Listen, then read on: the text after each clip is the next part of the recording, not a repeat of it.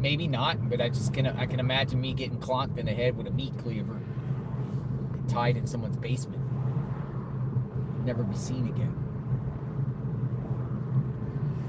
Plus, they didn't want to be filmed or recorded. They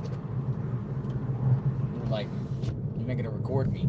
I don't want to be recorded. But you need to come with us. We know who did this." That's what they said. We know who did this.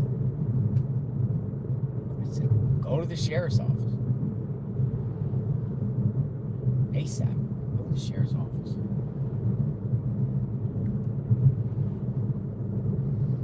Go to the sheriff's office.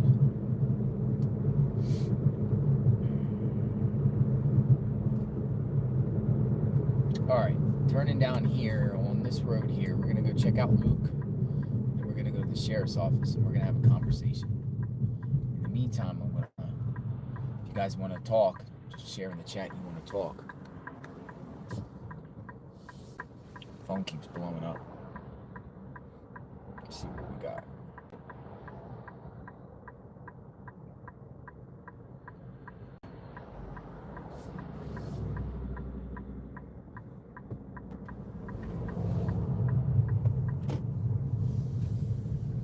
Luke.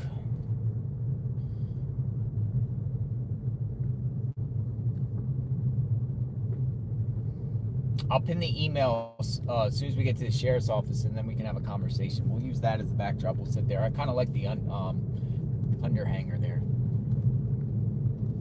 Thank you. Edelman. We haven't given up on Nancy yet. We're not going to give up on Nancy, even if we have to leave the location. We're still not giving up. I mean, we could definitely cover this from afar, but I want to be here for the arrest. That's why I'm here, like, waiting for the next move. But that move might not come. The problem, you just don't know. You just don't know. I don't understand how somebody can, like, all the media, like, abandon this case in the thick of things. Like, we're in the thick of it. I mean, they're still investigating, and the case is not solved. It's not over. So why leave? Sometimes it takes a minute, but it just seems like everyone just packed up last week and just said, well. But last night at this, like, remembrance, a hope for Nancy, there was a lot of media outlet out there, believe it or not. They all came out of the woodwork. So they're all around here still. Luke. Oh, look, trash can. Another. Got the trash can.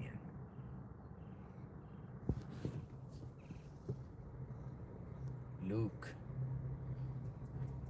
I haven't seen any activity here besides 2 times a week a trash can. 2 times a week a trash can being placed out there by who? I don't know. One of the callers suggested that Luke's mom knows Nancy in some sort of way. They're like, is Luke's mom a caretaker for Nancy? Has to be some sort of connection here of how authorities was able to go and determine that Luke here was involved here to be able to detain the guy, take his vehicle.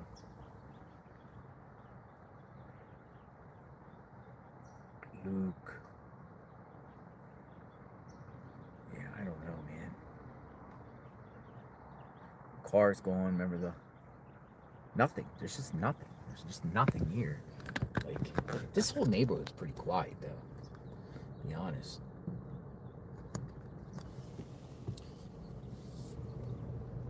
Luke.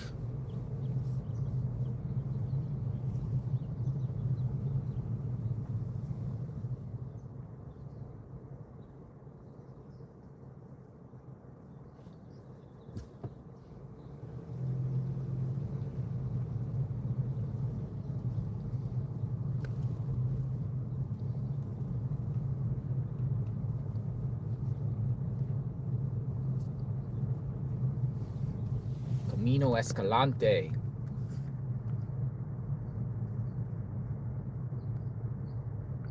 Go right here. Escalante.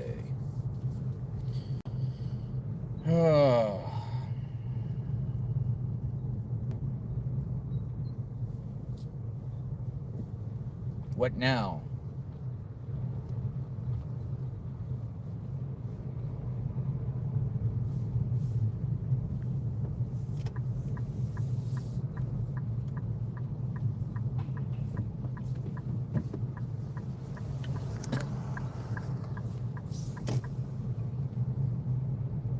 All right, on the way to the sheriff's office.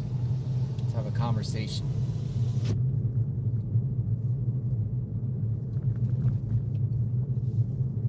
What next?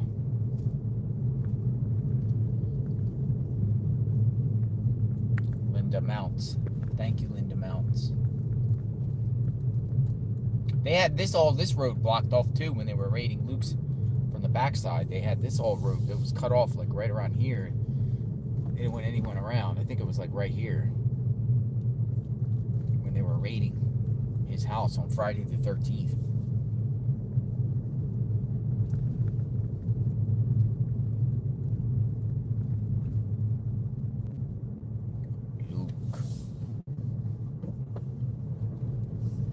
We know for a fact that the FBI was around this neighborhood searching for surveillance. That's Rudisill right there. First and Rudisill. Is that one Rudisill? Yeah, that's Rudisill.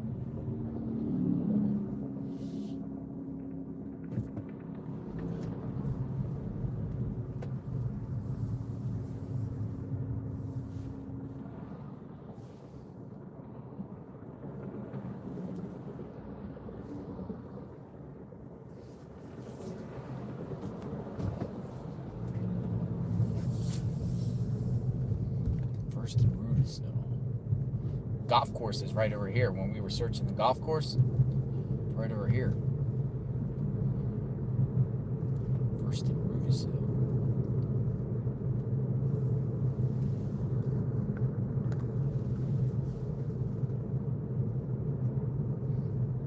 All right.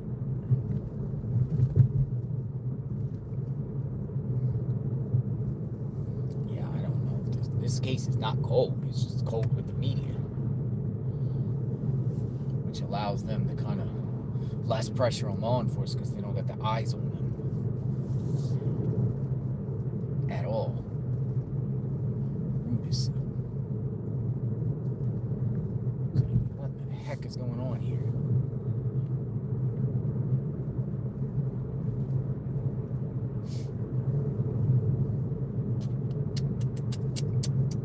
Right up here is the golf course on the left. This is where we did a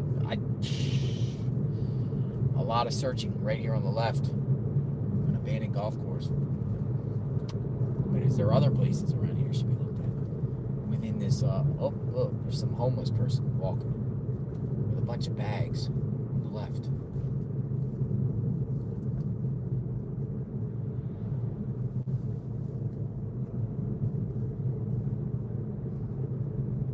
No fact that the feds went here to the Chevron station was asking for surveillance. They told me. See, this is right by Annie and Tommaso's home. See, Luke and Annie, Tommaso and Nancy, they're all like within that 5-mile zone. Just makes me wonder here. What players and participants are really involved with this mystery?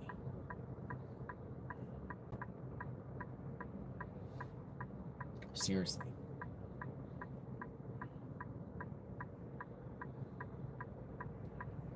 Alright, we're going to go down to Pima County Sheriff's.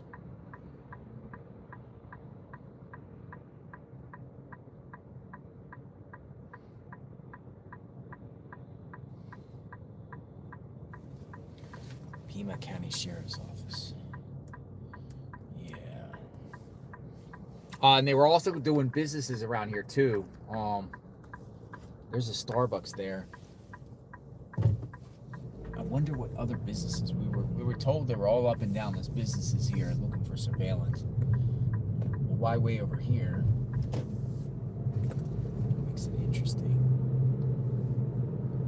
Up here at the Circle K, you make a right, turn to Annie Tomaso's home.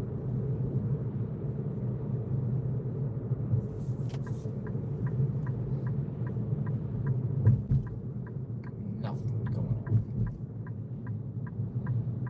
It's all close to proximity with one another.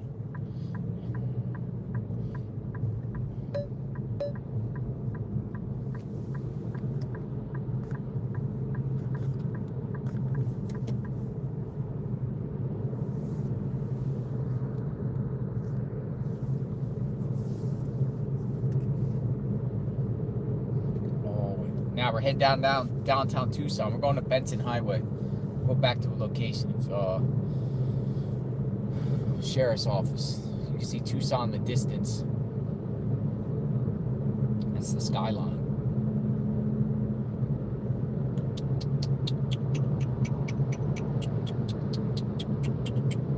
Lowrider. Got a lowrider.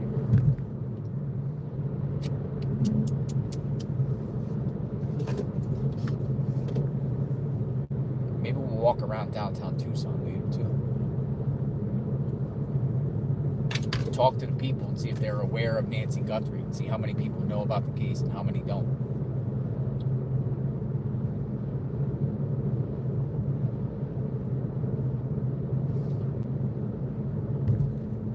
No searches planned. Besides that one corner on River and Campbell with the flyers, haven't seen any other flyers, haven't seen people. You know, last night, hope for Nancy, maybe a dozen people showed up. One of the ladies there was very angry at the politicians here for not doing anything for Nancy, any of the local politicians, none of the mayor, nobody, you know, anything for Nancy. She was outraged by that. She's like, you know, most communities, when someone goes missing like that, they'll hold something, bring people together. Nothing. Not a peep from the local government around here.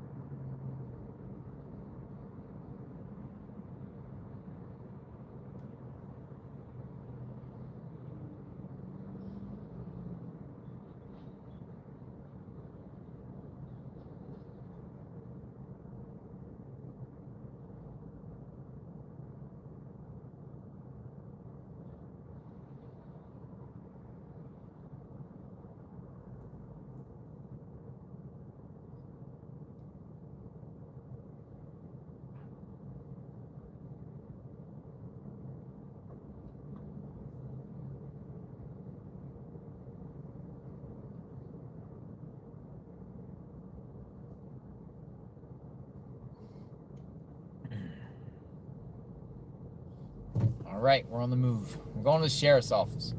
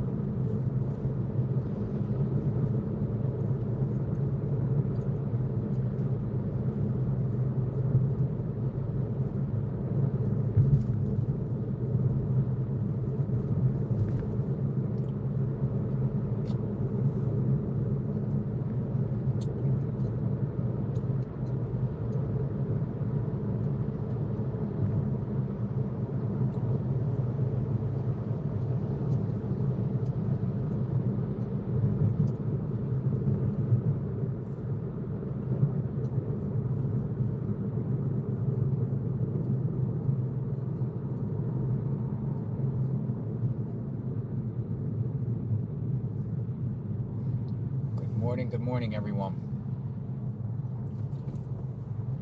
I'm drinking coffee and Red Bull. Literally, coffee and Red Bull. We're ready. We're ready for action.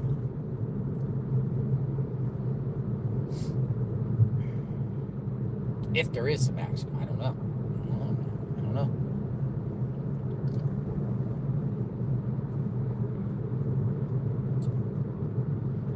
I really was pumped up this morning when I got up at 4 a.m. thinking, okay, yeah, something's gonna break. And here we are, daytime, nothing. I keep saying to myself, something's gonna happen. Something's gonna happen here. There's going to be a break in this case. Something is going to happen at any moment. Enough is enough.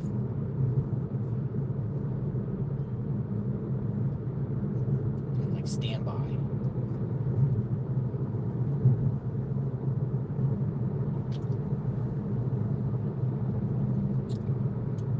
Something's going to happen. Something's going to break. Hopefully. We shall see. I am, in half a mile, turn right onto Arizona 77 South, West Miracle Mile. Miracle Mile. Miracle Mile.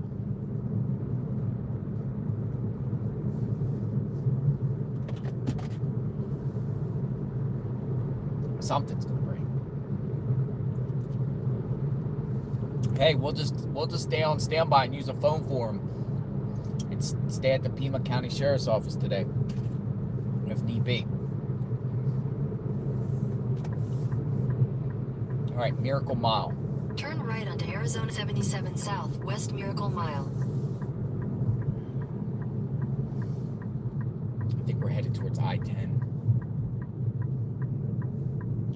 I was just trying to see if there's any abandoned mines in the Tucson area, but I couldn't find. They're too far. I wanted to share with all of you like an abandoned mines, because they got quite a few abandoned mines in Arizona. Miracle Mile.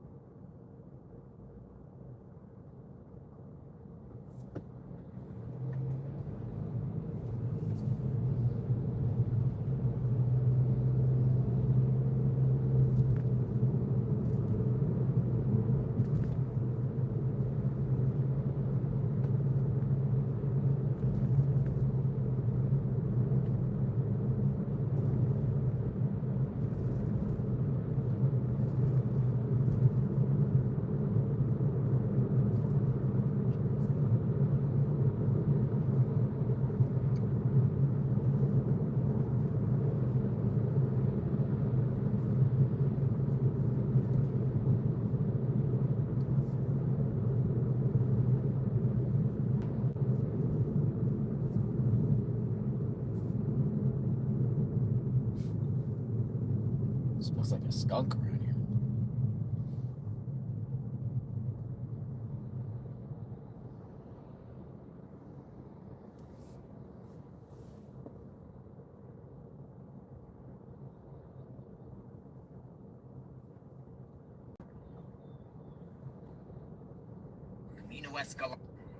JLR investigates. Where is Nancy Guthrie? Back out in front of Nancy. JLR investigates. Day 30. Where is Nancy Guthrie? Back out in front of Nancy Guthrie's home, Catalina Foothills.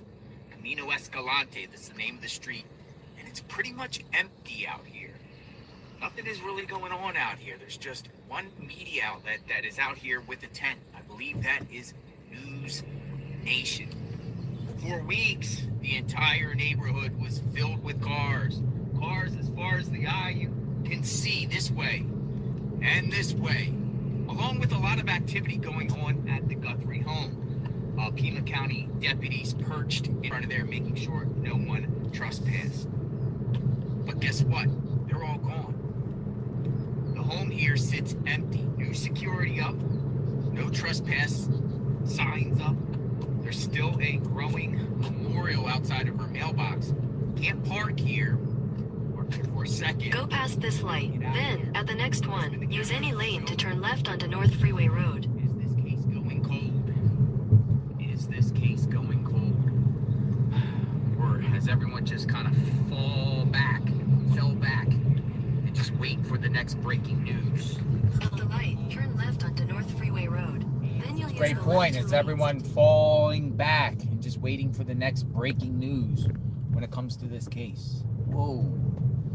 All right, we got a traffic jam up ahead. We have a traffic jam.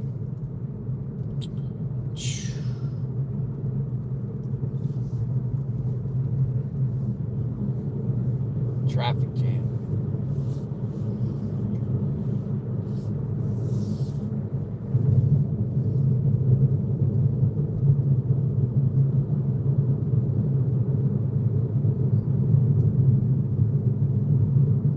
Left is News Nation out there. Shout out to News Nation.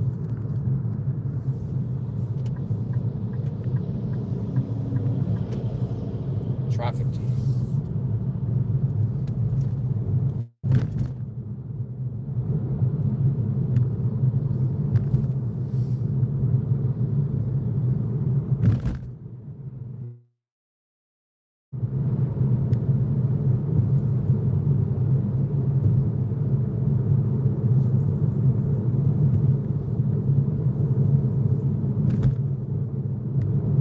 Sign, this is Arizona, 1912.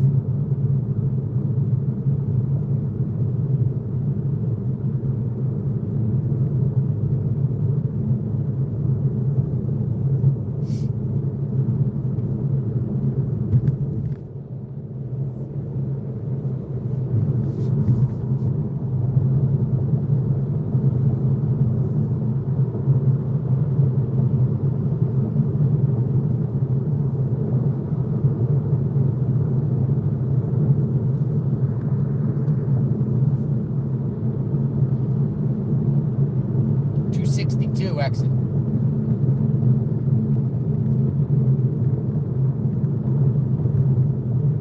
Downtown Tucson.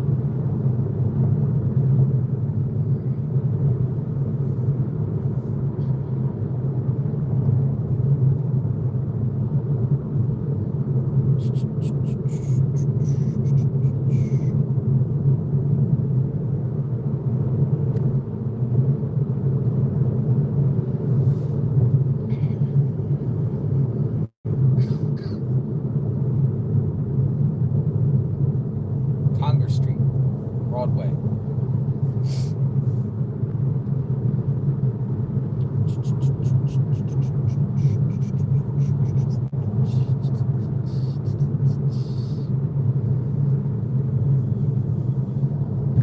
Day 30. We have reached 30 days. Month. Official month. Since this craziness has happened, we still don't got answers.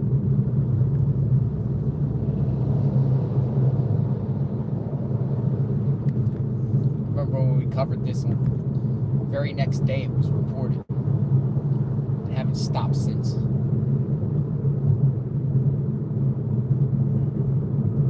What the heck is going on here?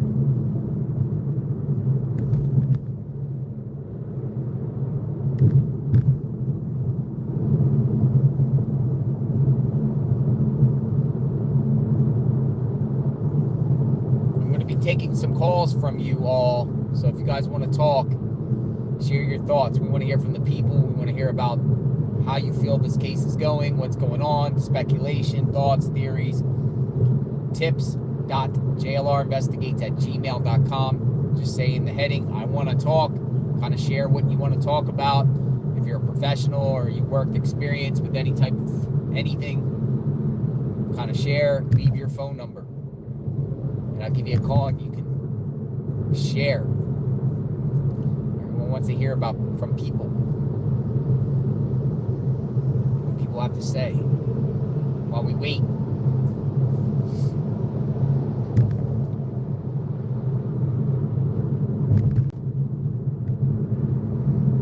As soon as I stop at the sheriff's office, I'll pin it. The email.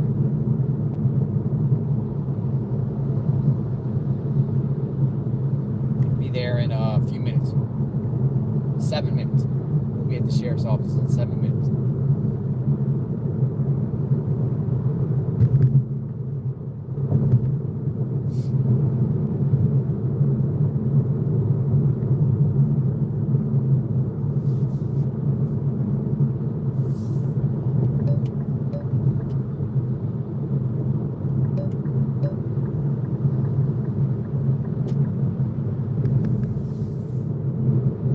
Where I-19 and 10 split, just south of Tucson. If you go right, it'll take you to Mexico. That's now the Rio Rico way. If you go left, take you towards El Paso way.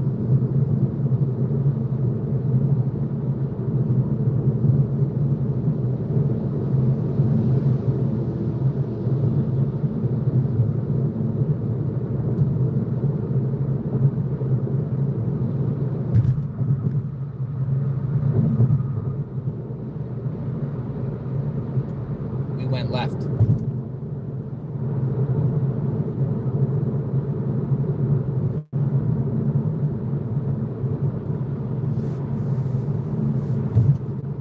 FBI might not even be in town anymore. They might have went back up to Phoenix and kind of just, they might have some agents at the scene interviewing people, but I don't know. We haven't seen an FBI presence since they came to the house, really. It appears they came to that one house for the surveillance. We haven't seen any FBI since they were at the Guthrie home less than a week ago. Released the home back to the family. The FBI, they all could be gone too. Somewhere in Phoenix. Not so sure if FBI is going to be at the Pima County Sheriff's Office.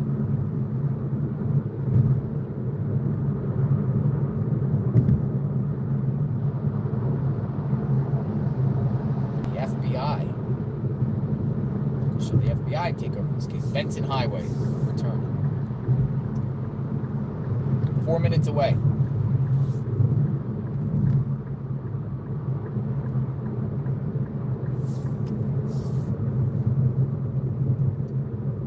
Benson.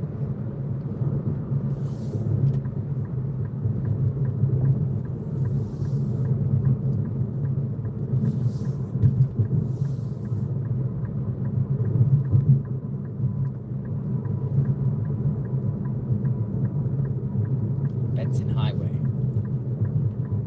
Yeah.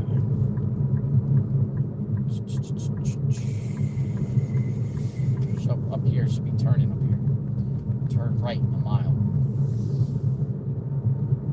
Benson.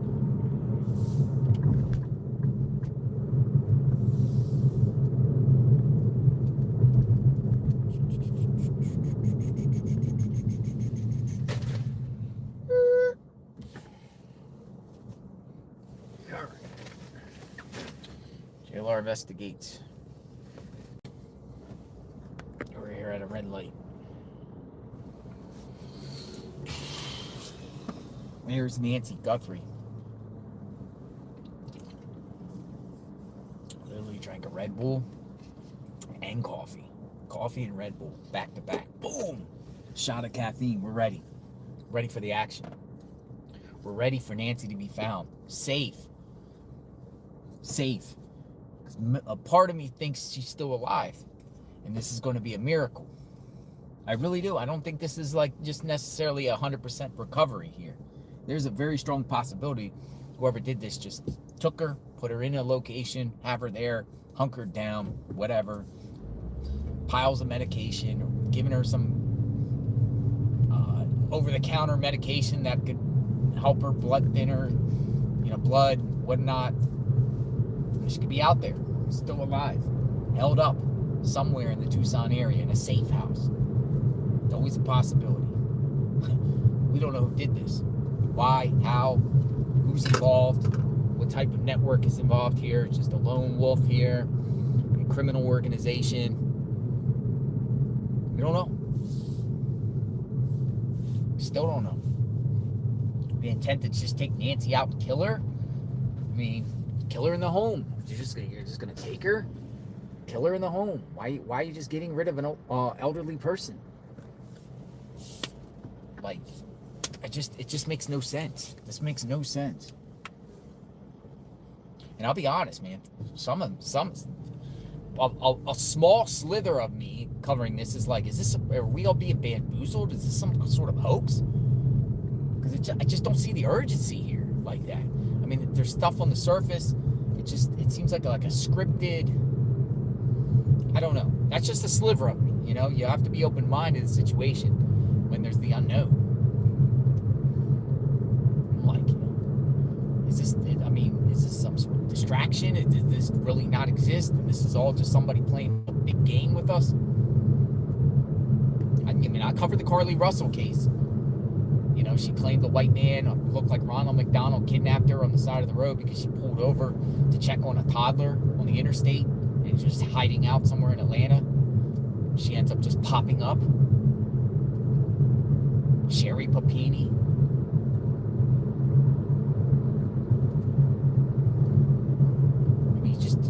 You just don't know. I mean, what is happening here? I mean, literally, like, I've never seen anything where there's no press conferences anymore. Quiet, radio silent. Uh-oh. I went the wrong way. I gotta go back the other way. I gotta turn around. I went in the wrong lane. I had my volume up. I gotta go down here, Campbell. Oh, this is Campbell. We're still on Campbell. Unbelievable. We're like South Tucson. We're still on Campbell, right by Nancy Guthrie's house. Campbell is the same route. I gotta bust a U-turn here. But yeah, like, what the heck's going on here? I can't even make any sense out of this, man. You got the entire Guthrie family is just like radio silent. Savannah's just giving out a few Instagram, pleading with the kidnappers, offering a $1 million reward. I mean, we've seen law enforcement presence. We've seen the FBI. I've seen the FBI go door to door. It's just weird. Everything is just weird here. It's just so strange, man, and bizarre. I can't even wrap my head around it. All right, I gotta go Turn around. right onto East Cayamoleta. I gotta turn around into the auto zone. Make sure At the I go light, there. turn left onto East Missouri Street. Missouri Street. We're almost at the sheriff's office, right down the road. Make a U-turn, then turn right onto South Campbell Avenue. I will make a U-turn. Auto zone. We're at the auto zone. Dude, Turn right onto South Campbell Avenue. Then at the next light, you'll turn left. This caffeine is no joke. This caffeine is no joke. But where's Nancy? At the light, turn left onto historic US 80. Oh, okay.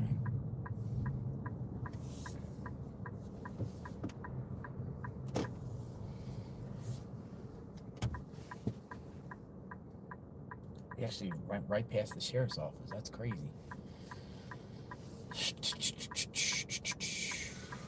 Man, this is just like so strange. Just how this all like transpired.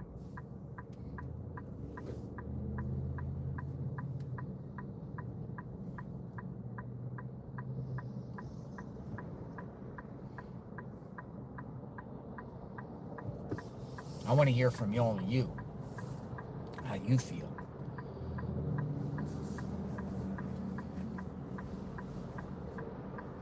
Go see if the car is impounded. The impound cars are not available for sight. Nancy's car is back in her garage, by the way. Nancy's Subaru is back inside her garage. Annie and Tommaso's vehicle, we have no, it's just part of the investigation. Nancy's vehicle is back, by the way. It's back at her house. As far as Annie and Tommaso's, I have no idea where their vehicle is. I haven't seen it. The Honda, I haven't seen it.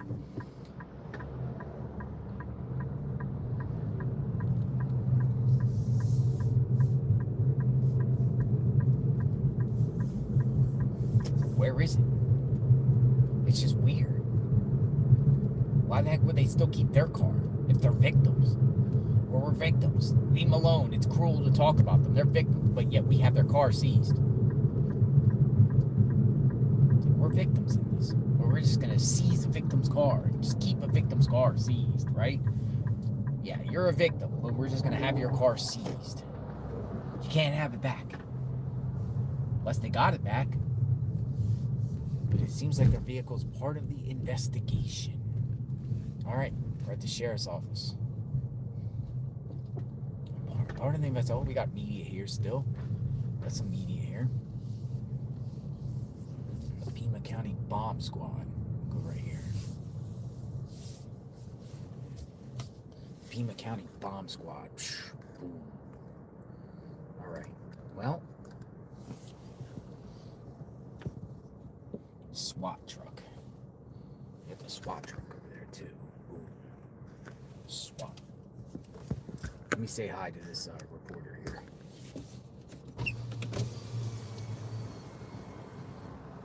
Hello. How you doing, Andrew? How's it going? Is this your new location? Me too. Nothing going on up there. Not a thing. So we're on standby. You're doing great work. I saw your report this morning. You're out here early.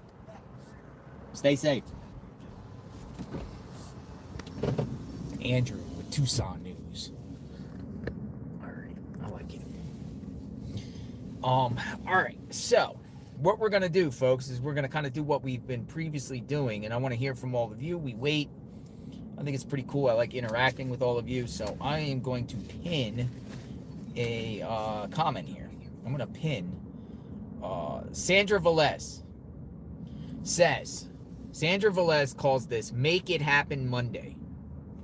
Make it happen Monday. I like that. That's Make It Happen on Monday, Sandra Velez. It is Make It Happen Monday. And we're ready to make it happen. It's a full moon. And there will be a break in the case today. Tomorrow. Watch, Sandra says. Thanks for the gas and lunch, of course. Thank you. Keep the boots on the ground. I have no problem joining you in the search. Yes, and you're in the military, Sandra. You said you're ready in the military. I believe you are in the Marine. You're a former Marine. Or you're a Marine. Vet. Sandra Velez is ready. Sandra wants to help with the search. Yeah, Marines get it down like that. Let's bring her home. Sandra Velez. We love the Marines. Bring in the Marines. Definitely bring in the Marines. No, it's Make It Happen Monday. I like that. All right, so I'm putting in email tips.jl. I'm going to make sure I spell this right because we had some JLR investigates at gmail.com,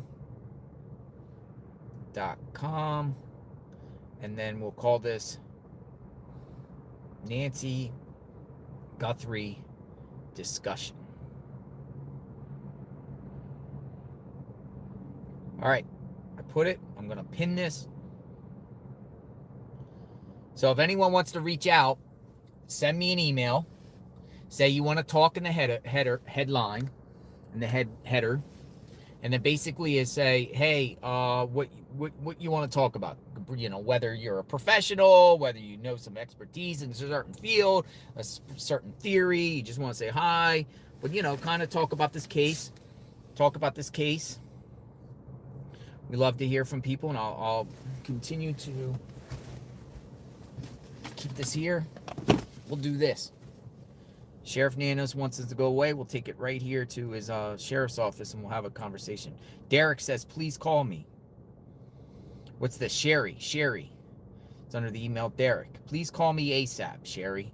Sherry wants to talk. All right, Sherry, you're up first, Sherry. You're up first. Let's hear from Sherry. See what Sherry has to say. Here you go, Sherry. Hi. If you record your name and reason for calling, I'll see if this person is available. JLR investigates. Nancy Guthrie discussion. Thanks. Please stand by while we connect your call. Hello. Thanks, Nancy Guthrie. Please stay on the line. I'm not Nancy Guthrie. Hello? I'm not Nancy Guthrie. I'm JLR. Yeah, that's awesome. Thank you so much for calling me. Let me turn my TV down. All right, Sherry. Welcome aboard. Good morning. You're the first caller. First of all, I just wanted to tell you I love you. I started watching you the first day. I'm an artist, and I draw an exact. So don't think that you're exact, but there's a similarity to Michael Keaton about you, and you have his same voice. And I love Michael Keaton, so I just wanted to tell you that. But, yeah, Beetlejuice. I like Beetlejuice. Love Michael Keaton. Yeah, Beetlejuice. Yes. Batman. Batman. You have his personality too. Yes. Oh yeah. Batman. He's ready to save the day. Yes. Maybe awesome. We'll get Nanos as Batman. Nanos got to save the day here. What's Nanos going to do? We can only hope. We can only hope. All right. So what's going on, Sherry? Okay. Let's so talk. What I wanted to tell you is I've had the same theory from the very beginning. I watch a lot of true crime. I watch like all cases, and I really get into them, and I really wanted to go into forensic science and all this kind of stuff. But here's my theory, and so far everything's been right so far. Mm-hmm. Okay, so as soon as I heard that she was missing, I said, I guarantee that there's going to be blood on the porch. There's going to be blood around there. Mm-hmm. Okay, that was found. My whole theory is that I could be wrong, but it has to do with the brother-in-law. And I said that before, Ashley Banfield ever said that. Okay. Because I looked up right away and I started seeing the family members and looked at him. And I thought it was him. And what happened is I don't know if that was like a stage setup when you saw him outside there. Mm-hmm. It looks just like him. Like I told you, I'm an artist, and like his eyes. And I said right away, I said, this guy's got a mustache and a beard, not a goatee. And whoa! Came out. So you think that guy's Tommaso in the Oh, I think so. It looks just like him. If you look at his eyes, how they're set apart, his build, everything, the way he walks, he looks just like him. And they keep saying that Tommaso is taller. He is not. If you look at pictures of Nancy, Nancy, and if you look at Savannah's about 5'10". Uh-huh. Tommaso is actually shorter than Savannah. If you look at the pictures, I've looked him up, and I've looked up his height and everything I can find. He is shorter than 5'10". Okay. So, I think he's kind of tall. I think he's over 6 feet because he towers over Nancy. If you look at the pictures, he towers over Nancy. Remember, she's only 5'4", and people exaggerate around their height. She's probably 5'2", 5'3". Mm-hmm. And if you look how tall Savannah is compared to her mother, then look at Tommaso, and you'll see. I'm really short. I'm only 4'8"3/4". So whoa. I know height. I'm really good. I always guess people's heights. So he is about that height. He is about 5'10" or under 5'10". He's shorter than Savannah for sure. Then I researched all kind of stuff. This is like from the very first day and everything, before anything was out. Uh-huh. And he has conservative, I can't say it. Conservatorship. Yes, over the mother. And this is my... How do you know that? Where's that at? I've been finding that everywhere. I keep finding all kinds of articles. I've been watching Brian Enton. I've been watching everybody. Ashley Banfield, you name it. Anything I can watch. Vinnie Politan. And they've said that quite a few times. Not only that, what I think it is he's supposedly a teacher, right? He's a part-time, well, he's a substitute teacher is what he does. He's not actually employed anywhere full-time. He is more of a poet, like how his wife is, Annie, and he doesn't work full-time. You can't find him employed at a school. They say that he's there, but he kind of doesn't really work. Now Annie is a jeweler and a book writer. Her net worth is only worth $500,000. How do you know this? I've researched it. I've looked up everything that I can find all about it, and I've heard them say that too. Once I researched it. But let me ask you something. The sheriff has cleared them. No. He's not too bright. So he says that, and what's happening is he's saying that because he's trying to let their guard down. You think that? He's trying to, yeah, oh, for sure, absolutely. He's trying to let them relax and see what's going on because, first of all, that car would have been returned within the first, 7 days. Maybe if they had a little extra waiting on DNA or something, they would have waited longer. But that car would have, they only have one car. And it says they both drive it. But back to Annie. So she wrote that book and everything, and she kind of is a little strange, I'll be honest with you. She has a very dark personality. She writes very strange things. And that house is worth over $1 million. To live in that area, it's over Which $1 million. house? Nancy's home? And Annie's. Annie's house is worth over $1 million. Now, if you listen carefully, because I've listened to everything that's in the background on your stream constantly, so I gather things, and they said that house, and I looked it up, was empty for quite a while. The neighbors said it, that they were remodeling that house, okay, before they moved in.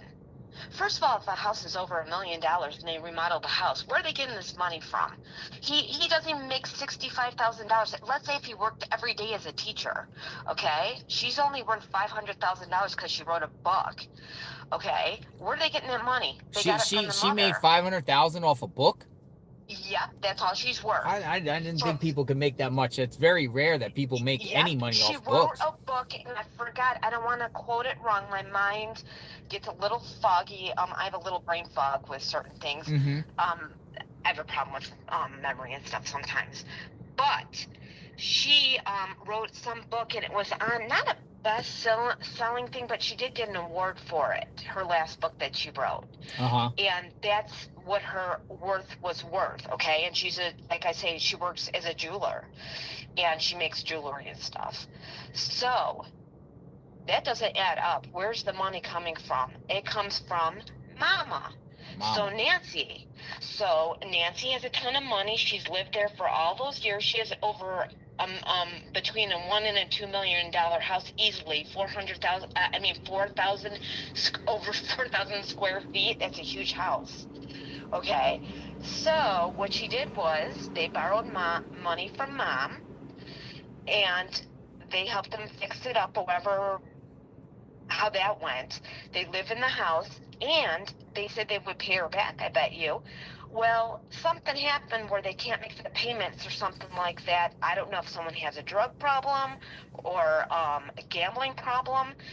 Something is going on that they cannot pay her back. They just don't have the money to pay her back. And they probably asked for more money. She said no. He's got conservatorship over her. That means that he's in charge of her money, and that happened when they bought that house. They've only lived in that house for less than a year. So you've been studying these people to a T. Oh, to a T. This is what I do. I get obsessed with stuff and I study. And what happened was it was never a kidnapping. Never a kidnapping. That was all crap with all that stuff on TMZ and everything. That's just a ruse. I don't know who that is doing stuff. And keep in mind, she's a writer, and they said that the stuff was written brilliantly. But you could use AI to write a really brilliant, kidnapping note Chat too. GPS, people say. You could Yep, use Chat GPS to exactly. end things. Exactly. And so what I think happened was it was not a kidnapping. They were irritated because they had to pay her back. She wasn't going to loan any more money. They're trying to live like how she's living, and they're trying to live like how the sister's living. If you notice, if you watch the videos when they were on NBC on the Today Show, Mm-hmm. they don't show Annie's face. They keep showing the back of her. And they keep showing the side of her, and they will talk to her a little bit, but it's mostly they're focusing on Nancy. So it seems as though she's being snubbed. She's not like, she's not the favorite daughter you could see. Because Savannah is famous. So she's probably a little irritated, always in her, shadow and stuff like that, even though she's older. And, So what do you think the motive here is? I mean, again, the sheriff has cleared them, but I do like to hear from the people. Again, this is, Yes. people with the... Right. I This am is all speculation. I'm not an FBI agent or anything, but I'm really good at what I do. And I think that they went in there to actually to get rid of her, to kill her. For what, though? And For what? I'll tell you, because Tommaso and Annie, since he's in charge of all that, he gets all the money when she dies. He's in charge of everything. He decides where she's buried, how she's buried, what to do. That's what they do. My sister has conservatorship over my mother, and they're in charge of her hospitalizations, her medications, everything. Like, I can't do anything, even though we get along very well. My mom's in the hospital now. So she makes the decision if my mom has to go to a rehab place after, because she can't walk and she's been laying in the bed so long. So they're in charge of all that. So they want to inherit this money. They want to get it moving, whether Savannah gets money or not. They want to get it moving so they have this money, and not these payments over their head and everything, and they don't have to pay her back. So they went in there to definitely get rid of her. Okay, so that was the plan. At least, I don't know if Annie knows any of this, but Tommaso, I'm telling you, he has friends that are all criminals. All the guys in the band are criminals. He has friends from all over that are not too, they're kind of shady. So what happened was, though, God forbid, I don't want to say this, but like I say, it could have been another guy helping him too, one of his friends. I think someone went in there possibly intending to rape her too. Whoa. I really do. Whoa. I thought that from day one. I'm not trying to be gross, but this is getting crazy. I mean, I've never heard of that. That's insane. Yep, I thought he went in there because there's fluids that they're saying, and they're not saying the DNA. They're saying that it's some kind of other fluids. They keep saying that it's either, Cece Moore has even said it's saliva, it could be skin possibly, or they said semen. That's one of the main ones, and they were kind of pointing that, and I've said that since day one. I think they might have raped her. Oh, and man. What happened was, something happened that she scratched him, maybe pulled the mask off. So she started bleeding. Somehow he either hit her or she was fighting back. Now she's bleeding, and whether there's semen there or anything, there's some kind of DNA on her, so now they had to take her. That's the reason why they took her. This is insane. I mean, that's kind of, Yep. I've never heard that. This is why they had to take her. I don't think they kidnapped her for ransom or anything like that. They actually took her to kill her, and she's gone. And they're hoping that they just find bones. I'm telling you. Yeah, a minute left. Anything else to say? Okay. Yes, the other thing is my grandmother had a pacemaker and a mitral valve, and you will not live. After you start bleeding, it bleeds and bleeds and bleeds. She bled for 3 days, and my grandmother passed away after that. You just bleed, and without her medication, she'd be dead within the first couple of days, and they should have had some medical expert come on there and talk about that. She's been dead. Sherry, I appreciate your time. We'll see what happens here. Yes. Take care of yourself. Awesome to meet you. You too. Thank you. Bye-bye. Bye-bye. Glenn Road says, this caller gets it. The book is called The Good Dark. Road trip to Splinter Collective Warehouse in Tucson. Check your email. Links sent. Thank you very much. All right. What do you think, folks? Oh, it's crazy. I want to talk about blood in the house. Let me see. I want to talk.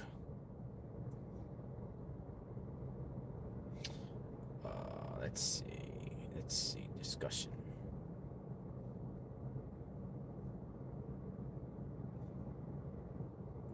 Seeing any experts. We got a lot of people sending me a message. Barb says, just be aware, it's well known that the perps call into talk shows to give their theories. I hope it happens and we see it through. It looks like a lot of the media is coming out here to stage. Interesting. Sherry, I have an interesting theory.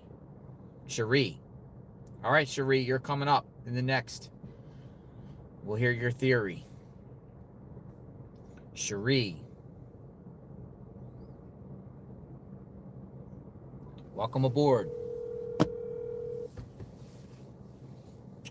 Welcome aboard. Hello. Hello, JLR Investigates. Cherie. Hey, JLR, how are you? I'm doing great. Thanks for reaching out. What's going on? Okay, I have an interesting theory. You almost hinted on it this morning, okay? And I was like, no, don't say it. Wait till I call in. Okay, my theory is that this was a simple stunt gone wrong. Stunt gone wrong. Explain. Okay. For some reason, I feel like Miss Nancy is somewhere living her best life right now, and she is just waiting on waiting for all of this to be over with. Let me tell you why I say that, and y'all don't call me no wackadoodle. You know we all got a little crazy, and this is gonna sound a little crazy, but just hear me out. Okay, I feel like there is no coincidence that Pima County has that reality show. Okay. Okay? Now, for all of this to be going on during the time that they supposedly have this reality show that's on A&E, a major network, they need to pull off some kind of stunts with these shows in order to get ratings. Now, whether Savannah knew about it or any of the family knew about it, I don't know. That part, I don't know. But that sheriff, I feel like this was some kind of a stunt in order to pull in some ratings for that show. But the reason why I say it went wrong, hold on, give me just a second. Sure. Just a second. Okay, the reason why I say it went wrong is because he undercalculated how big the story really was going to be. Mm-hmm. He didn't realize that all the media, including YouTubers and including everybody, was really going to swarm and catch on to this case the way you guys have. He thought that it was going to be a quick little kidnapping, let's act like whatever happened, let a few days pass. He swoops in as the hero. They found Miss Nancy and everything is all great. And now you have your ratings for your show. But see, now all eyes have been on him 24/7, and you guys have. Don't be calling me stupid in the chat, y'all. I see y'all. You see it. You see the comments. Don't take it personal. The people. I don't. I watch you all the time. I started watching you with that doggone Diddy trail, Lord, and you had me hooked ever since. Nice. So I already know how the chat go. I ain't doing no tripping. So like I said earlier, is this a hoax? So you're saying this is some sort of stunt, and Nancy's alive somewhere, just kicking back, and they're just doing all this in some sort of for ratings. You said for their new reality show, the Pima County Sheriffs. That's what I feel like. I feel like this is something stupid and something so simple that has blown up and taken on a life of its own, and they never expected it to go this route. Now, what's not clear is who all is in on it. Is it just the sheriff himself? and the producers, or is it Savannah in on it? You know, she's the hometown girl, want to kind of give her hometown a little razzmatazz, or is it, you know, the sister and Tommaso? Like, who is it? You know, I don't know who all is in on it, but that's my theory, and I don't know. What you think about that? I mean, I don't believe that personally. I will say, Right. but I get it. Again, I want to hear from the people, of what they think. You know, I've covered Carly Russell. I don't know if you remember that case. I do. I Okay, do. Carly Russell, you know, man, you know, looks like Ronald McDonald snatches her up and puts her in a truck after she stops on the side of the highway to check on a baby, and she's vanished, you know, and it was like, oh, Right. kidnapped, and then all the volunteers and search rescues come out, and then it just unravels very quickly as a Very hoax. quickly. A hoax, you know, people do hoaxes, you know, there is hoaxes Right. out there. It appears this is real. I mean, we've seen the course of the investigation, FBI agents going around the neighborhoods of Annie and Tommaso. We've seen FBI over there at the Guthrie home, blood. I mean, you Yeah, know, I yeah. I mean, feel like all of that is staged. Now, wait a minute. Now, let me say this. I'm not hard on one theory or the other. This is just a thought, right? mm-hmm. I'm hoping that Miss Nancy is found safe, and I do kind of feel like she's still alive no matter what the scenario. But I just kind of wanted to throw that theory out there because at first I was leaning towards the Tommaso situation because I do kind of like the last caller say, I feel like that's him on that camera. But also yesterday, see, you had a caller that made a whole lot of sense. A woman? A woman, well, no. No, a woman as Yesterday, being the perp. that too. But yesterday there was a woman that called in and she made a whole lot of sense when she said, why, you know, if it's Tommaso and them, why would they go this route, right? You don't have a body. You don't, like, this route makes it so much harder to get to the end goal, which would be the money and stuff. Uh-huh. If it's them, why wouldn't they just do like a quick poisoning or something like that, you know, something that seems to be would be easier to get away with. So that's why I'm kind of like, maybe it's not Tommaso and Annie them, because this would be like the stupidest route to go if it was them. Gotcha, Cherie. Well, it remains to be seen what happened here. Maybe your theory comes in play here. Who knows? Who knows? But I feel like the sheriff is in trouble now, Uh-oh. and he can't. If it is my theory, he can't come out and say that. Now he has to play the role, right? Because I think that's why he's been so dismissive too, right? Because he knows what the situation is. I've never seen a sheriff or even a police department be this dismissive about these type of cases. It's just mind-boggling to me. Thank you for your call. You be safe, and thanks for watching. You too. Shout Cherie. out to Texas. Shout out to Texas. You take care. Thank you.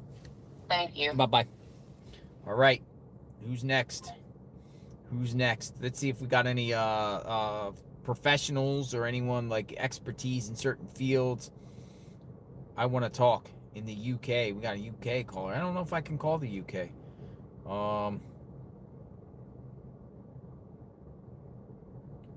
Ron says he wants to piggyback what you just said, Cherie. Call me, medical professional. All right. Cosmo, call me, medical professional. I have theories. All right, Cosmo. All right, you're up, Cosmo. You're a medical professional. Let's see what a medical professional has to say. Cosmo up. Welcome aboard. The number you dialed is not in service. Ah, wrong number. Cosmo. She gave me the wrong number.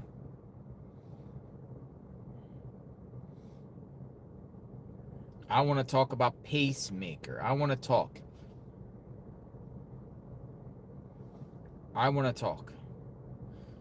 I want to discuss several items with you. The gloves, Nancy's insurance, Tommaso, and the video of the perpetrator. Please give me a call.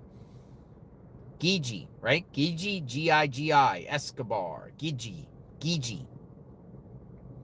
All right. If I'm not pronouncing your name right, I will, you can correct it. We'll hear. All right, you're up. The number you dialed. Oh, more wrong numbers. More wrong numbers. Unless somebody's like, let me see. Make sure I got this right.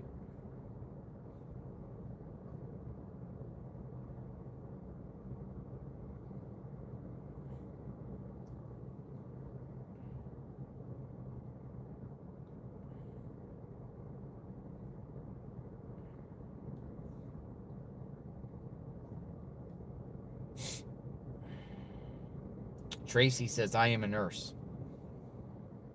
All right, Tracy the nurse. Tracy the nurse. Come on in, Tracy the nurse.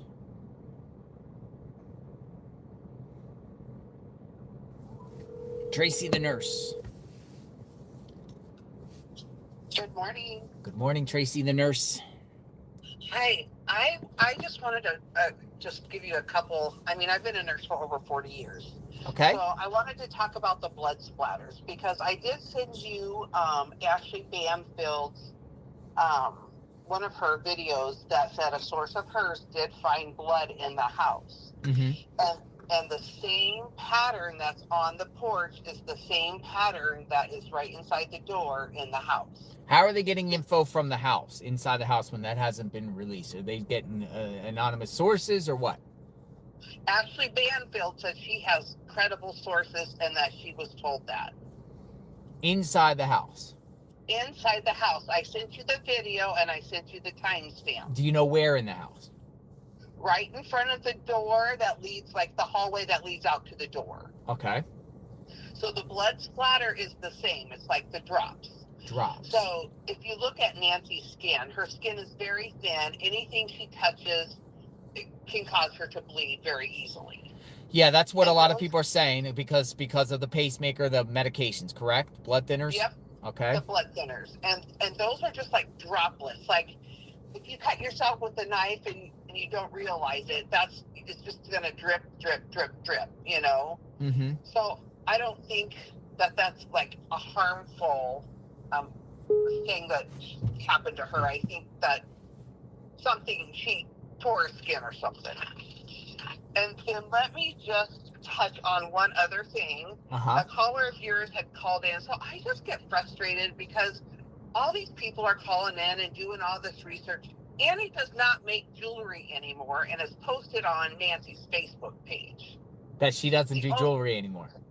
The only thing, and this was not to like 13 weeks ago, was when there's a picture of a jewelry piece that Annie made for Nancy's friend, and she asked Nancy if she's still making jewelry, and Nancy said no.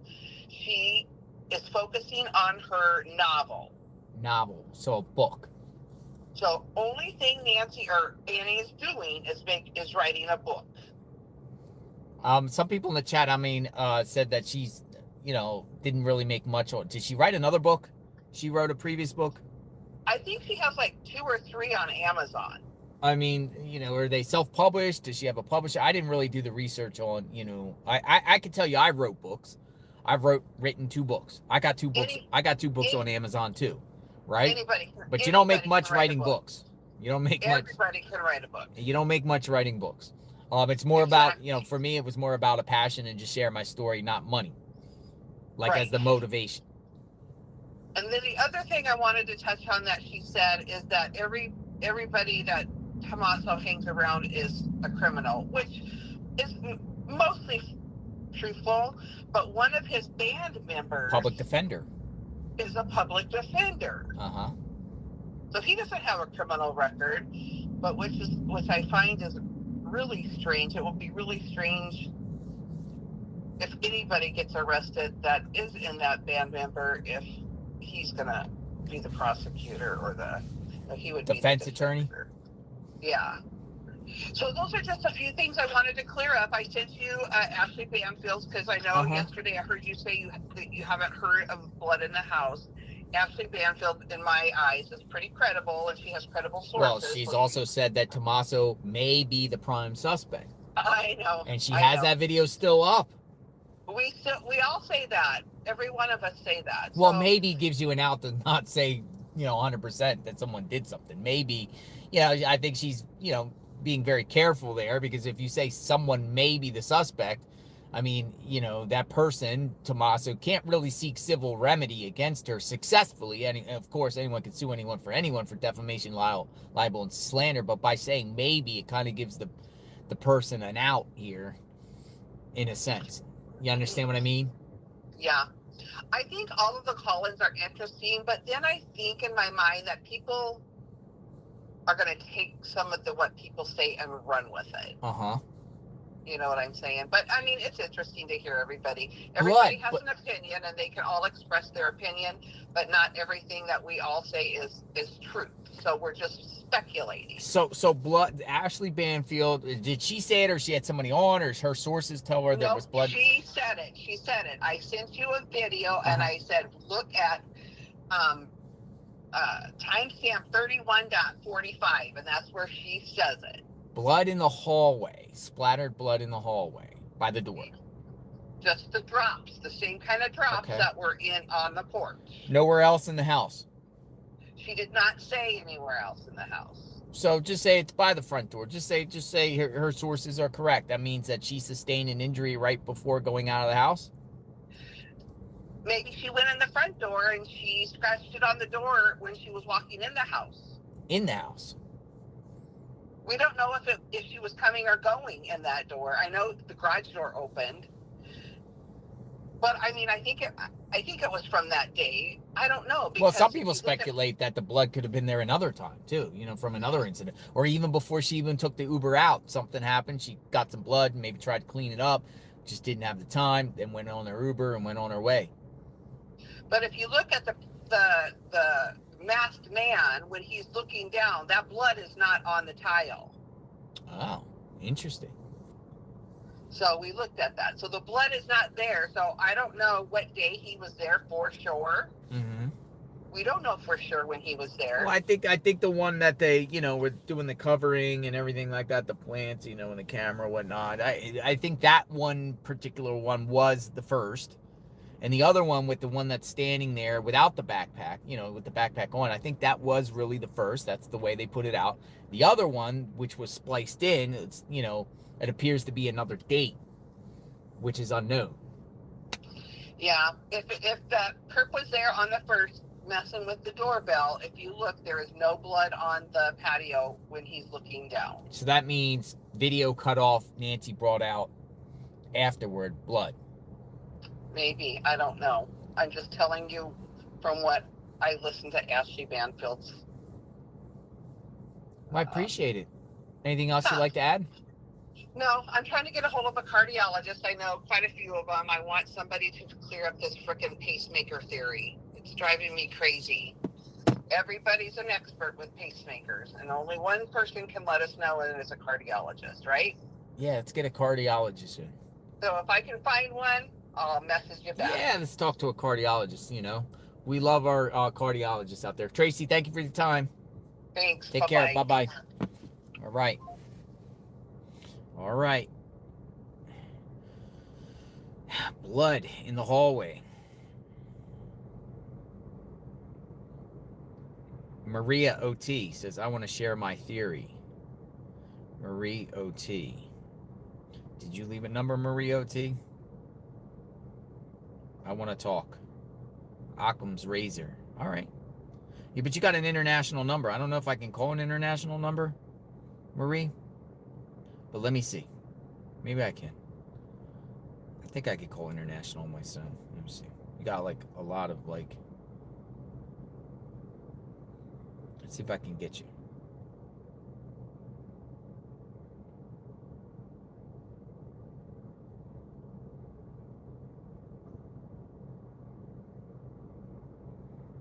If not, I'll give you my number. You can call back.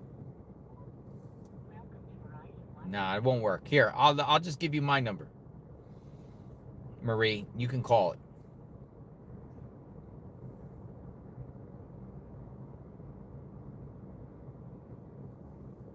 For some reason, I'm having difficulty calling you.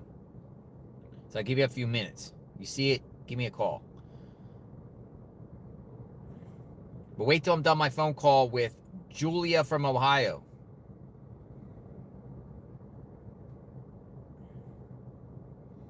Oh, okay. Notary Republic. Julia. Coming in. Let's hear from Julia.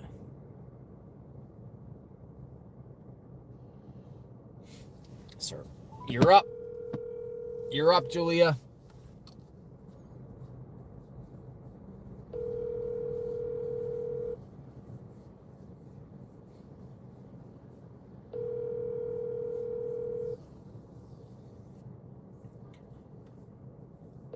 Oh, not available, Julia. Your call has been forwarded. All right, next one. Sharon. I want to talk about Luke. All right, Sharon wants to talk about Luke, one of the men that got detained. Sharon wants to talk about Luke. Luke Daly, the mystery man. Many people feel like that is Luke Daly. Hi, if you record your name and reason for calling, I'll see if this person is available. JLR investigates Nancy Guthrie discussion. Hello. Hello. Hi, Sharon. How are you? I'm good, JLR. How are you? Fantastic. Oh, you got dogs barking. Yeah, I know. I said hello. He thinks somebody's here. Listen, I'm not going to take a lot of your time. Sure. I want to say thank you to taking the call and thank you to the viewers. Yes. Okay, let me tell you what I'm thinking. Okay. Go for it. Luke. Luke. We're missing this whole thing. Kayla Day. Here's what I have found so far. Okay. Nancy's father, his sister, had a daughter named Carrie. Carrie's daughter is Kayla Day. Are you sure about this? Because some people are debunking that and saying no connection whatsoever. But there is a Guthrie kind of name, but it's not connected. Okay, I will email you her obituary. I got the obituary. Okay. So I will email you the obituary of the aunt. Now, let's go on the theory that it is true, because we have to remember Kayla Day was taken into custody one day before the raid on Luke. Now, is Kayla Day the cousin that played the kidnapping? If not, let's find out who Nancy's cousins are. But here's my theory. Mm-hmm. If Kayla and Luke got arrested in 2025 on drug charges, Mm-hmm. they could owe somebody. Nancy is an elderly woman. I'm 58, and I know my grandfather, before he passed, old school thinking, you had to have 6-month living expenses on hand in a safe at all times, Mm-hmm. in cash. What if they got in trouble with that drug deal? Maybe they owed somebody money. Kayla would have known, saying she's the cousin, that Nancy had cash in there. I don't think they were after jewels and stuff. But Kayla would also know how to get into that garage. And, remember there was the button on the side. Kayla would know how to get in there. Is that Luke in the mask on the front door waiting for Kayla to open the door? Mm-hmm. That's what I'm wondering. If they tried to steal cash and something went wrong, maybe they didn't mean to wake Nancy up and she woke up. And then I don't know if they took her or killed her. I don't know beyond that. My theory is Luke is involved and the cousin is involved. Now, in the meantime, I'm going to email you this obituary. Mm-hmm. I have also seen where they have said there's the connection, but it's not. But it's kind of weird that Savannah's father, his sister, her daughter, and her granddaughter all have the same name. But do I have 100% proof? Absolutely not. So that is my theory, that maybe they were looking for cash. My guess is if she's got that much money, she's got a safe with cash in it. So you have your eyes focused on the Luke Kayla Day connection. I do. Yes, I do. Because of the raid and... Oh, And one more important thing, if you go back and listen, because I did, that sheriff, when he cleared them, he didn't clear the family. He said Savannah, her siblings, and their spouses are cleared. Okay, say that again for the viewers. Okay. He said Savannah, her siblings, and their spouses are cleared. Mm-hmm. He said the family, Savannah, or he said Savannah, exact words were Savannah, her siblings, and their spouses are cleared. Well, that would But be he didn't Annie and say- Tommaso, correct? Would that would be in the mix? Yeah, they would be clear, but it does not say the entire family, extended family, like nieces and like that. It only, and he specified the siblings and their spouses. Mm-hmm. So I mean, that's some my people theory. have pointed that out. You know, it doesn't go to the extended family of the Guthries, like beyond Right, that circle that we're all familiar with.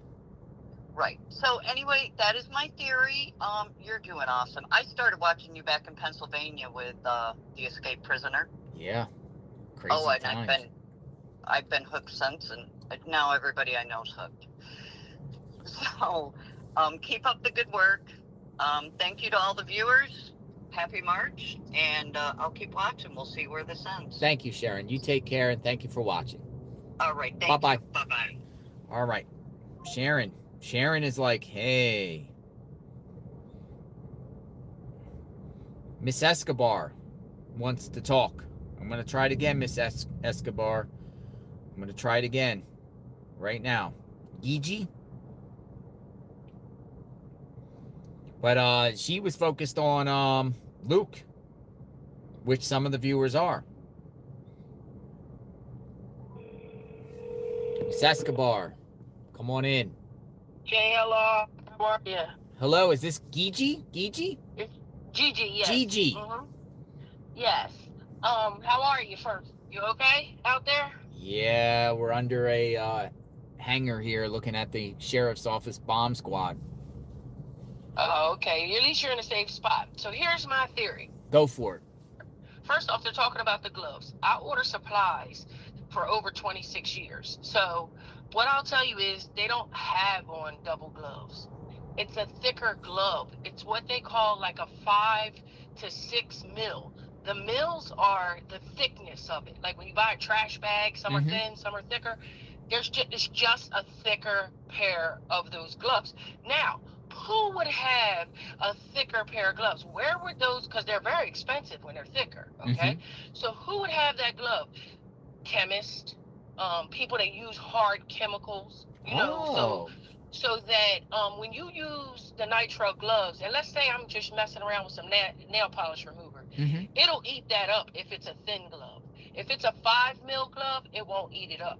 And then it goes up 6 mil, 7 mil, all the way to like the rubber yellow gloves we wash our dishes with. That's number one. Number two, the insurance. It's very suspicious that no one spoke of how much life insurance. Does Nancy have life insurance? You know, no one's brought that up. And I feel like that's a huge thing. The house is a huge thing. Because after so long, if that person goes missing, then they get declared dead.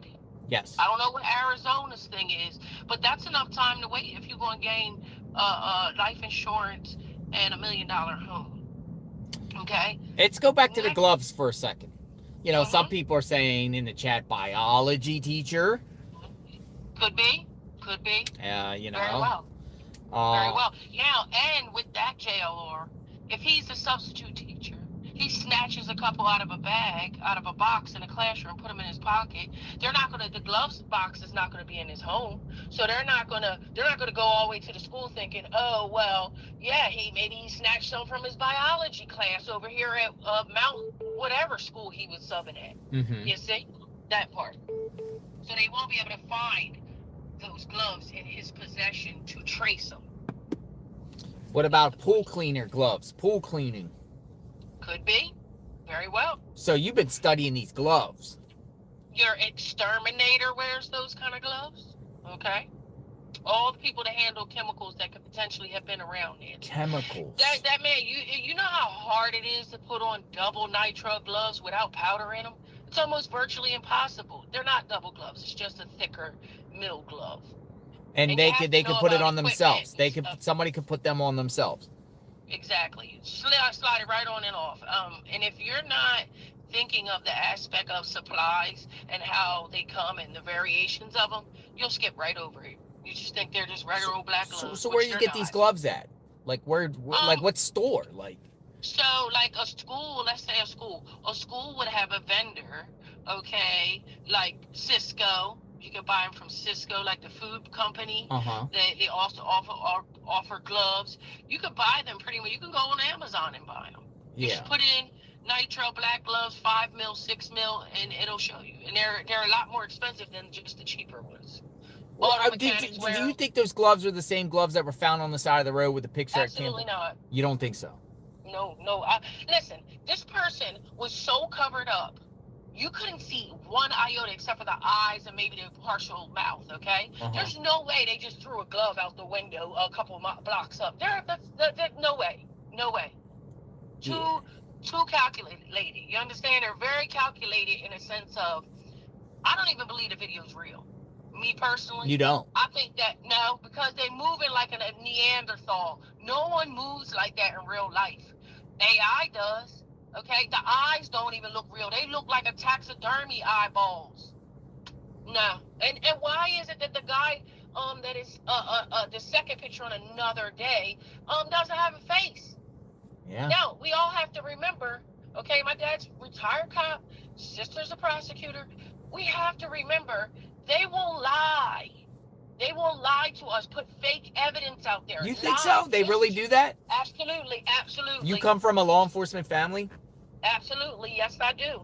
And I have both sides. I have cop and prosecutor, okay? And yes, they will lie. They will lie to the perp. They will lie to the public. If that's what they need to do to solve the case, then they will do it. Absolutely. And I don't believe that video is real at all. That's where there's no time stamps. I don't believe it for one moment. How is it that you got video from when they first showed up, but you don't have nothing from the ending of it? When you go back and look, the ending would be first. Yeah. The first wouldn't be first. You understand what I'm saying? So if you got a camera on top of the house and a camera over here, they're just pulling smoke over it. Mind you, the video, Nano said, oh, we can't recover the video. His people said that. Okay, they clowns. Fine. FBI comes in and the next day we got a video working with Google. Nah, I'm not buying it. Not buying what they're selling. I think that video was just to irritate the perp, to agitate them, to draw the ants out of the ground type of thing. And just because, JLR, they say that they're cleared when he said they're cleared, don't mean they're clear forever. Yeah. Okay. You have to tell, if they thinking Tomiso and Annie or whoever in the family unit, for crying out loud, Cameron, he over there quiet. Nobody talks about him. Nobody talks about Cameron. Nobody talks about Cameron. Cameron says little words, and that's suspicious if you ask me. Oh, help mom, bring mom home. That's suspicious. Okay. If you think about it, if we are sitting here trying to put it on, like we got them on the hot seat, Tomiso, he's the one. But there's no proof, okay? You have to have the evidence. You can have whatever theory you want, but you have to have hardcore evidence to take this to court, to take this to get an arrest, okay? And I'm telling you, they will say you're clear because they want them to be comfortable. They want them to make a mistake. They want them to make a move. They want them to make that phone call. Trust and believe there's taps on all their phones. Yeah. You better know that. If you handed it to the FBI, there's taps on the phone, for sure. Some people say, to say somebody's clear because you don't want to spook them and have them lawyer up, and that's your way of communication's done, once somebody lawyers up. Another reason. If you say you're cleared, it gives a person, if you know good well you sitting in that office, right, and talking to those folks, and they say, yeah, we're going to clear you because blah, blah, blah, blah, blah, that gives a sense of relief and calm to that person, okay? If you know you did it and you're involved, and I'm not saying, even if that video is real, I am clearly not saying that is Tomiso. But Tomiso, you call him Tomiso. Tomiso. Is that how you say his name? Are we saying his name wrong? Is it Tomiso or Tommaso? Tommaso, Tamiso, whatever. A, long A, short A, it don't matter. Yeah. He's shady. Let's call him Shady Dude. You really think he's shady? Absolutely. Absolutely. Absolutely. And Annie does look like she's a bit of a battered, controlled woman. The way she sits there, it's just all over her body. As if Tommaso's doing something to her. As if, she's a controlled woman. Whether he putting his hands on her, he verbally controls her. He controls the situation. And the lady before just called and said, "Oh, he had power of attorney about her conservatorship." Now that's the same thing Britney Spears was under. Okay, that's what Wendy Williams is under. Okay. Now why is it that Tomiso turned around and gave power of attorney to his wife? And don't tell me it's about that house, because that's hootenanny. Okay? Yeah. That's hootenanny. You know people I know bought a house and never had to do that? What are you talking about? This is crazy. I mean, you know, and I appreciate your perspective. I want to hear what everyone's thoughts are, you know. I don't know what to think, you know. I want to hear from all of you to hear you guys' perspective. It was never a kidnapping, JLR. It's never an abduction. It was a straight snatch that lady and kill her. And they had so long. That lady could be in another state, buried under the ground, never to be seen again. Well, to get over to another state is pretty far. It's pretty far to get to another state right now. You know, it would require an 8-hour round trip for any state. Yeah, but what if she left? What if she left and never went back to that home? That 2-minute garage thing is suspicious. I can't even get into the house, and I'm in my 50s that fast. Okay, in pretty good shape. I can't even do it. So what if that window starts there? Okay, and they off the lady. We don't know that blood on the front is from that. The only people that can say that blood wasn't there prior is Annie and Tommaso, because Savannah wasn't at that house. She was in New York. So you're just getting bad vibes by them, and you think that these guys are involved. Oh, absolutely. Listen, and the fact that I'm gonna tell you, if my in-law said, in America said I was guilty of doing something to my mother-in-law, promised that I don't care if they didn't want me to be up there with them. I will go to JLR. I will go to somebody to tell my story, because I'm going to speak up for myself. You're not going to blame me for harming my mother-in-law, and I don't say nothing, not even like have somebody say it on your behalf. And another or thing, a lawyer. They don't have a lawyer that has been speaking out. I mean, the sheriff spoke on behalf of them. I guess that's their representative, the sheriff, because the sheriff said anyone discusses that type of family and implies that they've done something, it's just cruel. Right, because he's going to try to play on heartstrings of people. Because you know what? America moves off emotions.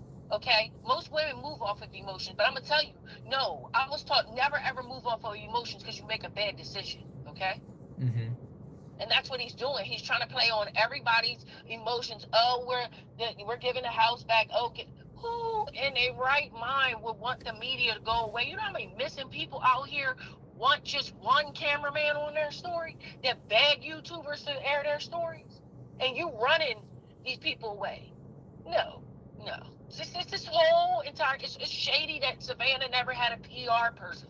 It's shady that Savannah never had a lawyer speak on her behalf. This is all weird. This lady's she signed a contract for $40 million, bro. Yeah. And how was the mom really paying all her bills? Her taxes was upwards of $15,000 a year. Woo!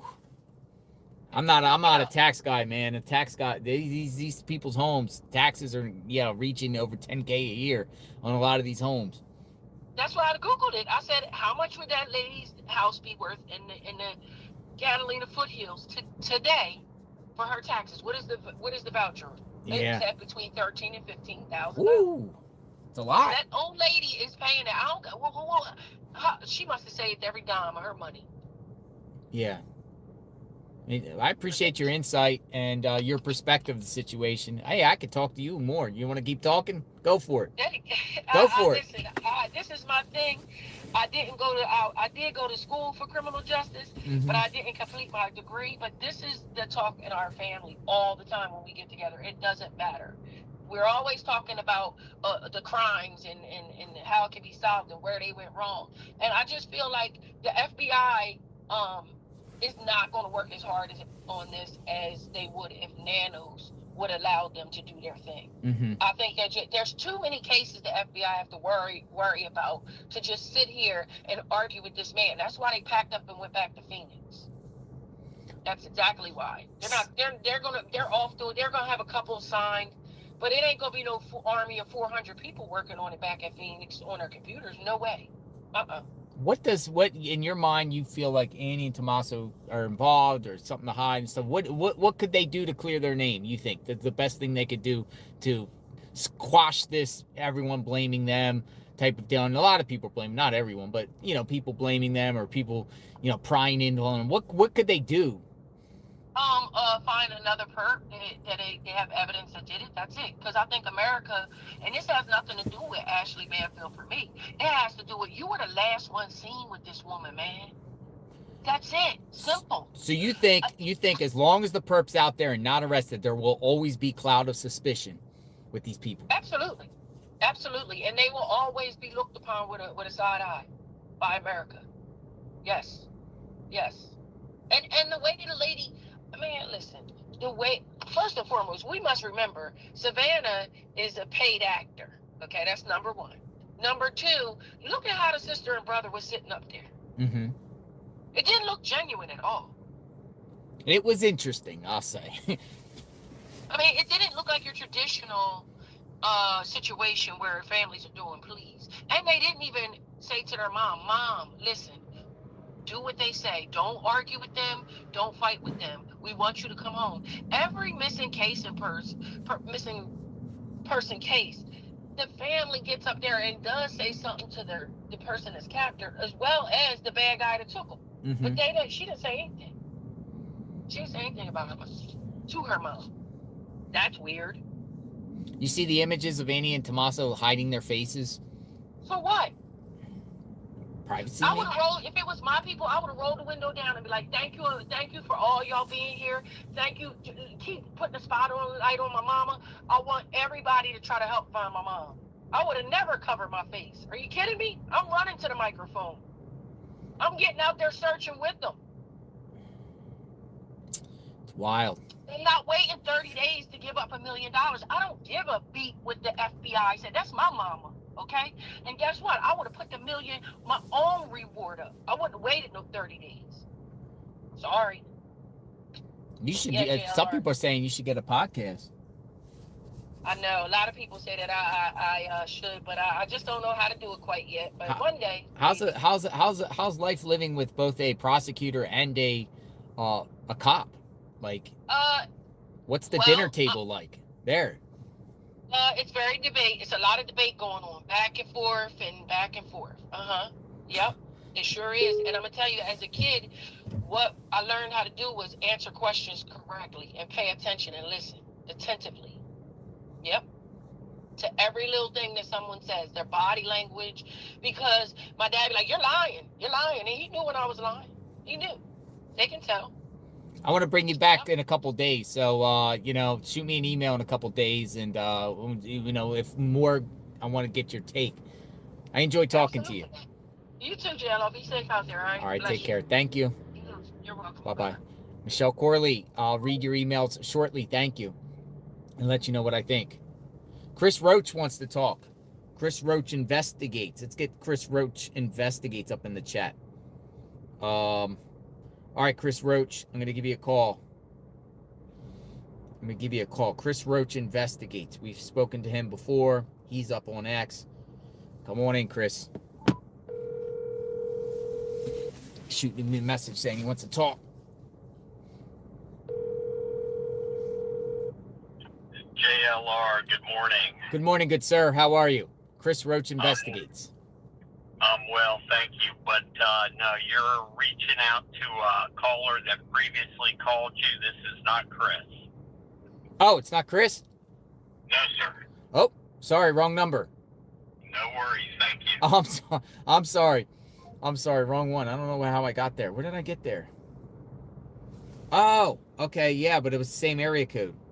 Oh, That's strange. Strange. All right, hold on. That was different. Okay, yeah, the number was so similar. Both have the same area code and prefix. That's wild. Hopefully I reach Chris here. Hey. Hello, I called somebody with the exact same phone number, literally the area code, and prefix was almost the same. Wow. I called somebody before. You got an Ohio number, don't you? I do. So I was listening to some of the other callers. I just wanted to kind of share just some facts. I know a lot of speculations going on with people. So let's back up. The first caller that had mentioned Annie's home being worth, $2 million. That's not correct. That's not correct, right? They did purchase a property in February of 25 for $647,430. Per the assessor site and the Zillow site, her value is around $650. So that's way off from that $2 million that you're talking about. So that's fact number one. Mm-hmm. Fact number two is Nancy Guthrie's property is in a revocable trust.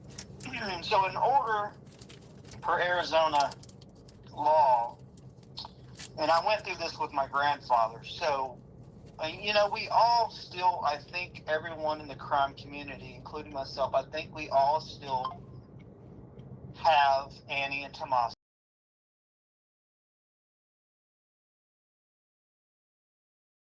on the radar. But here's the thing is, if they were looking to get some type of money out of this, Arizona has what they call this 5-year period where you basically start off with, you have to first off, well, let me back up a little bit. So in this revocable trust, I'm pretty sure the beneficiaries that would go in case Nancy were to have been passed away would trickle down to the kids, just like it would with my parents. So Savannah, Annie, Cameron, they would probably be listed as beneficiaries in this trust. Mm-hmm. And also, if she had a will, that would be where all the funds, all the assets that would go to. So this whole person, I actually looked this up. I think I have some inside information. It's not public information, but there's no survivorship that Tommaso has over Nancy. I think that's far-fetched. It's just not even common sense, because for me, it would be the kids.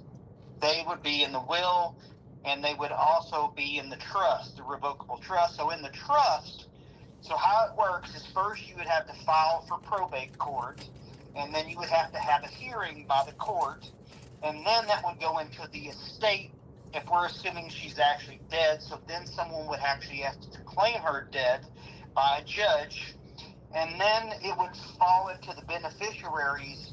That would they would go ahead and make someone the assessor or the person that's basically in charge of the estate. Kind of like the same thing happened to my grandpa. My mom was in charge. My mom's got 4 sisters and a brother. So my mom was considered power of attorney or the person of the estate, right? Mm-hmm. So, if we're looking at the angle that Tommaso's going to get all this cash, that's just bullshit. It's not going to work like that. I mean, could Andy what you're saying is it's a lengthy process. It's a very lengthy process. This is not something that would just be like, oh, Tommaso's in this, he's got debt up to his brains, and he's in this drug ring, and he's going to owe somebody. He's not going to get any money quickly. So unless it was a ransom and the goal was to obtain money quicker through the ransom aspect. Right. I mean, that's always been my take, this was a way to get money quickly, and it backfired. And the backfired, what I mean is Nancy died on day 1, and they were not expecting that. So I still go back to what's the motive here, and we really don't have a clear motive. Who wants to kill an 84-year-old lady, right? Mm-hmm. So, I mean, everything that comes back to me, I mean, the feds are having a very difficult time tracking anyone by geofencing that was in that area by phone. That's how they caught Koberger. The dumbass turned his phone off. He had that time period where, he had his phone all. They're researching this to a T to see how many people actually their behavior has changed, where kind of like me and you, we probably never turn our phone off, right? And then magically, during this little time period that we're investigating, you had your phone off for 6 hours. And that's what got Koberger caught, not only, the DNA on the knife sheath, but I think what we're working with here, and this is kind of telling the story based upon the media scattering out, FBI kind of, going back to operations. I think what we're dealing here with is we're dealing with someone from Mexico. This is international. They used walkie-talkies. Walkie-talkies don't have an ability to track by Wi-Fi, no signal, no geofence signal to be able to track these people. But let me ask you something there and cut you off for a second. Walkie-talkies, and I'm very open-minded to that. When they do the geofencing or the FBI cast, how far out are they looking for numbers? Are they going a mile out? They going 2 miles out? Because don't you think the perps will at least have to have a phone to arrive somewhere close to the scene, then turn their phones off? Or do you think they actually, from the location they started at and just literally had no phones whatsoever and just used walkie-talkies? I mean, that's what it seems to me, is they left those phones far, far away, perhaps in Mexico. And then, like I said, those walkie-talkies, I've used these before. You could travel up the interstate and be 5-10 miles ahead of each other on walkie-talkies and communicate, and that's untraceable. Yep. You cannot trace any. So I think the only way that they are going to catch these people is they are car chasing right now. They're going through video footage, frame by frame, and trying to figure out what kind of vehicle they are looking for. That's the only explanation I can have at this point. 30 days in, and they don't got anybody. This was very methodical. I was over on Mel's channel. I did an interview with Mel the other day. Mm-hmm. And we talked about a lot of different things. And, 30 days in, they would have some type of idea of who they're looking for. But for me, it just seems like this was very, very well planned, very methodical. This wasn't just someone decided to, I'm going to go over to JL's house, I'm going to rob him tonight. This was very methodical, well planned out, very organized crime. Did you hear about the last caller about the gloves? Like, these certain gloves. What did she say? I think these people are savages, man. They don't care about human life. They don't have any empathy. They don't have any emotions. These are what you would consider like gang members. And there's a possibility, walkie-talkies were used, gang signs were used, where they communicate by hand gestures. What kind of gang, though? Cartel, Tren de Aragua, MS-13. In Arizona, there's a lot of Sinaloa cartel members there, which is, this has the earmarks of.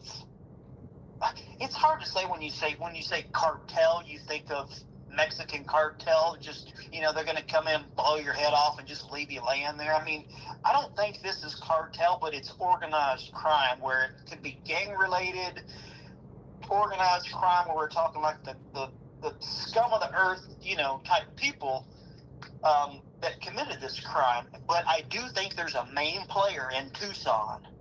There's a main player that had all the inside information that gave these people from Mexico the information. Now, is that Tabasco? Maybe.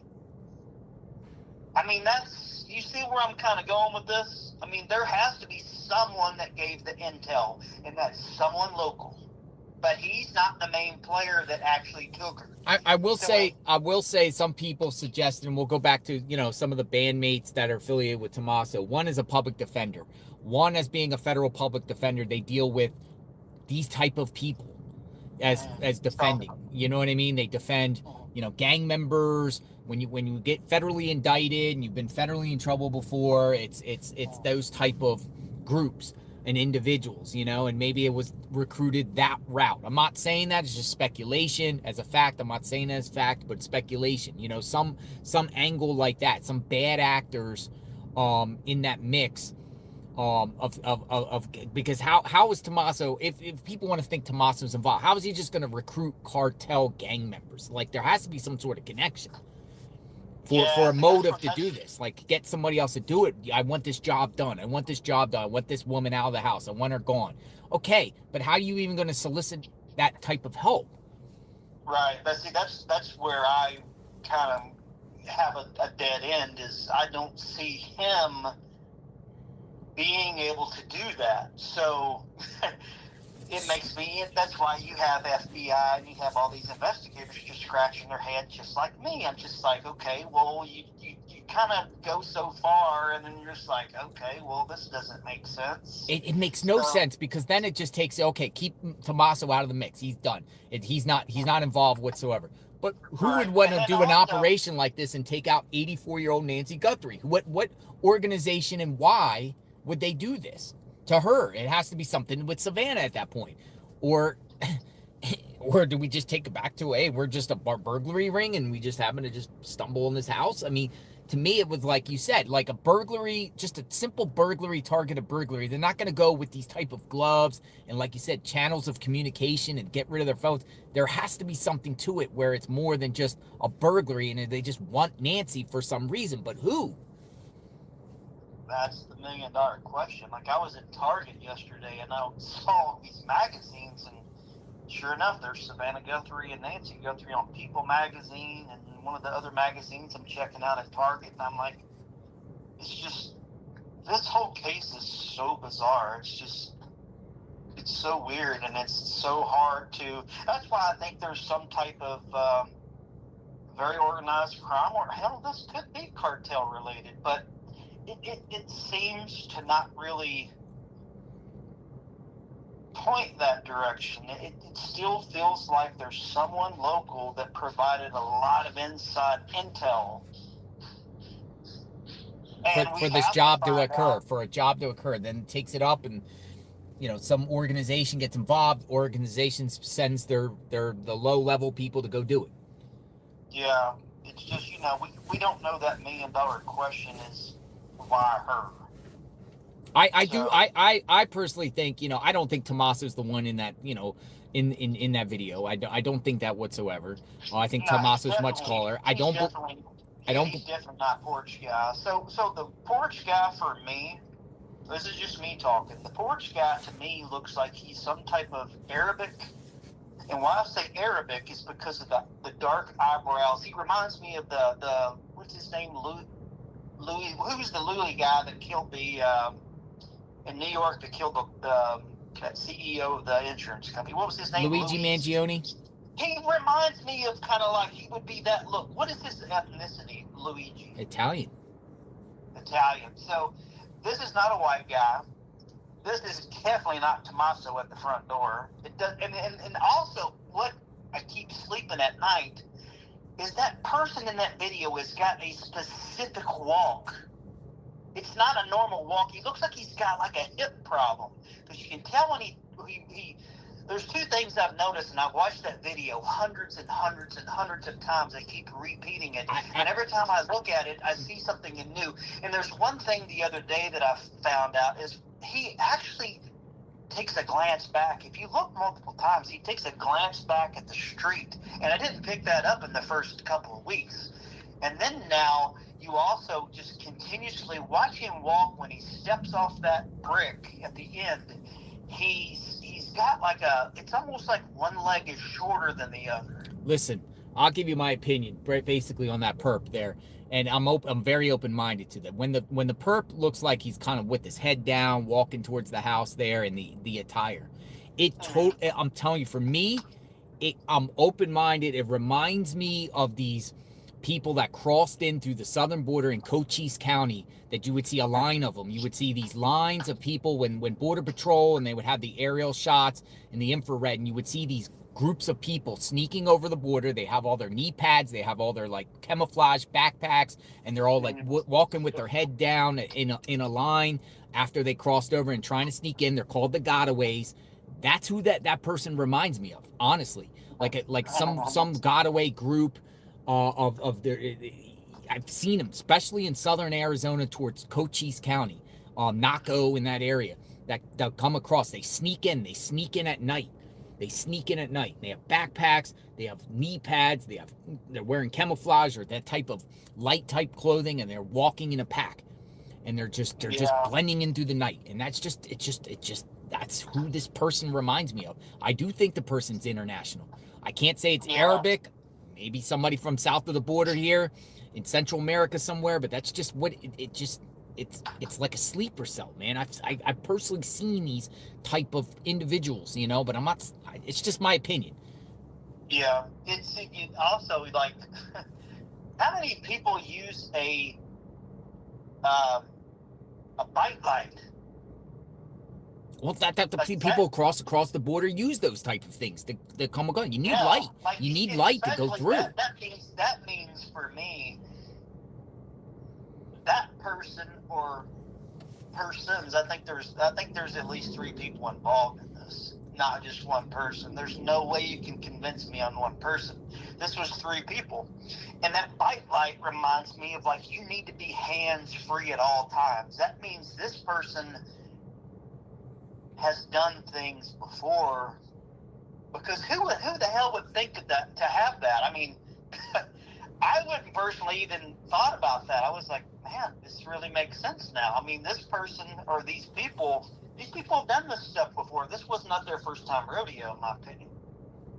You could say a migrant burglary ring, but you watch the videos and clips of other athletes that got targeted. There's a big thing around the country. It's South American migrant burglary rings that go into communities and disable security systems and break into rich people's homes. And they do the research on people. They do the research on their targets. They do wealthy people. They do Asians, Hollywood celebrities, athletes, but they do the whole research. Like they find out where they live. They find out their schedule. They find out they're not there. They know how to disable. But even some of the footages that have been leaked of these migrant burglary rings, they're not all decked out like this perp was. Yeah, these people came prepared for sure. They came prepared. They came for more than, to me, a mission of just simple burglary. It isn't just for you. So when we see the other photo, I think those are 2 separate people, because the one guy looks like he's a little bit overweight. It does. They look like 2 separate people to me. Yeah. One looks like and I believe, honestly, I think that second photo they threw up, I think that's from February 11th. I think this is the person, that second person that they show in that photo. Yes, without the backpack. Is the Tucson local person that was doing surveillance for the people that came and got her. That's just my opinion. Could be. And I do think February 11th or the 16th, somewhere in that range, is a target date that prior image was taken. It's just the pieces are saying February 11th, around there. And I've also heard the 16th, but somewhere around that time, a couple weeks prior, that perp or that people involved with this, somebody was around that home. Yeah, and so for the listeners too, Annie and Tommaso did get their car back. That was returned this week, so that was returned. It was. They did pick it up. It is returned. So just try to keep facts on the table. How do you know that? Where are you getting that from? Sheriff Nanos actually came out in a written statement and said that was returned to the family. Can you send that to me? I'd like to see that. Yeah, I can come up with that and send that to you. So I just kind of wanted to hop on just real quick and, just throw some facts out, and, just listen to some of your callers. But everyone that's calling in, we like your ideas. If you have any tips you'd like to send along send it through my ex, Chris Roach 513, if you want to send some tips along to my inbox, or tag me, and I'll be more than glad to kind of look into what your theories are. We're just like, we're willing to listen to a lot of people's different theories, because sometimes we all don't, when you're in a group of people, this is when you start, like even in my job, I like to bounce things off of my other coworkers, because maybe I don't think the same things that maybe you do. And you may say, hey, Chris, what about this? And hey, what about that? So yeah, anything that you guys think is relevant, hit us up and send us some information. We'll look into that and take a deeper dive than probably most people can, and hopefully we get some answers. I don't think the perps had phones on them. Yeah, I don't either, because I think right now they would have been tracked, man.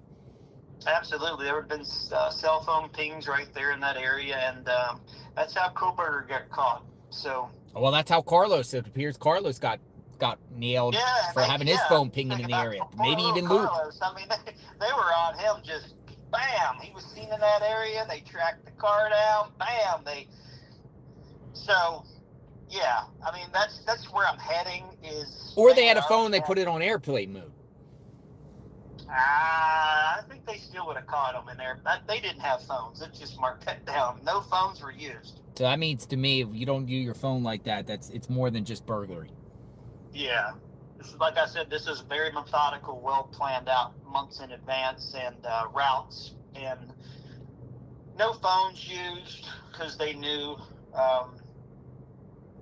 So let me ask you something. A lot of the callers have said, they think it's all the way up in the highest levels. Epstein, Clinton's. Are you buying any of that?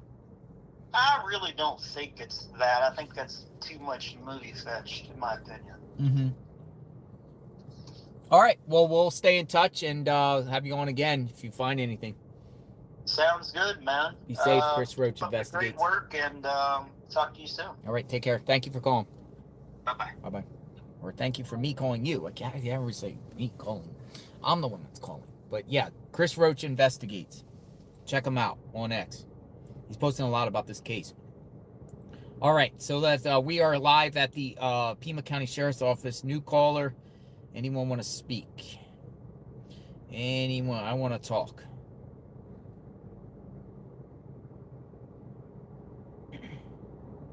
All right, Sandra. Sandra wants a take. All right, Sandra, we'll bring you in. We're just going to keep hearing from the people. Sandra, you're coming up next. So stand by.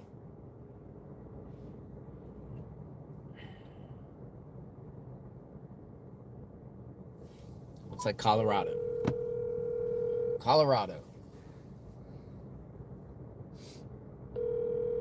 202 number coming, Sandra.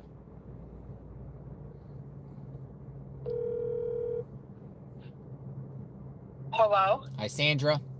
Hi, are you called? I called. Hello, how are you? From Colorado. Oh, I'm hanging in there. My husband passed away 2 years ago, and I'm having a real hard time, so I've been watching I'm sorry. since day one. I know it. I used to horseback ride, water ski, and now I do nothing.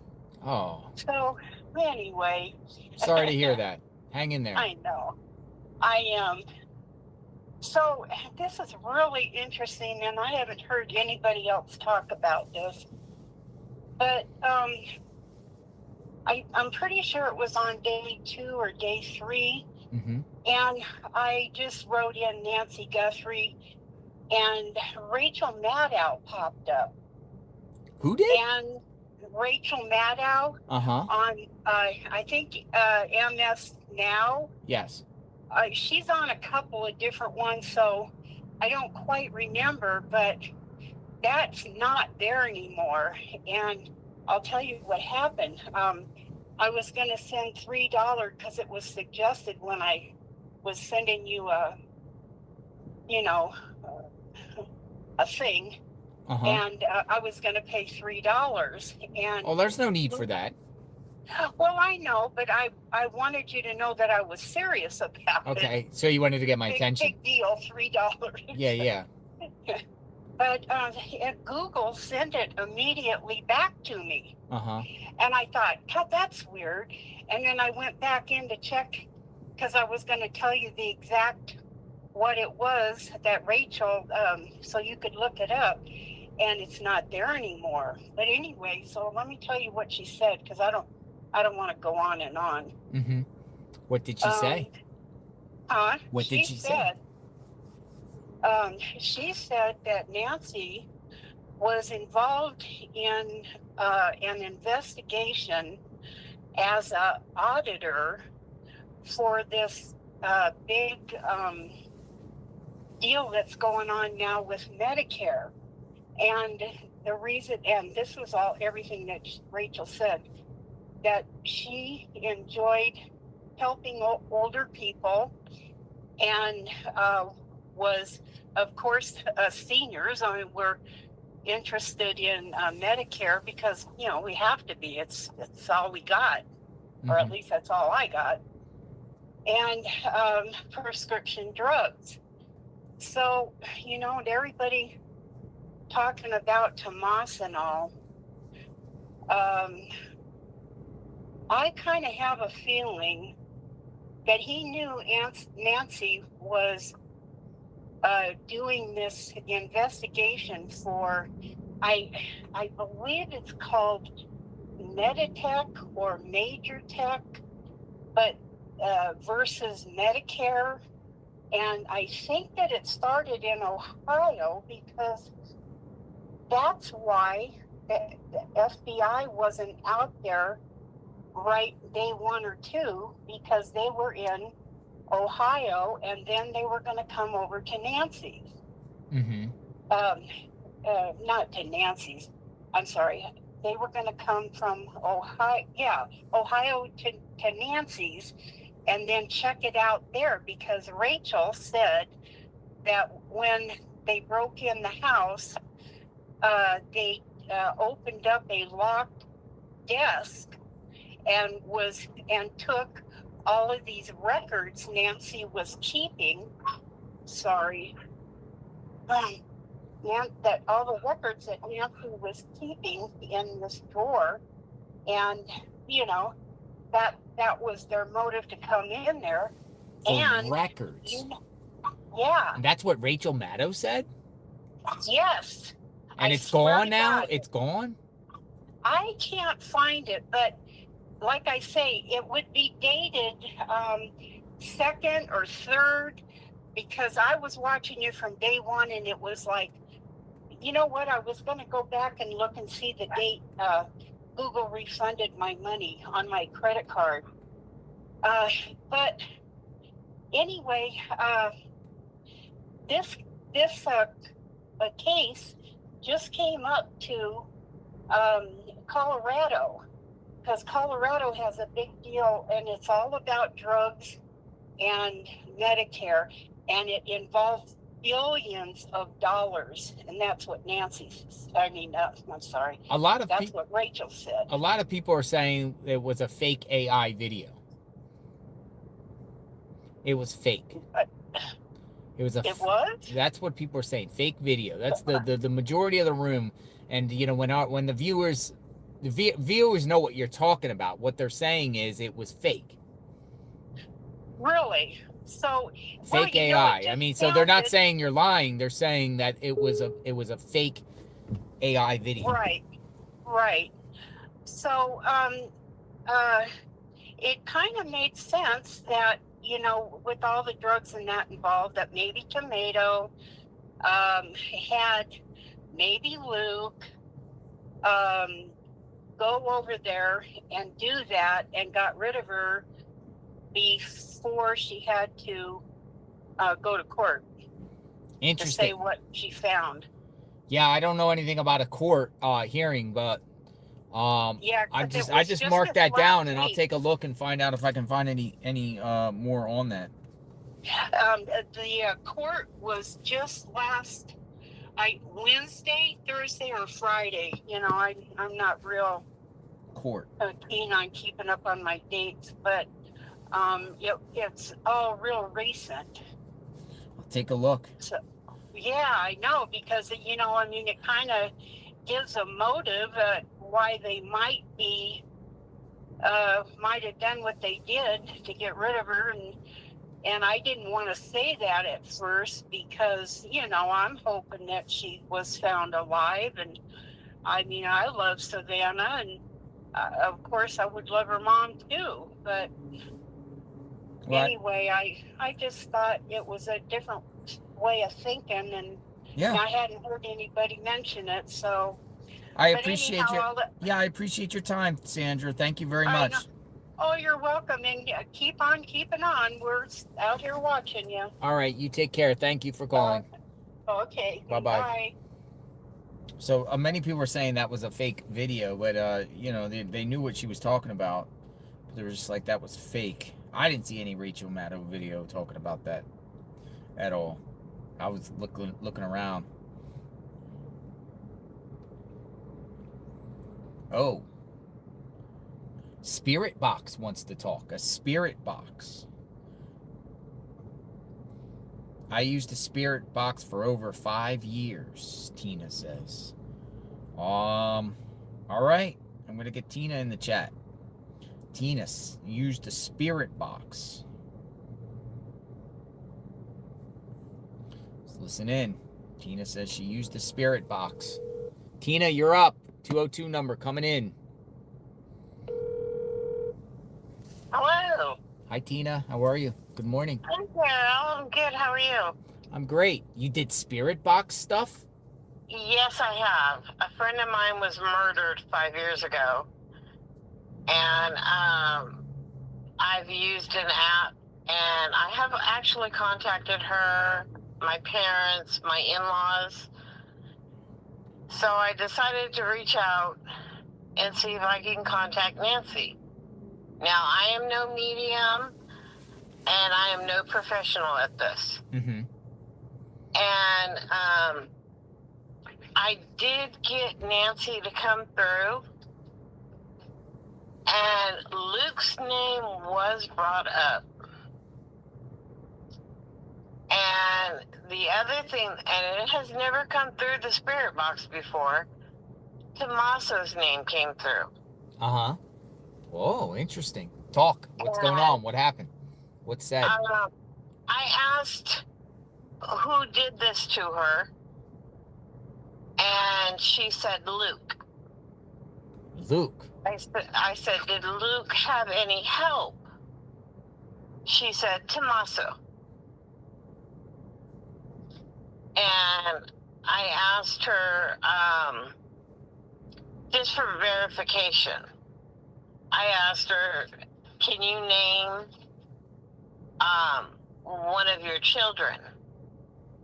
And she said, Savannah. And I said, okay. I said, are you near your house? This was last night when you were there. Mm-hmm. You and John. Yeah. And she says, 2 people. And I said, okay. I asked where they laid her to rest. And she said, near water. Near water. And I was telling her, I said, well, there's not that much water and where you're located. Uh-huh. Your home is. And she said, wash. A wash. And I said, what wash?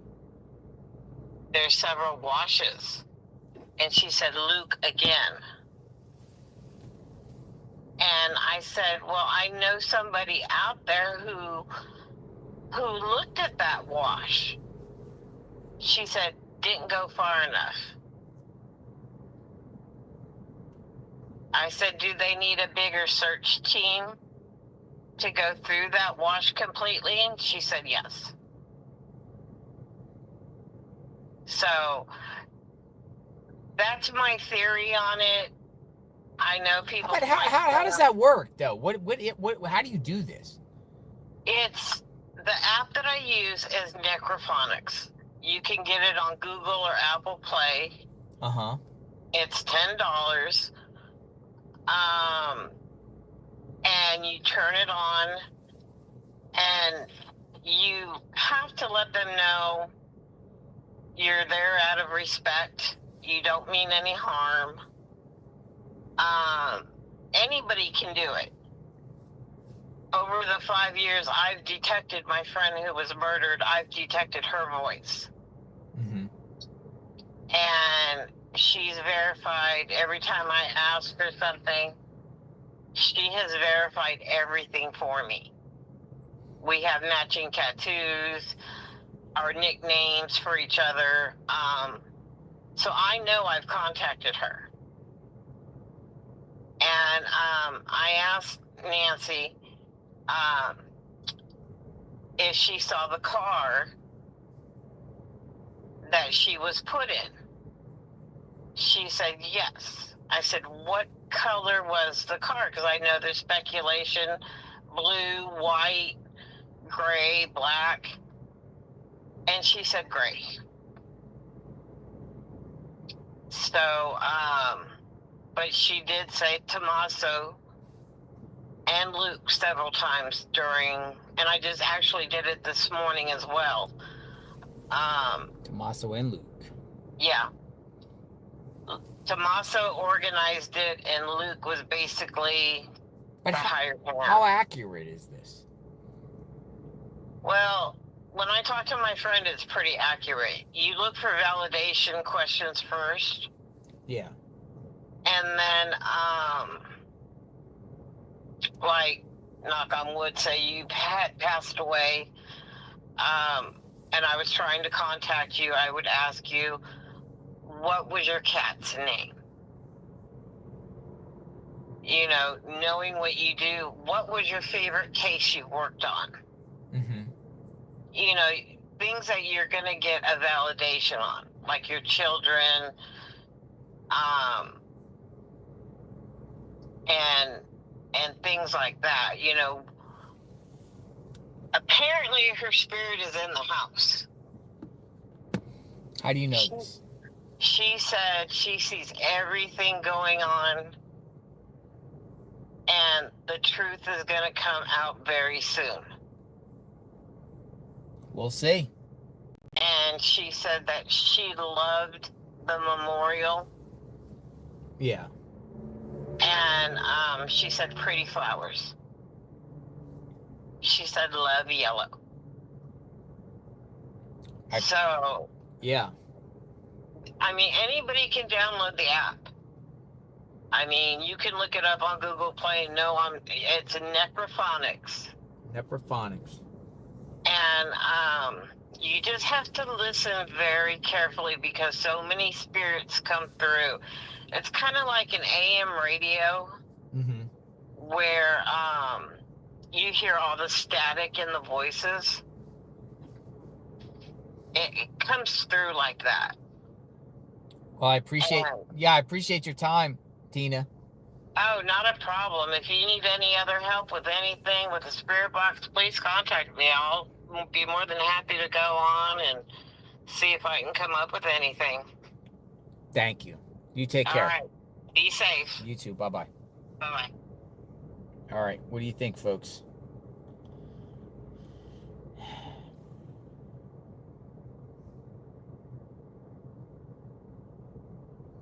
A victim advocate. A victim advocate. We're gonna get a victim advocate in the chat. Deborah, a victim advocate. Got an email from a victim advocate. We'll see from a victim advocate.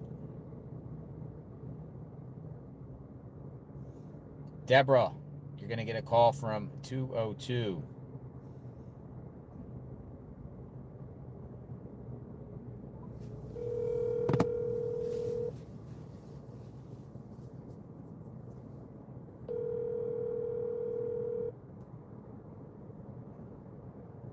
Debbie?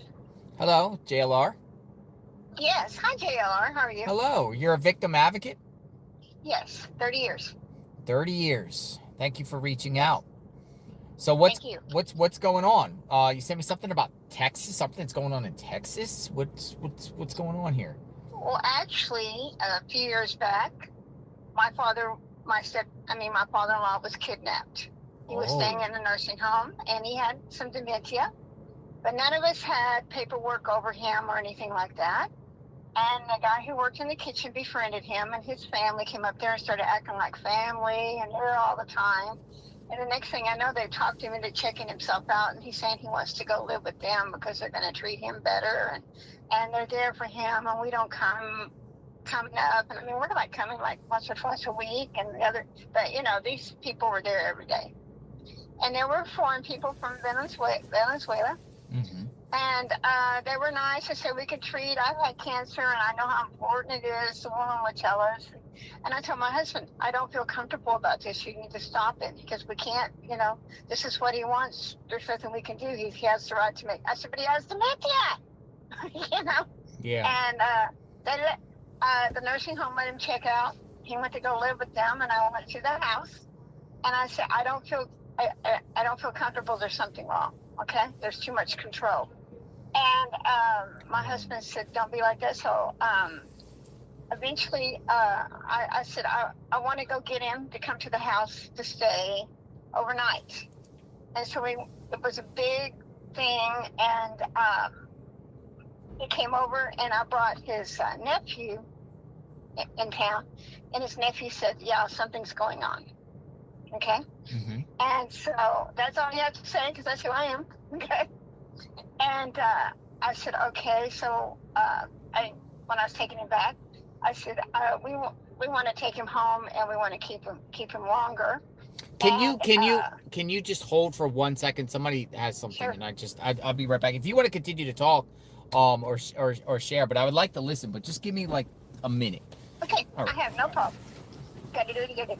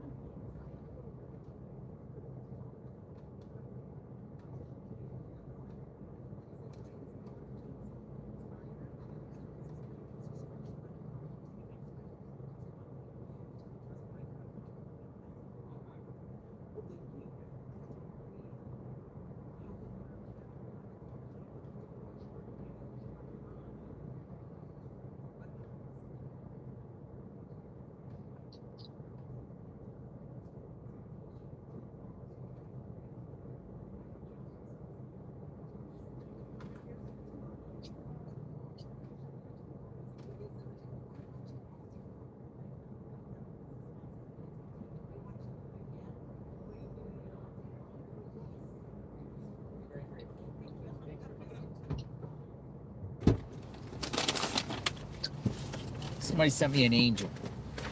Oh, wonderful. Yeah, an angel said, I want to shield you with an angel. Somebody sent me an angel. I'm with the Garden of Angels, our Garden of Angels. Yes. Have you ever heard of them? The homicide park in Texas from all the famous victims and stuff? Have you ever heard of them? No, I haven't. Most of the famous cases, they have crosses or things or stuff like that from across the country there. It's actually where the Amber Alert and everything came from. A lot of laws that changed nationwide. So I went back. They wouldn't let me get him, and I came back with the Dallas Police Department to take him out. Mm-hmm. And when I went in there to get him, they started hitting me and beating me with the police department. And they told me, "Oh, you're going to have to go to the court and get custody, for the probate court, because we can't do anything." And as I'm leaving, I have a prison ministry, the juvenile. I saw like 10 girls sitting there, and I recognized them from my human trafficking unit that I work with. Okay. So they had human trafficking girls in there. They were taking senior adults, and they were making a business out of this. Okay. And they were stealing the IDs, and we found out we were number 12 family that responded, and that the laws had changed, and we were able to go through probate court with the DA's office and Adult Protective Services and investigator and get him back. but that's because he ended up drowned 2 days later in the hospital, and we were able to kind of take, custody was a little easier for us Mm-hmm. and prosecute them. So senior exploitation is the fastest growing crime, okay? And when your parents get like that, you have to put something in place. We didn't know, and I work with it. And we did not know how vulnerable it is, okay? And she could have had a healthcare worker and this happened, and they say there's that hospice home right behind. What if one of those people had worked in that hospice home and they snuck her through there? That was one angle, and then of course, the family, to think about that. And then we had the Adult Protective Services. Debbie from the Adult Protective Services came in there. What is that about? Then there was never no silver alert. That silver alert should have went out right then, because a week later, 4 days later, somebody hears about this, and they don't remember everything they saw or what they did. But with the silver alert, Mark Class, who was somebody I've been associated with for years. Mark Class, Polly Class's father? Yes, he actually came up with the Amber Alert. Okay, I'm going to tell you, he really did, but he don't care who gets credit for it. But he said it's fine because it started with Amber. That's fine. Mm-hmm. But he came over and he started initiating it by the states and stuff. And he suggested at a meeting that something similar to that, and then they took it in the DFW area, and it grew.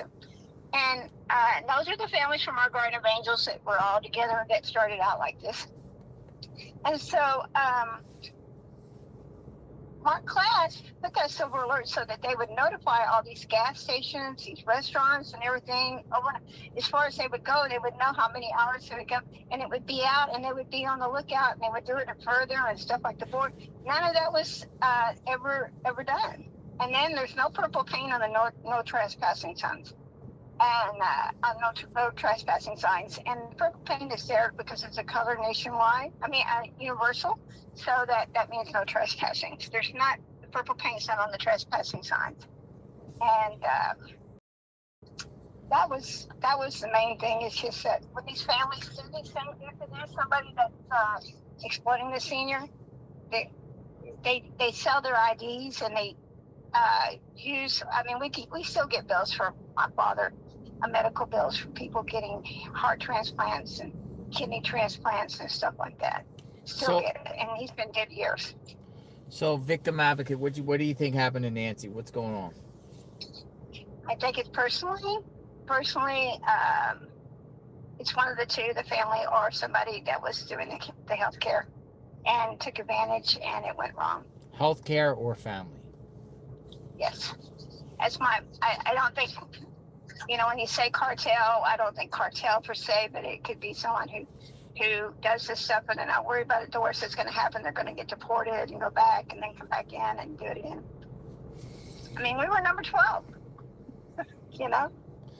Be safe out there, Deborah. Thanks for calling. No problem. Thank you. Thank you. All right. I just want to share this. Somebody came out and brought this angel, so I got the angel now, so we'll be wearing the angel. So she's like, you need to wear the angel. We got somebody else here. Hello. How's it going? I'm live right now. What is your name again? My name's Tina Ransom, ironically. Hi, Tina. Hey. How are you? Good. What's going on? You're like this crazy lady, right? No. What brings you out here? So, you know that grid search at the dump? Grid search at the dump. Yep. And how I was following the air traffic. Yeah, I remember you. You pulled up at the other house. You were with somebody. Yeah, my little one. Okay. So, I have connected that aircraft and one other aircraft directly to the Nancy Guthrie search. You have? How? I know exactly where they're looking for Nancy Guthrie in the desert. You know where they're looking for Nancy in the desert? Yes. Where? So have you heard? Can you mark it on my phone? I can send you coordinates. You can send me coordinates? Yep. Here, call that phone. You have coordinates? I have coordinates. They're searching. You're saying they're searching for Nancy in the desert. Yep. Send it to me right now. I'll take a look. Okay. So, have you heard the chatter about Badamonte tank outside of 3 Points? Badamonte tank outside 3 Points. No. Okay. Excuse me. So, when are they searching for? First off, where? The helicopter was out this morning. It was out. And they've been searching this area for the last like 8 days. I have. How do you know it's connected? What helicopter? Is it on flight radar? So I've been using sat nav, I think is what it is. Flight radar doesn't show all of Pima County Sheriff's activities. So I've been using, let's see, it's ADS-B Exchange. I was listening to Scanner. That's what I use. Not all the sheriff's planes. You know when you're hearing helicopters above Nancy's and you're like, it's not showing up on radar? Yeah. For whatever reason, it's not showing up on flight.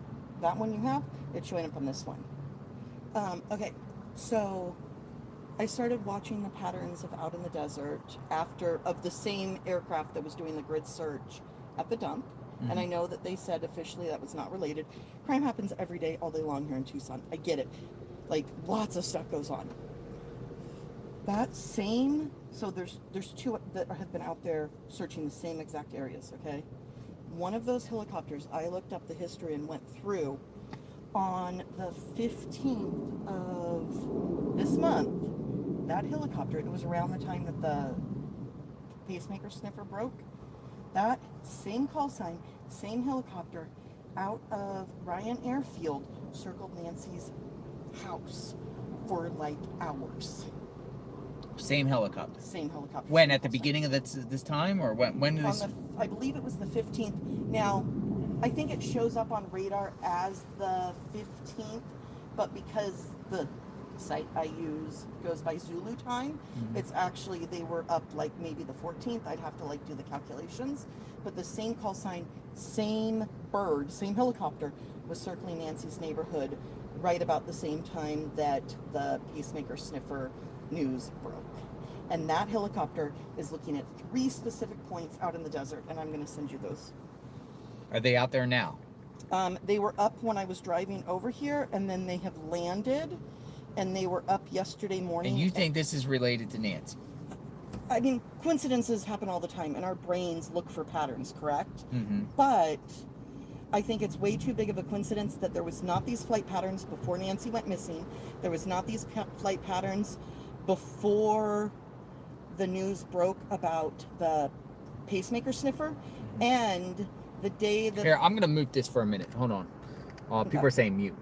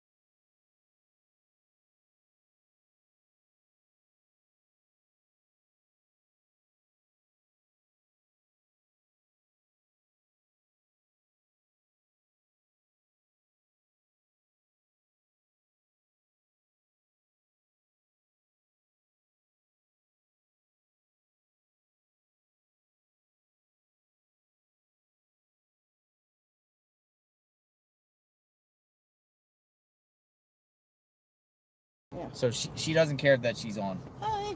Well, I'm kind of camera shy, but this is important. Okay, and then I just sent you the picture of them circling, and this shows the 16th. This would have been if you're looking at Zulu time. This is because this is what is Zulu time? Zulu time is like, I'm not exactly sure, but it's what a lot of military and aeronautics use, because if you're like in So when was this one? It's right here. So this would be, it's 2:16 Zulu time, which is like 14 hours, I think, behind us. So this would have actually been 2:15. So you're saying the same choppers here that were above Nancy Guthrie's home, and I'm going to show this right now to my viewers. This was 2:16. Now this you're is saying exclusive. this same chopper is now out there in the... So this was Nancy Guthrie's home. It's right off of North Campbell, between First and North Campbell. You're saying this same chopper is out there now? Or was today? It's landed. But where? At Ryan Airfield. No, outside. but what location was it at? Outside of 3 Points. 3 Points. And here's the thing. But how do you know it's not like something else? Like something... Well, so the only other possibility is that this guy was searching Nancy's neighborhood related to the case, and then got another gig. Well, that's what I'm saying. Like, but he could have got another gig. There's other things going on, right? Totally. He could have got another gig searching the desert and searching the landfill, correct? Uh-huh. But I cannot think of anything that they would be out there for, that they would be searching so low and slow. And this guy had no gigs doing these sort of searches prior to Nancy Guthrie going missing. This is not traffic that is typical of Ryan Airfield. Interesting. And the sheriff was out there with him yesterday. The sheriff's helicopter landed within minutes of the helicopter in question landing out there. Well, I appreciate it, Tina. And then here's the other thing. So there's chatter on like all the boards about Badamonte and some of these flight patterns. A bunch of people have caught on, but nobody has gone back as far and looked at the specific day that I just showed you. Like that's like exclusive to JRL. Nobody's caught on to that. Well, that's what, the thing about it is any of these flights, if they do a particular circle or anything, you should pay attention to, because they could, just go out there and, whether it's a sniffer or whether it's, something. I mean, that's what we do. That's what we've been doing. So, right. I mean, it's interesting. Can you link me that the original the model of that plane, or that chopper, so and I can continue to follow it. Let's see here. And this is private? So it is private. The other thing that I did notice about this particular call sign is prior to Nancy going missing, I found it out I found it circling in a very tight radius right above Davis-Monthan Air Base, which makes me think that it's somehow either law enforcement or military connected at the very least, because I can't think of a scenario where a private entity could circle a protected airspace and military base without it causing a nearly international incident. Yeah. So here's one of the call signs, and then I'm just texting you the actual number.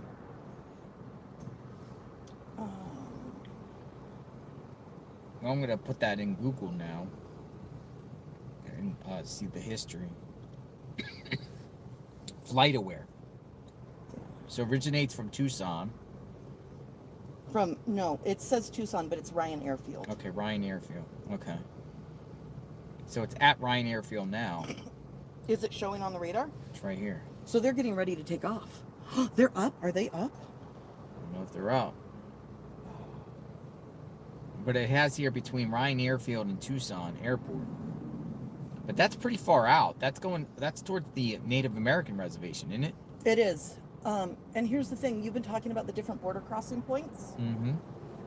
There's Sassabee as well, which is a very small one that's straight out that road. Yeah, I've been there. Okay, so yeah. If I had to guess, they dropped her off out there and then continued on to Sassabee. I think so. Sassabee is an interesting spot. We've talked about Arivaca and Sassabee. It's a major smuggling route, but I don't think there's a Mexico element here to this as far as the perps being from the south of the border. I think that's very possible, but as far as her being taken to Mexico, I'm just not buying that. And then see, look at this. Okay, I sent you another picture. It's a flight pattern that looks relatively random. But when you break it down and literally look at the exact elevation changes, there's 3 points that they are slowing down to nearly a hover speed, and hovering over those points. Well, what I'll do, Tina, is I'll just monitor these on my phone, and if something pops off, maybe we'll go take a look. Yeah, I mean, and I would love, let me tell you, I would be out there myself, except I need a 4-wheel drive, and I need to not have a broken foot to hike out there, because it is quite a distance. And then I will send you a picture of the actual point that has everybody so interested. Oh, where is it?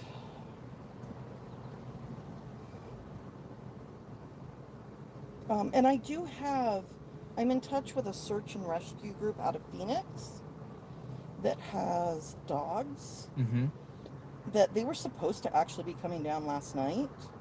Oh, they're coming down? They were supposed to be. Dogs from Phoenix? Who? Here. So, I will send you a link to that first, and then I'll get you the other picture. But this, his name is Casey Smith. Casey Smith? And he's bringing down dogs? So, it's a volunteer organization. Initially, when we spoke, he was going to be coming down last night with his team to bring, I'm sending you the link, to bring his dogs and look in that area. And he's gotten a little quiet. I know they're Did they post that on that they were going to come up here? Sonora Valley Search, Trauma, Rescue, and Recovery. Yes, and he trains dogs, and he also has one, and there he is. He said he's coming down here. Where did you hear he was coming here? Where did I hear he was coming from? No, like, how do you know he's coming here? Like how, where did you see that? Did they I post found it? him. I found him. He told you that? No, I found him and told him he needed to come down here, and he's getting his team to come down here. He told you that? Yeah, I've been in direct contact with him. But right now, so it's a volunteer search organization. They were involved in a the Patricia Wu search off of Mount Lemmon last year. Yeah. And at Windy Point. Because he's a volunteer organization, he was trying to reach out to like hotels to make accommodations so that he could have his team stay here. And he also has a donor that funds a number of his searches that he was reaching out to. So he said, oh, I should be able to get the funding. We're coming, he was telling me we're coming down Sunday night. And then he's been kind of not super responsive now. But my understanding is that he is trying to get down here. And I can show you the messages from him. I mean, not your viewers or whatever, because that's a little weird, but... Well, Tina, I'm going to go back to my thing. Yeah. Anything else you'd like to add? No, but I mean, I think that it's worth, like, getting a 4-wheel drive and going out there. And I'm not going to, like, blow up your phone, but I do occasionally go out there. So if I see activity, do you want me to text it to you? Sure. Okay. Yes, I appreciate that. Yeah. Nice meeting you. Nice meeting you. Thanks for coming out. Yeah, thanks for what you're doing. Good luck. Thank you, Tina. All right. What do you think? She shared a couple flight paths. We'll monitor that. We'll just see. I mean, if they're out there circling out there, it might be connected. I mean, it was the same chopper that was out there circling above Nancy's home. I mean, probably the same chopper's going to be out there again at one point looking around if there's a place. Unless it's another, unless it's something else. Going back over to anyone want to talk. Tyson just sent me information. The chopper N283TY was circling over Batamole tank yesterday, and I think a random wash. Not familiar with these tanks. Why this one there's a lot, maybe 857 Tucson can elaborate. According to the flight records, looks like they landed for a little bit. So someone else has sent me some information about it too. So we're talking about this chopper circling over Batamole tank yesterday in a random wash. So this is the same chopper that was, it's a private helicopter company. The owner of the helicopter company lives right near the intersection where media staged on the night of Luke's SWAT raid. I've been following patterns of this helicopter as well. So Now that Tina came here, people are sending me emails about this helicopter. So we'll, we could wait and see. If they circle back up, maybe we should go check it out and see what's going on, and go out there.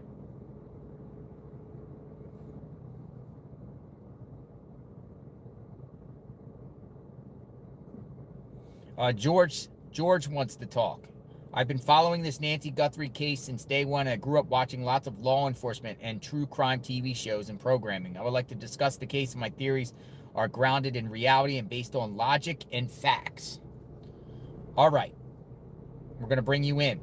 Logic and facts. That's what George says. His theories are based off logic and facts. All right. Come on in, George.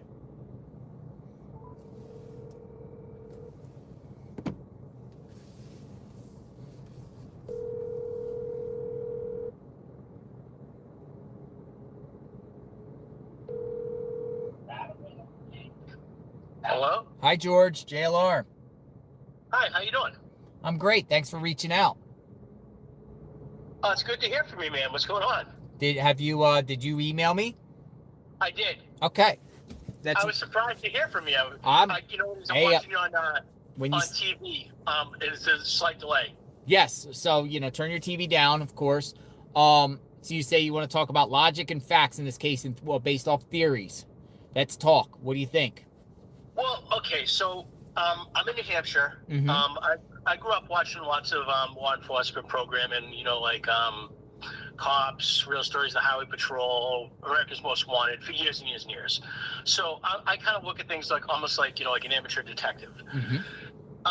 So the way I look at it is you have someone who shows up to this woman's house, kidnaps an 84-year-old woman in the middle of the night. They've got a video of him on the Ring camera. They've got that image, which is supposedly from a different date. Is that correct? That's what we're hearing now, is 2 different dates. We just don't know the other date.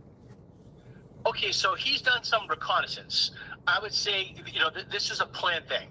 So to me, the angle that makes the most sense is that it was actually a planned kidnapping. Why I say that is he comes in the middle of the night. He was able to, this is someone that's and I'm another thing I want to add is I think that possibly that original ransom note that TMZ got was real. You do? Because if not, what's the reason to kidnap an 84-year-old? It's not like it's a smoking hot 21-year-old chick. It's an 84-year-old woman in the middle of the desert. And that area you would have to know very well. So I think that that's definitely somebody that local and knows that area. Because, there's just twists and turns and roads and all that stuff. So to me, what I think is that, it was basically somebody who kidnapped her. It was a planned kidnapping. I think that the ransom note was real. And I think that if you've ever, any other kidnapping, as you know, what happens is the FBI generally is going to advise, Nancy and, Savannah and all the family to, string the kidnapper along because that's how they're going to catch them. Mm-hmm. So if they keep in contact and they keep on reaching out, like it's not like they're going to, if they say, okay, we'll drop the money, like in the Big Lebowski, throw it over a bridge or whatever, somebody grabs, that's how they're going to catch them. This person put it, basically said, okay, we want this money. We sent to a Bitcoin address, and that's allowing them to remain anonymous. And this is somebody that has some kind of tech savviness because they're asking for the money to be paid in Bitcoin. Mm-hmm. They're also smart enough to use anonymous email servers. Mm-hmm. They were smart enough to also, I guess, did they disable something about a spotlight or something? And then they also were able to spot that there was a Ring or a Nest camera there and disable that. So this is somebody that's kind of technologically savvy. And if that ransom note is real, they contacted TMZ, which kind of leads me to believe that it's maybe somebody younger, because who's going to contact TMZ? And then the other angle is they contact like local stations. So that's another reason why I think that it's, definitely somebody local. Yeah, yeah, we've discussed that. You know, they reached out to a local station. So how do you know about this particular local station? Now you can do the research and find out what stations are local and kind of do it that route.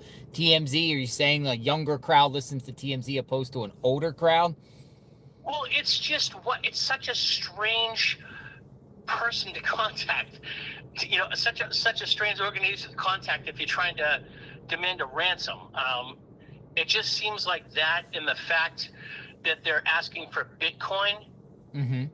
and you know, makes me believe that it's somebody who's a little bit more, I would say, on the tech savvy side. Well, not only that, but you know, no phone pings appears to have the perp. I mean, they know about that stuff, not to have the phones on, because we're assuming there was no phones. I mean, they would have pinged them already and had who they were in that area, but they don't. So, you know, they were savvy enough to, you know, evade it that way thus far.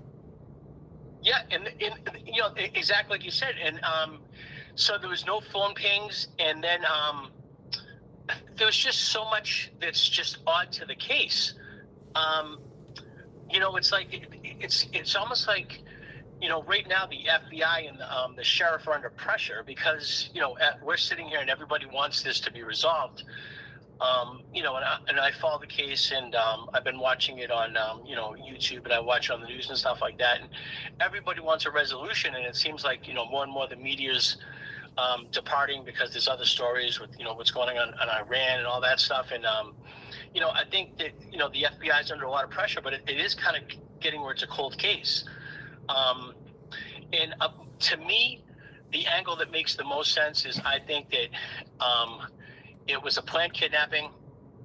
I think that I think that first ransom note was real. Mm-hmm. I think that the people wanted that money in Bitcoin, and they got it. They gave an or else. You know, we're giving you a date, and they're smart enough. You know, because we're talking about people who were wearing. You saw how the person came. They came with gloves, thick gloves to not leave any DNA. They came in the middle of the night. They disabled the camera. This is a planned thing where they came and they reconned, like you said. As you mentioned, they probably didn't have phones with them, so they could, you know, they were smart enough to know all that. I think there was no way that glove that was found was going to be tossed away. Somebody who's went through all this trouble to kidnap this woman in the middle of the night is not just going to toss a glove down the road. You know, I don't think that's what happened. As far as it's going to be interesting to see about the DNA within the house, because we don't know what the police know. So maybe, you know, that genetic genealogy could end up catching this person, because, you know, who knows? You know, who knows what happened in that house? You know, whose blood that, you know, they're saying that they have a mixed blood sample. Could that have been maybe if Nancy put up some kind of a fight and the person bled a little bit and mixed in with her blood sample, and, you know, that you could end up catching them a couple months down the road. I know, it's wild. It's wild. I don't know what to say, George. I mean, you know, you're raising a lot of questions that everyone's asking here, and some. You know, yeah, and yeah, it's just like, that's the thing, is like, you know, I just want to see it, because I'm like, at this point, I'm just like, oh my God, I'm kind of like, I feel like a lot of people out there, you're invested in the case, and you're like, you want to see a resolution, you want to see some scumbag, and if the person out there who did this is listening, I think you're a scumbag. I think, you know, you've kidnapped an 84-year-old woman. You know, you prey on the weak. You know, it's like somebody who preys on children. I mean, all for a piece of paper, for currency. You know, you're stealing somebody's grandmother in the middle of the night. I mean, give me a break. You know what I'm saying? It's just, I just don't understand it, and that's kind of sad. But yeah, I hope he gets caught. Well said. You reached out to the perp. That's the first one today that reached out to the perp. Got anything to say to the perp? Say it to the perp. That's what I'm saying. I think you're a scumbag. You kidnapped somebody's grandmother for some money. Wow, you're a real contribution to society. Kelly Burkhardt. Yeah, I appreciate it, George. Thank you very much. All right. Thanks for the call. Thanks for the insight. Okay. All right, bye. Kelly Burkhead, actually 857 Tucson's on his way down here, and I just sent him the flight coordinates. We might go check that out. But the plane has to be back up, so we might check it out. That private plane, if it's out there up in the sky again at different locations, we might go check it out. Blue 97 Stang says there are a couple military bases near Tucson. There are more than likely training Chinooks and Swarskis, if I'm saying that right. The first answer is normally right. It's Tommaso and Annie. Why the tar on the Range Rover? Tarp. I know. Why the tarp on the Range Rover? We'll never understand that. And we're talking about Luke's Range Rover at the Culvers. Still, that's a mystery. But yeah. It's possible this is just not related. That's why I'm kind of just monitoring. So I sent the coordinates and everything to Tucson. But the problem is that location, there's going to be no reception out there. So our streaming capability is going to be, it's north of 3 points.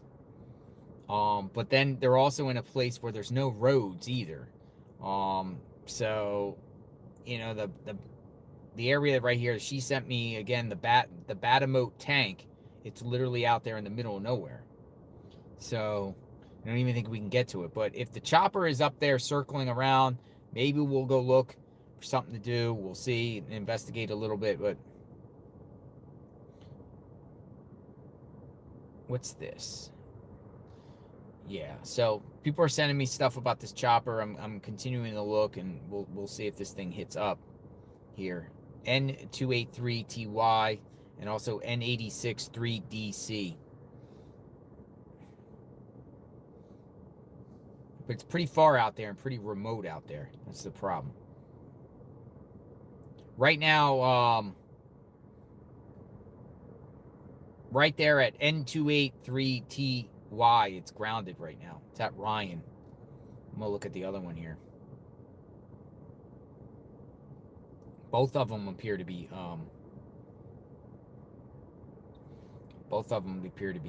grounded at this time. So nothing is up. The question is, why are they there?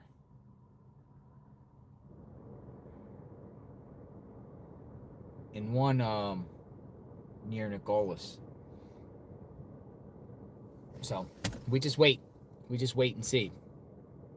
Far and remote is where you should be looking. It's a needle in a haystack out there. We've, already been to Socorro National Park. It's just a needle in a haystack. We need to know where law enforcement goes. If law enforcement is up in the sky in a certain area or someone affiliated with law enforcement at a location, absolutely will go. But you got to understand these choppers here, even though a chopper might have participated in a search for Nancy Guthrie, if they're searching another pair, it could be totally unrelated. It could just be their assignment, their new assignment. So we need more than that just to go on that, because you're talking long trips out. But if they do start circling again in a particular area, we might go check out. So we're just kind of like waiting here.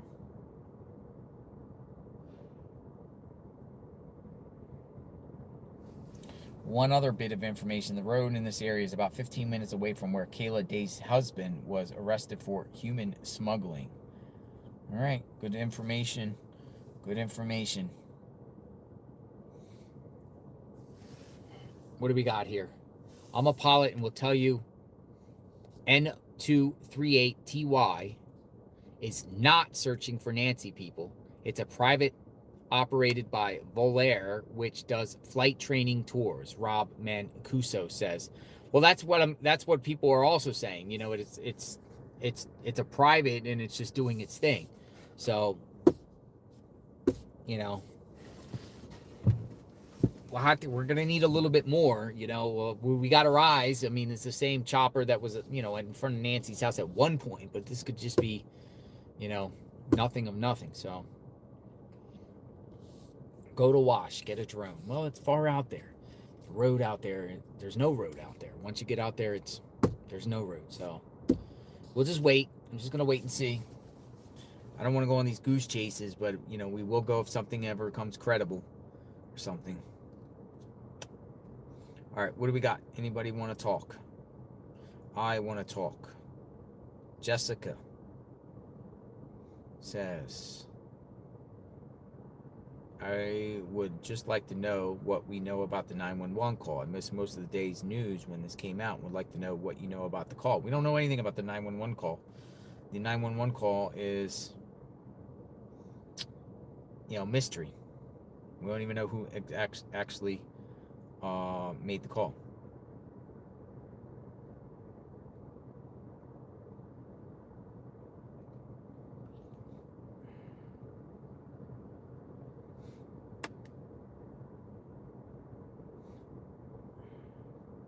Continuous coverage of the Nancy Guthrie case. JLR, first, thank you for what you do. Second, please take 857 and return to the golf course. Those washes, they are close to Luke's home, and his name is continuing to come up for no reason. His hangout is there. Please research the golf course, including those empty buildings there.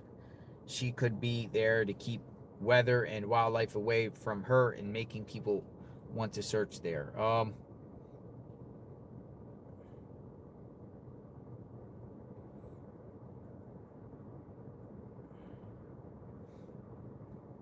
Yeah, nothing, yeah,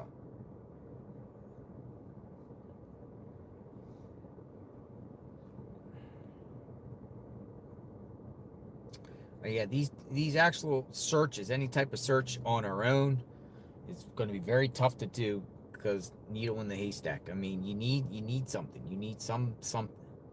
Oh, 2 Pima County sheriff's deputies just parked outside Nancy Guthrie's house. This is the first time our team has seen them since Friday. There is no longer searching, but the investigation into her disappearance continues. Ooh, there are 2 Pima County sheriff's deputies back at Nancy Guthrie's home. Should we go up there and look? Should we go? Yeah. This is coming from Mills Hayes. Right here. She just tweeted this. She said 2 Pima County deputies back at. Let's go. Let's go look. Should we go up there? Yeah, let's go. There might be some activity. Never know. We can always come back. All right, let me put in her address. Let's go up there. Maybe they're there when they're there. Maybe they're not. All right. We're on our way up.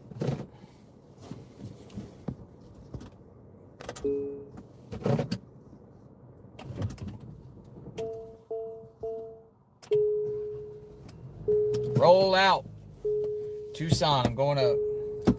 Hold on, I'm going to let Tucson know. Because he said he was coming down here. He's watching, so he knows where I'm at. But I'm just going to call him anyway.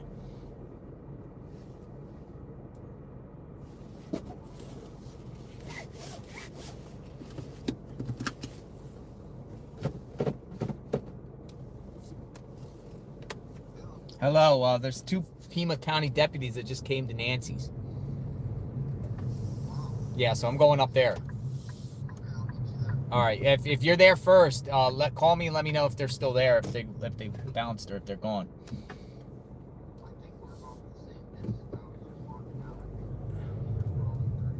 Yeah, I'm about 22 minutes out or something.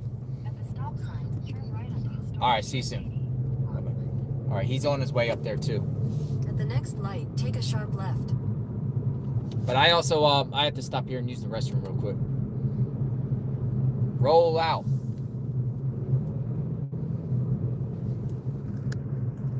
What's up with these?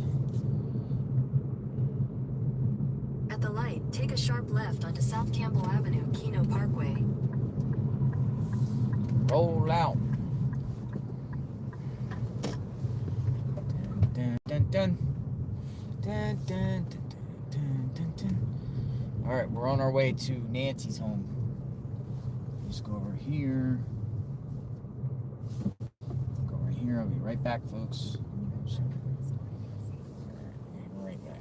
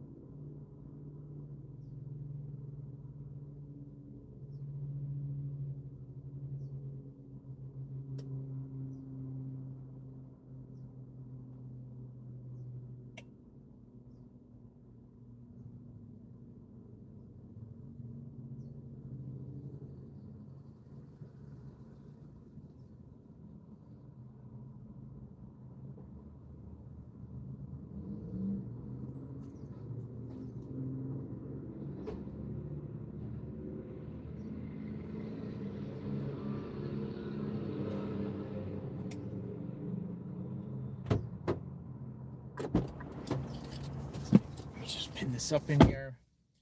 All right. Hold on.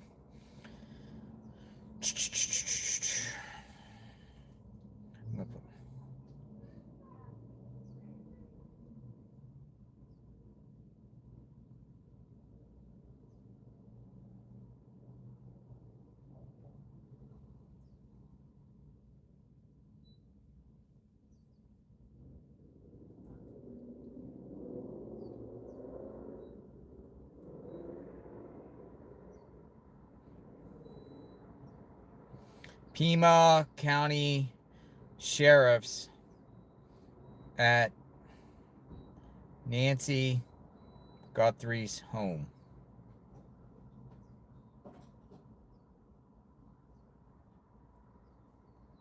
All right, on the way.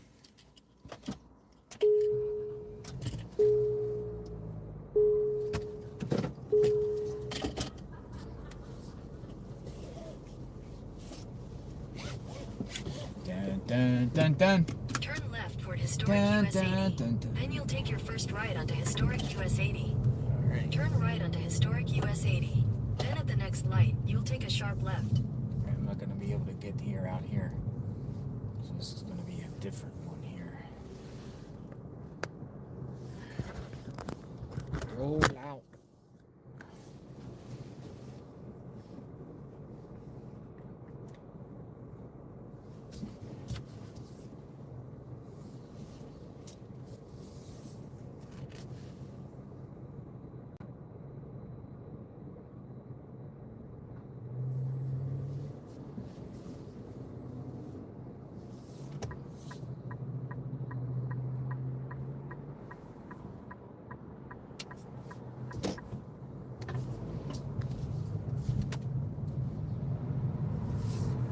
Roll At the out. light, take a sharp left onto South Campbell Avenue, Keno Parkway. Keno Parkway.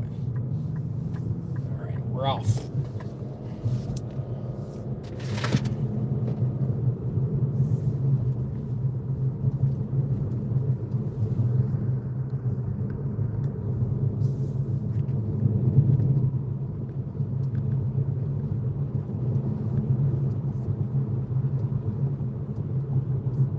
Wonder why the deputies are back there.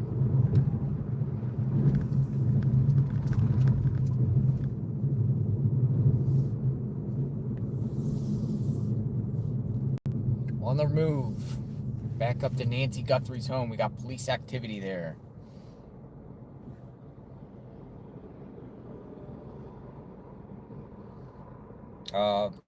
They're out there. That's 100% fact. There's images of law enforcement at Nancy Guthrie's home right now.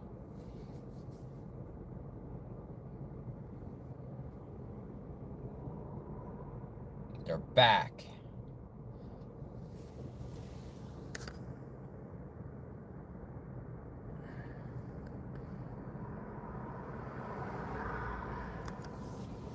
People are like, you missed it.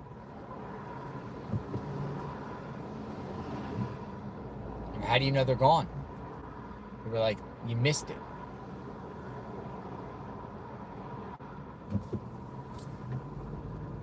Let's go for a drive anyway. If they're not there, they're not there.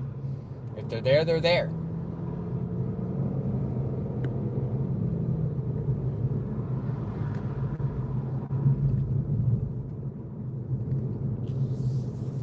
Dun, dun, dun, dun, dun, dun, dun.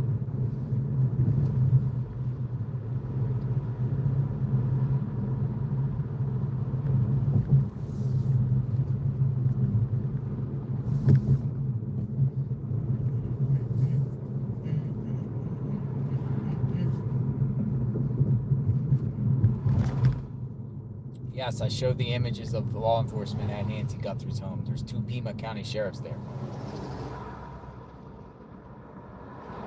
Enton posted Savannah was at the house.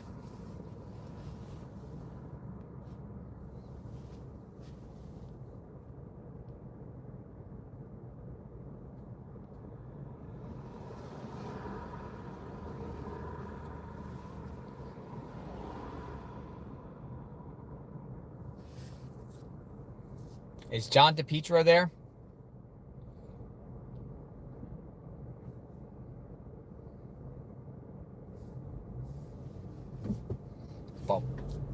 We'll just see what they're about. I'll see I'll go up there and we'll talk to them, find out why they were there. If they're there, they're not there. We'll just go for a road trip back up there anyway. Some people in the chat feel like they're gone. We'll see.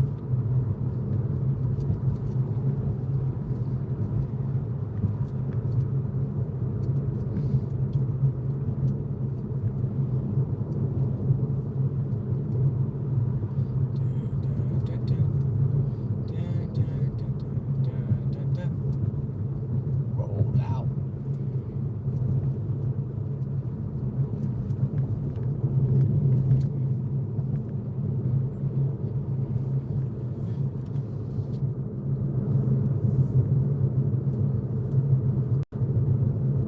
Sheriff's deputies.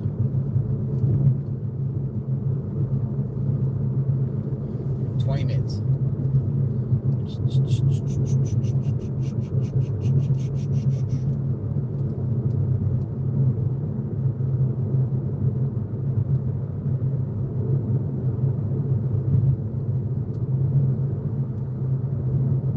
Well, if sheriff deputies were only there for 15 minutes, then I don't think it's a big deal.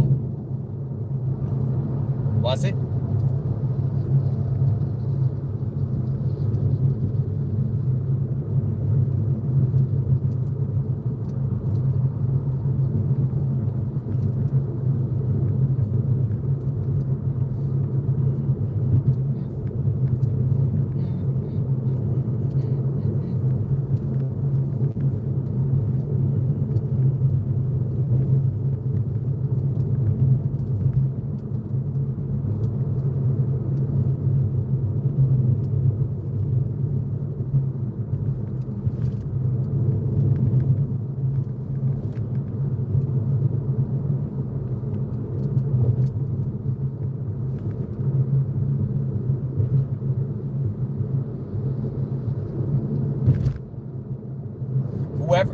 Whoever was up there at the house, whoever's up there at the house now, if everyone's gone and there's nobody there and there's reporters there, somebody there will tell us what happened. So we'll get the scoop on what was it about. You know, we'll find out.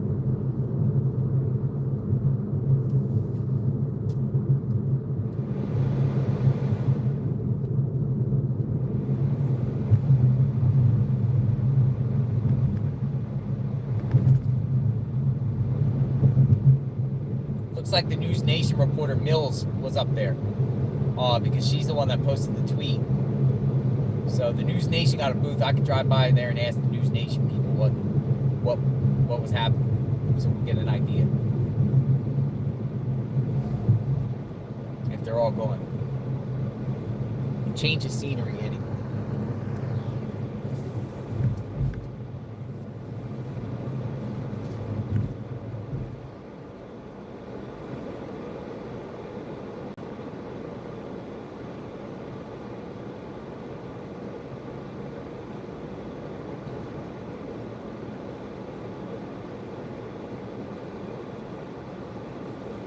I was just informed Savannah and her family are there as well. Savannah might be at the house now. But if they go in, they're probably going in through the garage. It's hard to see. They're not going to come out there in the yard. We'll see.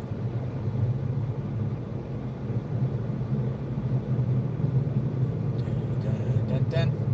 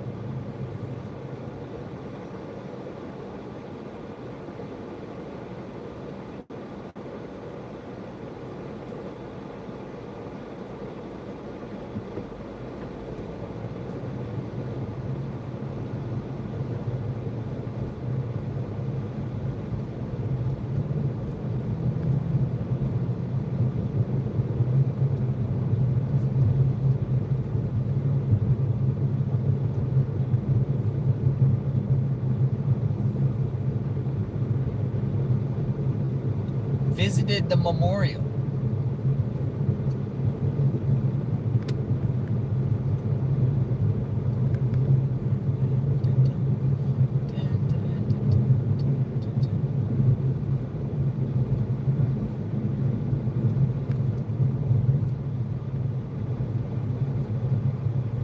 Summer reporters are saying that Savannah visited the memorial. I'm looking to see if there's any footage of that.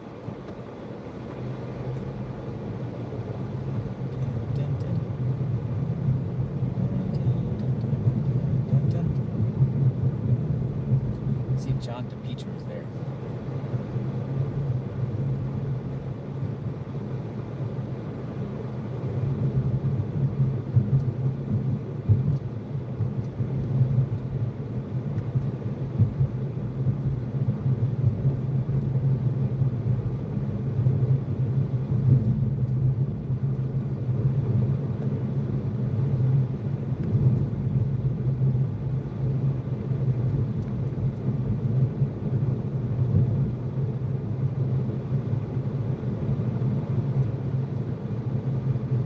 Dun dun dun.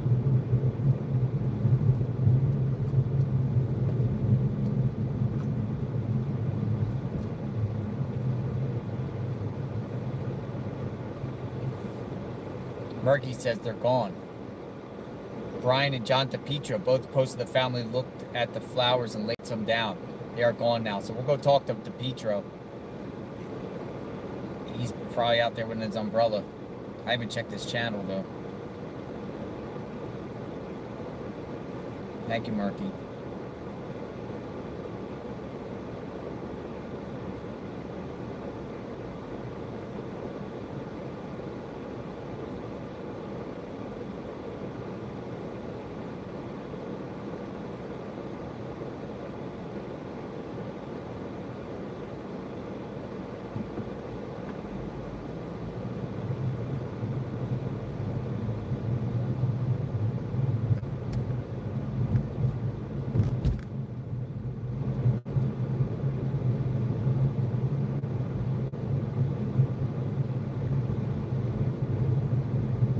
I mean, to me, interesting that Savannah would be at the house to lay flowers, but it's not, to me, it's not, that's breaking Nancy has been found or the perp has been caught. That's part of, what's going on at the home. The home has been given back to the Guthrie family.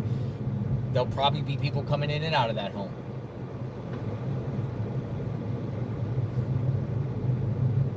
Who's the perp? Where's Nancy?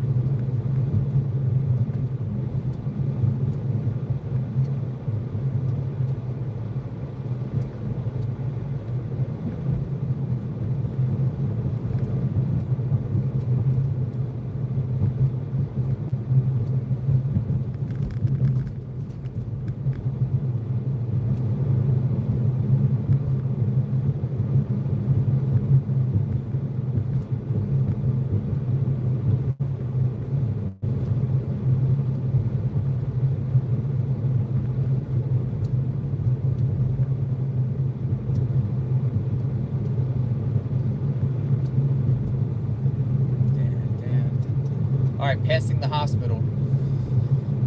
Almost there.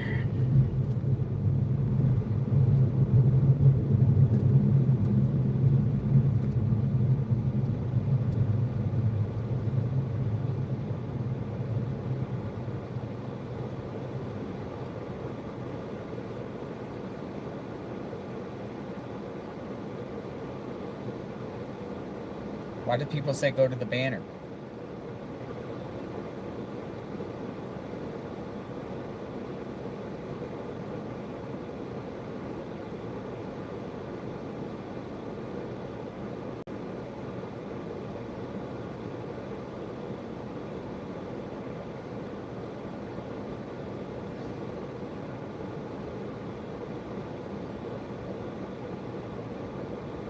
They think Savannah might go to the banner next.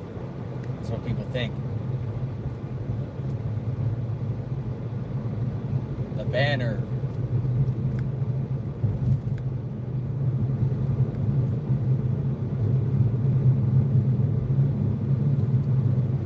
Some reports saying Savannah's going to go back home soon. Some of the reports said that she was going to fly as early as the weekend. She never, obviously, if she's up there at the house, then she's there. We'll see if anyone filmed Savannah at the flowers up here. If nobody did, then I don't understand why they wouldn't. If they're there.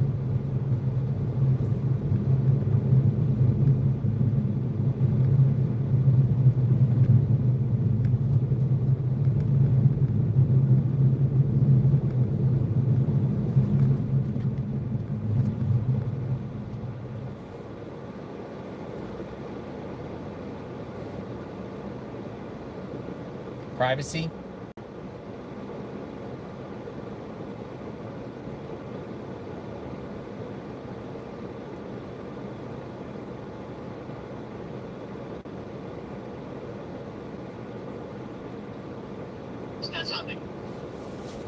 I don't believe Brian Enton is at the house. What News Nation is at the house, and he's reporting from News Nation having the booth across the street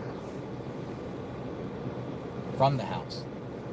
There's a reporter by the name of Mills who works for News Nation, posted pictures of people at the house, sheriff deputies.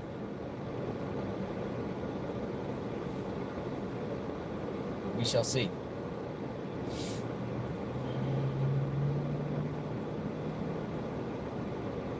Here it is.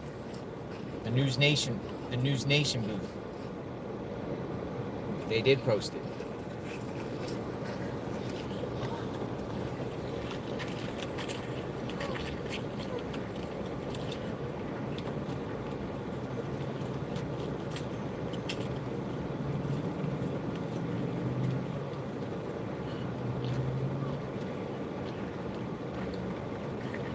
I gotta retweet that.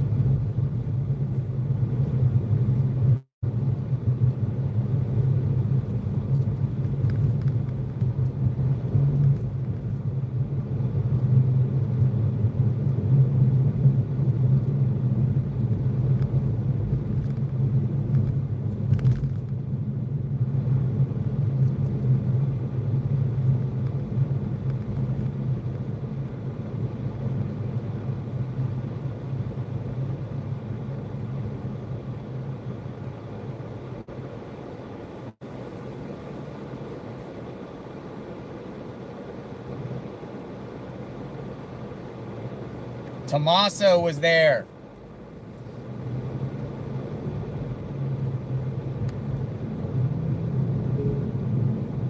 Tommaso was there, folks. What do you think? That's a strong message. Tommaso was there. Whoa.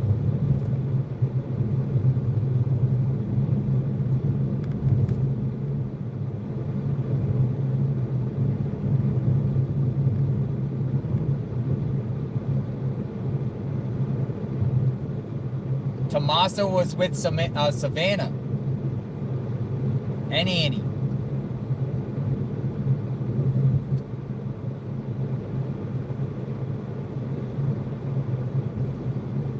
Tommaso was with Savannah. Whoa, and Annie at the house.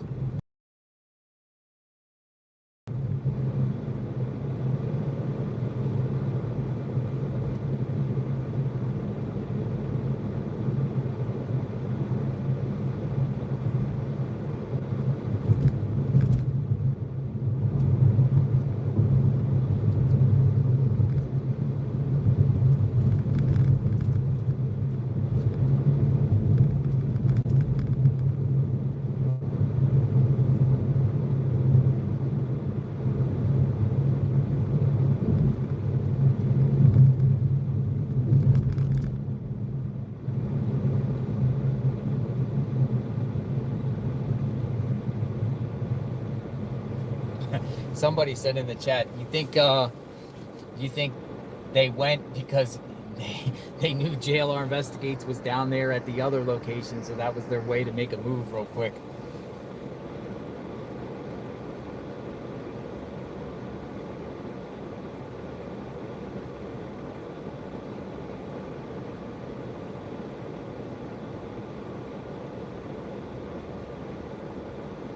News Nation has their, they're the only ones out there with their, as of this morning, I don't know who else is there, but with the booth set up across the street.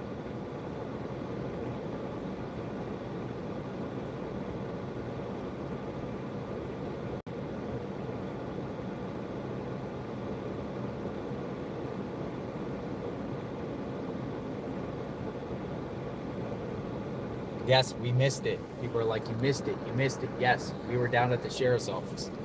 While we were at the sheriff's office, it looks like Savannah, Tommaso, and Annie arrived to the Nancy Guthrie's home and went out there and started hugging each other by the road.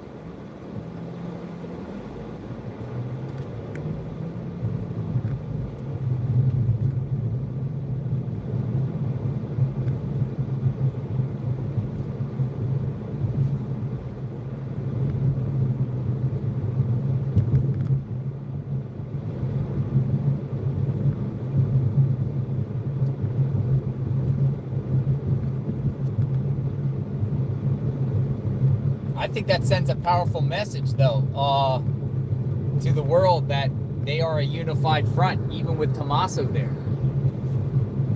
Again, the sheriff has cleared Tommaso.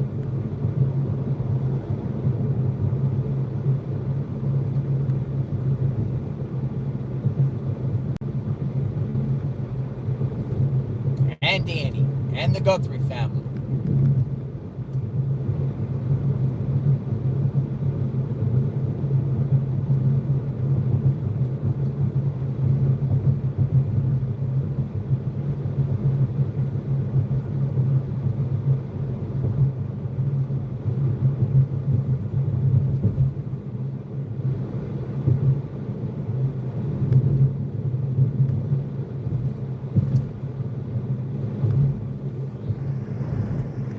Interesting. Just so interesting.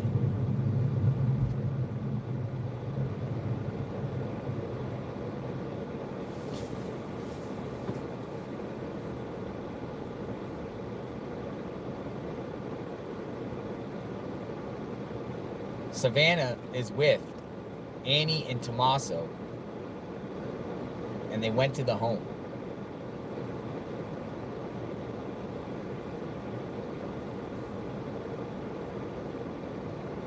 I think that's a big deal that they were together. Was Cameron there too? I think that's a big deal.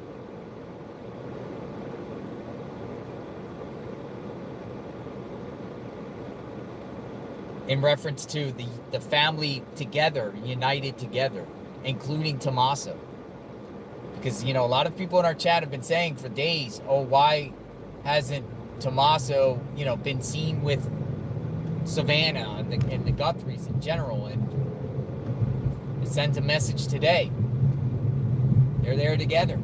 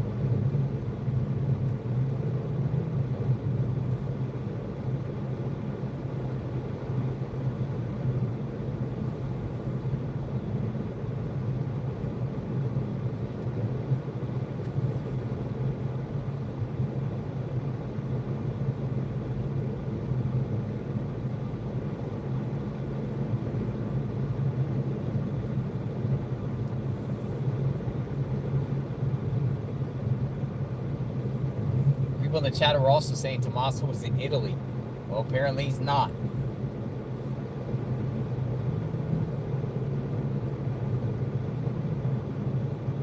Go past East Kai and Luster and turn left onto East Camino Miraval.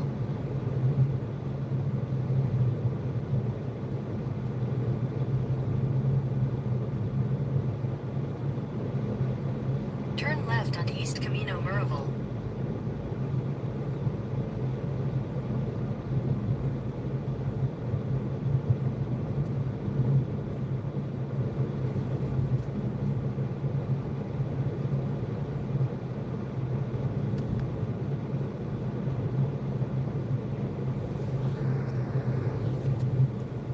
In half a mile, turn left onto East Camino La Brinca.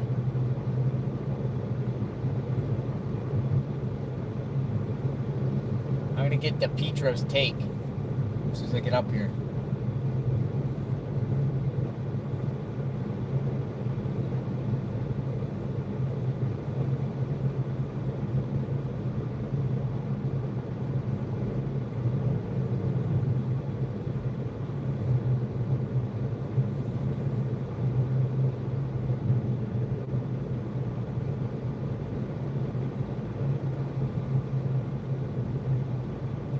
Turn left onto East Camino La Brinca.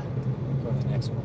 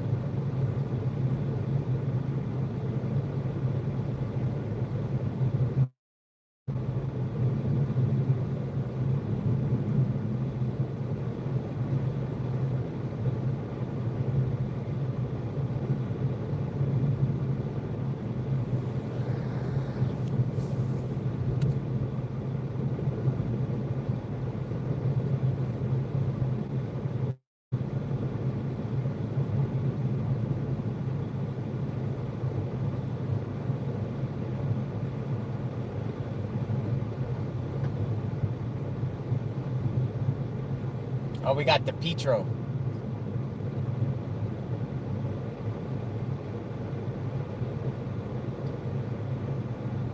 We got the News Nation booth.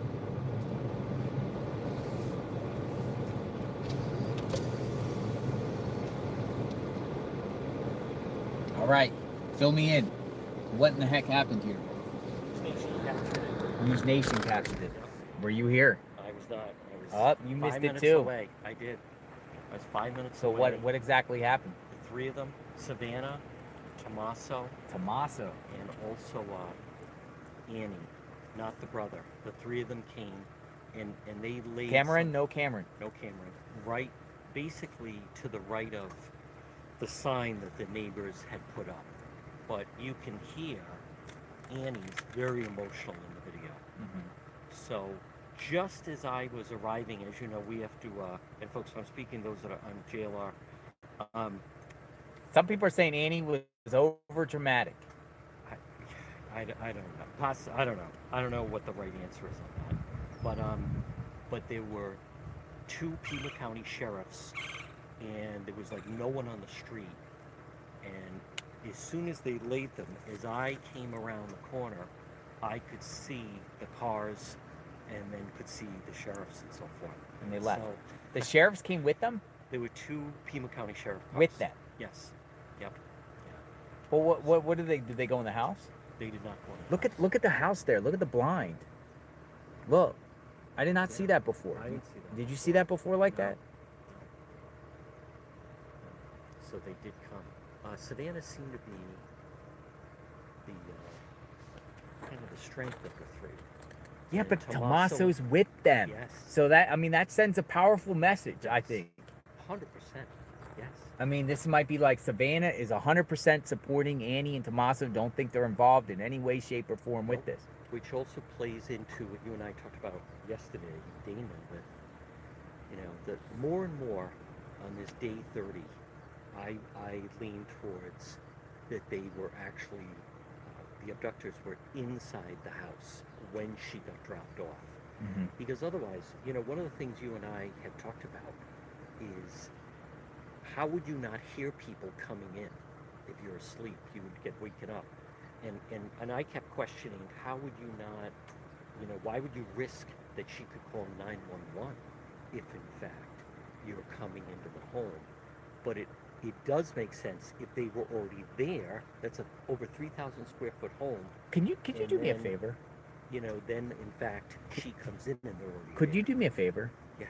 People want to hear from you, but it's blurry here at this spot. Could you walk over? You know what? I'm going to stay. I will do that, but I'm going to be live right now. Okay. On the radio. Yeah. And on my platforms. All right. I will do that. I'll talk to you in a We'll bit. talk a little Yeah. bit. Folks, again, right now.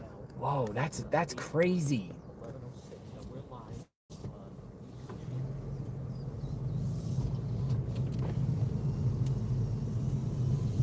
It's crazy. All right, let me turn around here. So some of the people that been following this case extensively are sending me messages saying Annie was very, very, very dramatic.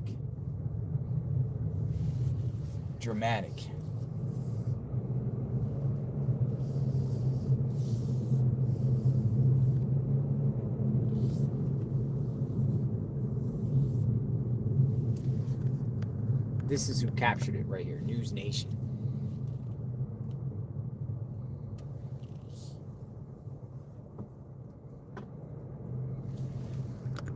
Good job, News Nation.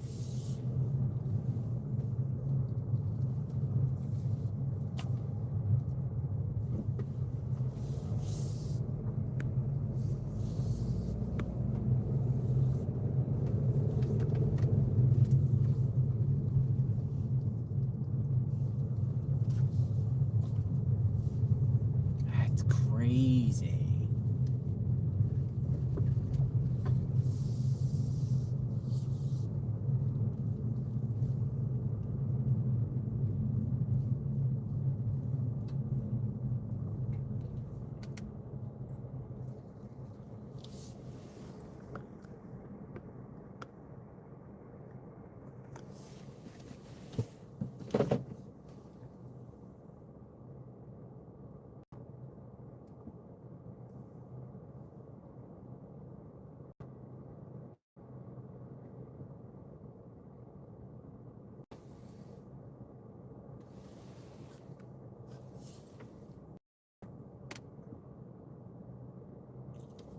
What is this? What is this show?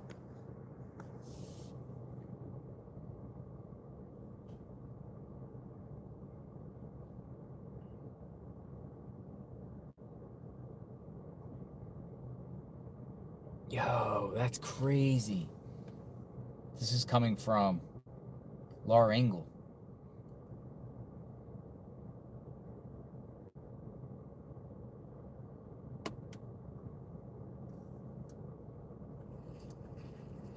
Let me go over here in the shade a minute.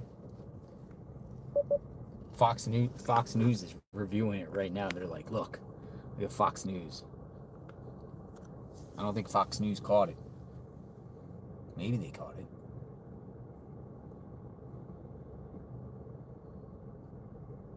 News Nation, it seems like the only one that got it. But why not ask questions?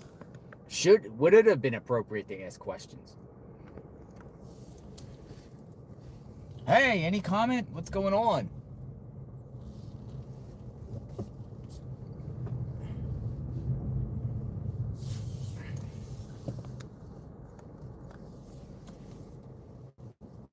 Let me look at it.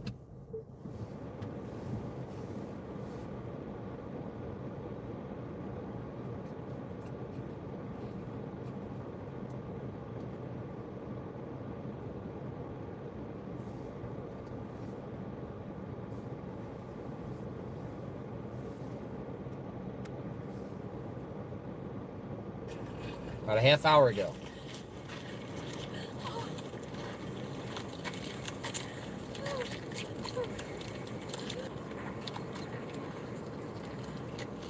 Annie seems like she's the most emotional out of all of them.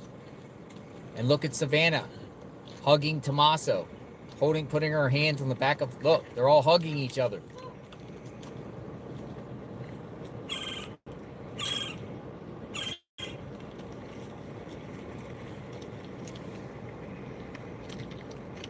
I don't believe the family had anything to do with Nancy disappearing, Donna says. Doneo. You fine? Woo! Really?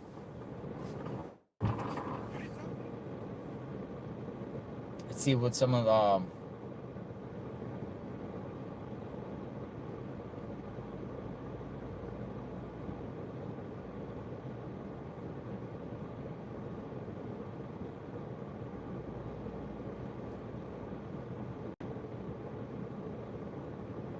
who's this guy?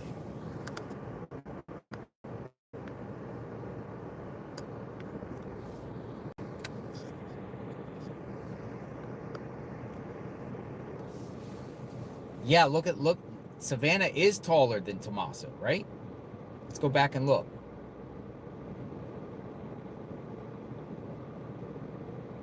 Kind of look like it. Kind of look like it to me.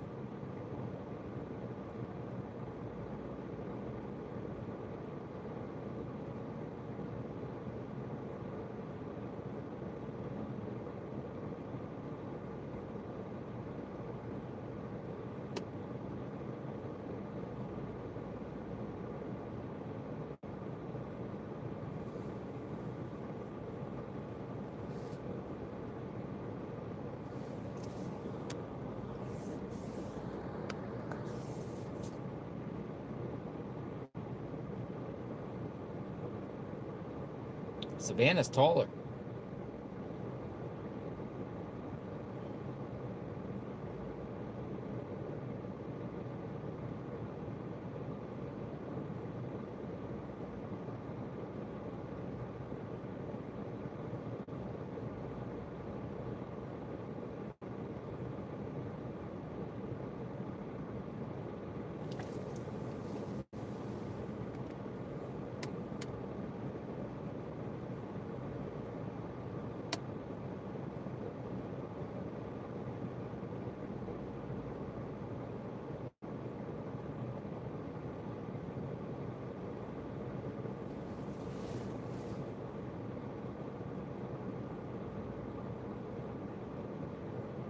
All right, where's Nancy?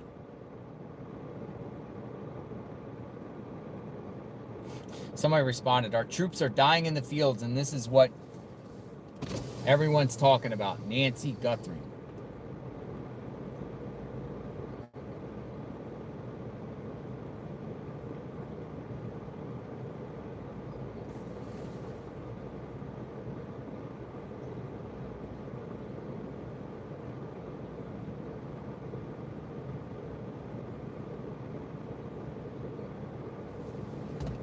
Here's the thing about it is, folks, they come out of the driveway right here with a media staging of News Nation right in front. News Nation's the only one.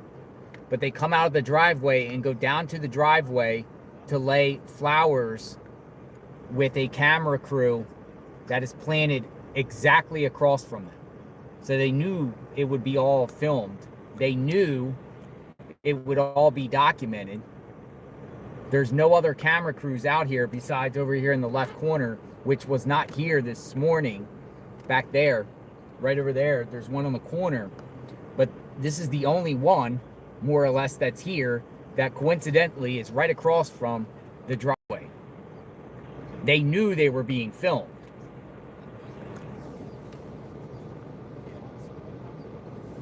So what do you think about that situation? I mean, they knew literally there's nothing else here, and they come out of the driveway and go over there and hug each other right in front of the cameras.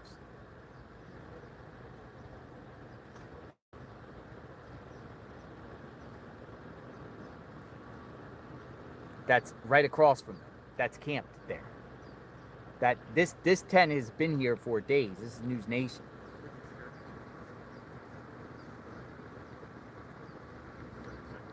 Publicity stunt? Genuine? What?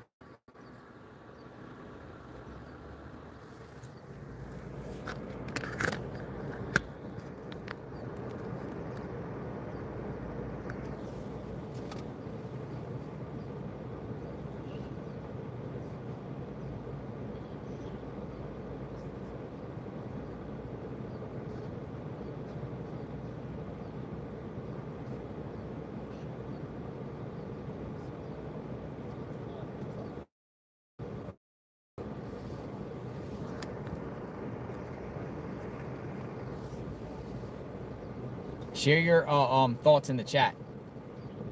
I think some of it was genuine. I would think so, right?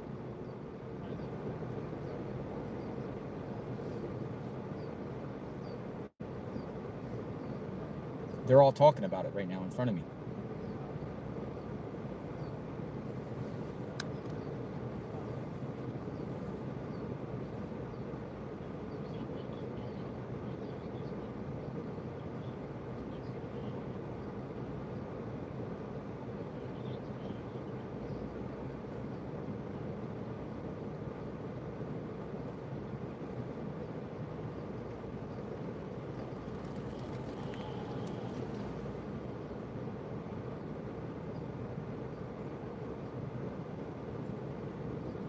Page 6.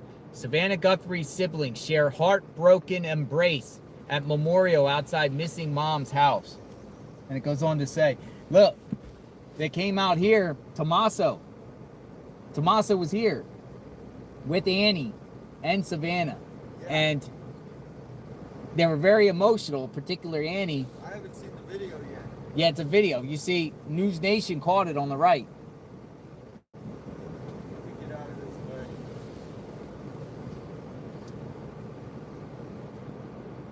Today, co-host and Savannah, her sister Annie, and brother-in-law Tommaso were seen visiting the makeshift memorial around 10:45 a.m. local time.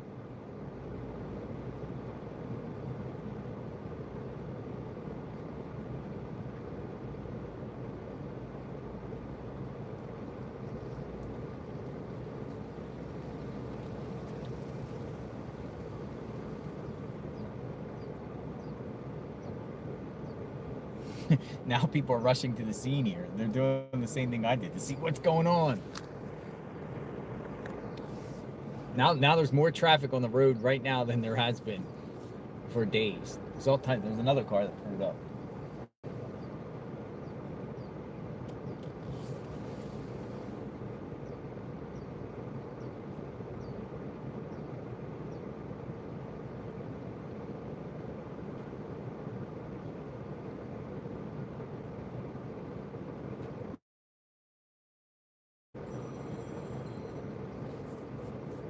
I think it sends a message that Savannah supports Annie and Tommaso.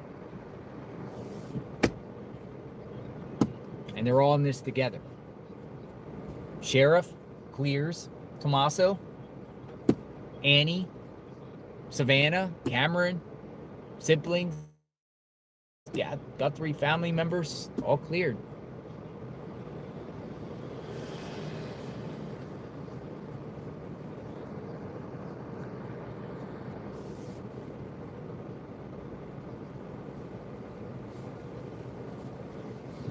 What you think about that? I got a new hypothesis. Well, not a new, but I got the hypothesis. Here, say hello, everyone. 857 Tucson. Welcome, everybody. Welcome. Hope everyone's having a good day. I think it shows unity, like you said, for the family. But I had a thought. Is obviously the Uber driver dropped Nancy or came here, right, and picked Nancy up. Is that right? Yeah. Who does the Uber driver know? The Uber driver has friends, right? The Uber driver sees 84-year-old Nancy leave. Now the Uber driver can tell whoever to come here. So whoever, if it's obviously, I don't think it's anybody. It's somebody who either indirectly, they use that word, indirectly knew that Annie lived here, or Nancy lived here.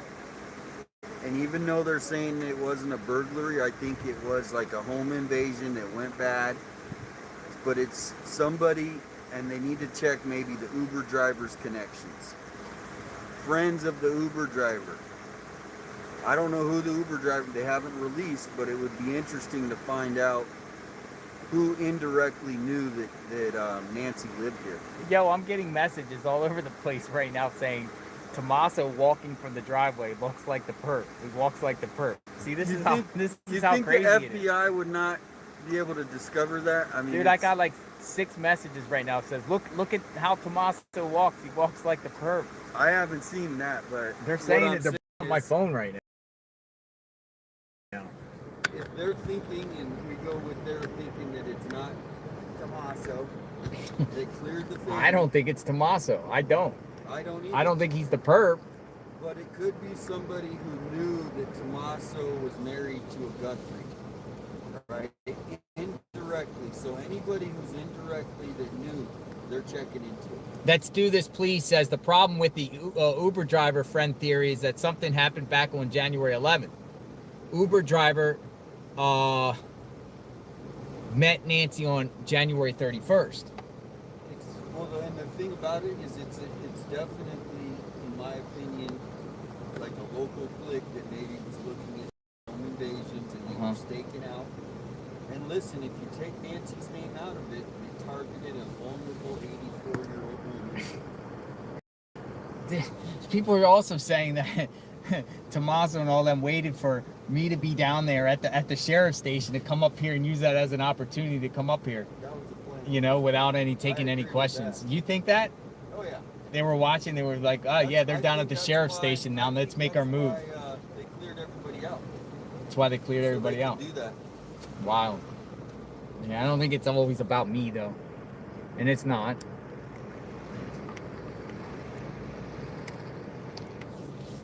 They're like, "Oh yeah, those people, the main channel watching this case, they're down there at the sheriff's office. Now we can make our move. We do it in front of News Nation, in front of the cameras at News Nation." Literally have cameras, like you literally have a camera booth right here, literally in front of the flowers, the only one. And Annie rolls out and gets very, very emotional at the driveway.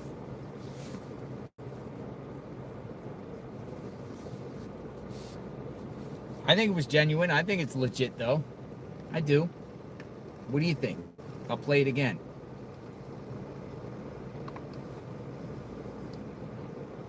Roll down here right in front of the cameras. With the Pima County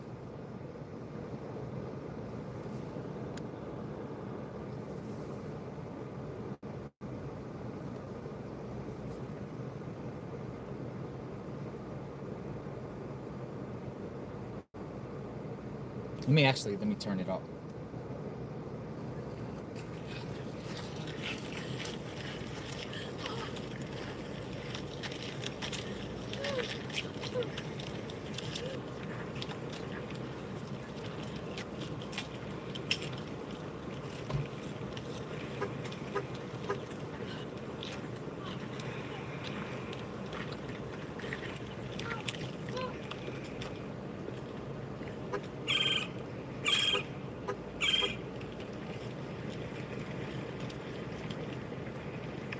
Everyone grieves differently. That's a great point. Everybody grieves it. Hey, did Fox News happen to catch that? Oh, you missed it. Ah, Fox News missed it. They just told me they missed it. Fox News missed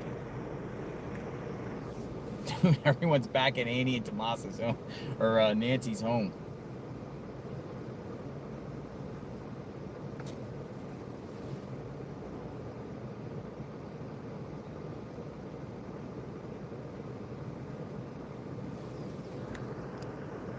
News Nation was the only one that caught it.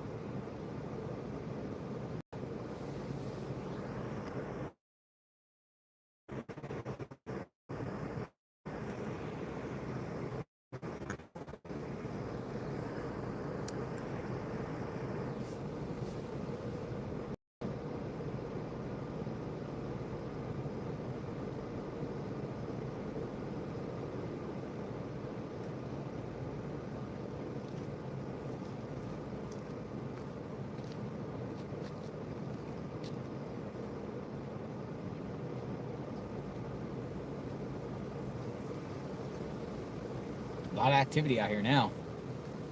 Cars, nothing but cars.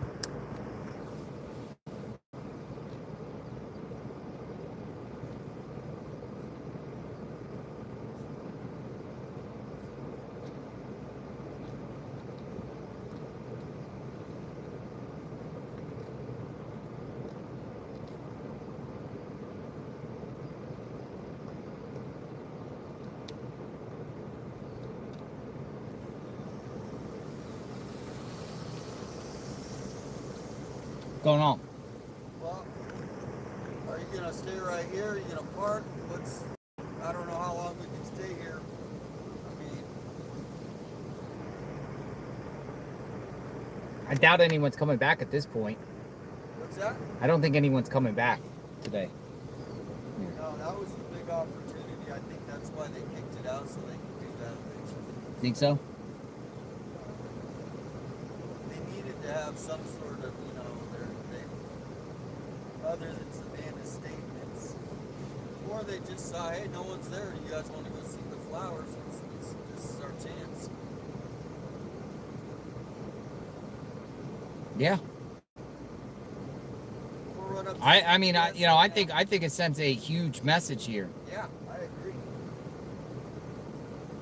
Need anything from CVS? No, I'm good. I'll swing back here in like 8 minutes, 10 minutes.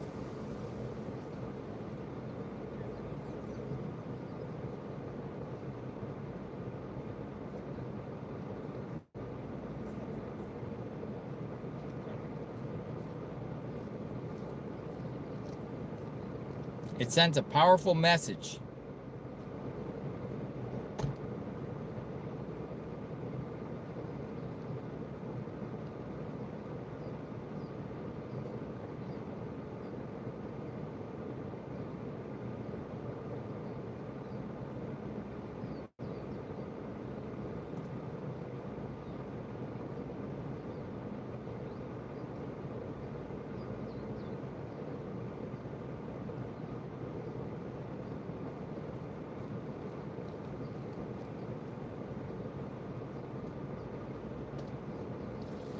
I just tweeted out, I said, this sends a powerful message that Savannah supports Annie and Tommaso. Right here. I think it sends a powerful message.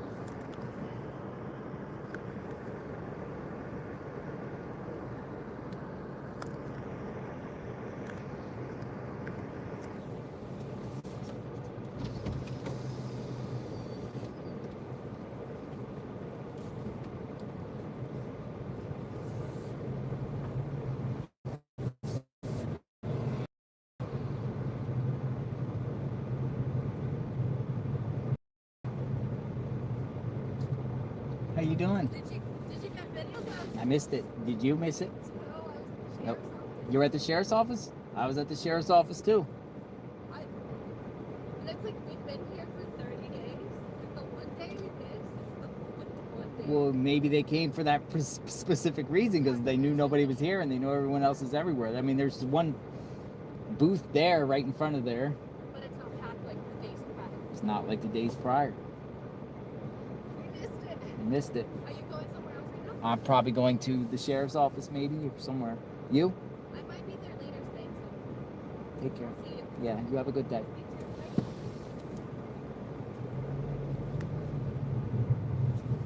Telemundo missed it. They said, I was at the sheriff's office. Telemundo.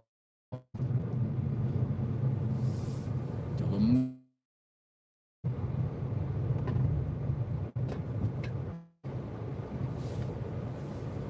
Telemundo.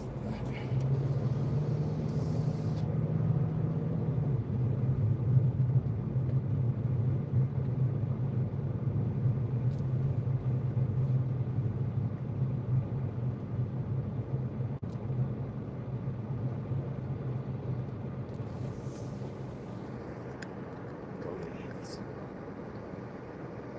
No, I'm not going to Annie's. Listen, I've said on my chat, you guys can have your opinions, but I've said on my chat, the sheriff cleared them.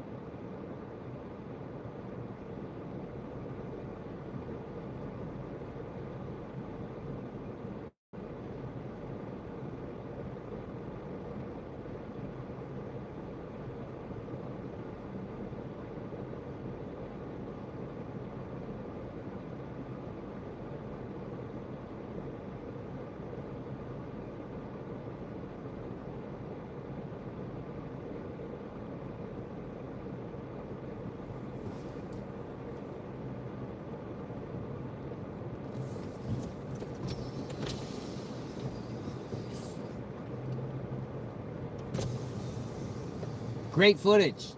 Oh, yeah. No, yeah, we did not expect that. You didn't expect it? But I guess it made sense because the sheriff's office was here. Were you the only one here? You two? Yeah, Fox was here too. They were photographer. No, like you two? And then You two and the producer. Yeah, that's to me, I think that sends a powerful message that the family is united. You know what I mean? Because a lot of people feel different ways towards, Annie and Tommaso. It sends a message that Savannah is supporting. Yeah, no, it definitely does. I mean, that's what she has at the beginning, but yeah, I think this just reemphasizes that. Yeah. But I wonder why they chose today. I don't know. I guess probably because there's Less media here, less attention. But they also did it in front of your booth too. Exactly. Right across, like of all the places. Hello.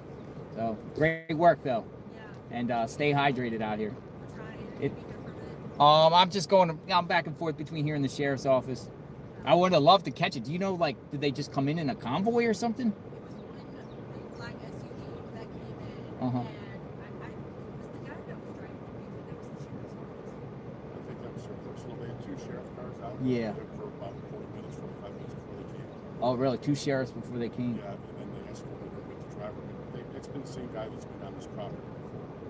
So he's like their personal driver. I think he's maybe former law enforcement. former law because the enforcement. sheriff's on police or something. Yeah, so they came in the SUV. They were only here for like 10 minutes, right? Maybe.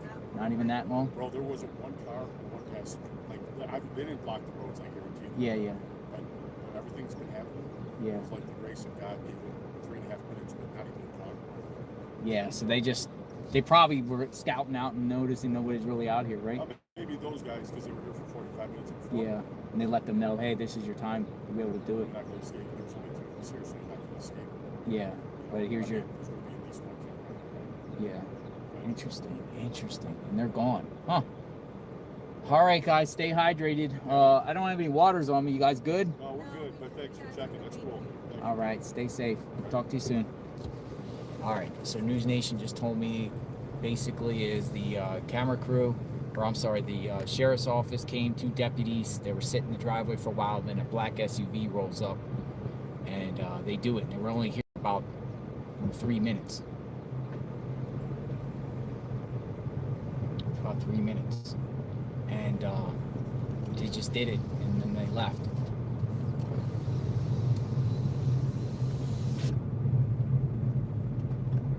Said it was 3 News Nation people that were there that saw it.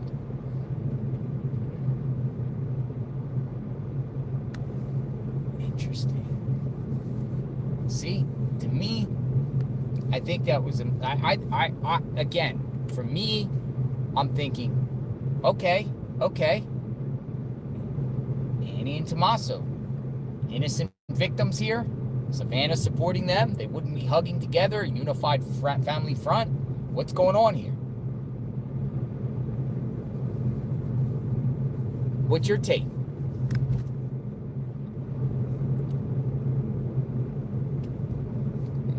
There's many people in our chat that, have shared that, Annie and Tommaso, and even, before the sheriff publicly cleared them, my mind's going, Annie and Tommaso. But there you see today, what do you think?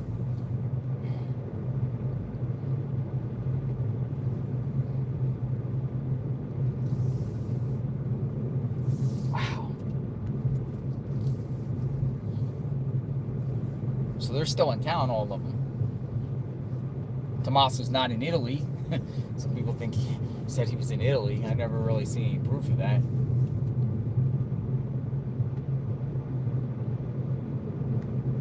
Some people say it was all for the camera, all for the shows. The case is just very, very strange. Some people use the words bizarre.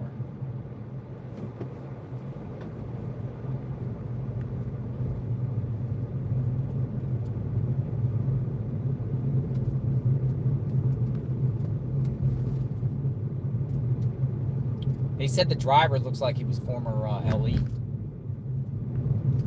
3 minutes.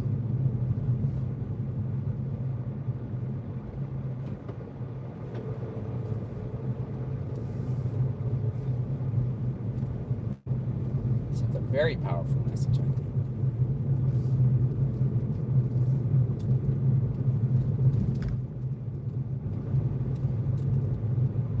Like, yo.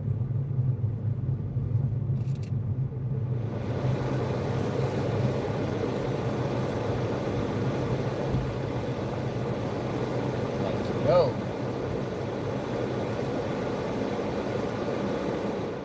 All right, where would you like to go? Where would everyone like to go? Share in the chat. Consent, majority rules.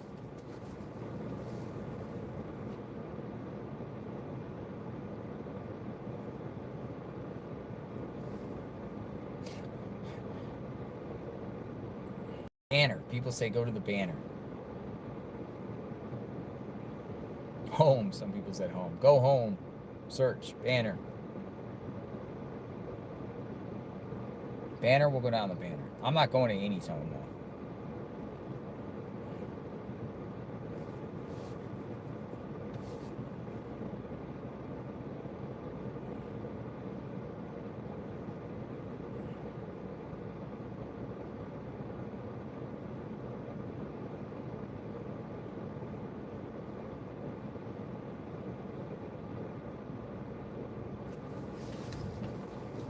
Nancy's. I don't want to sit out there in the heat. few people are saying Nancy's, but I don't want to sit out there in the heat. I really don't.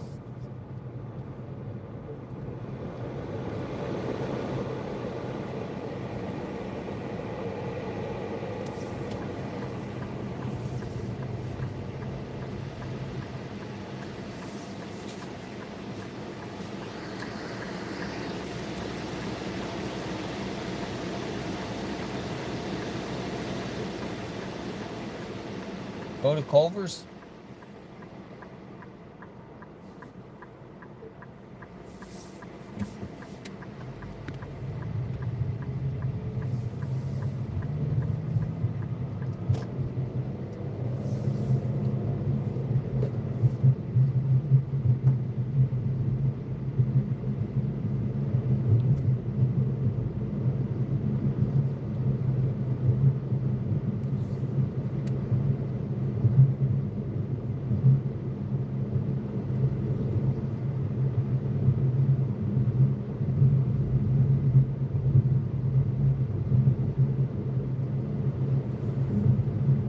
Nothing in 3 points. There's nothing in 3 points is too far, and there's nothing in the sky.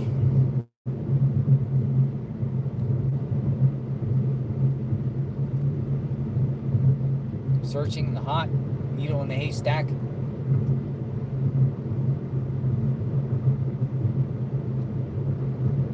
At the next light, turn left. Oh, I need to get some gas.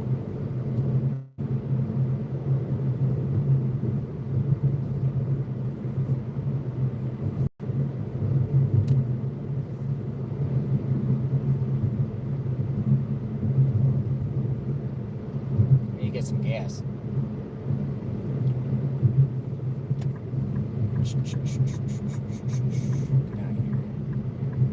At the light, turn left onto North First Avenue.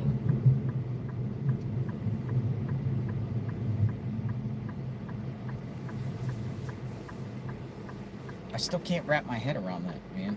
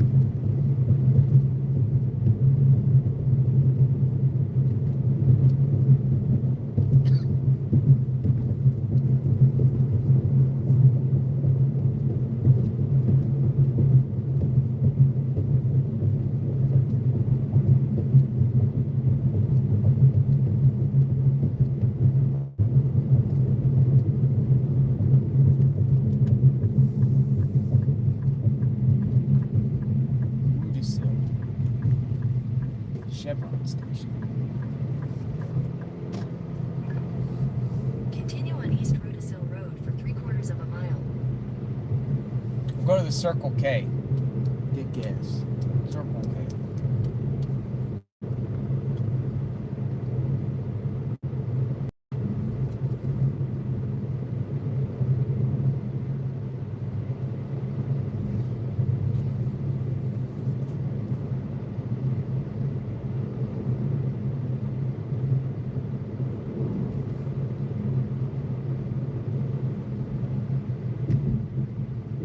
At the next light, turn left. It's like, whoa. So we're going to do a call-in a bit. I want to hear your thoughts on what you saw today and your thoughts of that.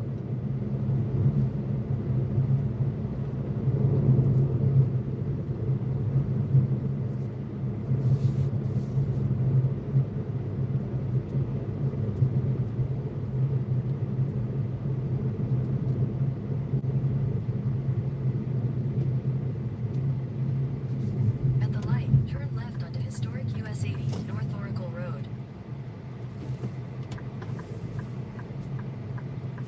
Circle K.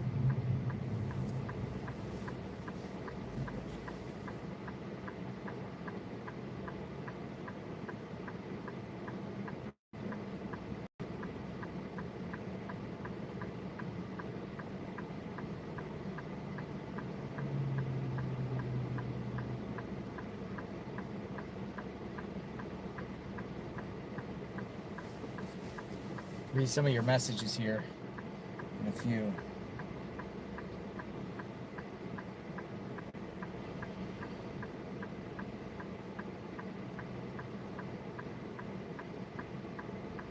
JLR, check on helicopter RO818177 circling around Mount Lemon. But not sure if Army would assist in search for Nancy. I don't think that's related, Pat Skate. Around Mount Lemon.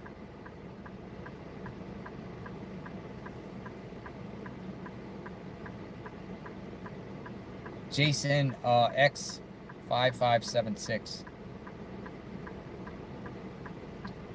Thank you, Jason.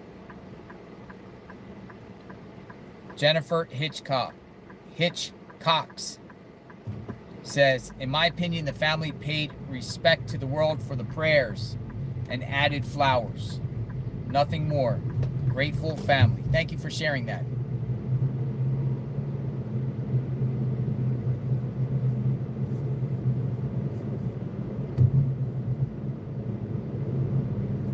Thank you for sharing that, Jennifer. Hitchcox. 6694. Nothing more. They were there to pay respect, had some flowers, laid down the flowers, hugged, cried, wept, emotional. And that's what happened. Maybe use that just as an opportunity. The less cameras, the better. At one point, you're going to have to go because there's always going to be cameras there.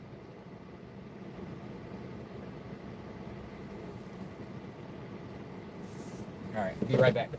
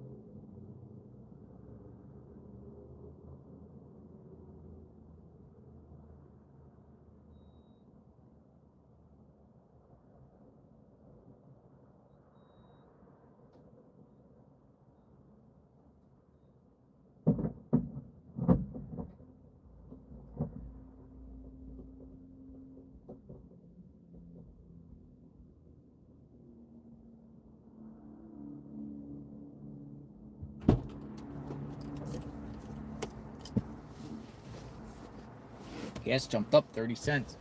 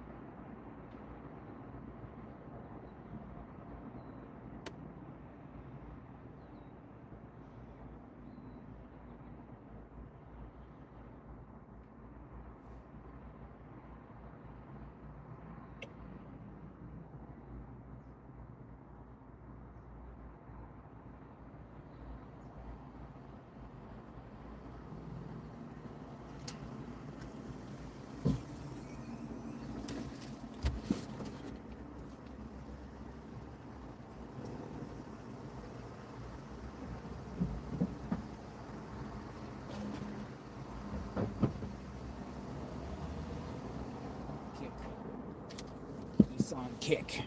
All right. On the move.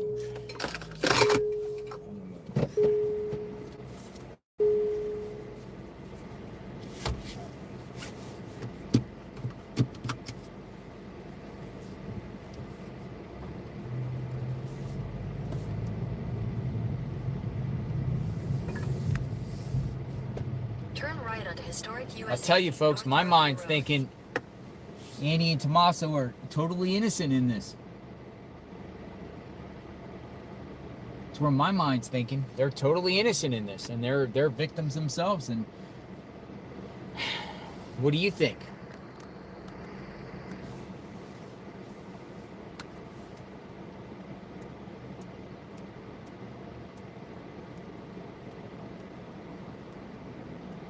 I mean, let's be real. There's probably is some theatrics in this, right? But theatrics doesn't mean it's all fake. I mean, I'm sure there's some theatrics, you know, them knowing the cameras are on them. And just like if all of you knew the cameras were on you, you're going to make sure, you know, you're dressed appropriately, or, you know, your posture's right, or whatnot. I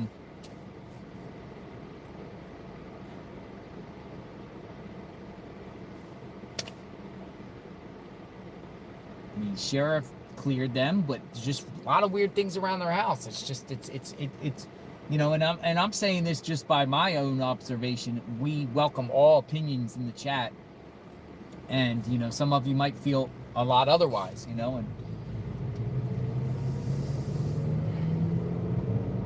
you guys might feel differently than I feel. To me, it's like, okay, Savannah's like, I support my sister 100%. I support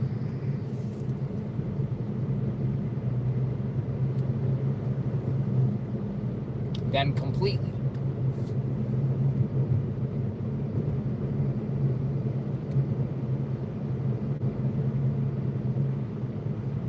Support them completely.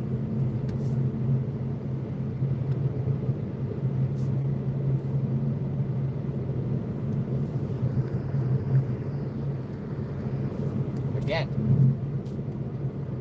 So just say, Annie and Tommaso, nothing to do with this. Then who did this?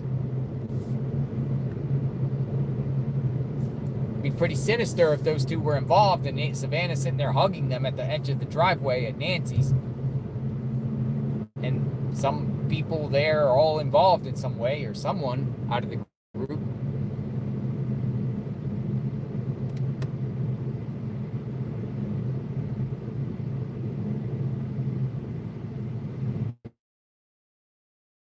It's kind of like, wow, whoa. On here, folks, what do we have here?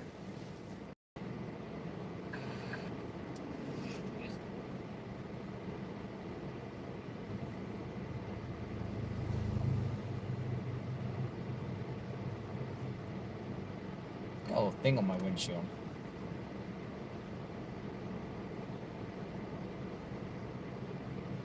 Let's see what the banner looks like.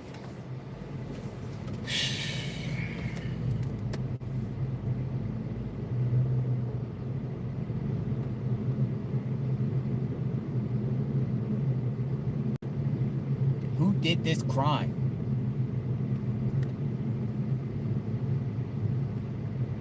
Who did the crime?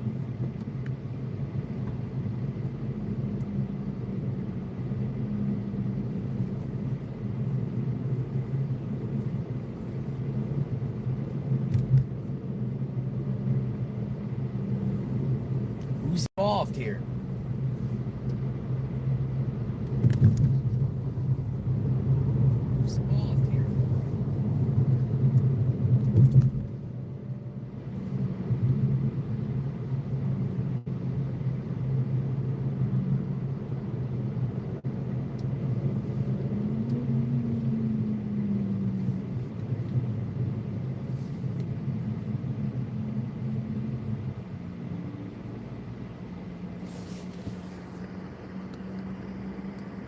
Screen's getting open. If Nia 919's in the chat, I actually charged up that phone fan, so we got that if need be. Actually works very well.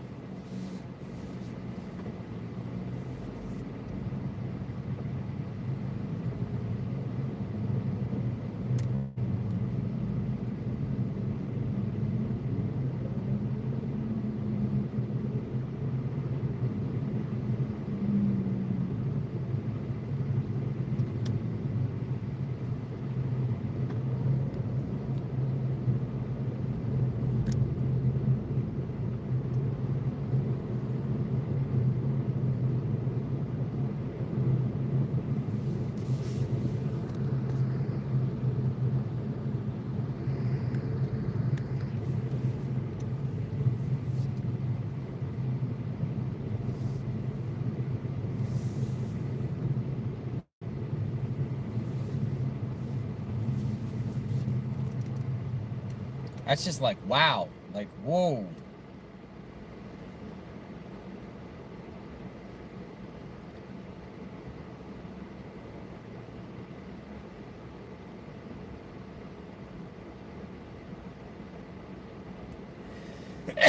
Excuse me.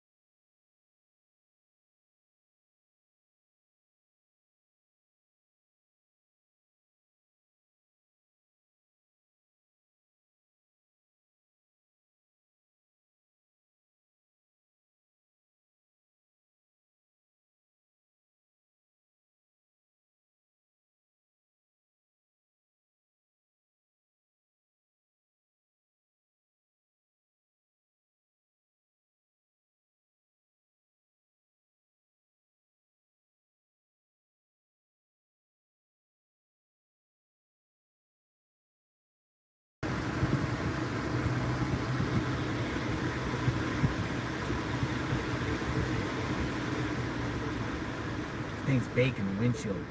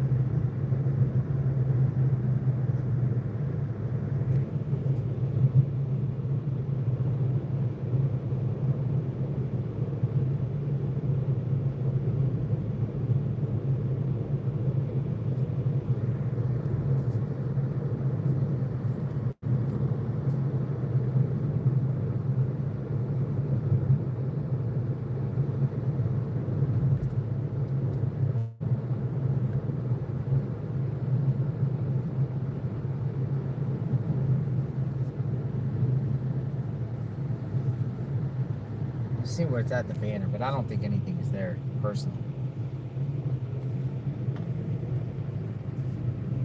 I'm going back to the sheriff's station.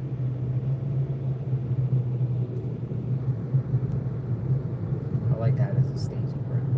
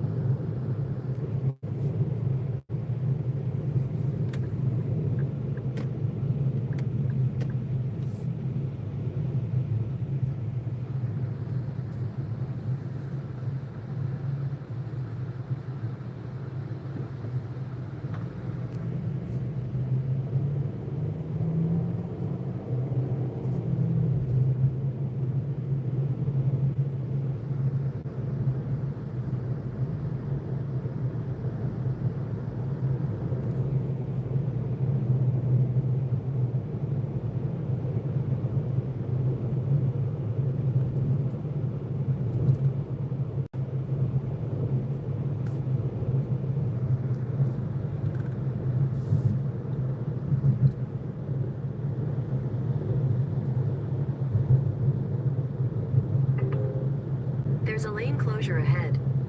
Lane closure.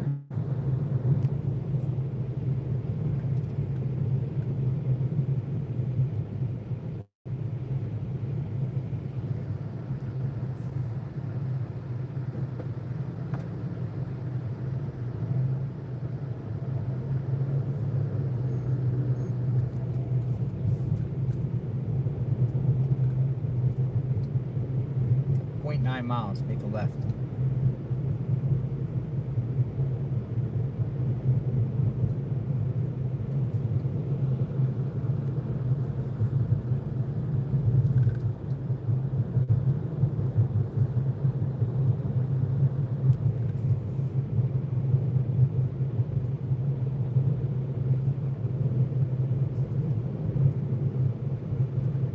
The wind chill says 95 degrees. Literally 95.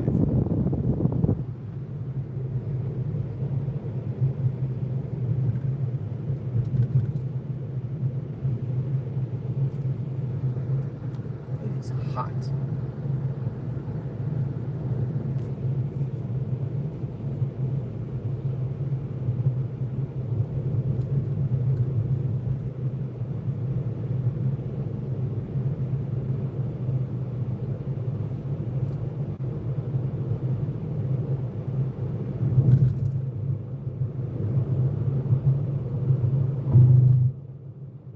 Go past West Ventura Street and turn left onto West Lester Street.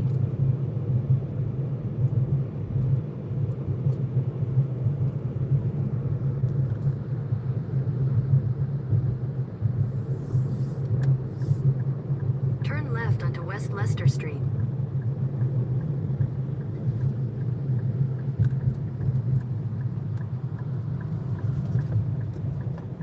Oh wait, the Gem Show banner went down. They took the Gem Show banner down. Go past North 11th Avenue and turn right onto North 10th Avenue. We usually pass through here and there's a big banner that says the Gem Show. It's gone. Huh. Gem Show over.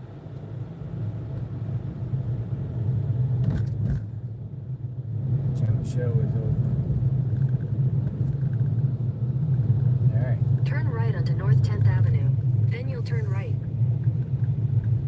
Some people say go check the banner out. I'm just gonna go check down here, but it doesn't look like anybody's down here that I see. Oh, there's one truck down here. Whose truck is this? Is this Mark the Shark? Yeah, it might be a YouTuber out here. Mark the Shark. Looks like him. Turn right, then immediately turn left into the parking lot.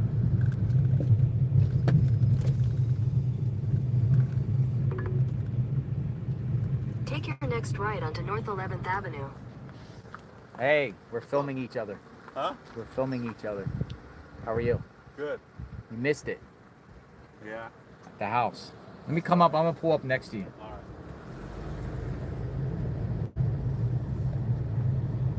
Missed it. We missed it.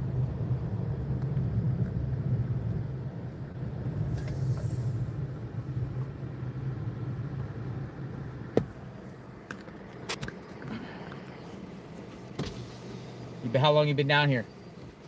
Let's see. Now? An hour? Less than an hour, yeah. Anything happening? Did you see anybody here? No, well, I did. Actually, I saw a couple ladies pull up, show their support. A couple ladies. Hear anything? Not right now, no. Well, a lot of the subscribers have been saying that they will probably come here after. They could. I think so. Think they're coming here? Yeah, but they left there a while ago. Well, they might be grabbing lunch, you know.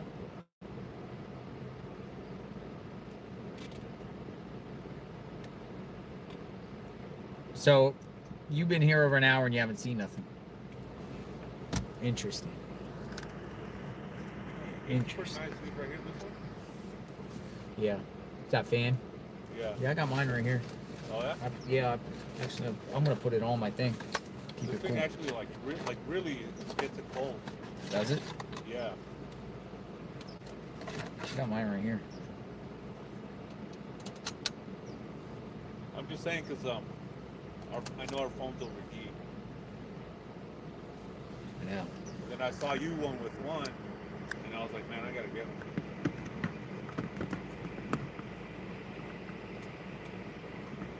Phone's over here. I know, right? Mine has to clip on a certain way, though. I have mine right here. It's going tss. Keeps it cool, though.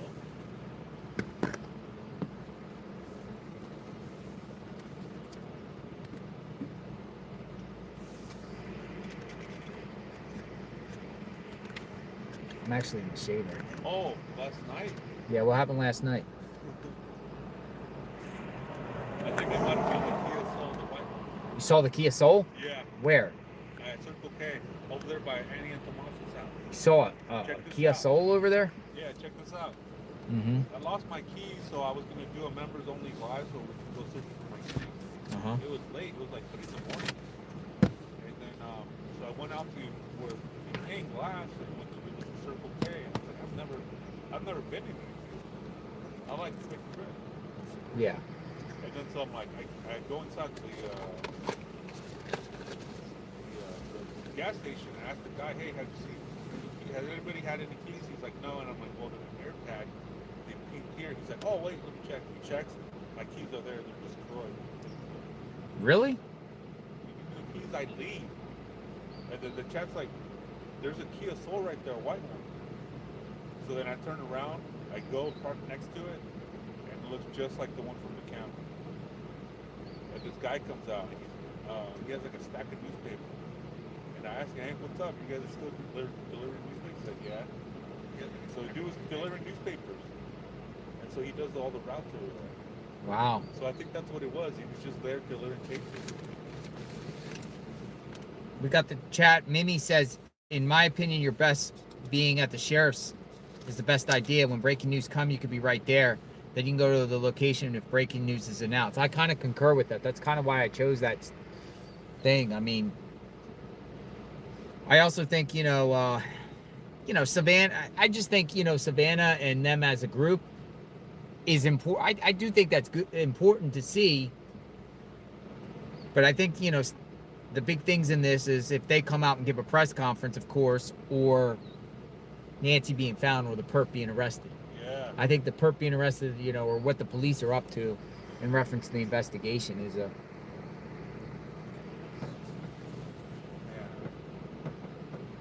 What time were they there? 10:45 a.m. 10:45 a.m.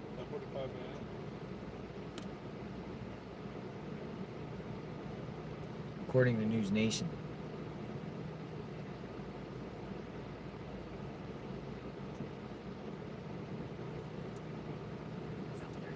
That people will get from this interview. For my personal interest, I would just say just... Whoa, Luke speaks. Oh, yeah, the interview. Hold on. Thank you, guys.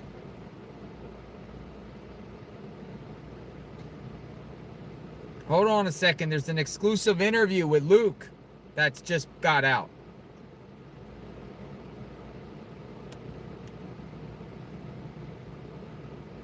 One-on-one with Luke. Holy smokes.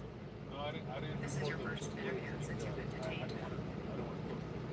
Hold on a second, folks. Hold on. Luke speaks. Luke speaks. Luke just came out. Here we go. Luke. Stand by.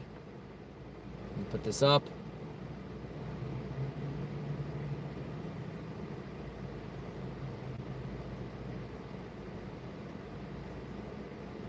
It's your first interview since you've been detained. What's your hope in putting your voice out there now that people will get from this interview? For my personal interest, I would just say just not to go off speculation of everything you hear on the internet and kind of like the hive mind mentality that someone says something and then they just go off of it based on no evidence and no truth. Many people have believed that you are the person on the surveillance video, the abductor, the masked person. Is that you? It's not me. I don't see the resemblance of it looking like me. He's shaved. But absolutely not. I have nothing to do with this case. Luke. Nothing to do with it. Do you have any idea who is involved in the abduction? I don't. If I did, I would happily tell FBI, police, anything. I mean, I, like everyone else, just want Nancy to come home and be safe. But that being said, I have nothing to do with this case. Whoa. Since you've been detained, what's your hope in putting your voice out there now that people will get from this interview? For my personal interest, I would just say just not to go off speculation of everything you hear on the internet and kind of like the hive mind mentality that someone says something and then they just go off of it based on no evidence and no truth. Many people have believed that you are the person on the surveillance video, the abductor, the masked person. Is that you? It's not me. I don't see the resemblance of it looking like me, but absolutely not. I have nothing to do with this case. Nothing to do with it. Do you have any idea who is involved in the abduction? I don't. If I did, I would happily tell FBI, police, anything. I mean, I, like everyone else, just want Nancy to come home and be safe. But that being said, I have nothing to do with this case. Whoa. Whoa. Luke Daly speaks.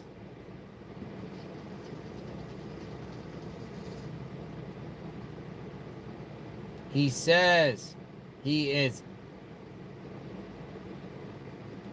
not involved.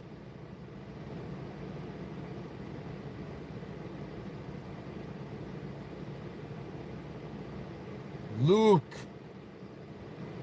So why did they raid his house? I'm going to play it again. Matter of fact, I'm going to copy this. Oh. Brianna Whitney. Luke. This is your first interview since you've been detained. What's your hope in putting your voice out there now that people will get from this interview? For my personal interest, I would just say just not to go off speculation of everything you hear on the internet and kind of like the hive mind mentality that someone says something and then they just go off of it based on no evidence and no truth. Many people have believed that you are the person on the surveillance video, the abductor, the masked person. Is that you? It's not me. I don't see the resemblance of it looking like me, but absolutely not. I have nothing to do with this case. Nothing to do with it. Do you have any idea who is involved in the abduction? I don't. If I did, I would happily tell FBI, police, anything. I mean, I, like everyone else, just want Nancy to come home and be safe. But that being said, I have nothing to do with this case. Whoa. Why did authorities go to Luke's house? Why did authorities go to Luke's house? Should have asked that question. Maybe she did. Maybe it's a further exclusive interview here over time.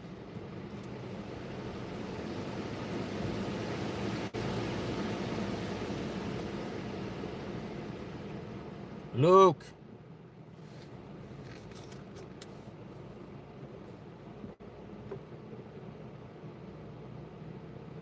People are like, why did he shave? I don't believe him. Why did he shave?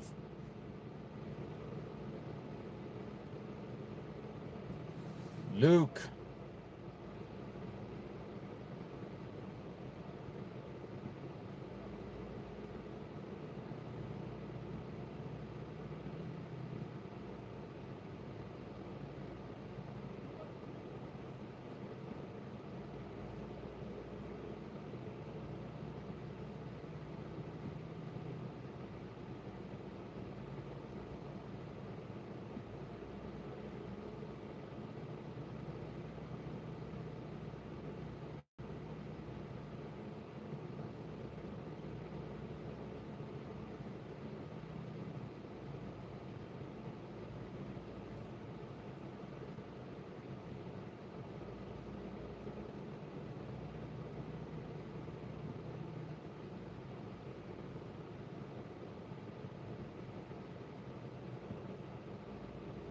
Michael Ruiz just tweeted out, I just noticed a camera on the way in and out of Annie Tomaso's neighborhood that I haven't seen before.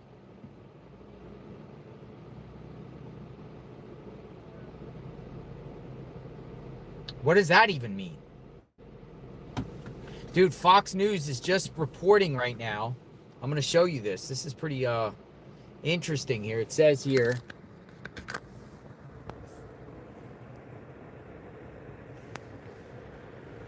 I just noticed a camera on the way in and out of Annie Tomaso's neighborhood that hadn't been seen before.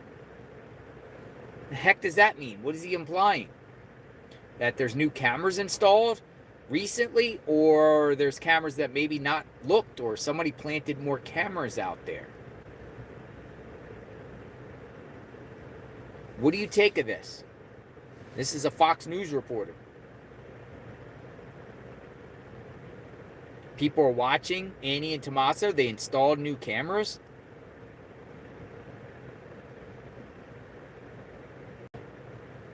They're still under surveillance.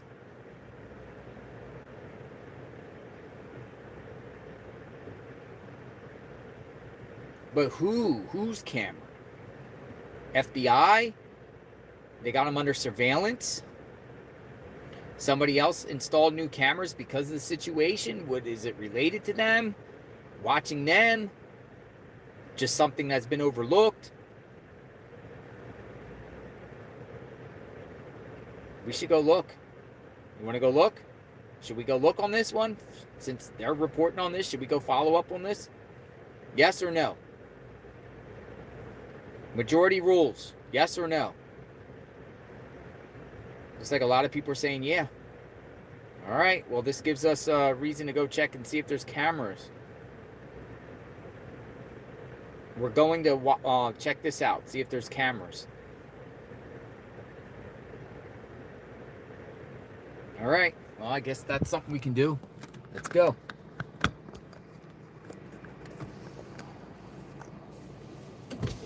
Hello, sir. Sir. Hey. Oh, he's not paying attention.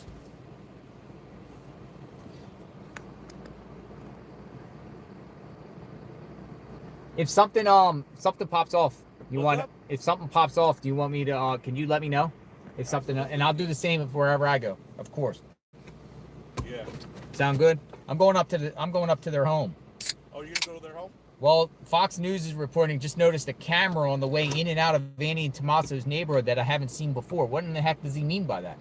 Well, I'm gonna go grab some food, but I'm going to check that out. Yeah. So, that being said, yeah, I might head out there after lunch. We're on a mission.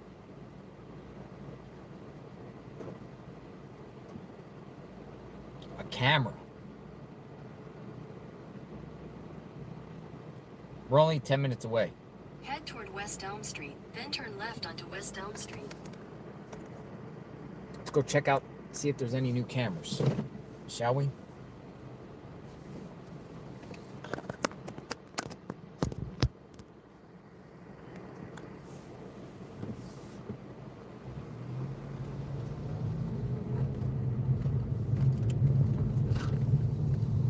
At the stop sign, turn left onto West Elm Street.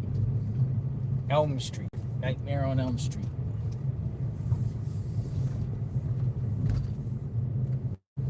Get lunch. I'm not hungry. We gotta go check out some new cameras, maybe. See what that's about.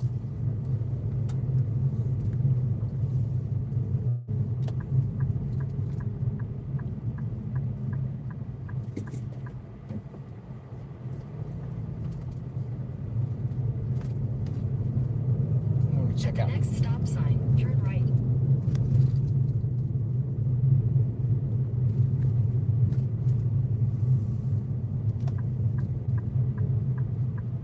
Turn right.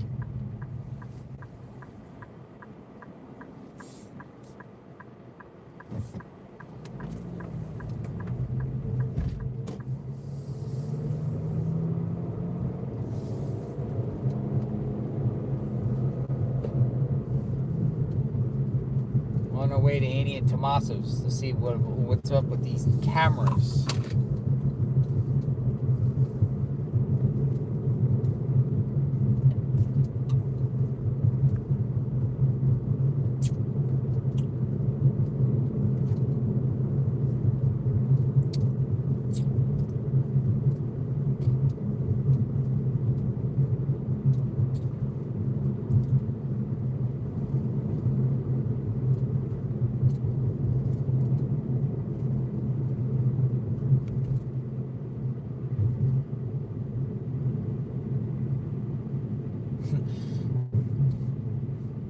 Interesting why Fox would post that. New cameras in their neighborhood that they haven't noticed before. Not new cameras, but just a camera they haven't noticed before. Could be new. Could be overlooked.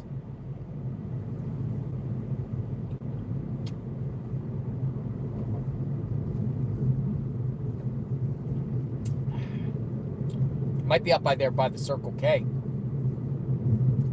Look.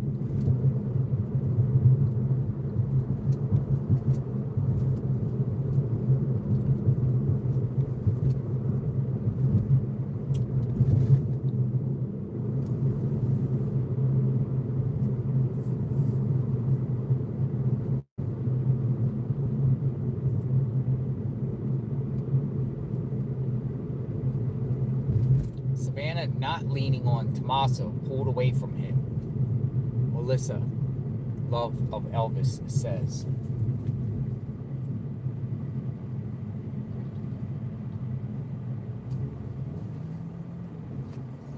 I think things are going to happen here in the next day. I do.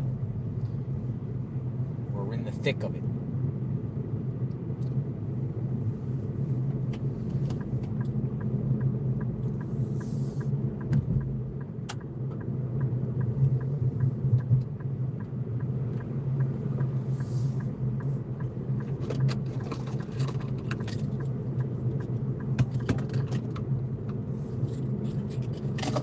Right in the middle of it, thick of it, thick of everything.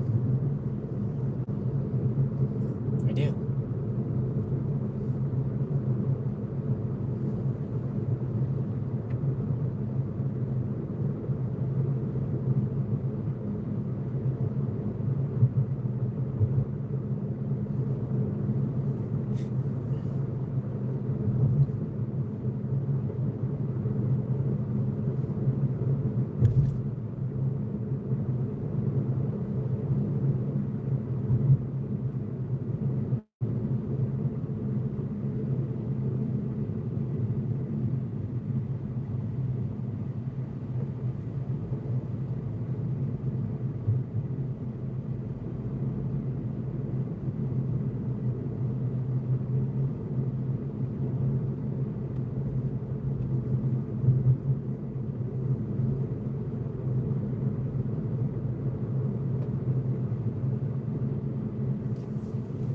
Another comment says, did you notice Annie had a note or some card that she placed by the flower? I wonder if it's a letter that she wrote or anything.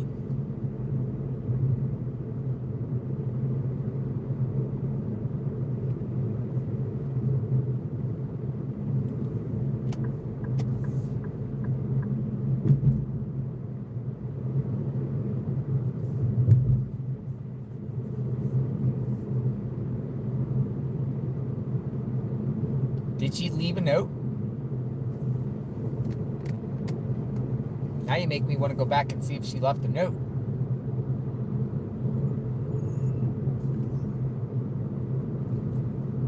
Someone emailed me the exact, what spot was it? They were saying yes, go back and read the note.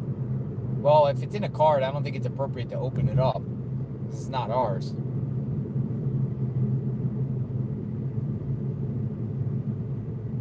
We can't open up things there. That's not our stuff. So if it's closed and sealed, we can't be touching things.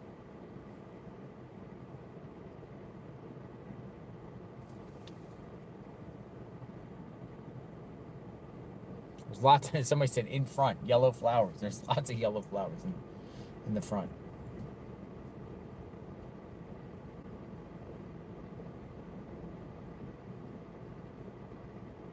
It's open and laid with the flowers. Yeah, I'm gonna look at the video again. See. I'm not touching anything.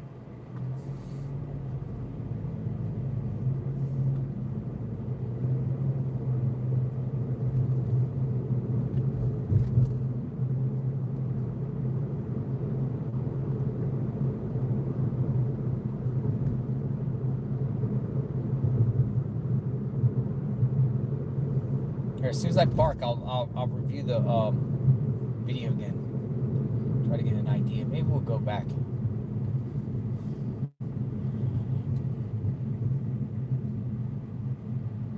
Well, Luke is in denial, folks. Luke is saying, no, I didn't do it. Is that denial? Or is Luke literally... Luke's mom did an interview too.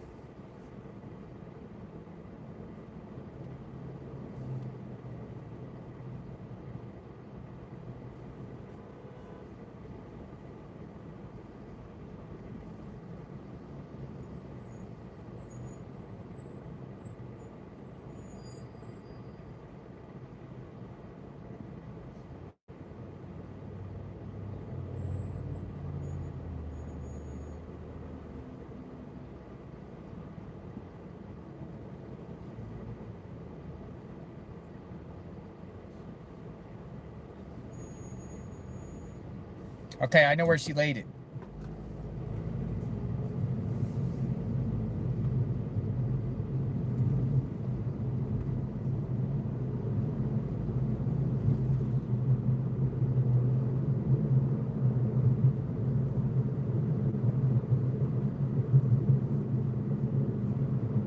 In half a mile, continue straight past.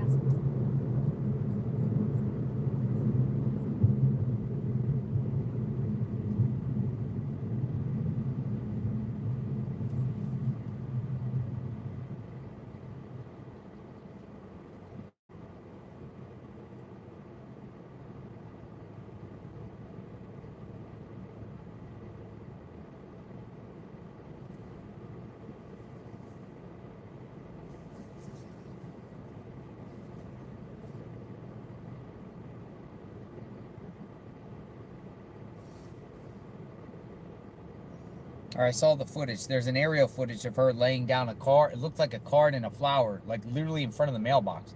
They're in the very front.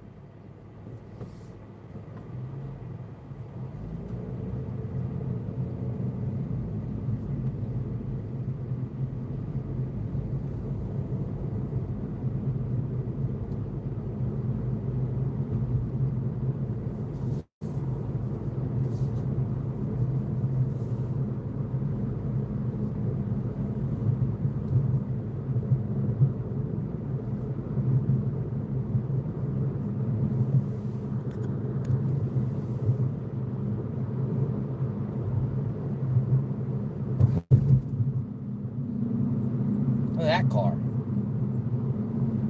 Old Chevy.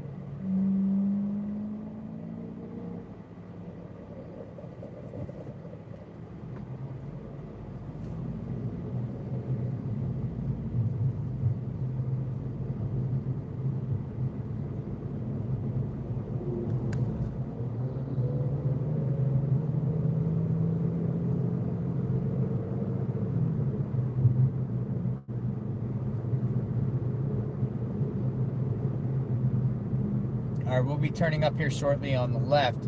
We'll look around for any new cameras.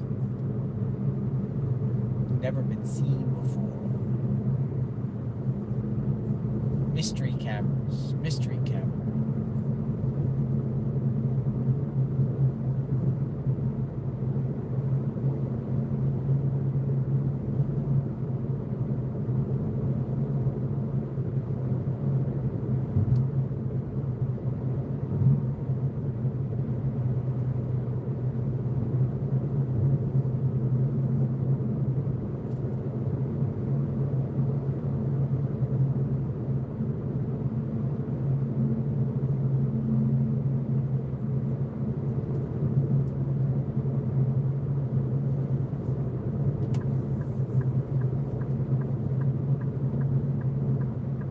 Making a left.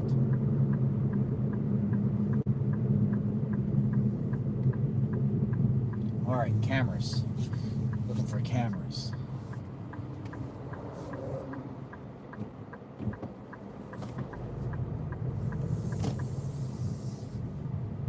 Cameras. New cameras.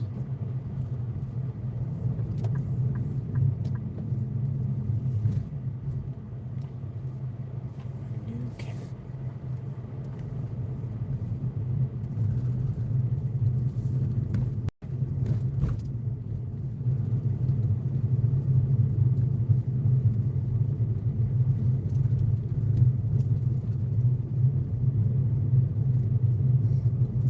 My eyes are peeled all over the place, to the left, to the right. Looking for any new camera.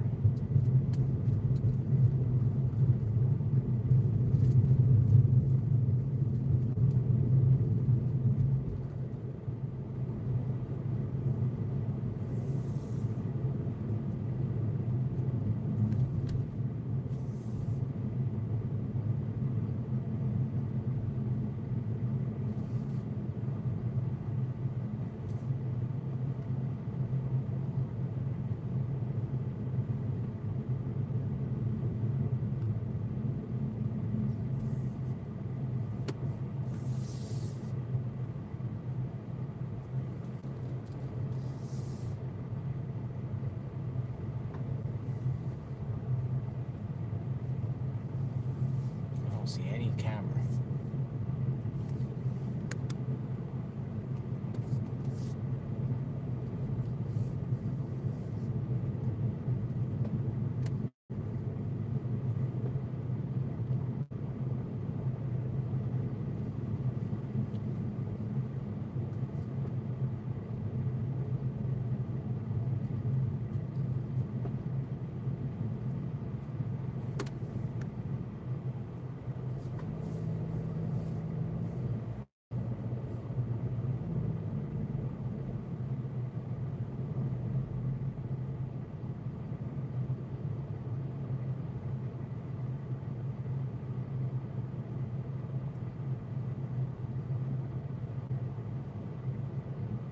I don't see a new camera around here.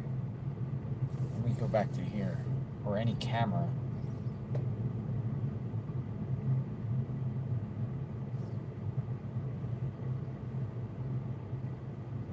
I just noticed a camera on the way in and out of any Tomaso's neighborhood that I haven't seen before.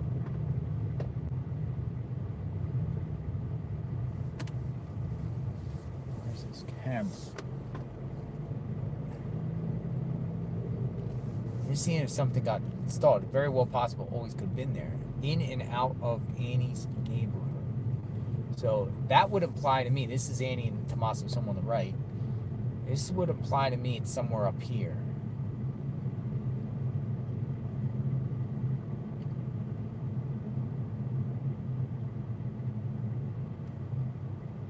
In and out of Annie and Tomaso's neighborhood. Never seen before. Let me look at these.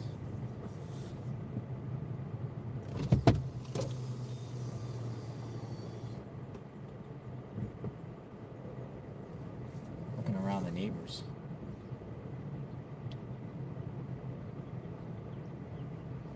Because I remember we were scouting around here too of potential cameras. I remember when we first came here, the very first next day we came here, we were like, look at the cameras. Is it that? No, it's that camera. This on the right is where all those crazy coyotes were like going crazy. And that night, when the police were there, she waved.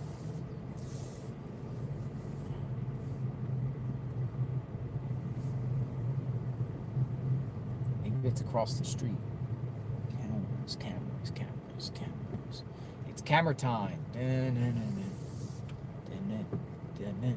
It's camera time. Camera time. Cameras. Where are the cameras? I don't see any cameras. No, I don't see any on the poles either. I'm looking on the poles.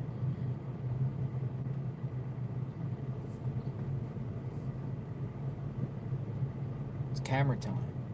Lights, camera, action.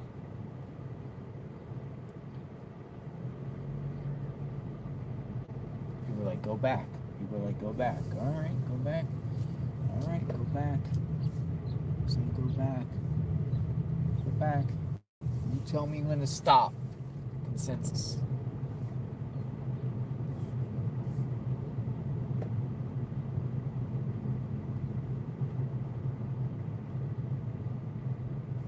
On the pole.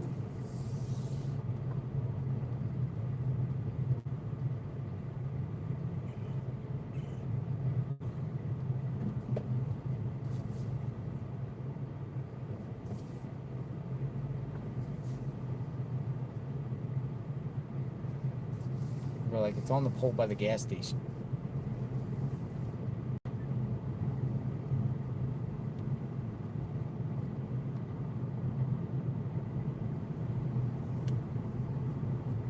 Turn around up here. We'll go up by the gas station. Pole by the gas station. Wait a second. There's a big pole up here. Let me just see something.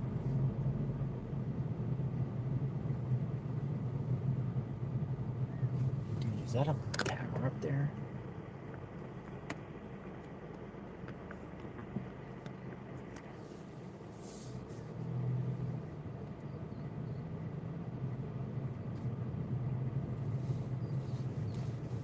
No, it doesn't look like a camera up there. Yeah, I should ask the neighbor, my neighbor friend. Let me see something here. I text a couple of their neighbors. I don't see any cameras. So I'm gonna go back towards the gas station.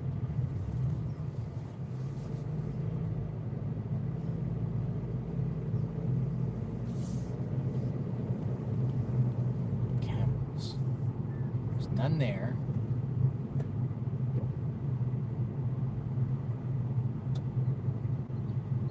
No car back there. The driveway's completely empty. Now this is the area here where all those wild things were going crazy. And Alex said the FBI took him to this location right here, up at the top, about some sand stuff. All in here.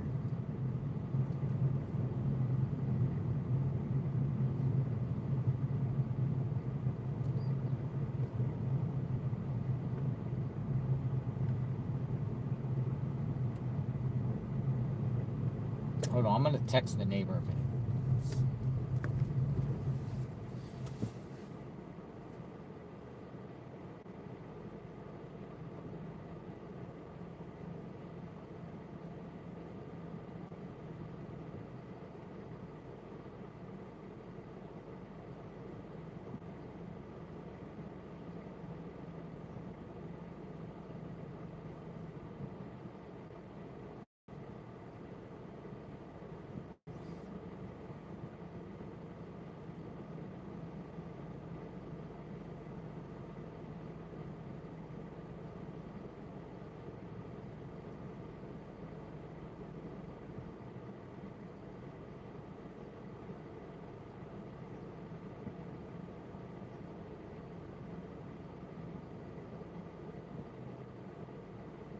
All right, I just texted out. We'll see if I get a response.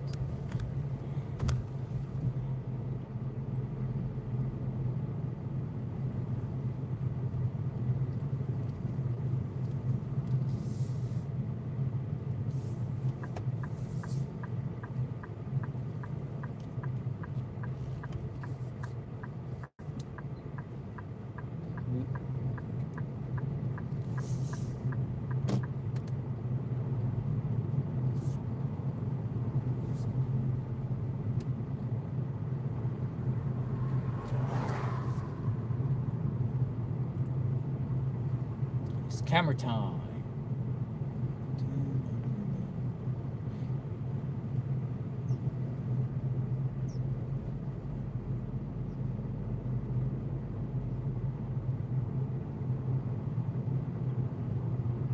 In and out of the neighborhood would apply that it's up here by the Circle K.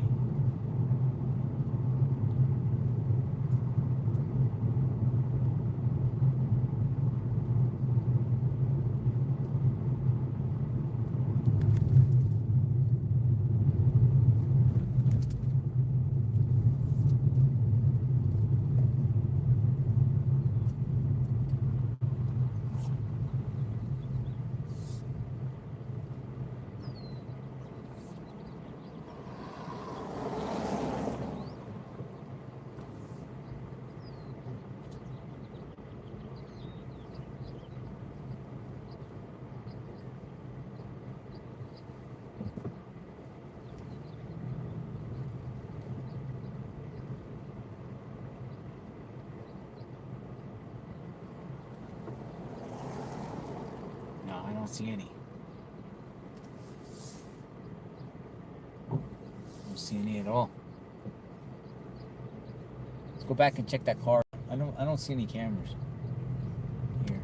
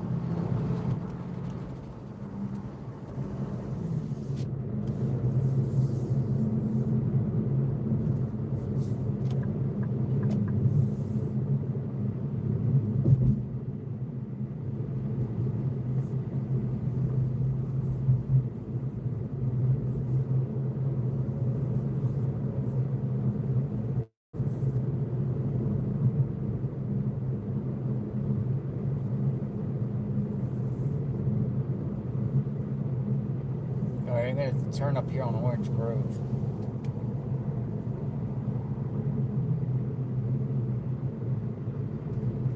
Go back. I want to see what the flower in the card.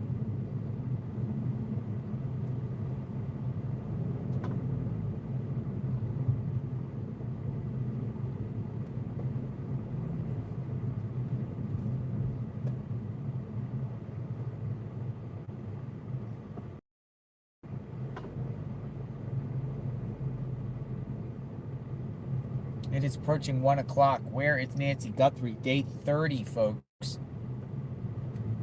the big news of the day is the Guthrie family made an appearance together. Not Cameron, though. Don't know if Cameron was there, because Cameron wasn't on camera. Could have been there, but not there with the group. Out to the mailbox. Laid down, appears to be flowers and a card. Put this here. I'm on cool down mode. It's getting hot. Phone is hot, so stand by. Cool it down.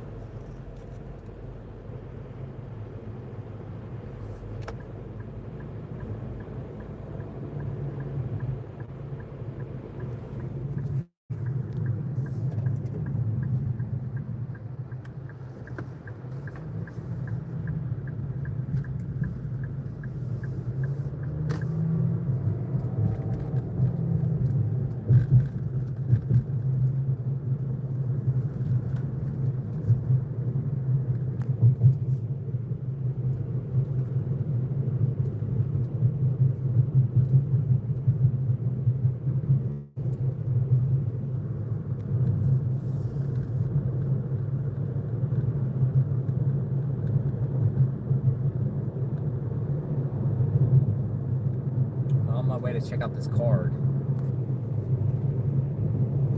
Maybe it's something, or maybe it's nothing and nothing.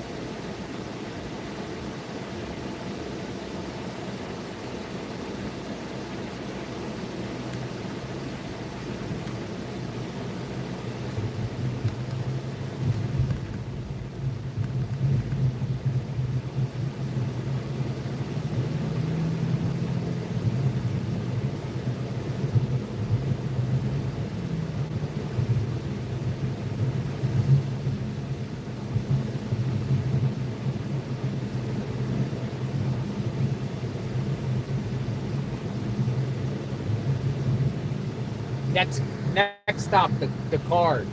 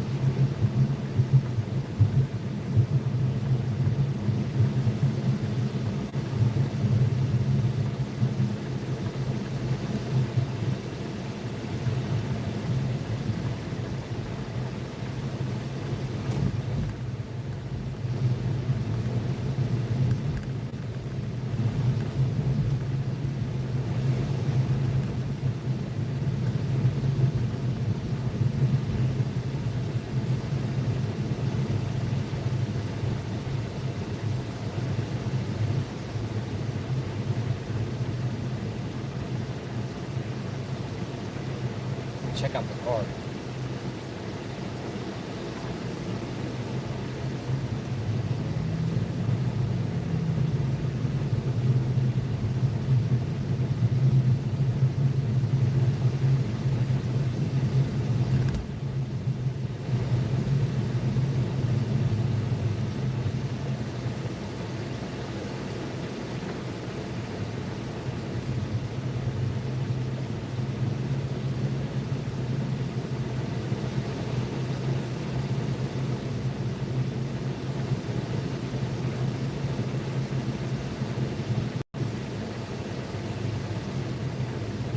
Truck almost hit me.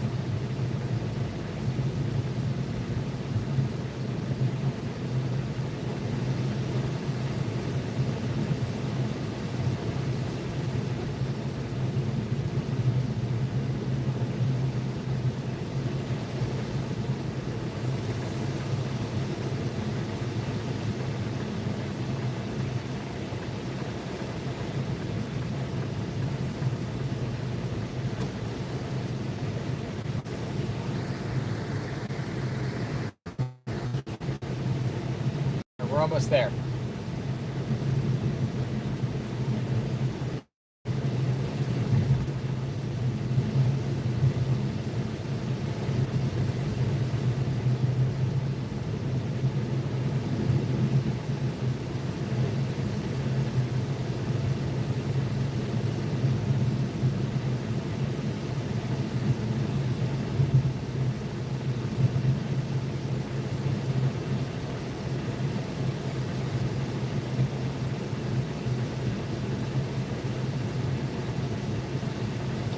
A lot of cars still just parked out here. Somebody else is laying flowers.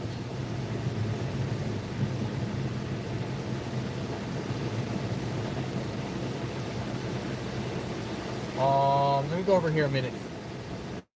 I'm gonna park in the shade. I'll be right back. I'm gonna go try to film it because it's the footage out there comes out a little grainy every time I go by the flowers. It doesn't come up clear, so I'm gonna go make a video real quick and see what I find, and then I'll share it with all of you. Make sure I get to the right one.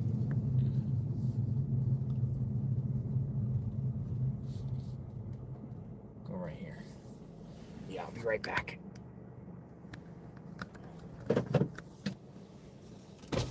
Make sure I get it. Spot. Let me look.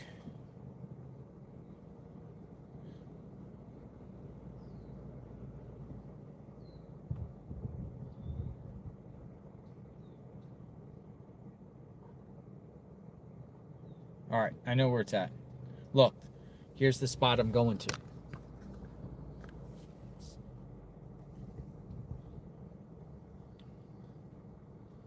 See how they lay it down? I'm going to see it on my film. Boom.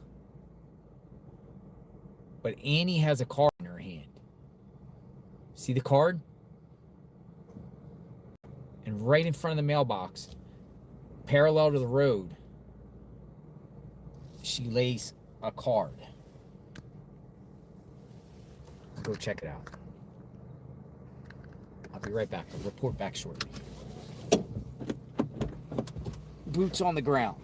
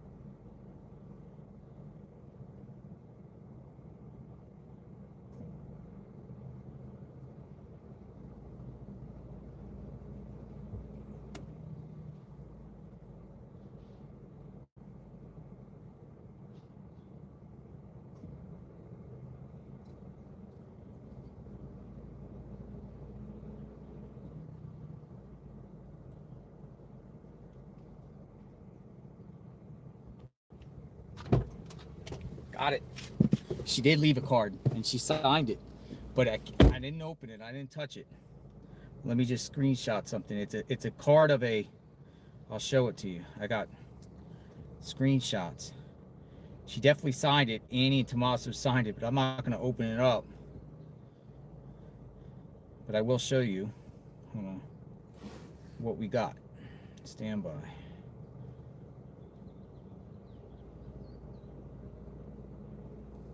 So, this is what she laid.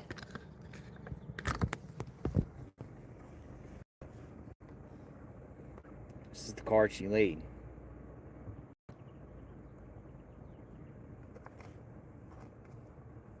It's right there, in front of the mailbox. And look at this. This is the flower she laid. And look at this. Annie, Tommaso, and I don't know what that says.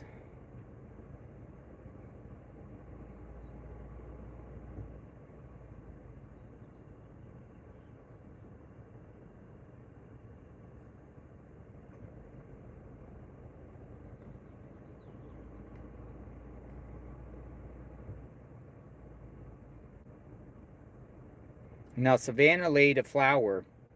It's hard to tell which flower because there's so many of them. They're single flowers, but people wanted to know about the card.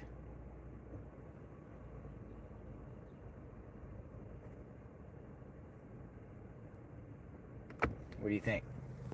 I'm going to tweet that out right now.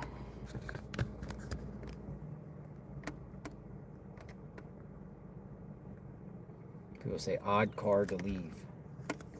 Again, I mean, technically we can open it because, you know, it is on the road, side of the road. It's on public property, but I'm not going to touch it, so I didn't touch it.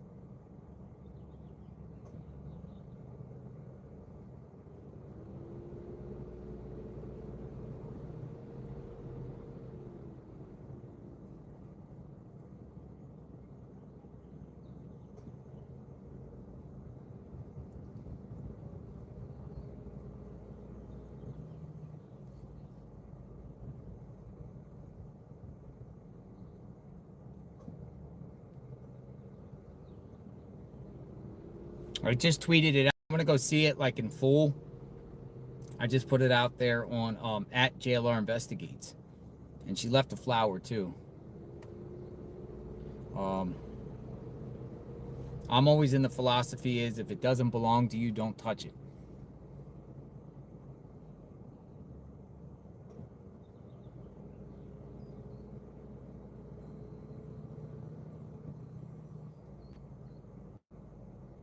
No, I'm not opening up.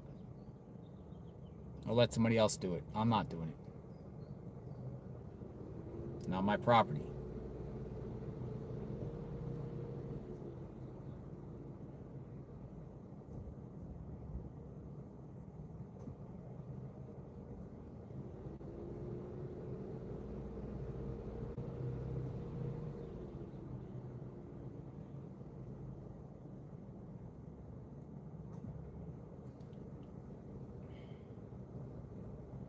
Somebody will open it. I mean, some journalist now knows where it's at because I just put the tweet out. So you're gonna see it. Someone's gonna open it.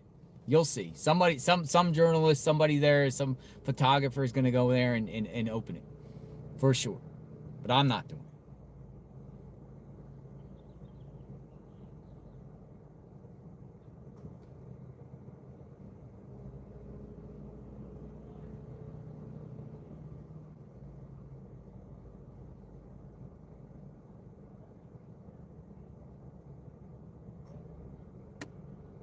Somebody responds and goes, I wouldn't post that on, give them privacy. I mean, they literally laid it down in front of cameras.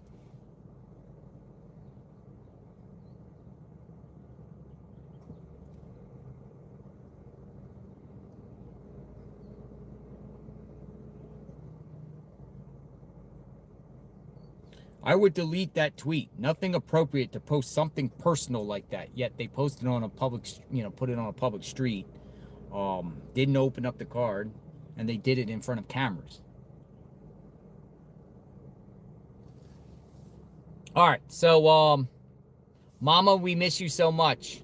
Our hearts are broken. We are standing on ash, on scored earth. But Mom, though we are surrounded by so much darkness and uncertainty, our love burns bright. We love you, Mommy. We miss you so much. California Madison says. Is that what it says? California Madison? Check out California Madison's super chat.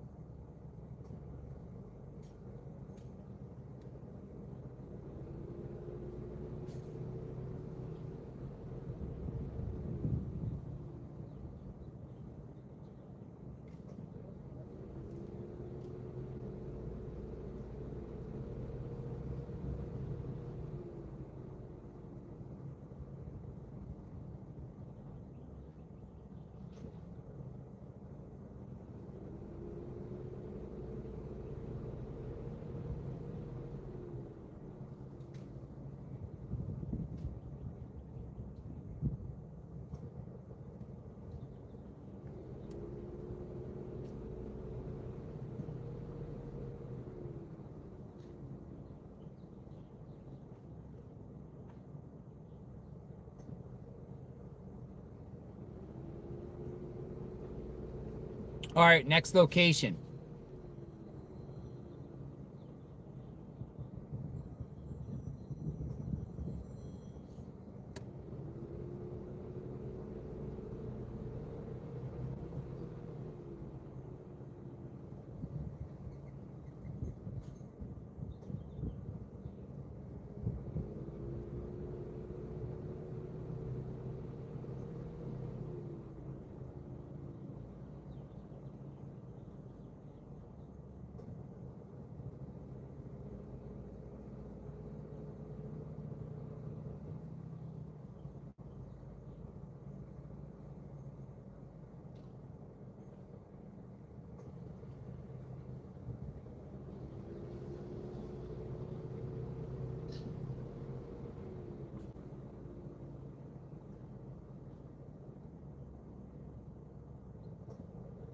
Sheriff's office.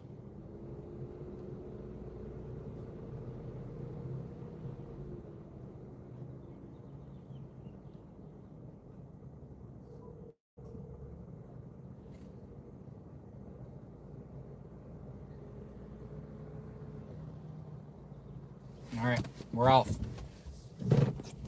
We're off. Luke, we'll go down there and do a Q&A and everything and talk and wait as a staging ground. Nothing else really going here. Looks like this news organization is packing things up here and leaving.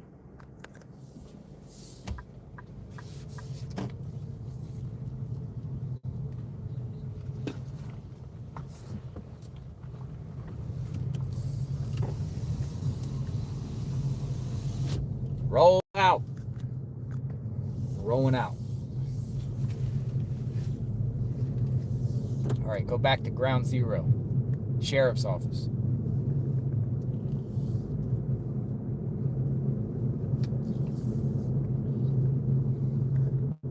So yeah, card was signed by Annie Tomaso with some other name.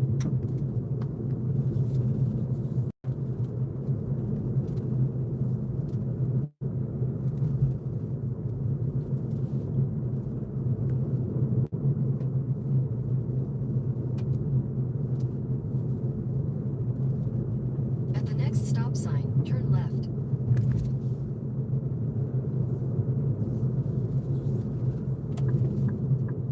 At the stop sign, turn left onto East Camino Lazorela. Camino Lazoria. Camino Lazoria.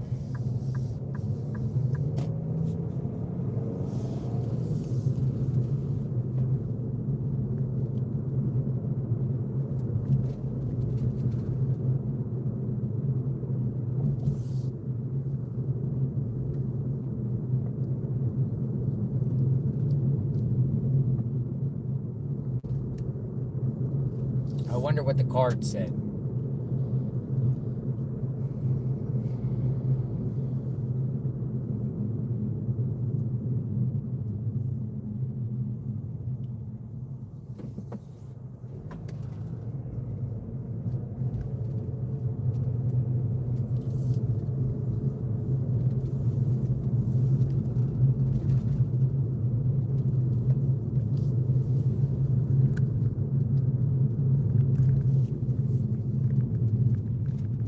Roll out.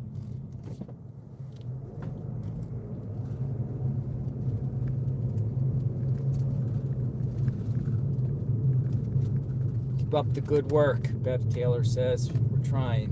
At the next Keep you stop informed sign, of what's turn going on. That's really the biggest news of the day, but I think the two biggest news would be who's the perp and where's Nancy. Turn left onto East Orange Grove Road. But as everything navigates through and things in between, we will continue to share what transpires each and every day that we see on the surface. It's probably a lot that we don't see on the surface. They made a 3-minute stop today outside the home and was very emotional outside the... Now, sheriff deputies were there first before they arrived in a black SUV that was there for about 3 minutes.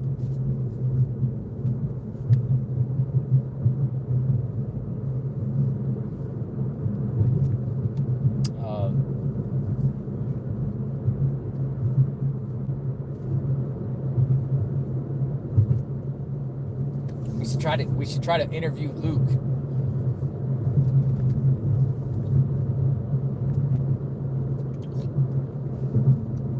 Luke says he's not involved. Gave an exclusive interview with Brianna Whitney. Luke says he's not involved.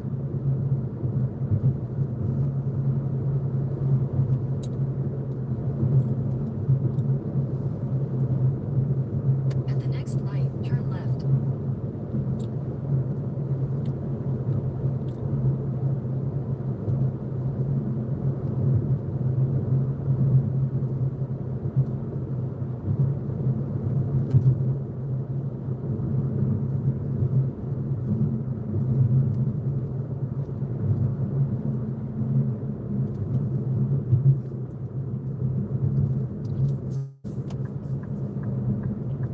At the light, turn left onto North First Avenue.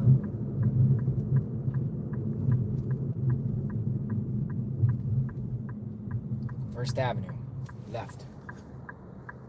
The phone's getting turn up the air.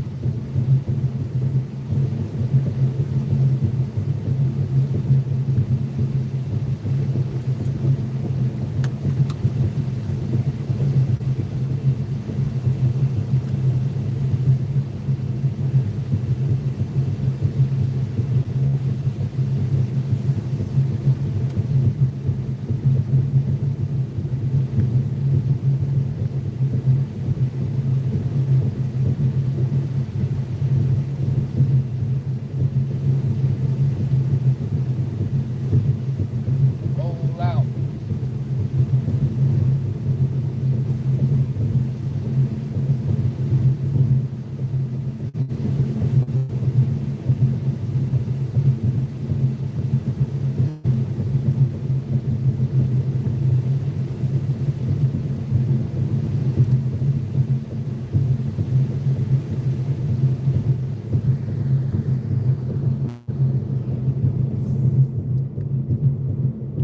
We're in the hottest day. It says my car says 98 degrees out.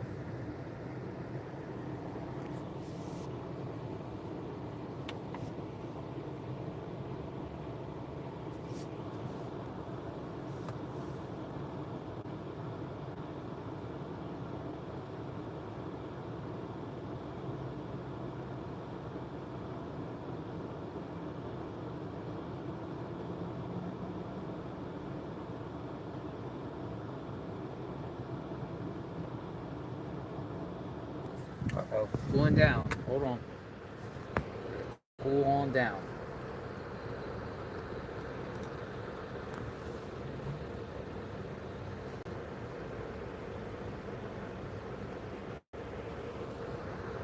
Cool down.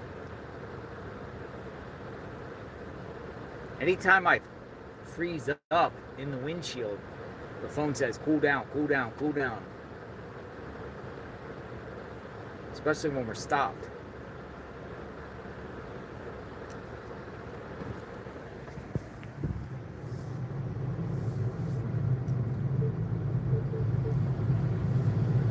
Cool down.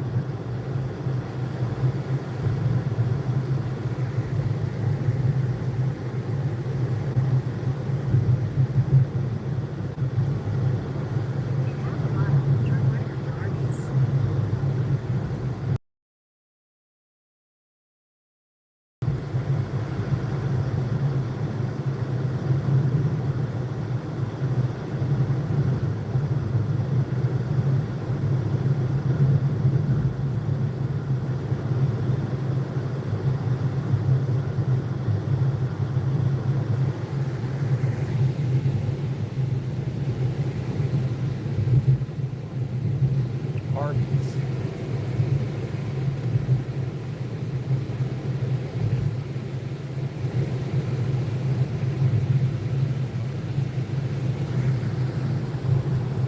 After Arby's, turn right on East Wetmore Road.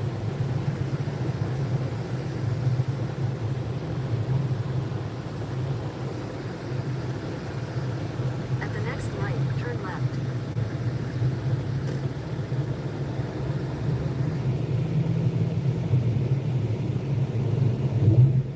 On the way to the sheriff's office.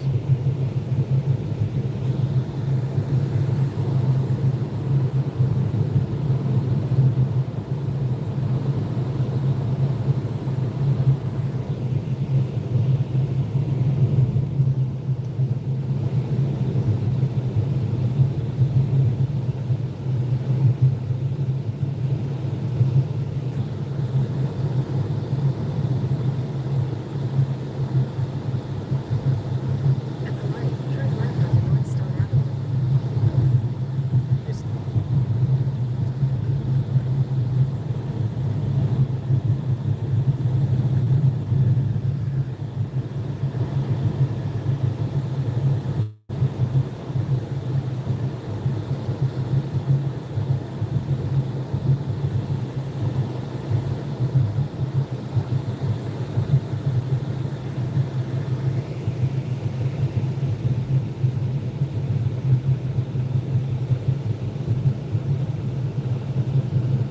When we get to the sheriff's office, I do want to hear from all of you, so send me an email if you want to talk.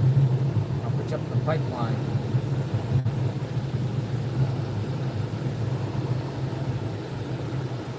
Let me know you want to talk.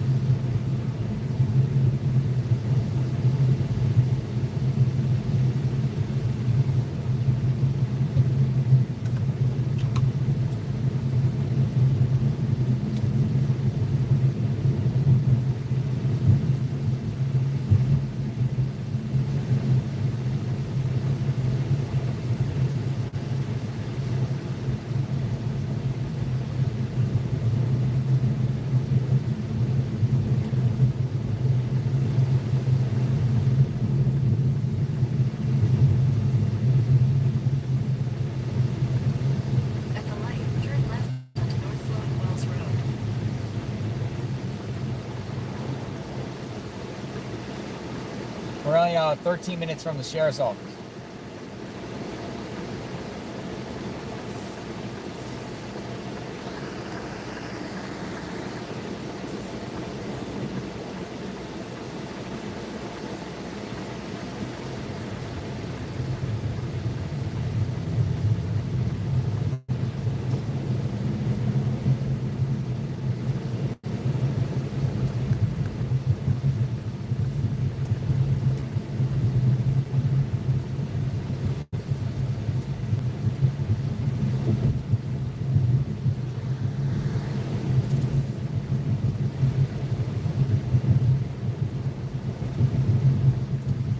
Man, these roads are crazy.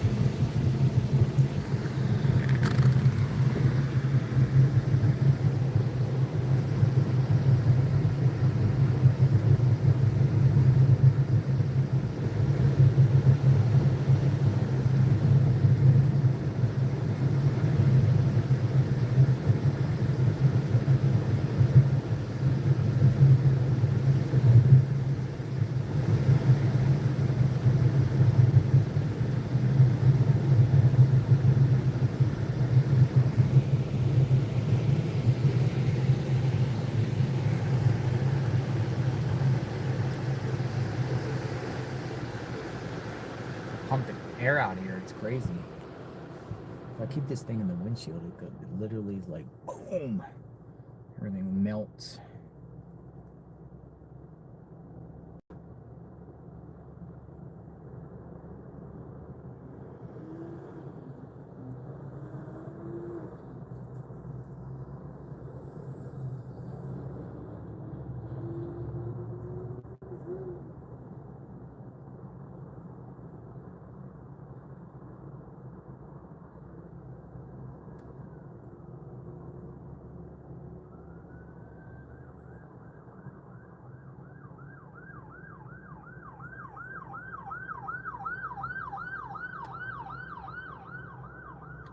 Huh?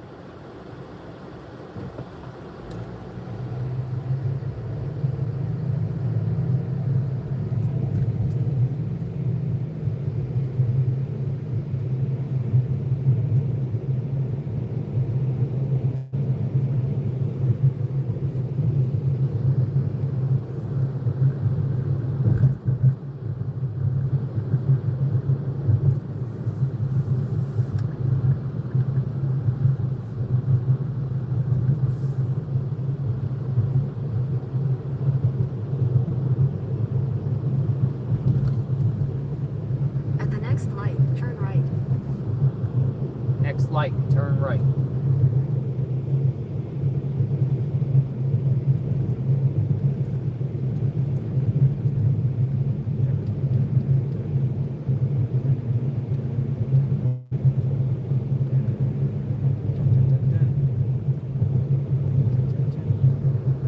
Next right, turn light. Next light, At the turn light, right. turn right onto Arizona 77 South, West Miracle Mile. Next right, turn light. Next light, turn right. Next right, turn right.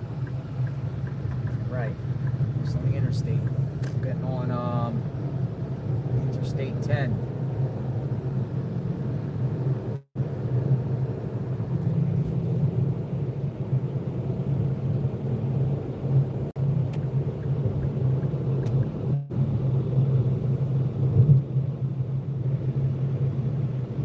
JLR, who is Ted Investigates? Then, at the next one, use any lane to turn left onto North Freeway Road. I don't even know who Ted Investigates is. Well, that name has been floating around a lot. Ted Investigates. Yes, streaming your live. I see things addressed to you, asking questions, and it's not you. Really? I don't know anything about Ted Investigates.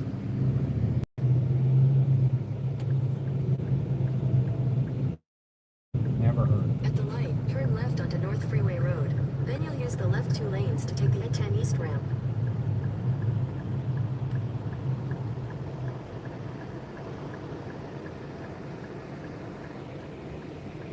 We are going back to the sheriff's office. We're going to use that staging area to have a discussion, kind of sit on standby, see what's happening, what's going on, keep the conversation going. I want to hear from I want to hear from all of you.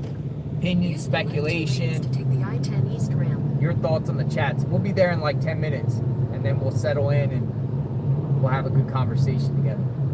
Listen to the people. It is a very hot day. This is the last of the hot days before it does cool down, so we will get relief in the next couple days. Back down to normalcy, low 70s, upper 60s. So, big difference. It's almost like 90 degrees out here. It is hot. Unseasonably hot for this time of year.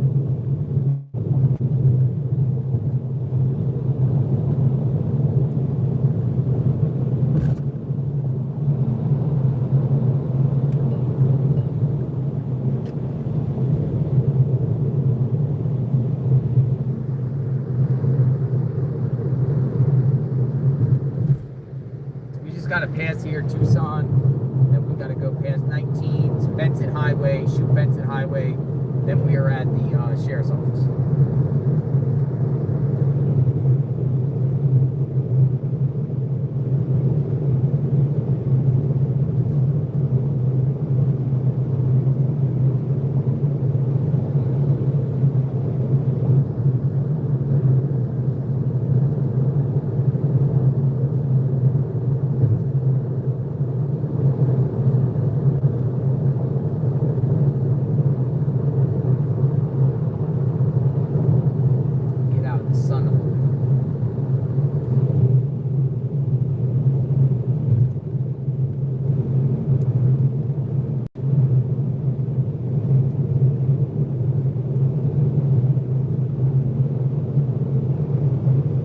At any moment, at any time, something could happen here.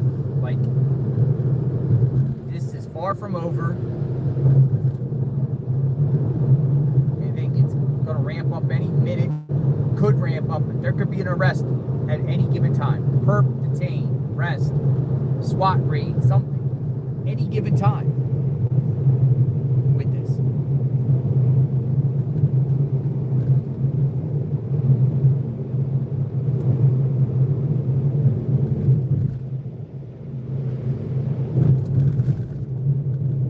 Not like the roads out here at all.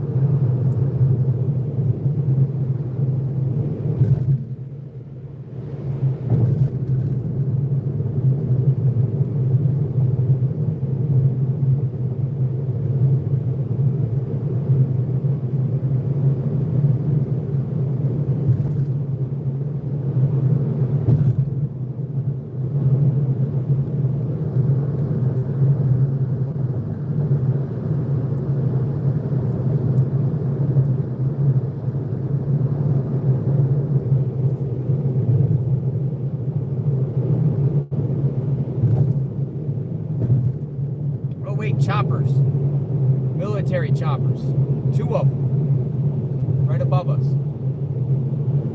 Have to check out the flight radar on that. They're probably not under radar, but 2 military 2 miles, take exit 262 for Benson Highway toward Park Avenue. 2 miles, Benson Highway. 2 military choppers headed west.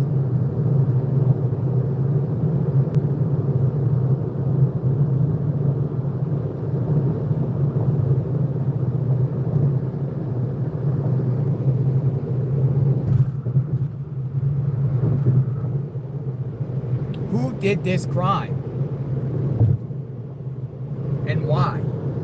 Who did this?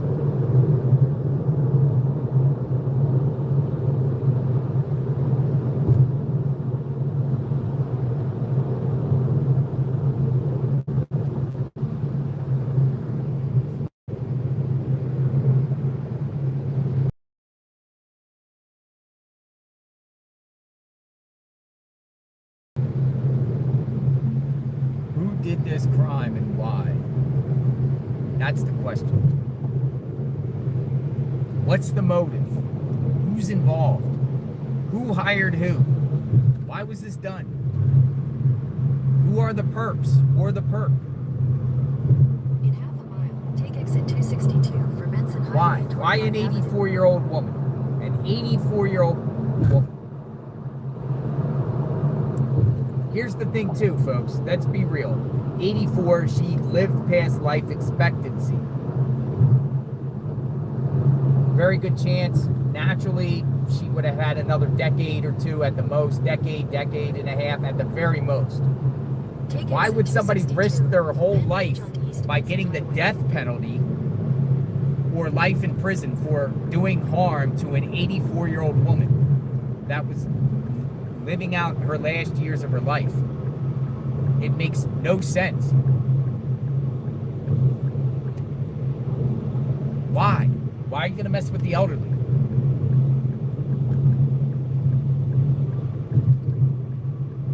It makes no sense that somebody would risk spending the rest of their life in prison or death row for harming an 84-year-old that, let's be real, that most likely will not be on this earth in a decade or a half. You know, she lived past life expectancy. She probably lived a good life. She probably had some life left in her. I mean, the sheriff said she's sharp as a tack, but you get what I'm saying. Like, it's just ridiculous that somebody would do that. It's crazy. Somebody's going to go to prison for the rest of their life or be wanted because they're going to target an 84-year-old woman in the later years of her life. It's horrible. It's disgusting. It's pure evil. I mean, every human has value to it. And I'm not saying, you know, anyone like us, middle age or young or whatever, but women and children and elderly are like the no matter what.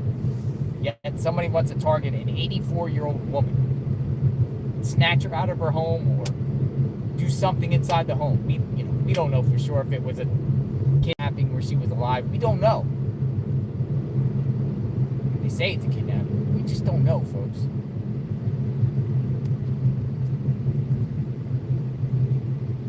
All right, up ahead, I'll be turning right.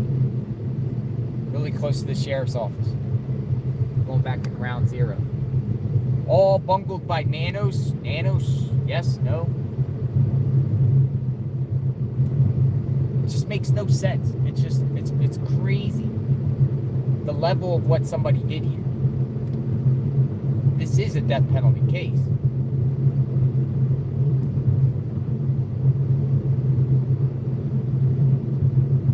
Go past East Apache Park Place and turn right into the parking lot. All right, we're here. We made it. Turn right into the parking lot. Back to ground zero. Oh yeah, the media's all out here. Let's do the same. Got some of the media out here. Tactical SWAT team. All right, so we will go. We'll go right here.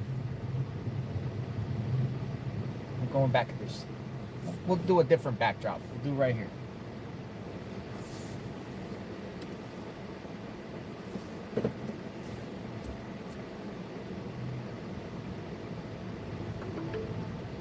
Your destination is on the right.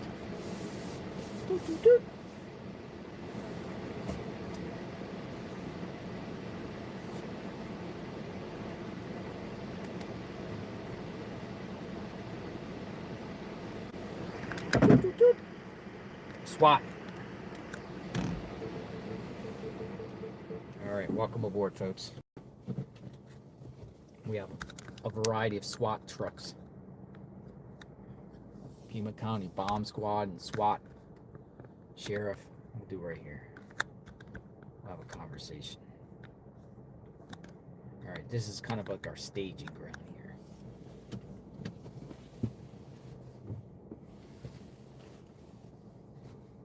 Let's keep the conversation going. JLR investigates.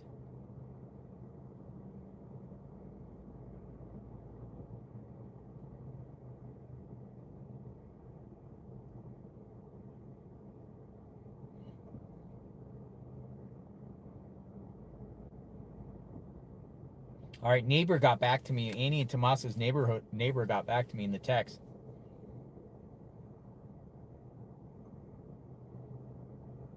Hey, do you know if any new cameras were installed in the neighborhood? Response: there wasn't this weekend. The one I saw last week hasn't been back, but when I get back from work, I always drive down the street since there's no speed bumps on the street. And then it just responds, I heard Savannah, Annie, and Tommaso went over to the mom's house, ? Were you there for that? That would be the first time we've seen Tommaso through all of this.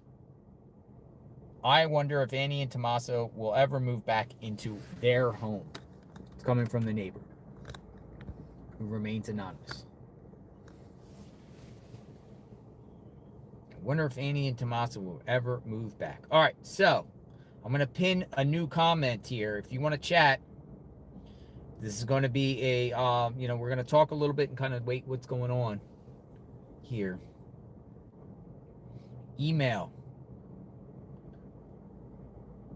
Well, hold on a second. I have to acknowledge our good friend, Kimberly Picoto. Always grateful and always good to see you, Kimberly. Thank you. Kimberly, you want to say? You want to come on the record and talk, Kimberly and Picoto? Shoot me an email. Just say, Kimberly, hey, I'll talk. Kimberly, you want to talk? Because you're in here every day, Kimberly Picoto. If you want to talk, shoot me an email. Put your number in. I'll get you on board. Kimberly Picoto.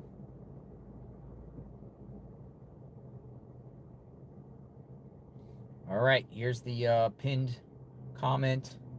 Nancy Guthrie discussion. Boom. All right, it's up. If anyone wants to speak, you want to set the record straight, you got something to say, we would love to hear from you. I would love to hear from you.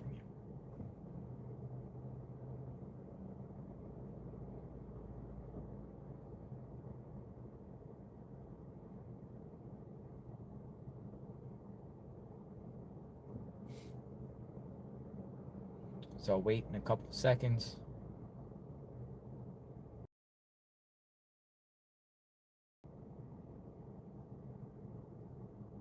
I'd love to hear from you. You want to talk? Who's going to talk? Who wants to come out there and talk?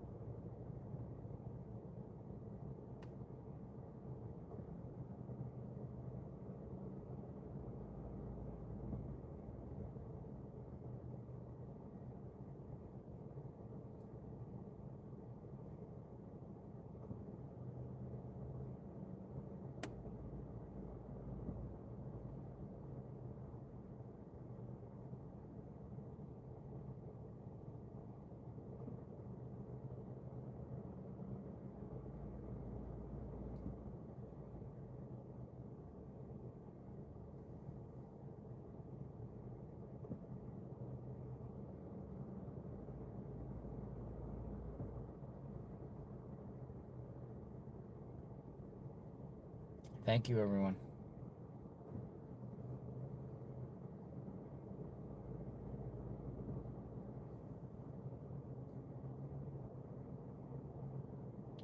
All right, Jamie Medina. You want to talk, Jamie Medina? We've talked before. So many things. What's your number?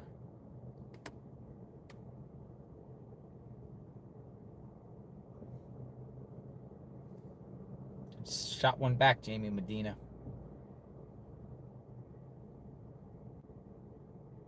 I can share thoughts, Beth says. What could have been done differently from a professional PR standpoint? Elizabeth says. All right, Elizabeth. Elizabeth, you're up. Elizabeth. Thank you for reaching out. From a professional PR standpoint. All right, Elizabeth. Welcome aboard.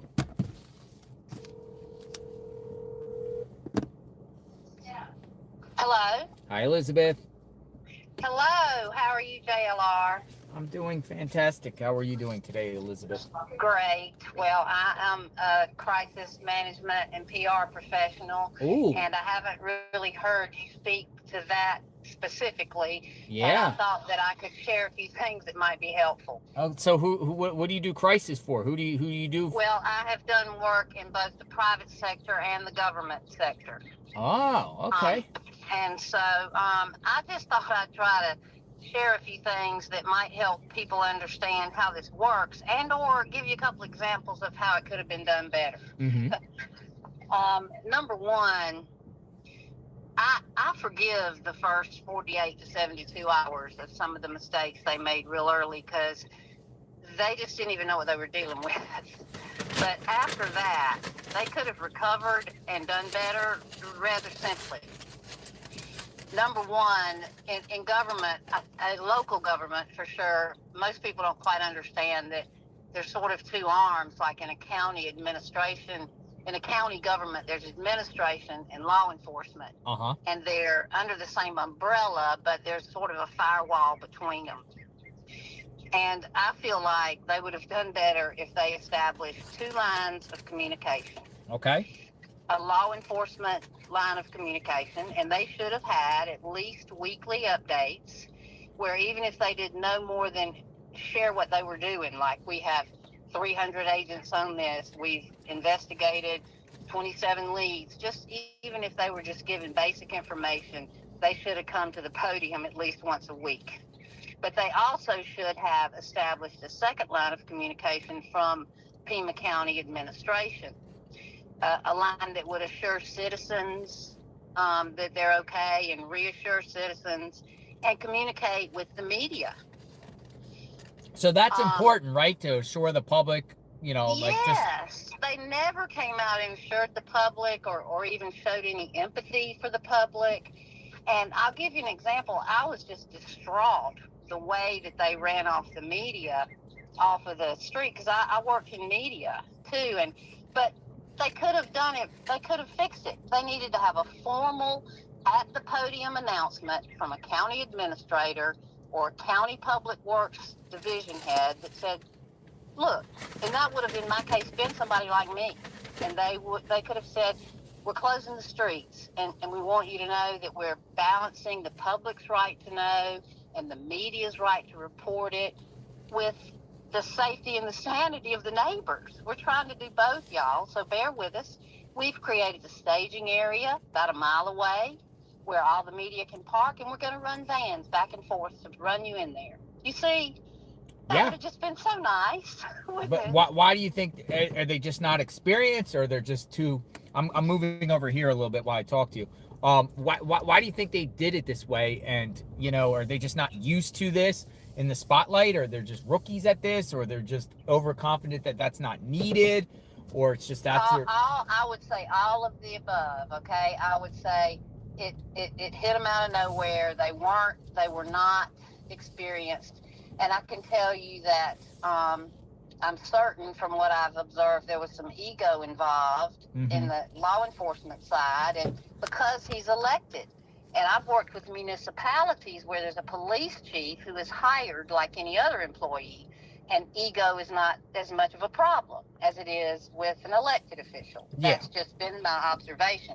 So I'm sure there was a big, strong, stay out of my lane kind of viewpoint. If I can't go to the podium, you're not. Yeah. But an administrator could have and should have, but they don't want to touch it. It's been such a mess. Why would they put their name on it? But I'm just telling you that I feel like they should have come. That's just an example how they could have done better, even on the media side. Well, right? doesn't departments have that, like a PR, like a public information? I mean, they have a public information officer. Explain that a public information officer is different than somebody that's coming in to advise you on crisis management. Crisis management. And see, I feel like the county should have had a crisis management team. Even if they made one up internally, they should have had one. And on the other side of this, I feel like the family should have had a crisis management team. If they hired a PR firm, everybody would freak out, right? Say, why are they hiring a PR firm? Well, they needed crisis management help. They just did. And I feel for them. For example, they should have had a family spokesperson that's not in the family. People usually have an attorney or a clergy member or someone that is appointed to speak for the family. Mm-hmm. And they come out and share grief and empathy. And I feel like, for example, I told you I'd give you examples. The day they announced the reward, that should have been a formal press conference with if they wanted to be Savannah Fine or a family spokesperson to come out and announce that reward and use it as an opportunity to sort of push that a little bit toward solving the crime. They should have had people from the Missing Children's organization standing there with them to receive the $500,000. And Yeah. they could have just used that a little better. That's the kind of thing a professional would advise them to do. Well, it's just I'm wondering though, like with the reward, because of the reports that, they wanted to put out that reward at the beginning stages and they were denied. I'm wondering, like, the reason why they did that is just they had enough with the sheriff in a sense, and they're just doing it on their own. Well, they didn't need to involve the sheriff. If they had their own team, they have their own press conference. That has nothing to do with him. Gotcha. They just should have done it in an organized fashion where they would have gotten a little more out of it, I think. Well, what about even Savannah with these Instagram videos? Well, okay. I think that's fine. I don't see anything wrong with that, and I think, bless her heart, she did a good job with all that. But that's such it's also new in the world of how we communicate, that I feel like a more formal, organized communication could have just been better, and could have been better for the family all along. But again, they're in grief, and that leaves me with the last thing I wanted to tell you, because this has helped me as I have moved through managing some situations, specifically in government. Maybe you can tell I'm from the Deep South. Yeah. And so I was around when the tragedy happened in Charleston. I wasn't working in Charleston. With Dylan Roof? Yes, but I live in South Carolina, so I went to a professional seminar one time where the Charleston people spoke, and the lady who was like the chief of staff for the mayor, she described how they handled it, and this was such a great way to put it. She said, law enforcement handled the crime. In the mayor's office, we handled the grief. Got you. Okay. And I feel like that's not what has happened here. We haven't had anybody out there handling the grief for anybody, or even just the logistics that go into things that are other than crime solving. So thought you might find some of that interesting and helpful. So let me ask you something, with the work that you do some of these sheriffs and law enforcement have used the media, like certain media, for their PR and everything, like favorable, and use like a certain, like propaganda, a certain media outlet that's nearby that specifically they use that as the mouthpiece to amplify their message? Meaning, like, without being criticized or anything, just more about propaganda instead of like questioning. Well, I can tell you this. I've never really seen anybody use it as propaganda. No. Okay. But what I have seen, and I've been involved in at least one thing where everybody from TMZ to the Wall Street Journal descended upon us. And we talked to local media first, because they're still going to be there when the thing is over. Now, so that wasn't like you get all starry-eyed and say, well, this is the New York Times, let's talk to them. You got to keep your local media close to you if that's what you're asking. Sure, you tell them stuff first. Gotcha. But you don't, it's not propaganda. Now, like I said, an elected official is always going to be spinning a little bit, Yeah. which is why I said I wouldn't call it PR, because that sounds like spin to people. This whole thing needed crisis management for whatever reason. So with the sheriff, this continues to drag out. You think the sheriff's days are doomed, even though he's an elected official, he can run out his time? But do you think there's going to be pressure for him to resign, or like people are just going to keep criticizing him and opening up more cans of worms on him and digging deep into him? Do you think he can survive this? Well, I can tell you that he wouldn't survive it where I live. He would. but he could survive. I don't know Tucson. I don't pretend to know the people or the ethos of that area, know. Yeah. But he wouldn't survive it where I live, because even if there's been good things going on behind the scenes, he has not managed the communication or himself well. So yeah, I don't think he'd survive around here. Gotcha, Beth. I tell you what, if I ever need some PR person, I'm contacting you for advice. Well, let me tell you, I've really enjoyed your coverage, and it's so funny. My husband will hear noises sometimes because I'll have the phone in my pocket, and he'll say, "What is that?" And I'll say, "That's just JLR's ambient noise." I appreciate the watch. Thank you. Hope some of that was helpful. Very Bye-bye. well. You be safe in South Carolina. Thank you.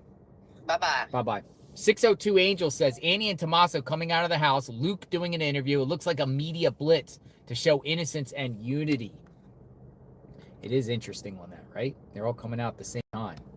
All right, so this is the scene right here. People are saying there's a new Instagram video, so I'm going to look into this by Savannah. So just stand by. I'm going to see what we got going on. People are like, there's a new Instagram video. So I'm going to look here and see what we got here.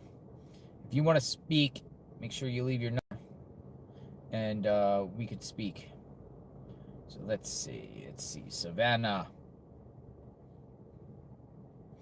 Let's see what we got. I don't see anything yet. Oh, basically, it's an IG story. It's an IG story. Savannah has an IG story. We feel the love and prayers from our neighbors, from the Tucson community, and from around the country. Please don't stop praying, hoping with us. Bring her home. So she basically just left an Instagram photo of the spot, this spot here, this. So this is what she said. Basically is, we feel the love and the prayers from our neighbors, from the Tucson community and from around the country. Please don't stop praying and hoping with us. Bring her home. And it's coming from Savannah Guthrie. So that's the flowers. That's the flowers. So it looks like she appreciates all the flowers out there in front of Nancy Guthrie's home. So she's with it, right? Sometimes family members say, stay away from my house or whatever like that. So she appreciates all those flowers outside of Nancy's home. Interesting. All right, so let's see what we got. Anybody else? Let's have a forum. Nikki says she wants to chat. I've been watching you. JLR, love you. Been watching since the beginning. Love to chat in a Canadian perspective. I am also an ICU nurse. Okay, Nikki, in a Canadian perspective. All right. Let's talk to our Canadian friends. From a Canadian perspective. Nikki, you're up. Coming up, 202 number in the pipeline, Nikki. Love to hear from you. Here we go. Hi, if you record your name and reason for calling, I'll see if this person is available. Hey, JLR Investigates. Looking for Nikki, please.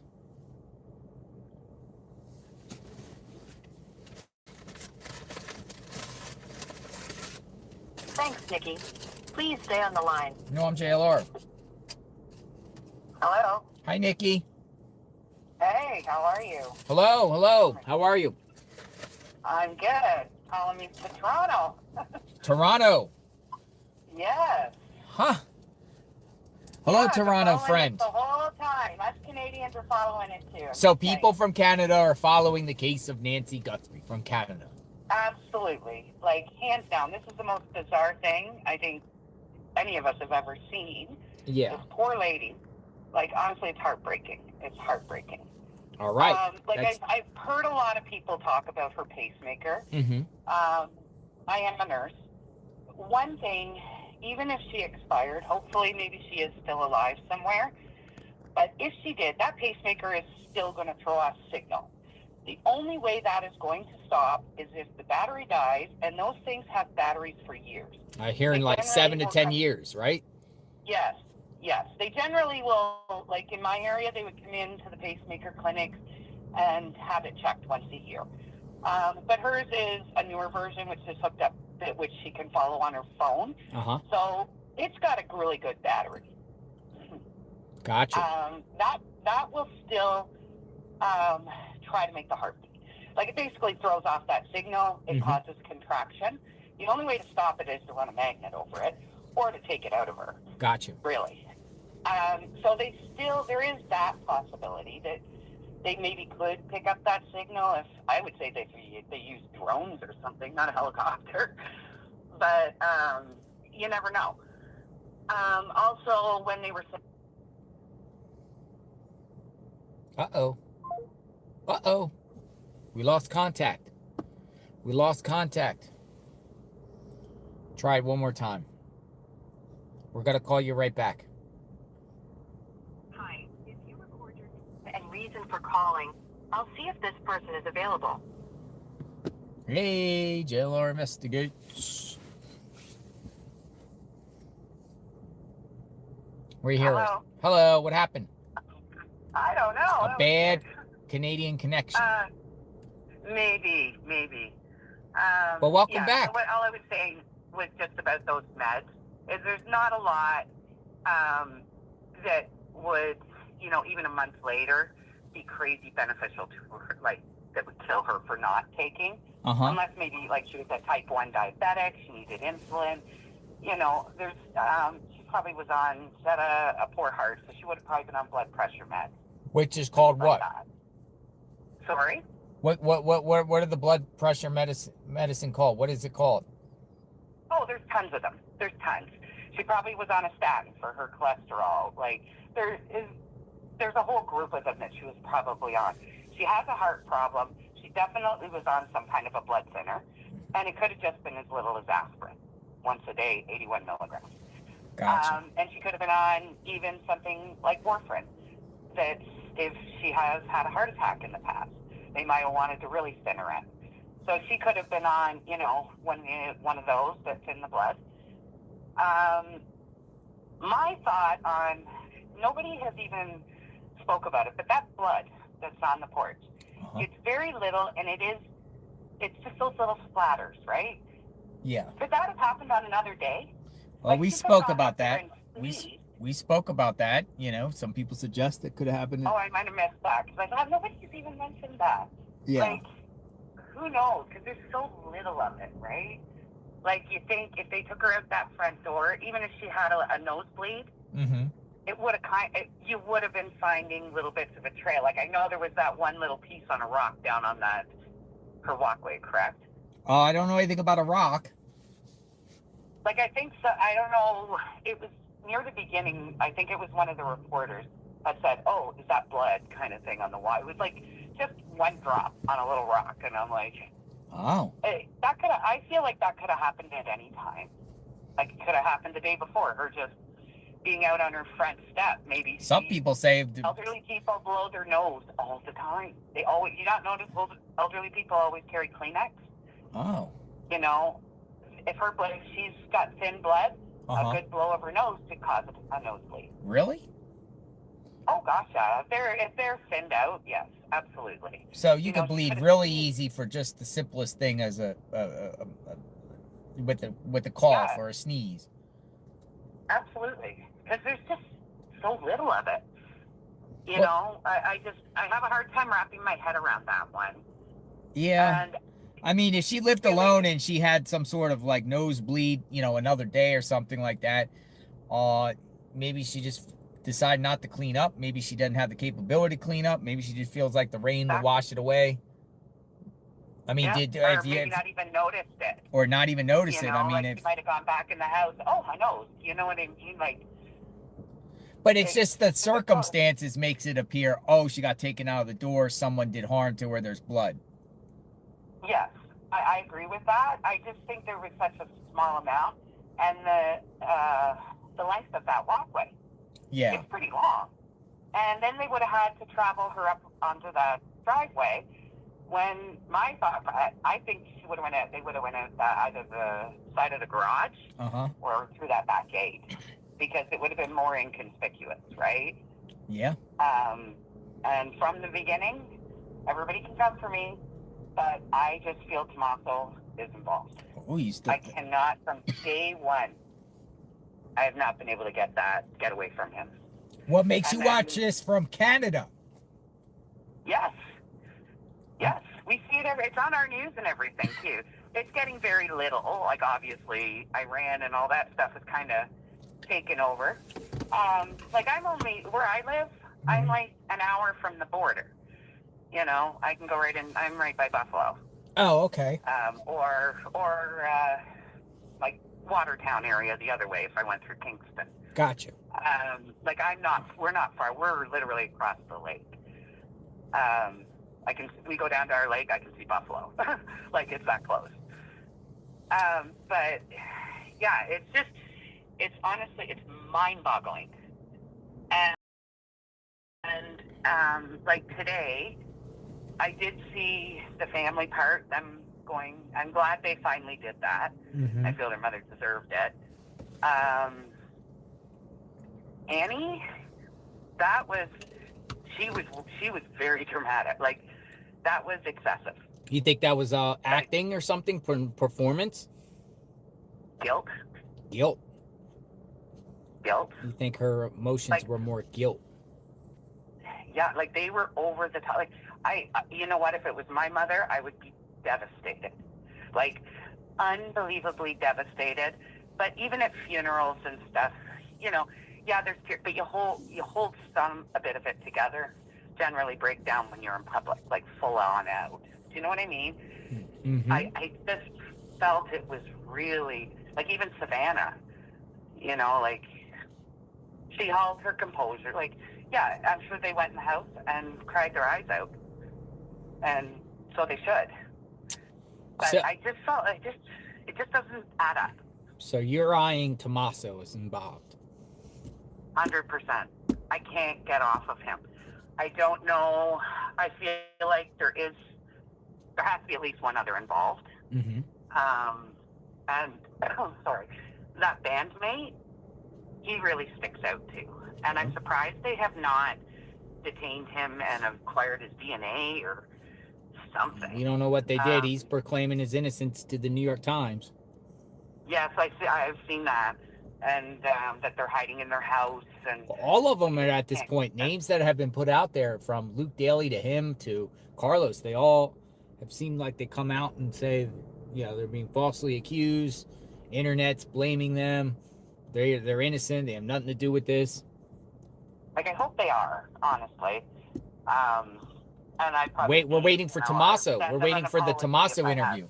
NBC News, just exclusive them, man. NBC News, just get Tommaso they have on. An exclusive with Tommaso? No, I'm just saying. I'm calling NBC to just get the exclusive. Do it Savannah's network and just clear your name.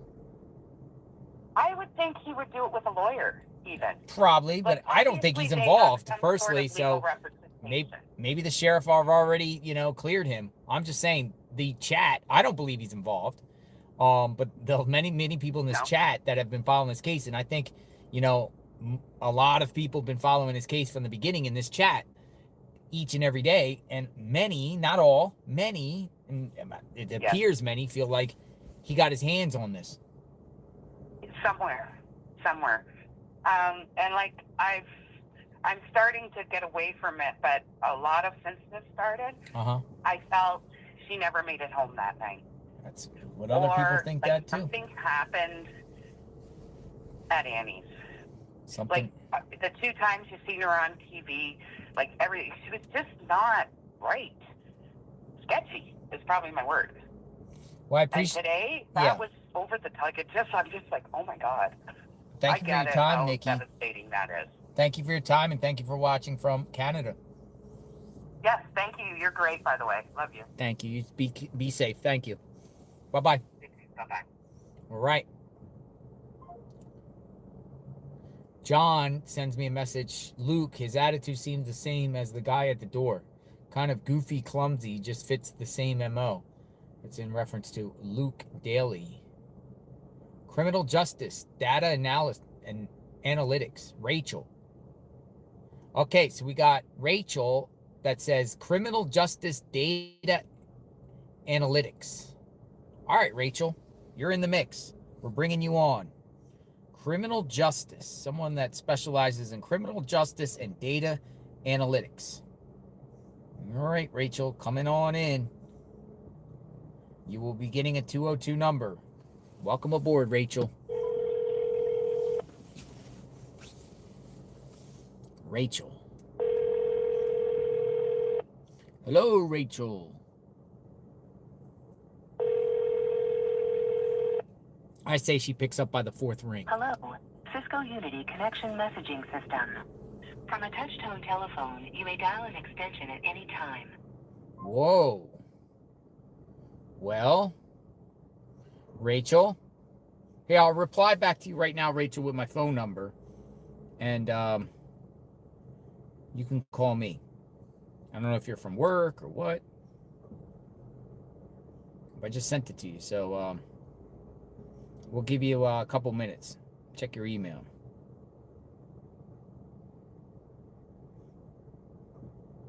Oh, wait, we got a different number. Do we have a different number? Yeah. Hold on, I got a different number. I think you left one with, like, your headline to your business. Hold on, I'm going to call you. All right, Rachel, this should be it. Let's see. Left a couple numbers there. Hello? Hello, Rachel. Hi, how are you? Hang on one second. Let me shut my door real quick. Oh, you're at work. Maybe? Thank you so much for calling, and I promise, chat, don't attack me. I won't be on here long. All right. Yes. Okay, I have a couple things I'd like to say. Sure. I know that everybody is saying that, you know, it's against Nancy, but what if, just what if, there was something to do with Annie?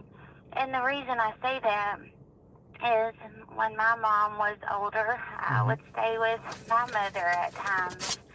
I don't know why I'm nervous, but you're fine. Anyway, what if the perp had actually thought maybe Annie might be there, and the target wasn't Nancy. In fact, he thought maybe Annie would be there. And I know that's kind of probably far-fetched or whatever, but I feel like that maybe they should look into the fact that she may have had enemies, because I just saw something where the FBI had said that it was a crime, the way that they worded it in here is like a crime of passion, like something that was meant to hurt someone. But why would you want to hurt an 84-year-old woman? One more thing before I go. Hold on, I want to respond to that. Can I respond to that? Absolutely. Sure. Absolutely. So we have said that in the chat. Numerous people were like, you know, we're all assuming this is because of Savannah and someone's targeting Nancy because of Savannah. But there has been some people we've discussed. What about Annie and Tommaso and their victims in this? And somebody was targeting them or seeking revenge on them and taking it out on Nancy because of something they're involved with on their end, or some beef they got with somebody on their end. Right. And I understand that 100%. And the reason I come to this conclusion is, if you'll go to, and everybody can do this, it's not something that is illegal to do, truepeoplesearch.com. you can type in anyone's name, which I've done this. You can type in your name or my name, or you can type in Miss Nancy's name. You can type in Miss Annie's name, Savannah. It'll give you their phone number. It'll give you their house. I sent you screenshots. It tells you the size of the house that they live in, Yep. the day that they purchased their home, how much equity they have, exactly how much money that they still owe on the home. It's really kind of creepy how much information that this site gives out on a person. But I noticed that there was 2 years, not very long ago, that Annie had her address as Miss Nancy's address. Oh. So was she living with her mother for a few years? And if so, why? Do you see what I'm saying? Or those database, maybe there was some sort of credit or something, like some sort of credit card or something going to each other's home or something in someone else's name, which registers, in the credit bureaus or something, It could be, but if you look at Tommaso, and if you ever get a chance to read the attachments in the email I sent you, I know you're bombarded with these things, but you'll see, it goes over his work history, everything, and like I said, how much money was in the 300 and something thousand that people are talking about. That was actually an amount that was paid down on that house. Now, who paid it? It doesn't tell me that information, but you can definitely see the day the amount was paid. Well, It's I don't know how accurate it is. I know that I looked at it for myself, just to kind of see, is this thing way off or is it not? And it was very odd that it said exactly how many years I'd been at my job, which is I work at a university, and I don't know if you guys have ever heard of, we call it the body farm, but that's not the technical name. Or people that donate bodies that can't afford funerals, and then we take them. We use the donation and set up different types of crime scenes, and put bodies in different situations to see what would happen if you did this to a person or body that to farm. A person. That's not the technical name, but that's what we call it here. But so my theory on the reason that they actually took her was because there would have been some kind of DNA under her fingernails, or maybe she fought back, and otherwise they would have left her there. I don't think that they would have went through the trouble, or the fact that maybe she said, hey, my daughter has money and you can get some money out of this. But I pray every night she's okay, but I really just don't feel that she's with us anymore. But I just thought that site would be really interesting for you to look at. It also would give you some addresses that you could kind of scope out, that they may be staying at, because it's very current. Well, I appreciate your input, Rachel. Thank you for the analysis, and praying for Nancy. Yes, sir. Thank you. Have a good day. Bye-bye. I think one of Rachel's points was that any one of us, literally any database out there, there's so many databases, and I can get anything on anyone out there. There's zero privacy anymore when it comes to things, because each of these databases out there, there's different ones. There's so many that have a little information, and you can put the pieces together, and you can find out about anybody. You could literally be across the world, and you can know everything about somebody just based off going on the databases and whatnot. And, could this perp of utilize databases and all types of things to, find out who they want to target without even knowing them from a can of beans? I can find out anything about any of you people out there watching. Anybody, and you guys could do the same thing. There's so many different databases out there, and with cross reference with court database, tax records, Google Earth. You can see people's homes. You know, even if your home was for sale before, you could see the inside of someone's home and their layout on some of these realtor sites. Just all types of credit agencies and everything like that. And you know about somebody. You literally can. It's wild. All right, so what do we got? What do we have?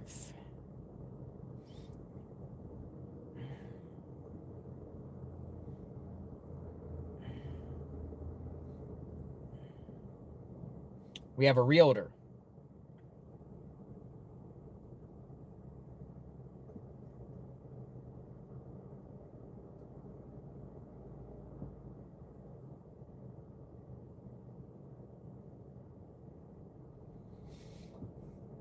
Thank you. Thank you, Kimberly Parham. Anybody else want to talk? Anybody have some points? Anybody want to talk?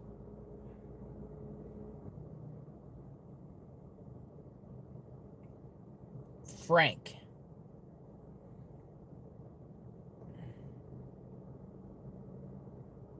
Deborah from Oregon.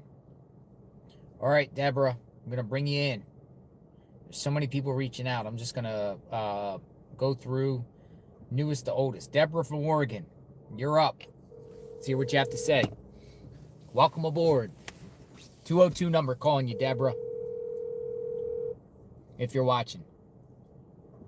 You probably are. I'd say the fourth ring you pick up. One more ring. Nope. All right. All right. Thank you for your time. All right. Keep it moving. Who's next?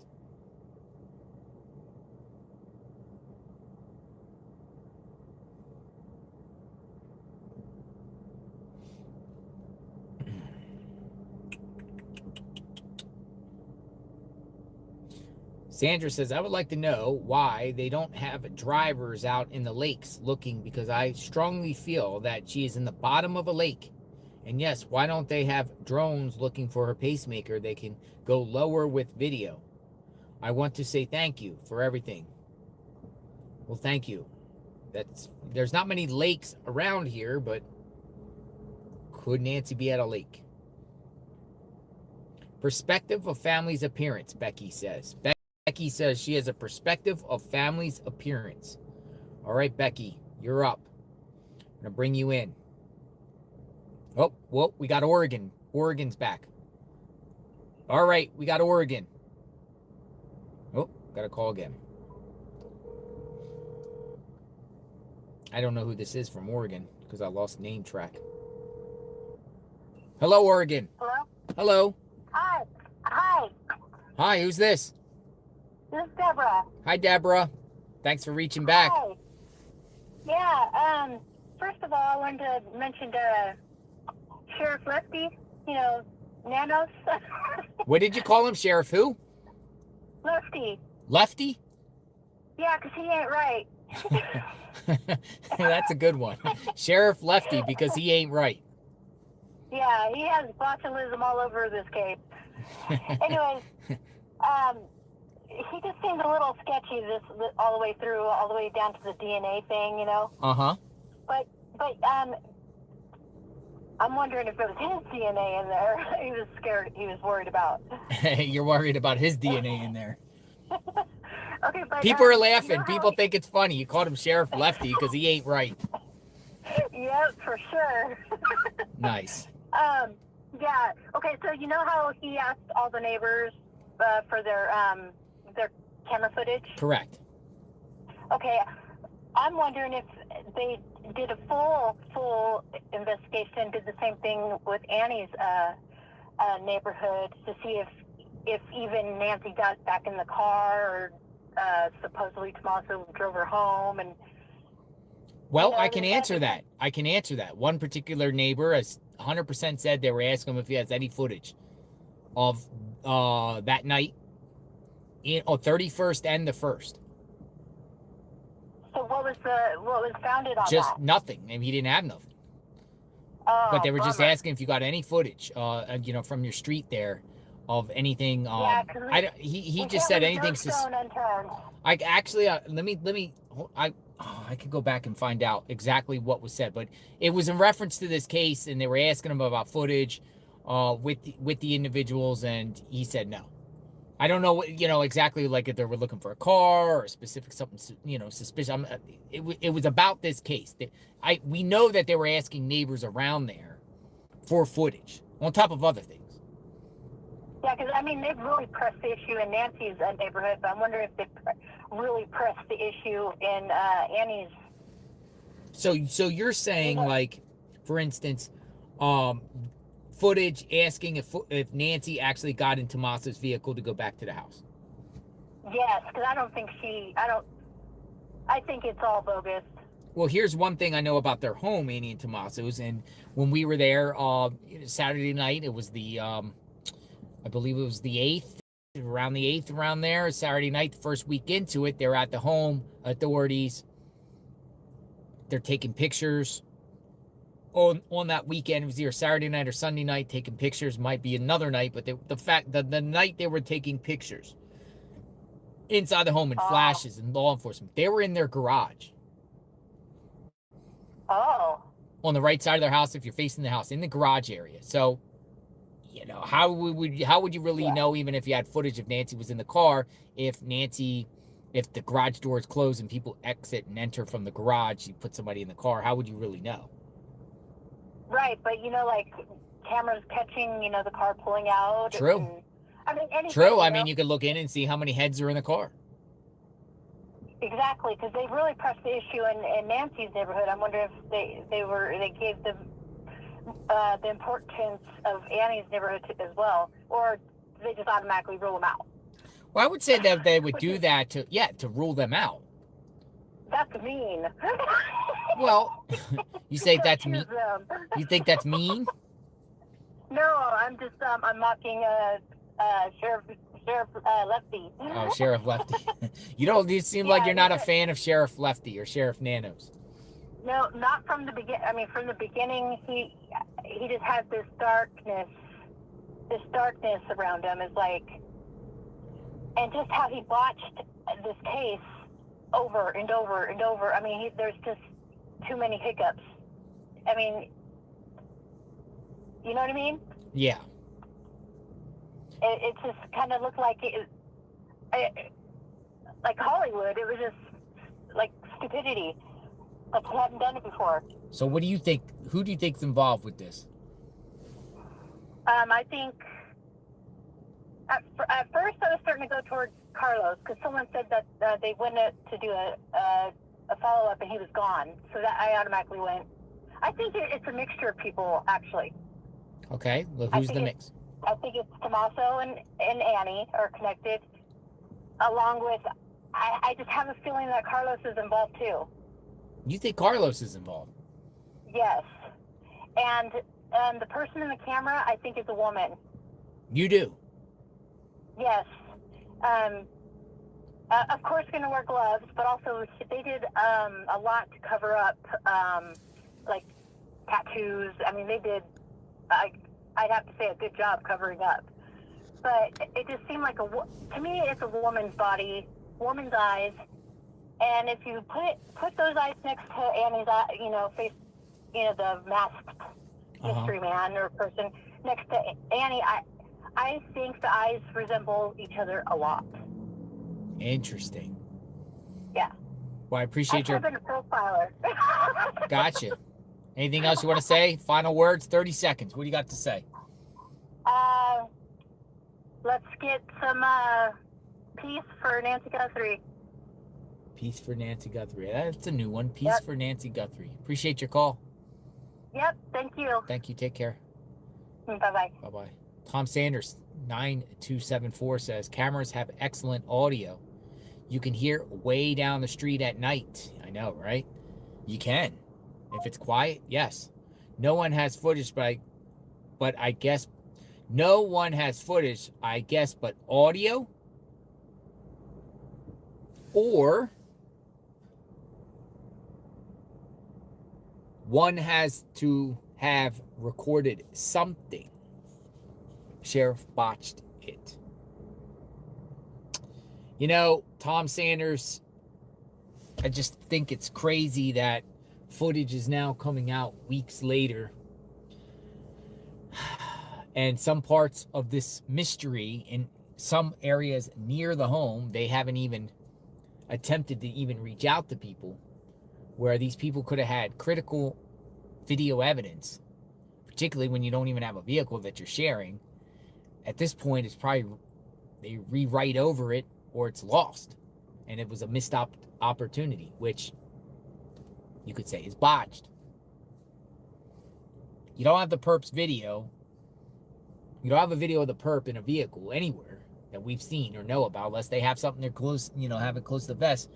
But then newly released videos going out in neighborhoods near Nancy's home where it's revealed that authorities they didn't even search or ask anybody around there for any video footage, which could have been crucial because these people could have had some, but they don't have it anymore. Some might not. Who wants to talk? All right, I was going to call you Becky. Perspective of a family's appearance. I was going to call you, and then we got the call. So stand by, Becky. I'm going to call you right now, Becky. Let's hear what you have to say. And welcome aboard, Becky.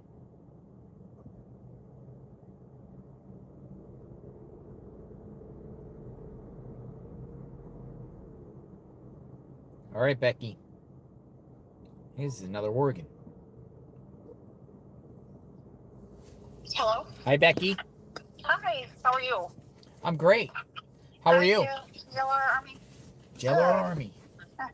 Hello. I was just going to say, a couple things, but when I look at the photos of the family, like when they're on the video, and even the other things like with Annie, it somewhat reminds me, only because I've been in this situation, of somebody who is manipulated and controlled. Like she could just be uncomfortable being in the camera. But I think that whoever is involved, I do believe it's probably some of the family member. That's what I think. And I think they're either a psychopath, sociopath. Those people are very manipulative. They appear in very good standings in the community. They involve themselves a lot of times with law enforcement or people of government, just like the band members. And have a very dark side, but to other people looking, they appear to be this great individual. And they truly are not. And I say this because I was in a relationship, and it was 2 years into it that the FBI showed up at my doorstep asking if I knew this person, and he was wanted for murder. Whoa. And as soon as it was brought to my attention, I was aware and started digging in.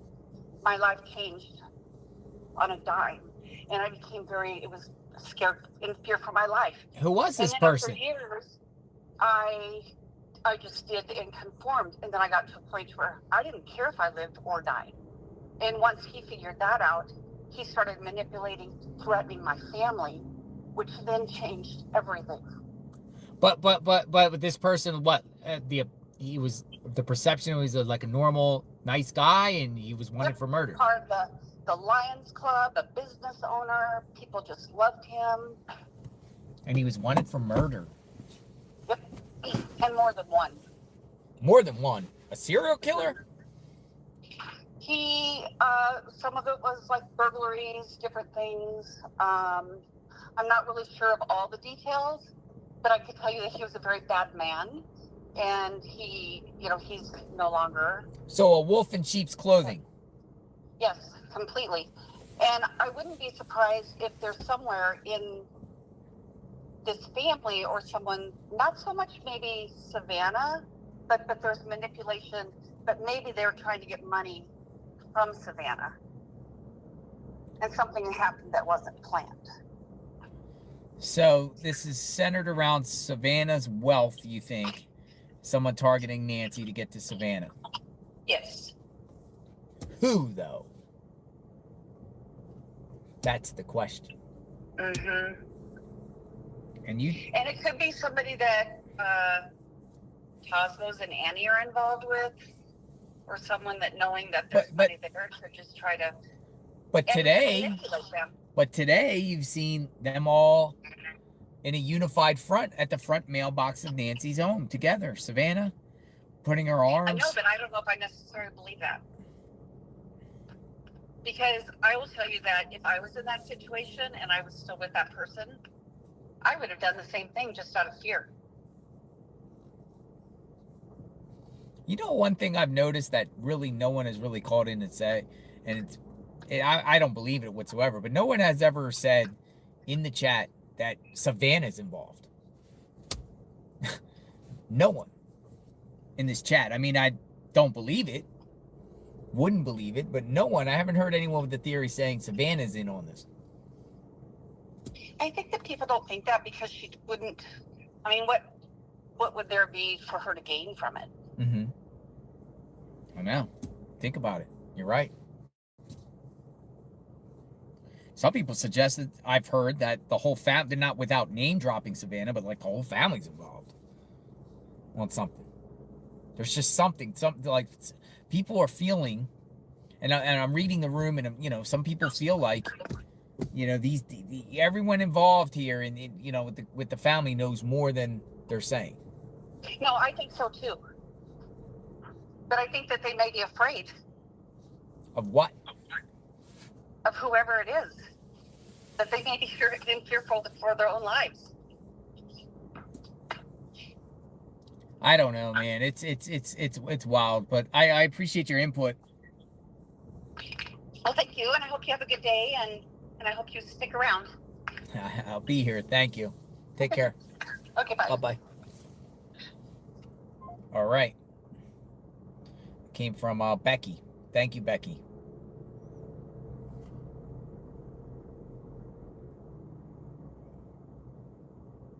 I just got a response by a person, actually, who's responding to me that we called yesterday, Carl from the podcast. He says, I told you yesterday Savannah could be involved with her husband and Epstein.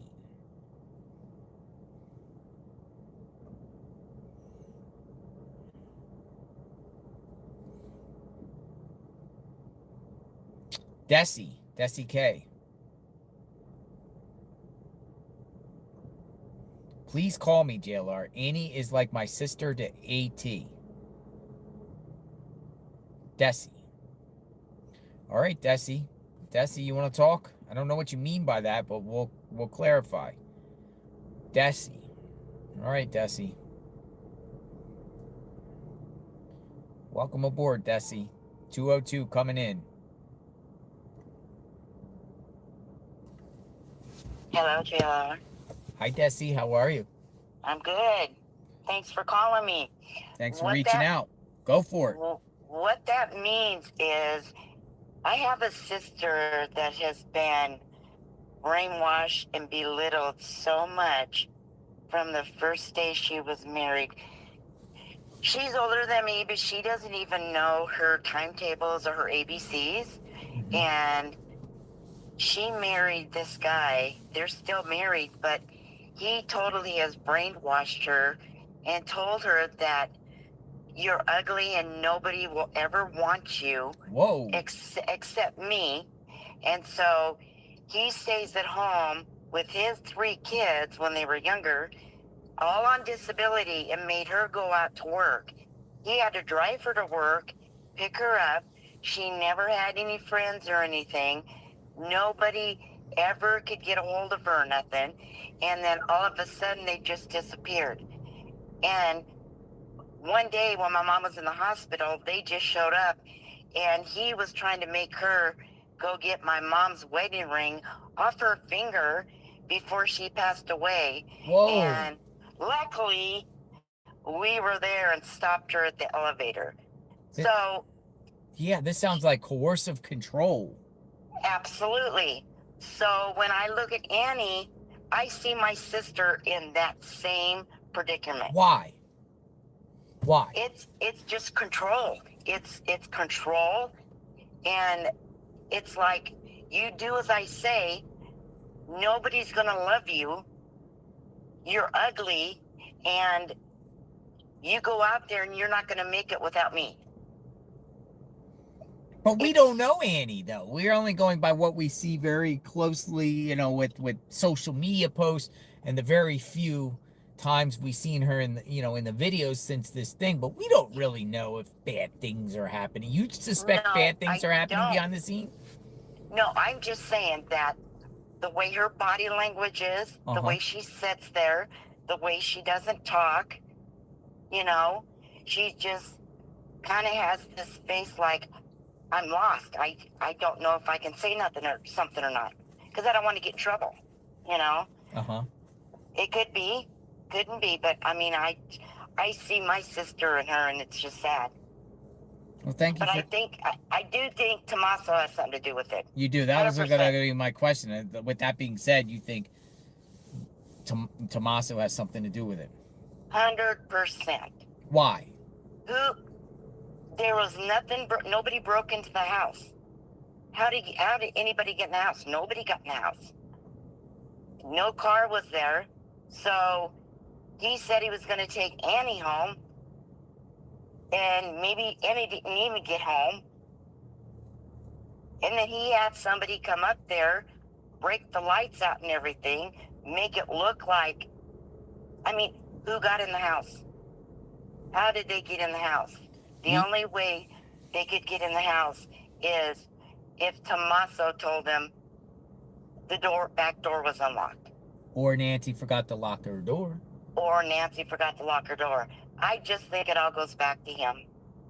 I mean, I've seen these where these people that are involved, they go out with the search party, and they show up at the funeral, and they're the ones that did it.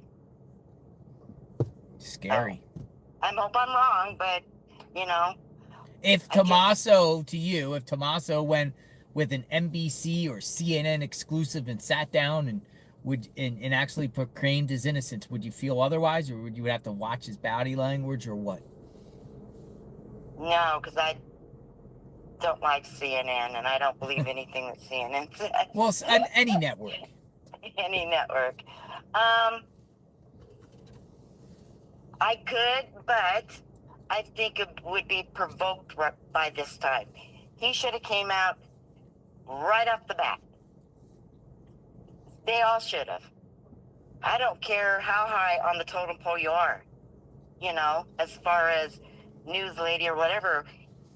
If you believe, if somebody was blaming me for something, you darn right I'd be out there trying to clear myself, you know. Maybe he's ready to fire off cease and desists to all the people that say he's involved. Yeah, where's all that though? And then it's funny how all this happened today, you know. Everything happened today. You know, it's really funny with I'm trying to think. They show up all of a sudden, and then somebody comes out. That other guy, Luke, comes out and has that interview. It all happened today. Timing. Well, maybe because no one's at the house anymore, the media can now, you know, focus on reports or past things that transpired with this case and do follow-ups and everything like that. I'm sure a bunch of media outlets have reached out to Luke and said, hey, this is so-and-so. Would you want to set the record straight? And one of them was actually successful in getting him on. You're too optimistic for me, JLR. I don't know. I'm just thinking here. Maybe I'm not even thinking right. It's just mind-boggling. I know. Desi. Your eyes look tired. You look like you're drained. No, you got plenty of energy. We're not tired. You're doing a great job. I'm not tired. I found you just through Dad's gone, whatever. I watch him in Bakersfield along with Joe and some other ones there. So, and that's how I found you. Awesome. So, welcome aboard. Great job. You'll see the other places we go to eventually. And by the way, Nebraska has cornfields too. Do they? I'll probably be storm chasing out in Nebraska in a couple months, maybe tornado chasing. Yep. Maybe. Well, come on through. It's beautiful here in the springtime. You take care, Desi. Thanks for watching. You too. Nice meeting you. You too. Bye-bye. Bye-bye. All right. Another perspective. Who wants to talk? Just say, I want to talk. Julie Bug says, I want to talk about the Nancy Guthrie case, but not on air. Well, Julie, we're doing the air stuff right now. I want to talk, Jennifer says, and specifically Jen says she's not a wackadoodle. Jen says, I want to talk and I'm not a wackadoodle. All right, Jen. I'm going to bring you in, Jen. Jen says, I want to talk and I'm not a wackadoodle. All right. Jen wants to talk. Welcome aboard, Jen. Come on in. 202's calling you. Oh. Hi, Jen. Hi. You're not a wackadoodle. I'm not. Welcome aboard. I'm so excited to talk to you. Hi, Chat. Chat's been trying to help me get connected with you. They're saying, prove you're not a wackadoodle. Oh, I'm not going to take more than 5 minutes. All right. I'm not going to claim to be a professional in something and call in and go down some big old rabbit hole. Nice. What you got? Okay, here is what people are not talking about. So as someone who had an elderly mother, this is why she was taken from her bed. Why? Is because my mother would have not gotten up without her glasses. Ooh, glasses. And her cane or her walker. And we know that Nancy had glasses, and we know that she had a cane. Mm-hmm. And so if the cane is still there and the glasses are still there, then that tells me that she was home and that someone took her, kidnapped her. That's why Savannah believes that she was taken from her bed. Because of the glasses and the cane. Yes. If that is by her bedside and she had her routine, maybe she had her glass of water, like nobody's going to come home or come over there and stage that. You don't think so? No. If something happened to her at Annie and Tommaso's, I don't think someone's going to come back and stage that. I don't think the blood is staged. I think that is why Savannah in that video says she was taken directly from her bed in the dark of night. I don't think anybody was in the house. I think that her cane and her glasses, and maybe if she had hearing aids, were still on the bedside table. But if somebody was going to be taken for ransom, long-term or ransom, wouldn't they take the cane and the glasses and her medications and whatever she needs? No, people don't take people long-term for ransom. So short time, just grab her real quickly. Yes. But they were in the house apparently for a while. Possibly. Yeah, but I mean, nothing was taken. So I think that they probably just had to get her with her mobility issues out. You don't think she's pleading with them? Let me get my glasses. Let me get my cane. Let me get my glasses. No, I think she was scooped up. I think she was surprised in her bed. I think there was a couple people. They picked her up and they took her out. Think about this though. Taken from your own bed. Yeah. Whether it's gunpoint, gun in the holster, there and present in your eyes, startling you when you wake up, assuming she was asleep. I mean, that's terrifying. That would be terrifying. You live alone in a big house, female, and, somebody's hovering over you and telling you you're coming with me, masked. Yeah, I still don't think that they would have been like, okay, let's get your glasses. Let's get your cane. I think that not that like is accommodations, why, like no accommodations here. No. You're coming with me now. Mm-hmm. Maybe some cussing. Maybe, but I don't think she fought back. I think that's where some of the chat or some of the audience, some of your followers, have said, what if she fought back? Or, what if she ran? She had mobility issues.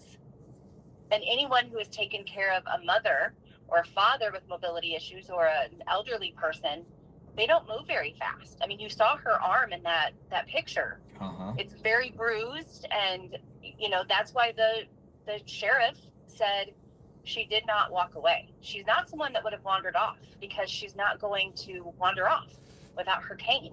Like, she can't get very far. Yeah. She was taken. And, you know, people saying that they walked down the street to a parked car. No. I mean, she would have had to been carried. You just look at her. She's 84. She's on blood thinner. She has a cane. She's just not an able-bodied person. Yeah. A mystery. That's crazy. I appreciate your perspective. I don't think it was a wackadoodle perspective. I don't either. And I think that's why Savannah was so adamant. I mean, the sheriff said it too. Sheriff said it too. So there was something in that crime scene that led them to believe that she was taken and she did not walk out on her own, or that she did not wander off on her own.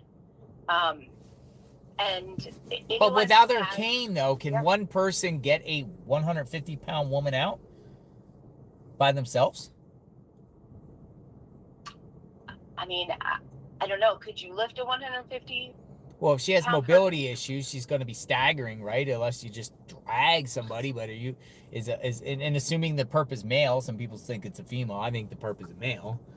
But the question is, perp or male. You do too. I do too. Perp or perps, I guess two people could, like, come on, you're now, or even three. One person, though, like hitting a 150-pound person that has mobility issues is a struggle. You mean, just imagine, like, you're hiking with somebody, and somebody's 150 pounds or even more in that range, and they twist their ankle out on a trail, and you and the person's out there, and they need help, and you got to get that person to safety. I mean, how are you going to get a 150-pound person? I do think it was two people. So I think that one person grabs under the arms and one person grabs under the legs, and they take her out. They could have wrapped her in her bed sheets. They could have killed her in the house and wrapped her in something and carried her out to a car. And I think it's interesting that someone also mentions that there's not a blood trail that leads out to where a car would have been, whether that's in the garage or whether that's out front by the blood on the steps. Like, if she's walking, as people have said, she's standing upright, she's got a nosebleed, she started coughing, then she would have had more of a blood trail, but it just stops. Listen, this is what I'm going to do. I think 857 Tucson's about 150 pounds. I'm going to go out there. I'm going to go out there and I'm going to drag him down the street. I'm going to drag Tucson. Tucson, if you're watching, we're going to do something tomorrow. No, seriously. In front of her house, I'm going to drag Tucson and see if I can do it. Like, he's about 150 pounds. I weigh more. I weigh about 175. I'm gonna do Tucson, and I'm gonna see if I can, one single person, or even two people. We'll get two people. We'll get whoever else is out there, and I'll get John DePietro with me, and we'll drag Tucson, and try to see if it's, how far you can really without getting tired. Is it possible? Yeah, we're gonna do that. I think. Do you guys think that's a good idea? That is a good idea. She wasn't dragged though, because if she was dragged, I think the blood would have been dragged. I think the flowers would have been dragged. I think you would have seen the mat turned over. I think you would have seen evidence of dragging. Yes. I think she was picked up, and I think she was carried into a vehicle. But carried. That would love to see if I can carry a 150-pound person. Yes. I mean, I consider myself kind of strong. I mean, somebody's going to do that. It's got to carry somebody, see if it's possible. But you're right. If you drag someone, they're going to leave drag marks. They're going to leave drag marks somehow. There's going to be tissue, skin. Her heels, the way that she bled, her heels are going to bleed if she, But people are saying she could walk, though, without the cane. Even though she could still walk without the cane, just walk slower. She could, but we need to know, I think she had that cane. My mom could walk around her apartment without her cane, but she couldn't walk far. Yeah. So if I found my mom was missing and her cane was there, I know that she did not leave on her own. All right, we're going to do some experimenting tomorrow. Yes, this is why I do believe that Savannah and the sheriff know that she was taken from her bed. I appreciate your time, Jennifer. Thanks for calling. Good luck out there. Thank you. Be safe. You be safe, too. Thank you. All right. Bye-bye. Take care. Bye-bye. Thanks for the call, Jennifer. Yeah. We're going to do some stuff tomorrow.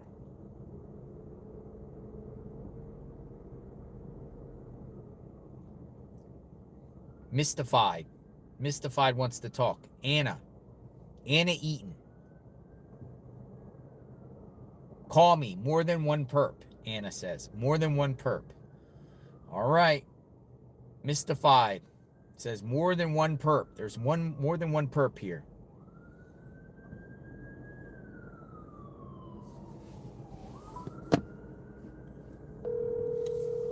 More than one. Hello. Perp.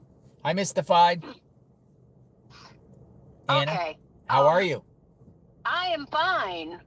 The reason why we know there's more than one perp is because of the complicated DNA. The complicated DNA. Talk to me. Okay.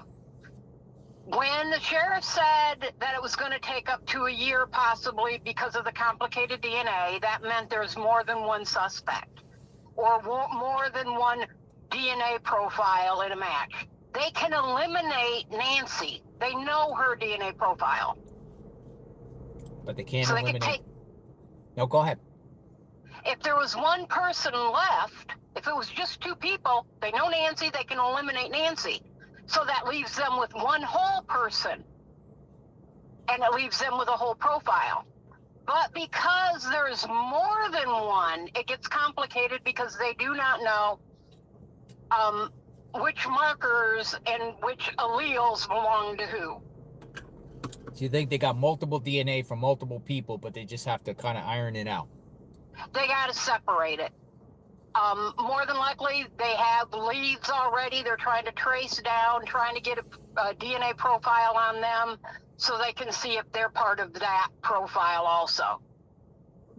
So even with one photo or one video out there, or video, two shots, as it appears, it'd be one person or the one. Some people say it's two different people. You think because of the mixed DNA, there's multiple involved? Yep. Gotta be, because it'd be too easy. Okay, the way you do DNA, there's two types. The type that the FBI does, and then the type that, like for IgG. They're two totally different tests. The FBI would do one that takes 20 markers in your DNA. Each marker has two alleles. You have two alleles for each of your markers. So when they run that test and they do one marker, but they find like 6 or 7, 8 alleles, they know they have more than likely 3 to 4 people in that mix. Whoa. Like I said, they can take Nancy out because they know what hers is. But that leaves them with other multiples they cannot remove and they can't separate yet. You know about DNA? A little bit here and there. I'm more on I do IgG, but mostly for adoptees. You do IgG? Yes. So what is this going to IgG, right? It's going to IgG, right? It's going already there. Well, that's the thing. The FBI has an IgG task force, but they don't do the DNA tests for the IgG. That takes a whole different test. They're looking for a different component. But the lab in Florida does both. What, you know what lab that is? It's DNA Investigation LLC, I think. DNA Investigation LLC? Or DNA Laboratories LLC. I'm getting my... Where's that based out of? From what I'm gathering, it's around Miami. Is it like the only one private lab in Florida? No, there's all kinds of private laboratories, but that is one of the better ones that does both the same tests that the FBI does, and then the what we call snippets, which is a molecule test, which is what the IgG looks at. You think this is going to Othram? It is, from what I've heard.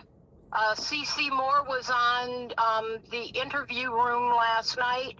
She is not working on it, so that means Parabon is not working on it. The next one down is Othram.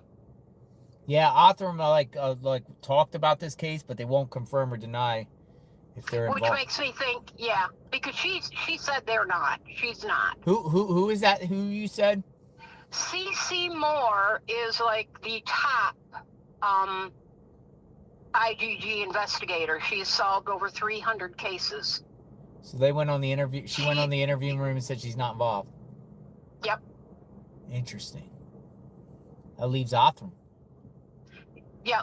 Or this could happen too, that the FBI is going to handle both, but they're not doing the lab work, that the lab in Florida is doing it. The FBI now has an IGG department where there's like about, from what I'm understanding, 200 to 400 workers, and all they do is IGG. That's all they do. Yep, that's all they do. Well, I appreciate it. Anything else you'd like to add? I've been looking at some of the photos, and the blood is fresh. It is not on the Nest camera video. There is no drops there. I even sent you the pictures of before and after. So, before, not there. After, yes. Yes. Fresh. Yep. Fresh blood. And there is a shoe print or a partial shoe print in the blood. Oh. What's your take of that? That's the first time I heard that. It's not a big one. It's little, maybe about the size of a quarter, maybe 2 spots. But then it's only spots of blood. So more than likely, somebody stepped in a couple of spots of the blood. And the blood is a literal trail coming like from where the opening of the door is and then going down. So you're paying attention. Ashley Banfield, another caller, said that she had somebody on her. She reported that there was blood inside the hallway right by the door. You hear that or no? Yeah, I had heard that. I would not be surprised at the amount of blood, because there's more blood at the door opening than there is as it goes down the path. What's that mean? She bled more when they closed the door. And then the path. She's walking, so it's the droplets are separating more, or being carried out and they're walking faster. Interesting. No, because there's no dragging in the blood, just a couple foods. Hey, I appreciate your time. Okay. Well, thank you. Thank you, Anna. Enjoy. Thanks for watching. Okay, bye. Bye-bye. Thank you, Anna.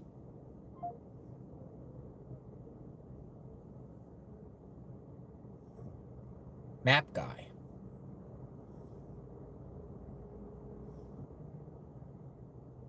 I'm in Tucson. Heavy police presence at a construction site. Hold on. We got something. Our map guy. Hold on.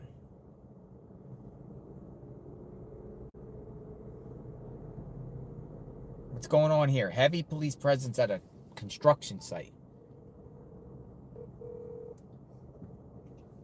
Hey, map guy. How are you? You made it?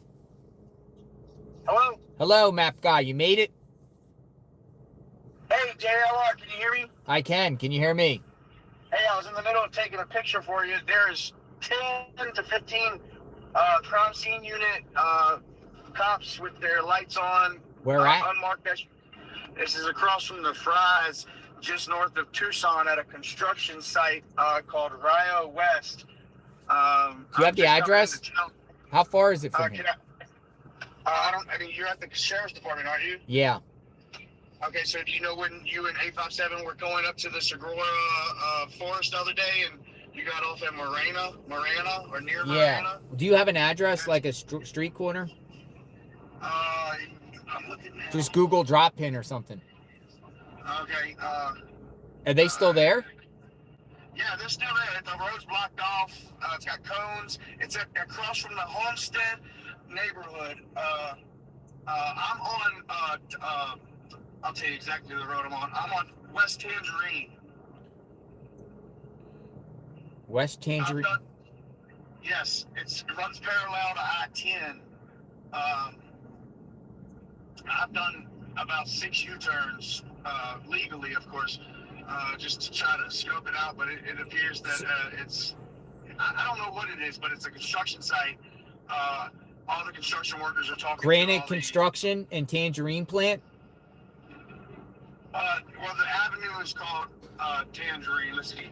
I can give you. So, can you type in the Fry's at North Heritage Park Fry's grocery store? I'll do another U-turn, and I mean, I don't know if you have an iPhone. I could FaceTime you. How about this? Just Google drop pin it. Just put right where you're at and send me the drop pin. I need the address because I can't find it. I mean, I know where Tangerine is. Okay. I'm gonna drive by and then drop it. Okay. That's a 33-minute drive. Should I go there, folks, and see what's going on? Yeah.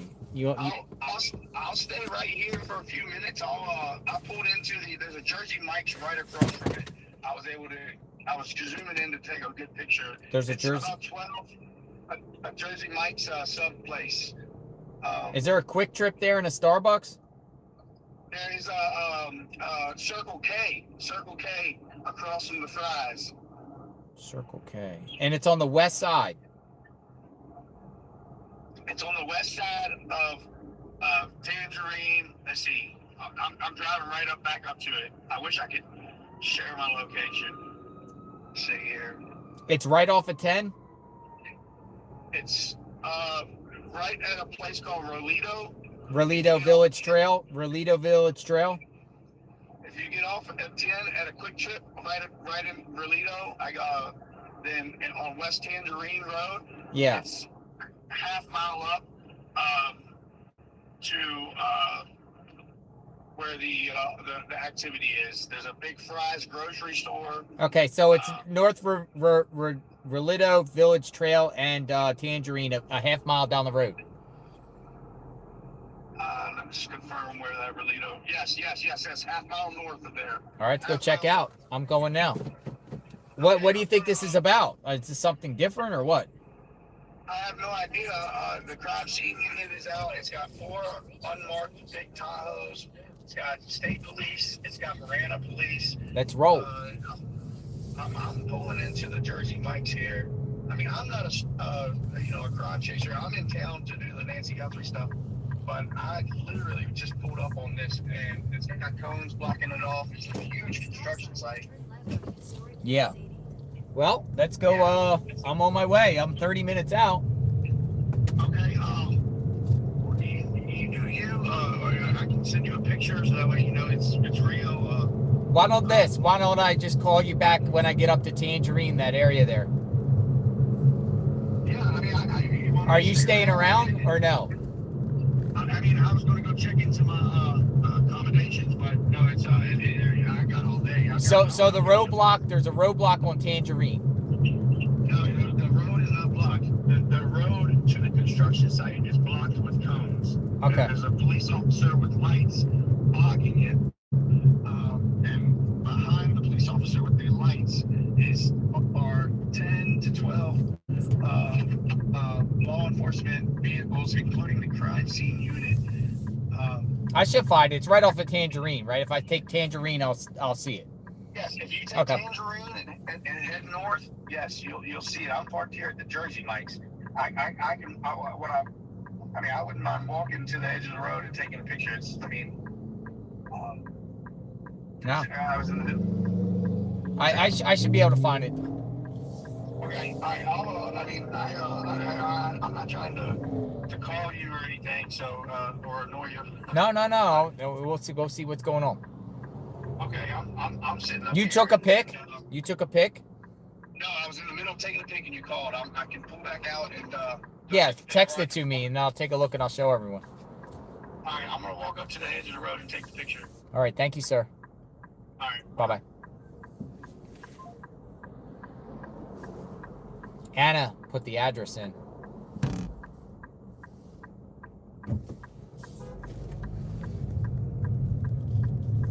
All right, we're on our way. At the next light, turn right.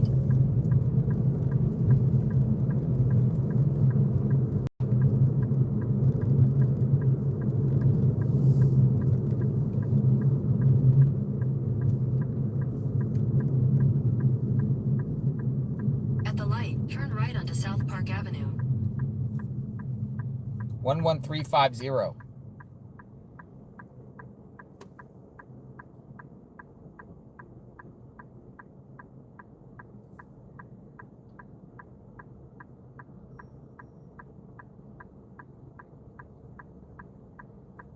Yep, I got it.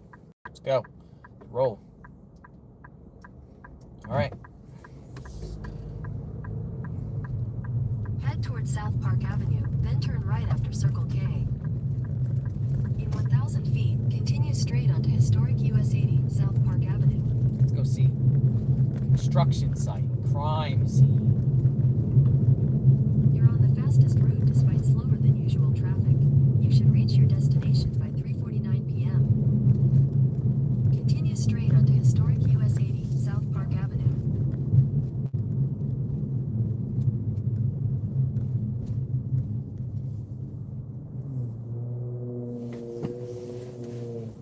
Let's go check out. We're on a mission. So I get up at 10. We just got smooth sailing up 10. There is a little bit of traffic up ahead, but it says 29 minutes.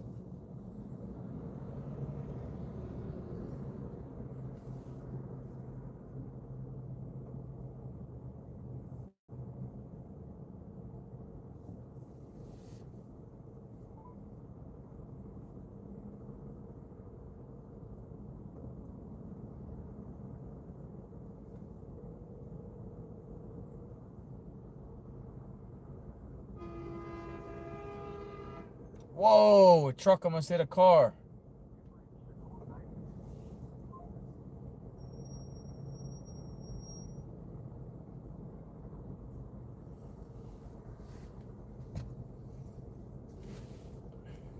I don't have the scanner.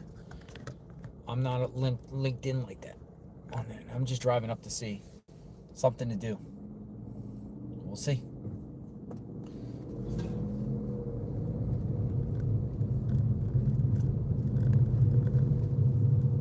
This guy's gas tank is empty. Feet, use the right lane to take the I-10 West ramp to Phoenix. I-10 West to Phoenix.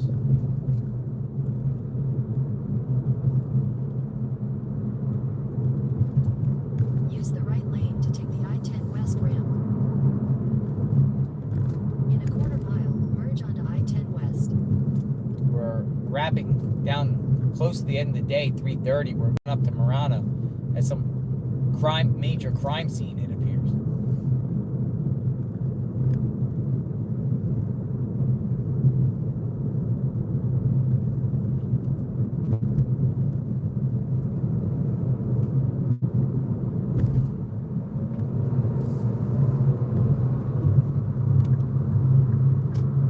Continue on I-10 West for 21 miles. 21 miles.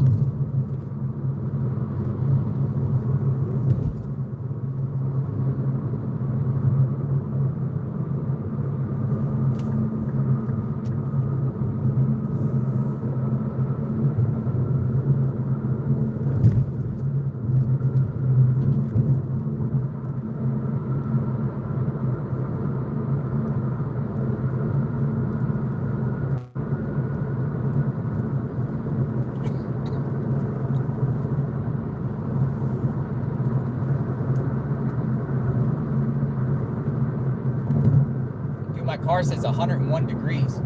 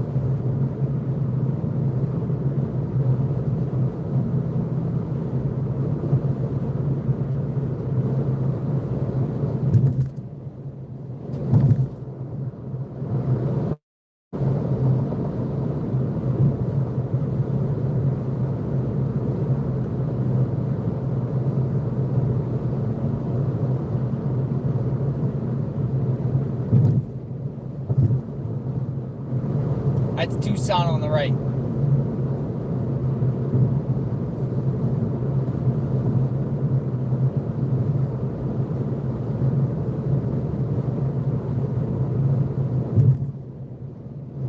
Yeah, there's a lot. I got photos. There's definitely something. I don't know what it is, but he sent photos.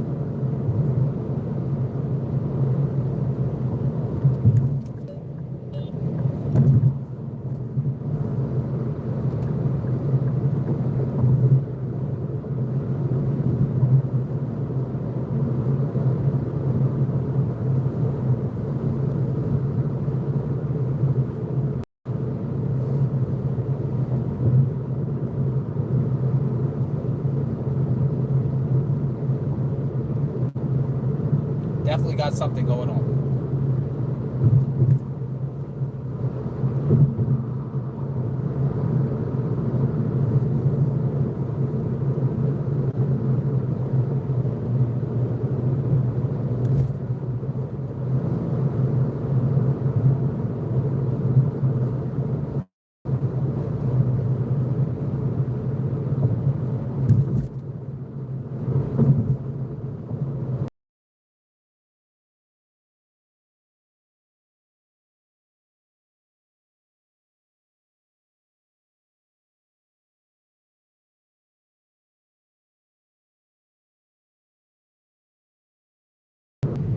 Traffic jam. Traffic jam.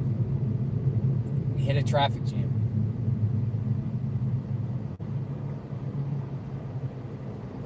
Oh.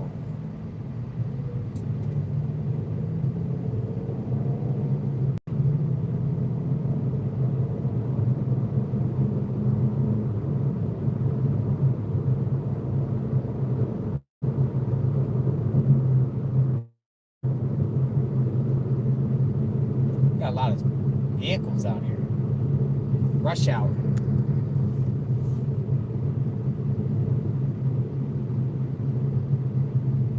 It's the fastest route. Just gotta get out of this downtown Tucson mix.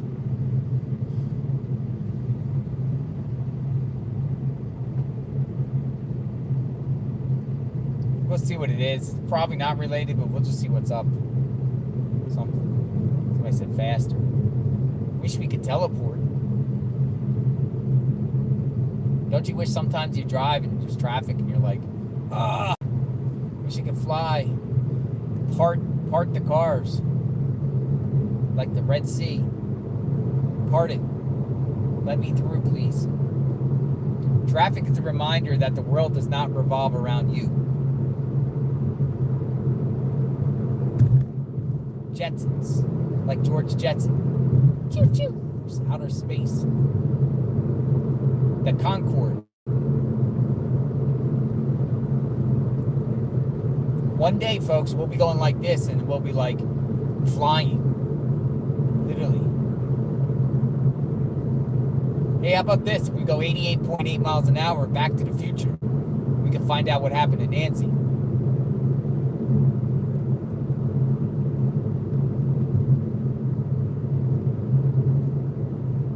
Doc Brown, where are you?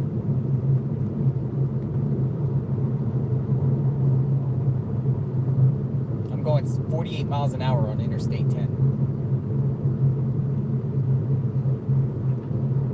There are police reported ahead. Police reported ahead.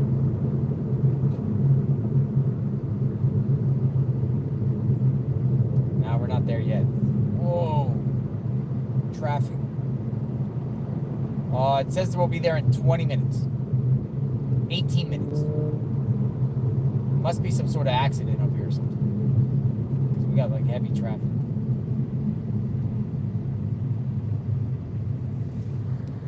Make sure the phone doesn't overheat. I'm gonna crank it up.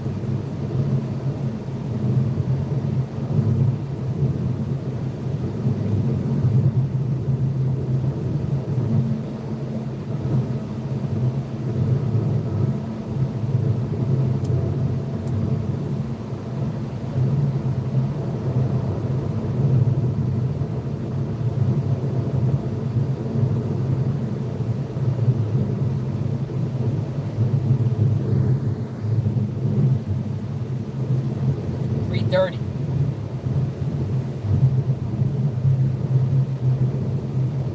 I feel like I'm in a NASCAR race.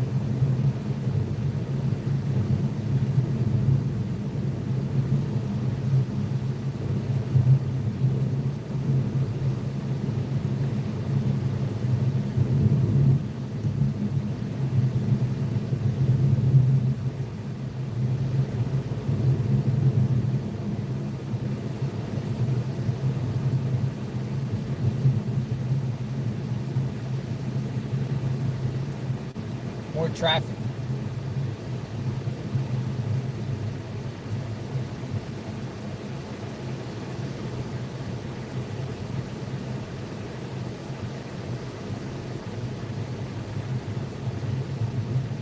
$16 We're just almost, as soon as we get under this bridge, as soon as we get through, the traffic's done. And it's smooth sailing.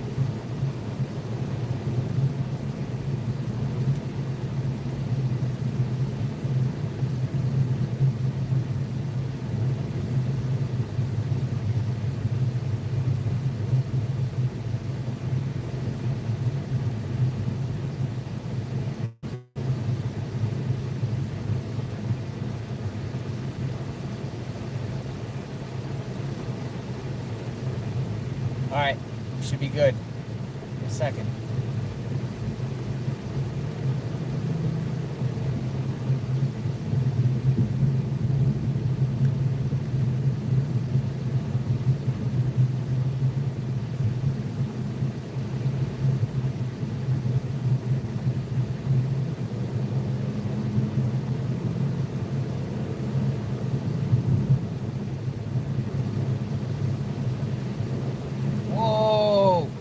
Truck pulled right in front of me.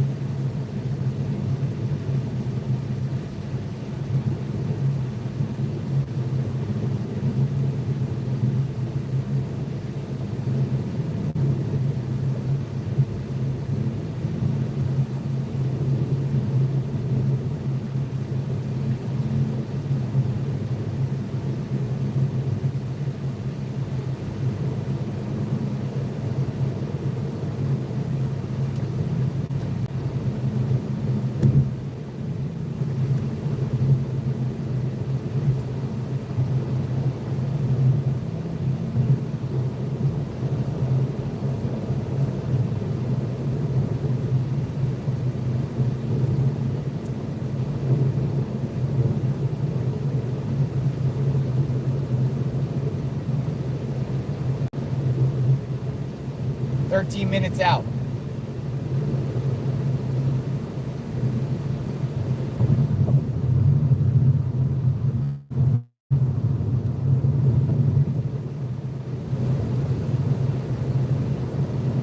There's a lane closure ahead.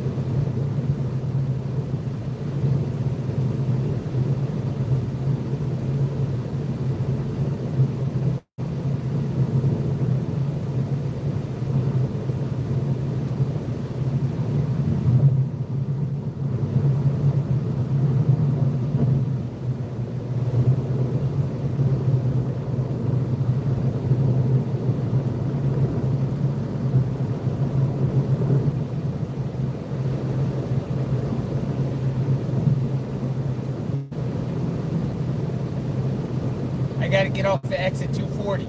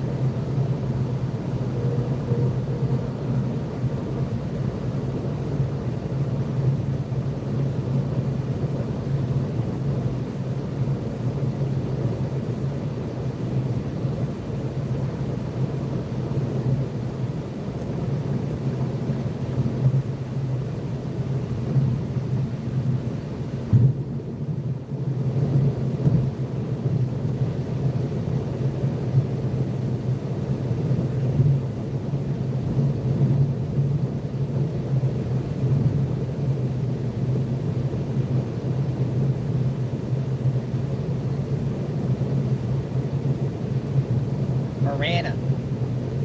We're close to Marana.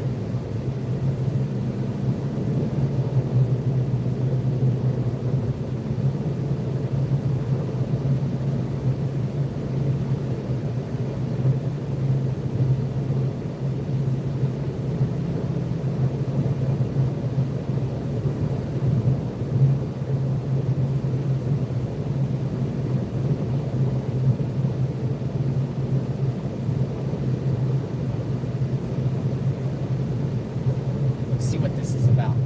Almost there.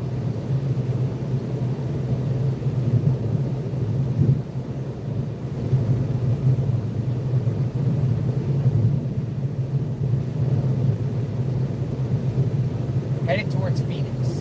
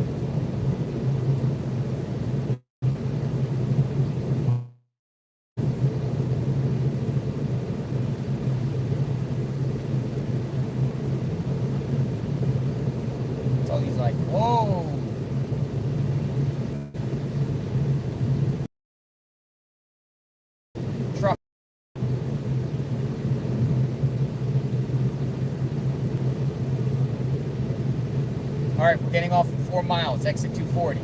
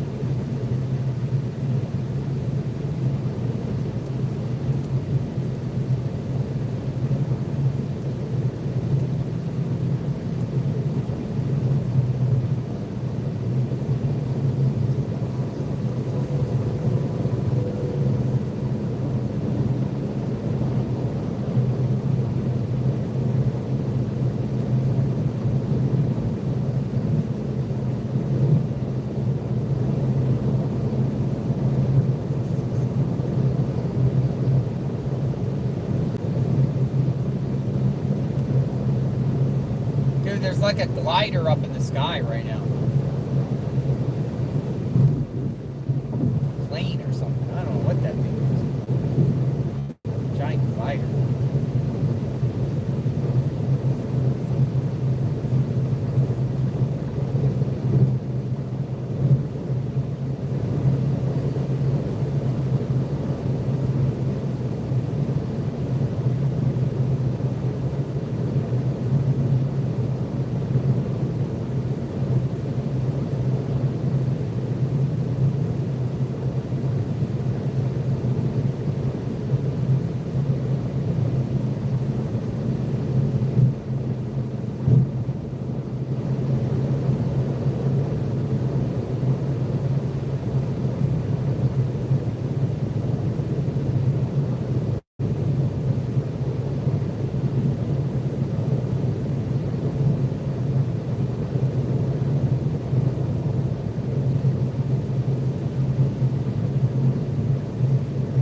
Let's see what's up. Tangerine. In half a mile, take exit 240 toward Tangerine Road.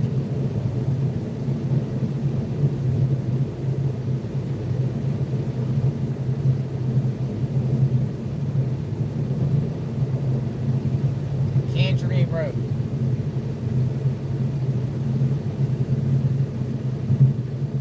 Take exit 240, then merge onto I-10 frontage road.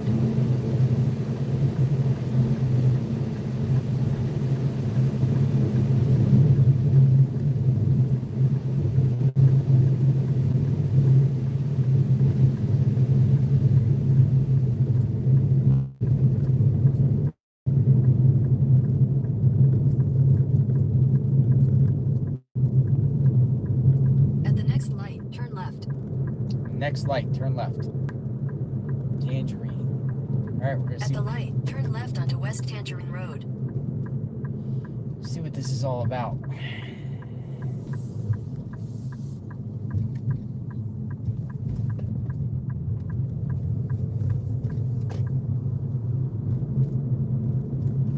We were up here with the Marana stuff.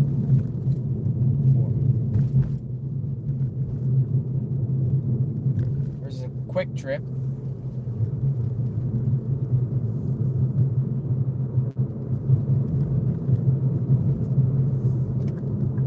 Two miles away.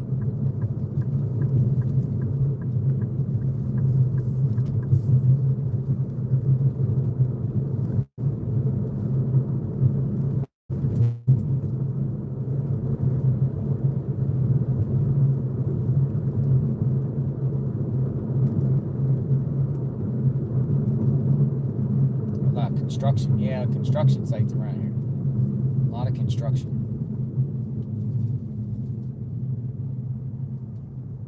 Speculation, but this might be related to the missing man from Mariana that they were looking for last week, digging up someone's backyard.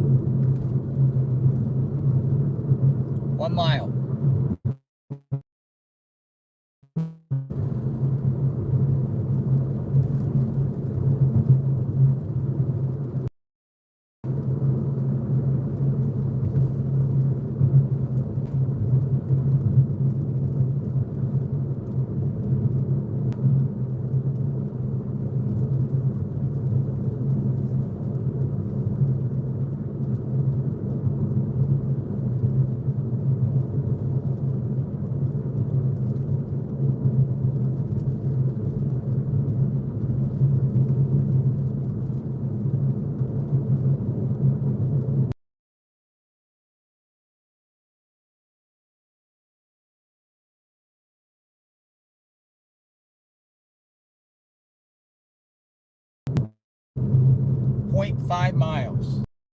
We shall see.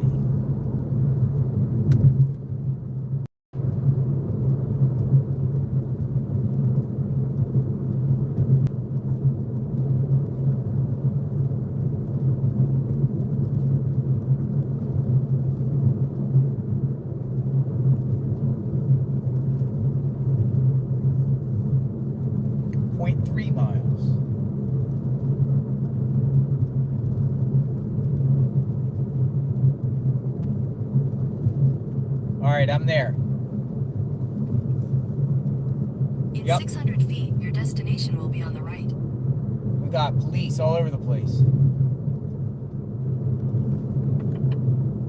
Your destination is on the right. Alright, we got police.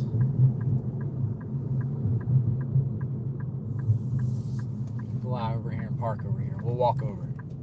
We'll take the tripod. We got police. Yeah, but I don't know what this is. But we'll go look. Told it could be somebody buried in concrete. Maybe. We shall see. Alright. Let me get my tripod out. We'll walk up there. You guys see alright? Reception good? Make sure reception's good.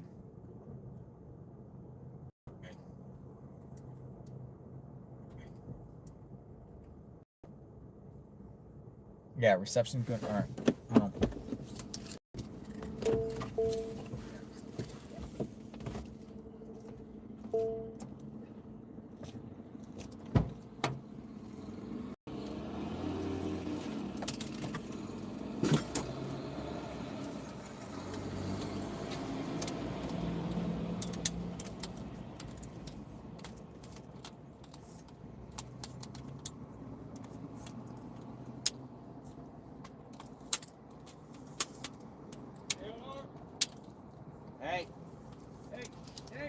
How are you doing? Hey, James, how you doing?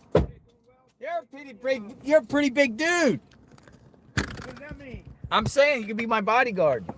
Well, How are you? good. Doing well. Nice Good to to meet see you. you. Nice to meet you. Nice to meet you. What's yeah, going I'm all on? the way from the East Coast, so. All right, from the East Coast. What do we got going on here? I don't know. I've seen one. They let one sedan in after holding them back, and then they flagged them in. That sedan, I believe, is still there. And then I've seen one truck pull out. Other than that, dead body. Maybe. You want to your come up there with chat me? is gonna roast me. Why? Oh, because I'm in my plain clothes and. Oh, you're fine. Nobody cares about that. We're out here trying to get the truth. Yeah. So. You want to come up there with me? I'll walk up with you. Yeah. I mean, I've got a kind of an itinerary, but. Hold on. I'm gonna grab my Sure. shorts just in case I need a cover because it might be hot out here. Maybe.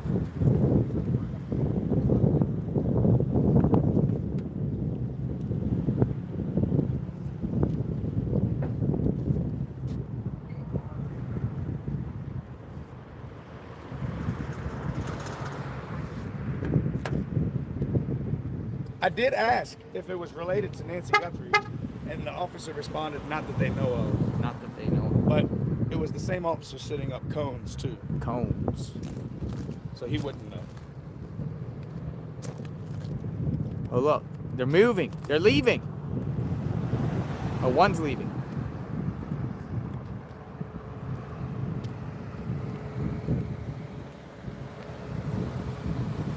Hey.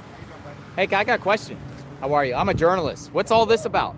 That was just a construction accident. Just that's it? Yeah, that's it. Ah, I thought it was like a big deal. I thought there was like bodies and stuff, man. No bodies. No bodies. No. Is the person okay? All right. He went to the hospital, but that's all right. Okay. Thank you, officer. Send me on a goose chase. Nah, it's okay. I stopped right there. And I don't know why I took this back road off of 10, but it leads to where I'm going. But yeah, It's man. gone. Look. Yeah. It's gone. Well, I waited until you got here. You're good. Yeah, man. You're good. We needed a ride anyway. Sure. I needed a ride. Everyone, the suspense was kicking. Yeah. So we'll be in touch because there's different avenues I want to take. I'm here till Thursday. So. You're here to Thursday. What are you gonna do? I'm gonna spend the rest of the day kind of doing everything that I see on your streams and everybody else's streams and stuff, kind of riding those. I mean, I'm not dressed, but tomorrow I'm putting my boots on and I'm walking the tunnels really good. I'm not looking for her. I'm looking for clues. The mask, anything that we could have missed or anybody else could have missed. But, Gotcha. Are you here specifically for this? Mark the Shark. Oh, there's Mark the Shark. You drew him out here too. Oh, I didn't talk to him, but yeah, I'm here specifically to look into this. I couldn't take watching from home and like just being obsessed with the landscape and not being able to look for myself. Yeah. Huh. Well, yeah, that was interesting. Let's go over and talk to Mark the Shark. He followed up too, thought something was going on. You never know. Hey. What's up, man? Hey, everything's good. Yeah, I just got into town. I'm from the East Coast. James, yeah. We talked once when I was like, hey, I want to send you some money so you can go look for me. And you said, yeah, you got my attention. You gonna be here for a minute? Yeah. I can use the restroom. I gotta go grab some water too. Can you grab me a water or something? I've got a bunch of water in my car. Oh my God. Yeah. Do you want me to bring some to you? You want to walk with me? Yeah, let's go. You just gonna leave your truck here? Yeah. Yeah, I'll just leave my camera here. Yeah, I'm just going I'll run to the car. I'll be right here. Okay, cool. All right, I'm gonna be right back. Okay. I can use the restroom. Yeah, just need water.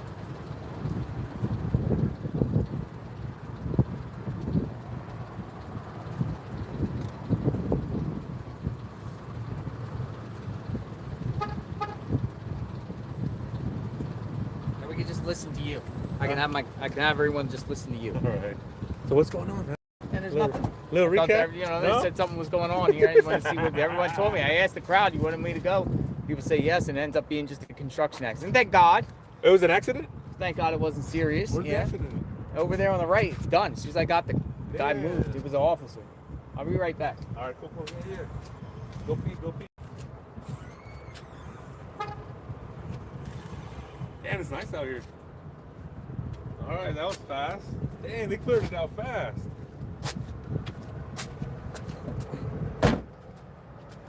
Dang, they cleared it out fast.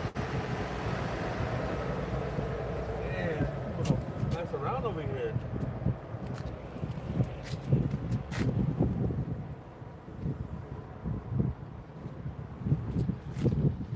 Hey, what are these right here, guys? What is that?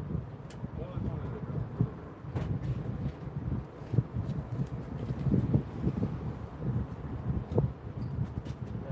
They're not cold, but I just got them. So all right, good.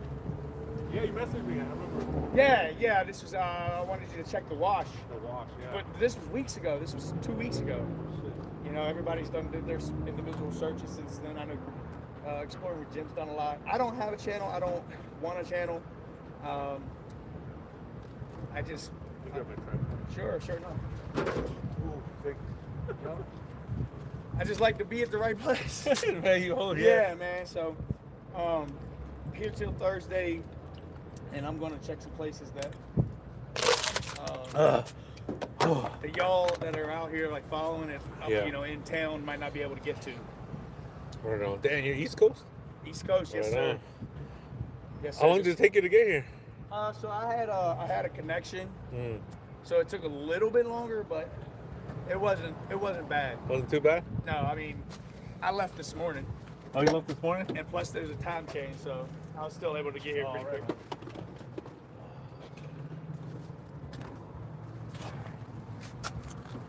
But yeah, I'm staying till Thursday. I'm going to do a little bit of anything that I can gather. It's easy to play investigator from behind the screen. Yeah, so I just wanted to. I'm literally putting my boots on tomorrow, and it's going to be what y'all call boots on the ground. So. Are you going to do the wash? I'm going to check a lot of the stuff around the neighborhood that you've been wanting to check. That I've been wanting to, yeah. So, yeah. Today I'm just going to be driving around. I haven't even checked in yet. Yeah, tomorrow and Thursday or tomorrow. One of the two. I want. The chat is convinced about this old resort from the 50s that it's been notorious for crime. So and it's right outside of town. Yeah, and so, you know, my fascination is coming from how did this guy get away? And JLR, he's gotten dark. Wow. He's gotten dark. Oh, yeah. Oh my God. He has gotten dark. Yeah. It's nuts. It's snowing where I'm at. Back home today. Oh, love some snow right now. Yeah. Yeah, the chat is probably tearing me up, man. Why? Well, I'm a new character. We're here for good reasons, man. Yeah, man. So you can't go wrong with that. Right, and I'll get your number. Oh, okay, sure. Let me so you can write it down. Yeah. I'm here till Thursday, Bob. Or do you want to just... No, I want to write it down. Want to write it down? Or actually, yeah. Okay. I know. I appreciate that. Oh, yeah, no, for sure, yeah. Yeah, I'm not even, I don't have a platform to have all those. Nah, I can't do it, buddy. I do a lot of other things. Yeah, man. I have a lot of fun with other things I do. Put it in? Yeah. Phone? Yeah. I see it.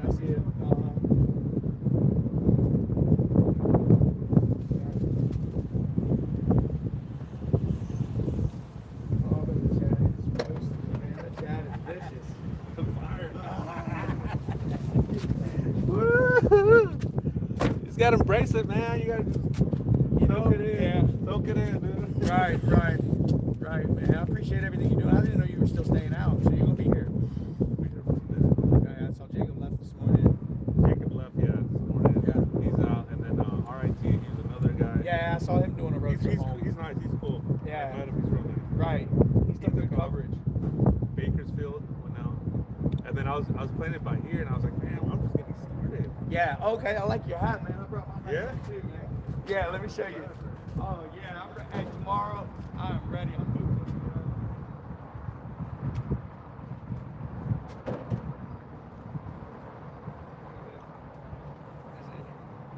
Oh, damn, that's nice. Let me just tell him a couple things so he can kind of know. I was just gonna tell you, I'm here till Thursday. You doing some searching? I'm doing searching, so I've got 2 full days and then the rest of tonight. Tonight I'm probably just gonna take it easy. I just got in. Look, there's our tarp. Yeah, that's good job. Great. Yeah, that's good. Yeah. Good job. Tomorrow or Thursday, one or the other, I'm gonna spend a day real close to the River, Campbell, Orange Grove. Campbell and Orange Grove at the in the wash basin. Yes. Why there? Well, just come for over. the. Oh, you're gonna. Oh man, I'm not. You're good. I'm not ready. You're good. Oh man, they're gonna roast me, bro. No, wait, what would anybody roast you? Timu. What did they say? Timu Jack Black or something. You're good. No. They're wild. Yeah, but yeah. So the first, one of the full days I'm going to spend close. One of the full days I'm going to take, and I was going to, offer a platform with you, and I can meet you at like when as soon as you start your stream, and then Sure. You want to meet in front of Nancy's house tomorrow? Yeah, I can do that. And then I start my streams at 7 a.m. That's no problem. 7 good? I'm here for business. Yeah. I'm not here for tourists and stuff like that. So you came out here specifically to look for to check the places from what state? Virginia. Yeah, that's fine. Yeah, I didn't know. So are you are you here for the reward? Is reward part of your motive here? Man, let me tell you. So my family they've called me once they found out I was doing this. They were like, "Come on, please, James, help me out." Like, no, it's not. I don't come from money, but I'm not looking for money. I don't know where the camera is. Wasn't planning on the camera. Your chat's gonna tear me up. They're not tearing you up. No, Nobody's still look at the chat. Come here. No. Look, nobody's tearing you up. Come on, Everybody's Chad, cool. be nice, Everybody's be saying nice. be nice and everything. Yeah, everybody's cool. Don't worry, everybody's cool. No. Look, you're gonna get occasional. You look like the perp. Oh, mustache. I you look know, like I the know. And I had a beard until Saturday, and I was like, I can't come out here looking like scruff. But, so yeah, if you want to Look, meet, some of the ladies are calling you cutie. well, There you go. Okay, that's fine. That's fine. Not as cute as Brian Anton, no. But no. In all seriousness, I wanted to use your platform. I don't have a platform, but I wanted to get information from your platform, allow your viewers to finally, I've seen the Rancho Diablo, Sabina Canyon. If there's Misty Haynes said you look good. Oh, well, man, dude, haters we will love, be haters. We love Misty Haynes. Misty Haynes. Misty Haynes. Oh, man. Oh, shoot, man. So, yeah, so one day with the requests of the viewers, and the other day is going to be everything that I've been wanting to do. I've been trying to contact Mark. A couple of weeks ago, I sent you, super chat with the tunnels. Tunnels. And I get it, that they've probably been searched and stuff, but it's that one place that I just feel like something was thrown. But then again, I like maps, and let me tell you something, JLR. With no digital evidence of this guy, I don't know where the camera is. I don't mind. No, you're good. Talking behind it. You want to talk behind it? I don't. It doesn't matter. Yeah, no, you're good. The people like to see it. Oh well, I appreciate it, guys, and it's good to be out here. And I feel really this was something that was weighing on me. I wanted to do, but nothing to do with money. I tell you, I will take the money if I come across something though. But it's nothing to do with the money. Ask him where he was on the morning of February 1st.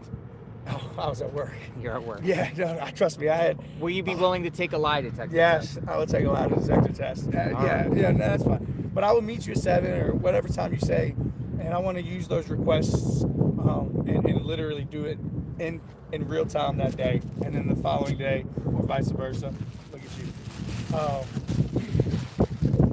Be able to search more closely to that to the residents. Now, that being said, did you know? I just found this out last night that Savannah Guthrie hosted the first 4 episodes of The World's Dumbest Criminals when it first debuted on True TV. Where? Well, what? Yes, the first 4. She hosted or narrated the first 4 episodes. The World's Dumbest Criminals. Yes. Savannah did. Yes. What year was that? That's 07, 08. Really? Yeah. Right. So, and then also something I found is that she did a huge coverage of a guy who was charged with kidnapping and murder in Florida. Did you hear about that? What's the name? He died of cancer. He was sentenced to the death penalty, but he died of cancer before he could be executed. Interesting. I'm good, thank you. Yeah, is it cold? Oh man, ice cold. Anyway. Well, one thing said, Jody Staling said 81816. Help him go further into the wash with the spirit box. Lady. I don't know anything about the spirit box, but I'll tell you this. When I was getting my rental today, the lady asked why I was in Arizona, and I said, oh, it's more or less just trying to do some digging on this Nancy Guthrie. And she said that she believes that it has something to do with the dark stuff with Annie. Again, just... She said that? Yeah. The rental lady? Which rental lady? With who? What company? What company? Carzy. Carzy? Carzy, yeah. Carzy lady says that it's yeah. Annie? Yeah, it's something to do with some type of darkness that Annie's into. Really? Uh-huh. So, I don't believe that anything to do with...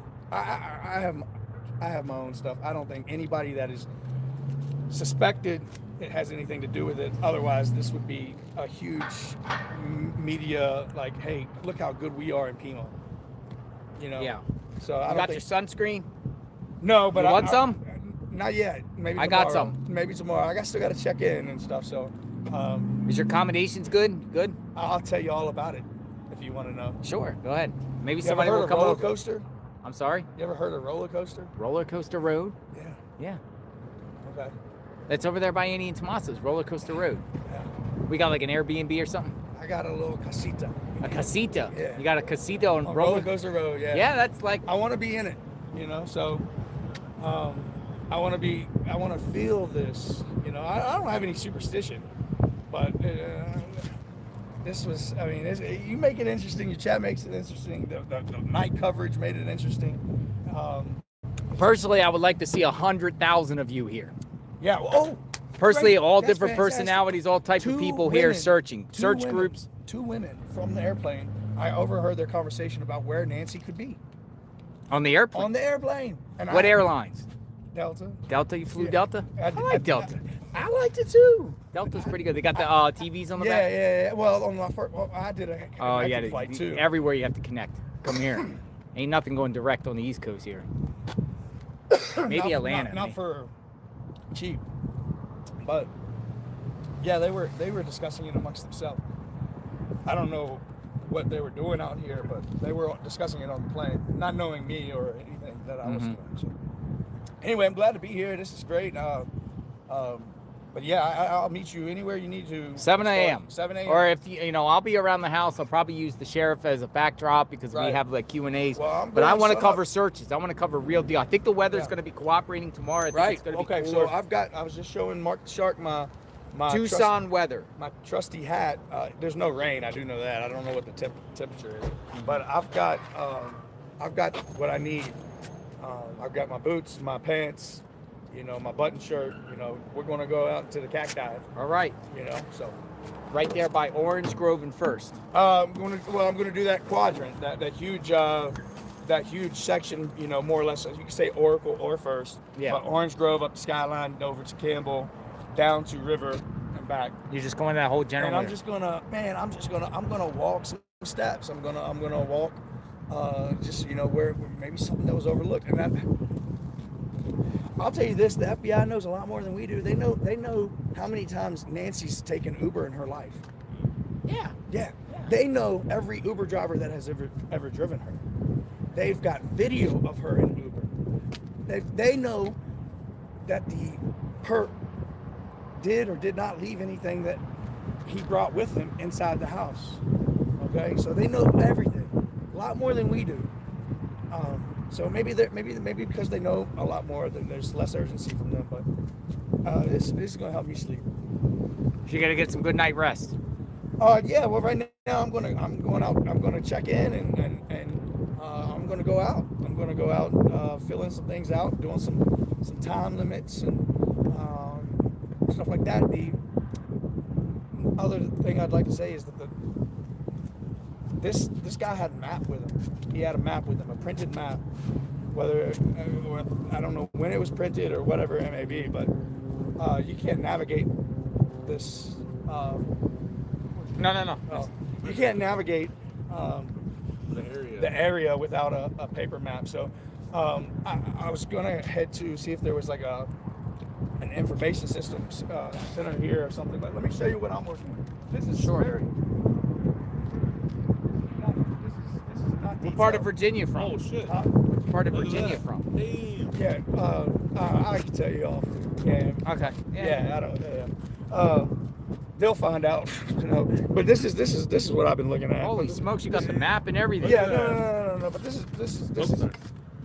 I mean, this is absolutely nothing. This is the. Hold that up. I want to take a picture. Yeah, of course. Yeah, that's badass. But they go into even more detail than this, So you're just gonna just mark off certain areas that you look. Yeah, just things that I thought would make sense, But he certainly had a map, whether it was something like this or. You think so? Yeah, and I think he was given directions. Yeah. He was given the directions. Like this is your assignment, And I mean, I don't know. I mean, I'm speculating too, but the FBI, the sheriff, they know way more than we do, and I get it. So. If you had something to say to the perp, what would you say to the perp? Oh, I don't think the perp's around. You don't think the perp's around? I think somebody involved with the perp could, but I don't think he's either gone completely or he's completely been isolated from this situation. He'll never have You even said when we talked on the phone, you said he was from south of the border, international, didn't you? Did you say? No, I said that he didn't have anybody that he cared for. Yeah. Or that he had to make proud. There was nobody that he had to make proud. This guy wouldn't be missed even if something happened to him. There's going to be no sign. This guy was just somehow, I don't know, in was, you know, an orphan, something. Interesting. Yeah. Cool. Yeah. So I'll meet you at Nancy's in the morning. 7 o'clock. Yeah. I'll literally write down the suggestions and go do them and then check them off. You know, I don't do the. Well, this trip up here didn't end up turning into a bust because I got to talk to you. Well, no. Well, I was going to get with you eventually, but no, this was insane. I was literally right there, pulled out and saw all of it. But all right. He needs to start his own channel, Kara says. Yeah. 1997. Well, why don't you start a YouTube channel? I have other like search and rescue or volunteer. No, I don't. I don't. Something. I don't want to sound heartless.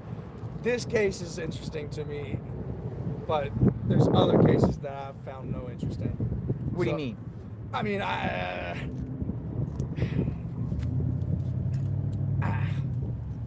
don't know. I don't know. This I don't know why this one intrigues me. Maybe because I was sitting around and had nothing else to do, so I got on and couldn't stop. But one thing I do is I don't take I only take facts. So I don't. I think you're gonna find answers. I have that thing, you know, and we'll be here to document and you know, hopefully even what you do can hopefully inspire others to start coming out because that'd be incredible. There's no searches. Yeah.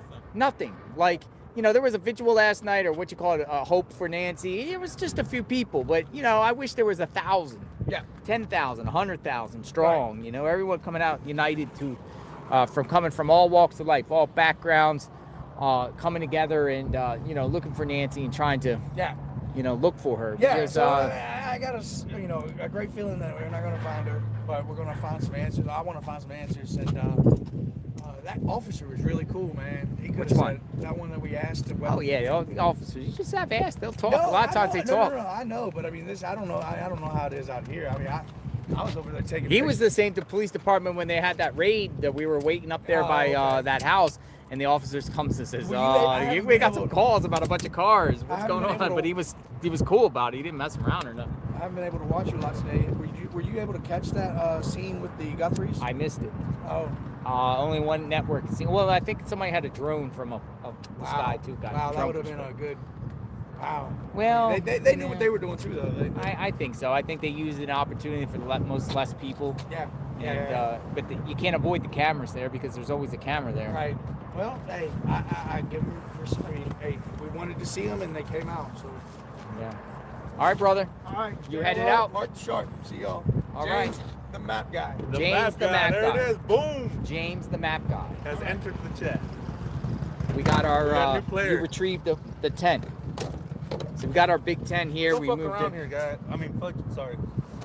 Don't fudge around here. No, that's a good tent. You could take that home with you. Look at that. I'm playing with the tent. All right, Mark the Shark. I'm heading back down to the sheriff's. As a matter of fact, I'm gonna go to Nancy's house for a minute, see what's going on. You have water? Oh, yeah, I got some. Thank you. I'm straight. I got Red Bull. This is my fifth one. Wings. Huh? Fifth one? I think so. Nice. Just getting started. The days. Right. The days are. What's the plan? The plan is awareness. So, Mark the Shark, you've been out here for 2 weeks plus, right? You've been here for a minute. We had 2-3 weeks. What's the plan here? Plan? I'm gonna go back to Nancy's, and then Annie's. You're gonna go to Annie's? Yeah. See anything going on over at Annie's? Going on because Tommaso made an appearance. So Tommaso might make more appearances. So he might make more appearances. I think he's innocent, personally. Huh? I think he's innocent. Hey, sheriff says he's innocent. Today was very telling for me. Yeah. It changed a lot of perspective, but a lot of people have other opinions and stuff. What's up, man? Hey. What's up? Got somebody on the phone in there. Who's with the white truck? Not me. Yeah. What? Okay. Got somebody on the phone in there for you. I don't Really? know, ask They're the literally media guys were still here. Yeah. That white truck still here. I saw it when I was walking. Have they called here? Yeah. Hey, go answer the phone. You got him on the phone? Yeah. Can I come? It's a landline. Somebody's calling and asking about the media guy. Hey, this is cool. What's your name? My name? Yeah. I'm John. Hi, John. I'm John, too. John? Cool. We'll see. Somebody's calling on the phone. That's crazy. I thought you were literally going to come over and, like, kick us out or something. Say, you can't.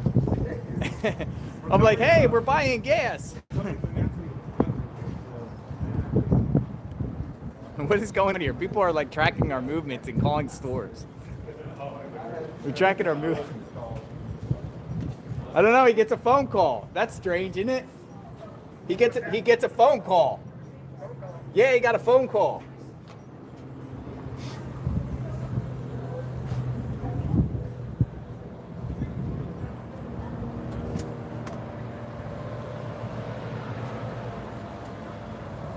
Can I come in?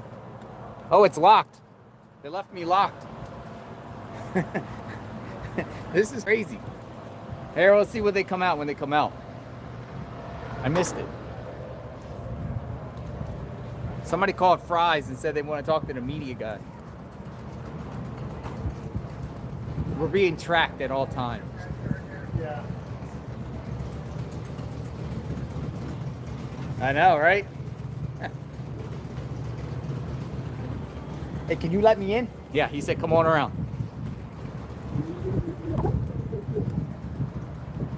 John said come on around.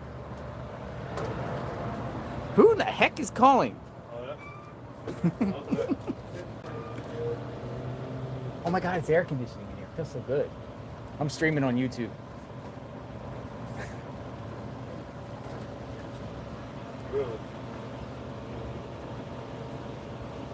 We're looking for Nancy Guthrie. You file a case? I'm sorry? I know, right? That's all it's on the news around here. Yeah, thank you. I appreciate it. Yeah, you think that you could be not to show Yep. him inside. Yep. Yeah, no problem. Appreciate it. Really? Thanks for the call. Yeah. Thanks, sorry John. about that. Thanks. Yeah. You got Mute it. We got a tip. Maybe.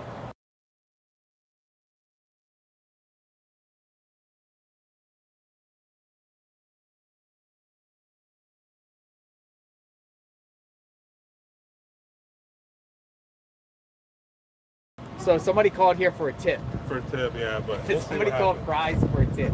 Is that crazy, John? They need to call. Well, they need to call the FBI. They need to call. We're just live streaming. We're just live streaming. Look, yeah. we got 20,000 watching. That's That's what I'm wild. saying. So they're like, oh, okay, let's just call Fry's Thank you, and John. give these guys Yeah, a man. tip. That's crazy. All right, take it easy, John. I know, it's crazy. You have a good day, sir. Take care. Be best. Yes, sir. Literally, somebody just called Fry's and said we got a tip, and they get him on the phone and he's talking about, I don't know, some acid, some place. I don't know. We're gonna look into it, maybe. Insanity. They just called the tip line. John was cool. He's like, yeah.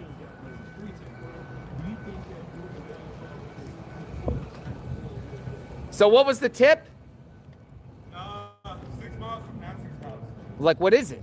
Well, they said they called the FBI, but the FBI hung up on them. So. They called the FBI and the FBI hung up on him? So he's trying to reach other avenues. Interesting. But I mean, Yeah. what can I do, you know? All right, Mark. I'm going to head down to Nancy's. I'll see you there. All right, be safe. You need help? You good?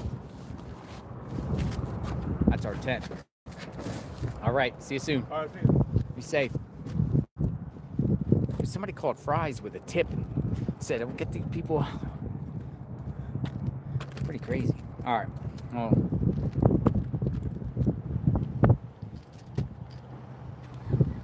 Tips. Your tips. Right, guys. Hey, you the media guy? I don't know. He said it was like something to do with acid or something. Acid. All right. Tips. All right. Let me put this in and we're off.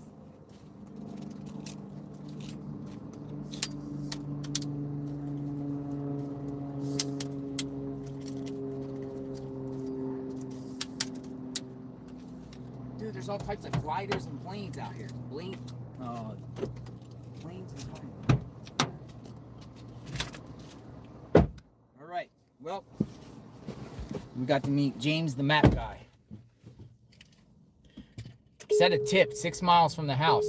They said that they contacted the FBI and the FBI disregarded them or didn't answer. Or something like that. Pretty wild. All right. JLR investigates. Chasing down leads. Or locations. Alright. Head toward West Tangerine Road, North Tangerine Farms Road.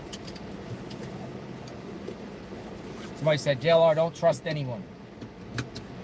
Some people like me working solo. Other people like me being involved with people. I like to interact. I like to make all connections.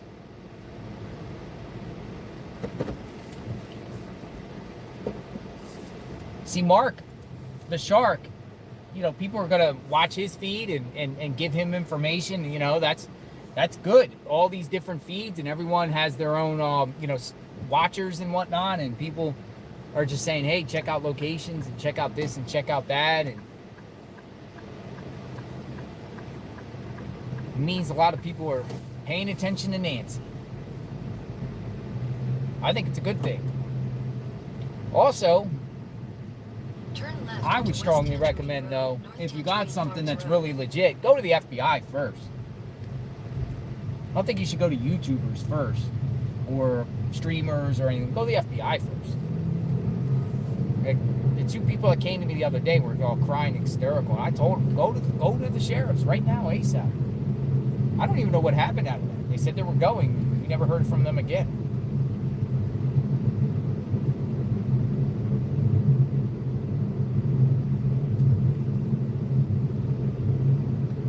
You said Virginia's a cop? Is he? Virginia guy? Is he a cop? Law enforcement. All right, we're on our way back to I-10 southbound. We'll go to Nancy's, see what happens. We got another hour and a half of sunlight. Continuous coverage of the Nancy Guthrie case.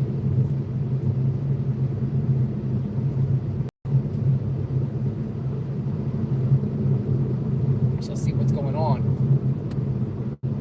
Woo, it's hot. By the way, I want to give a shout out to the individual that gave me this little like angel around my neck. It's coming from Dave's Auto Refinishing. Tongue twister. Refinishing. Dave's Auto Refinishing. They brought me some tamales, and they gave me a little angel here. They gave me an angel that I put over my neck for protection. Brought me some tamales, some drinks. Said appreciate your coverage of something. They're nearby this Pima County Sheriff's Office. So shout out to Dave's Auto Refinishing. I said I'll give them the plug. So this group here sent me a little care package. I also got a candle that we can light for Nancy. Your Daisy candle. We do that for Nancy. So I appreciate that. Very grateful. If you're watching, it says thank you JLR for all you do. This scent is inspired by the movie Tombstone. God bless. They brought me like tamales, yummy tamales. So I've been munching on some tamales here. Full stomach, we're good. A lot of energy, lots of Red Bulls. We're ready. We're ready. Dave's Refinishing, so.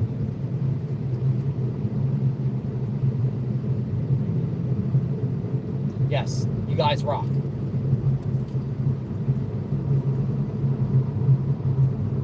Alright, getting back onto I-10. Hey, who's that? Misty Haynes. JLR, did you see the photo I emailed of Luke and the perp both with a tiny freckle on the eyelid? Yes, Misty, but Misty, I was going to share that, Misty, but Luke has come out. Luke has given an exclusive interview, and he's in total denial. Well, I'm not denial, he's just denying.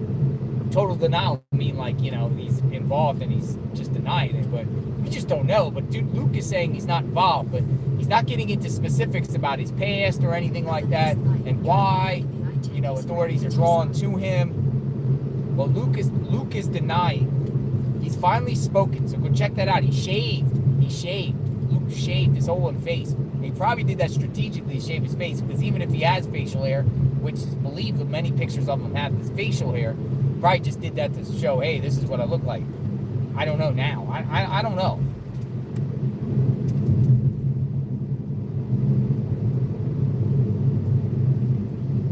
But yeah, Misty Haynes, the freckle. At the light, turn right onto the I get what I-10 you're east saying. ramp.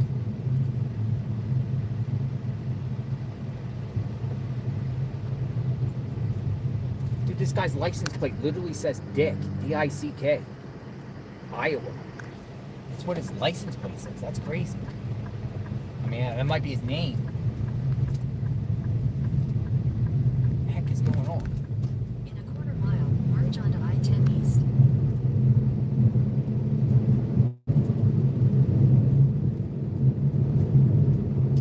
All right. We're racing down south. Going towards... We'll probably get off at Ina. If I'm not saying that right.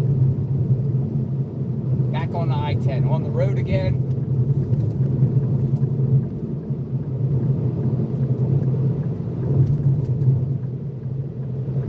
Road again.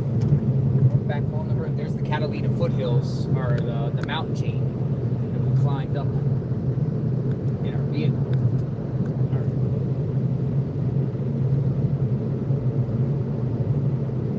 On our way to Nancy Guthrie's. We'll see if John DePietro's there and see if he can give us an analysis of what happened today.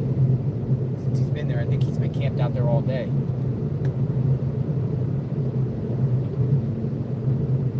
So we'll be about 7 degrees cooler tomorrow than it was today, which is a relief. And then the next day it's going to be cooler. Towards the end of the week it'll be cool. I say we do continue to do what we do, monitor any searches, activity, and have forums and calls, and go to these locations each and every day, and just keep doing it and see what happens. Because I do think something is about to pop. Like something is about to pop here. Like any moment. Boom! SWAT is out.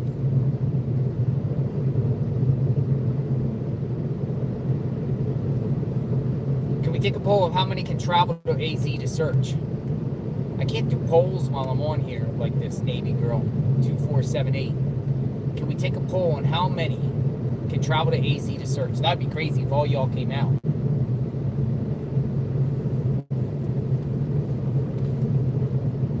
Actually, I think as this drags on more and more, I hope it gets resolved. I do think private people are going to start coming out, descending on and looking around. I do.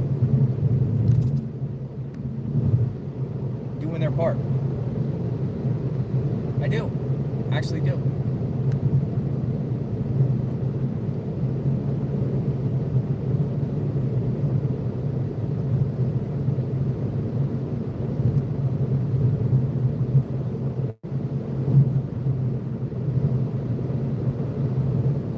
Shall see. Temperature's feeling cooler now as the sun is going down soon.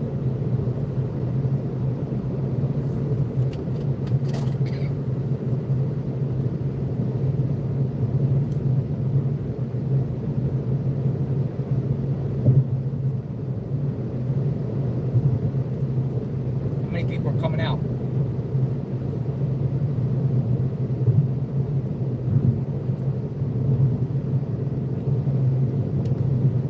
So I'm getting off at exit 250, 5.4 miles.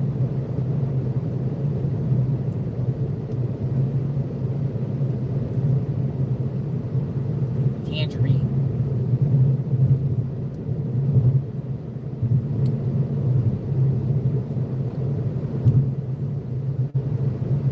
Midwest Pundit said he's putting up an update tonight.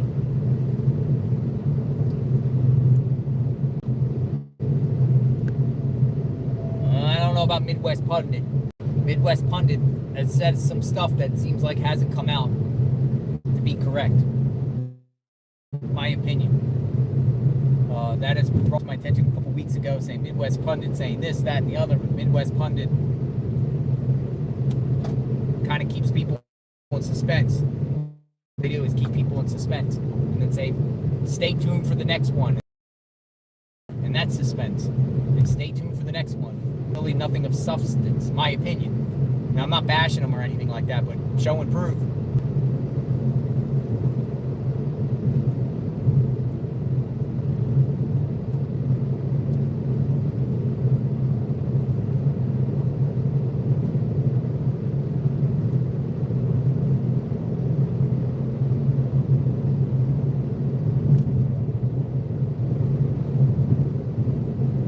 right, so we are zipping down. We're zipping down. We're zipping down I-10. We're going at approximately 61 miles an hour in a 65 zone. So technically I am speeding. 60, I'm going 71 in a 65.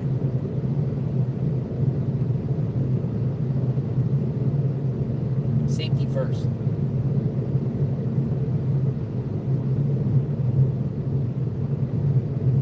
We're going back to Nancy's. See if anything's popping off there. Do a recap there, look around. Then we'll go back to the sheriff's. We'll do some talk. And we just wait. We're just on basically arrest watch. Maybe tomorrow I'll start titling the videos Manhunt. We'll change it to Arrest Watch. We're on Arrest Watch. But this is a manhunt. They're looking for somebody. Somebody or people. Entities, people, person, people. Somebody. Person, place, thing. Vehicles. Maybe even animals.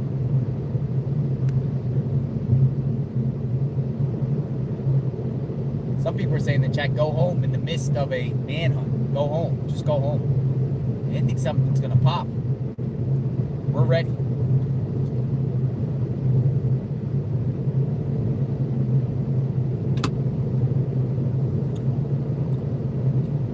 Absolutely ready.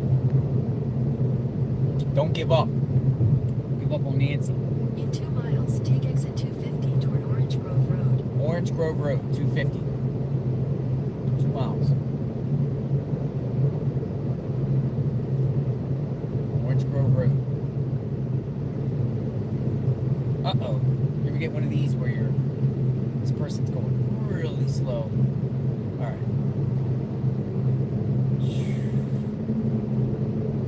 Orange Grove Road.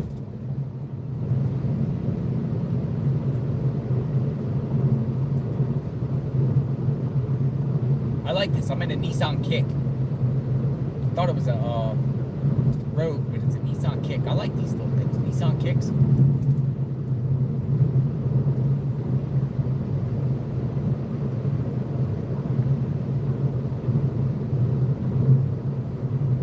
Nissan Kick.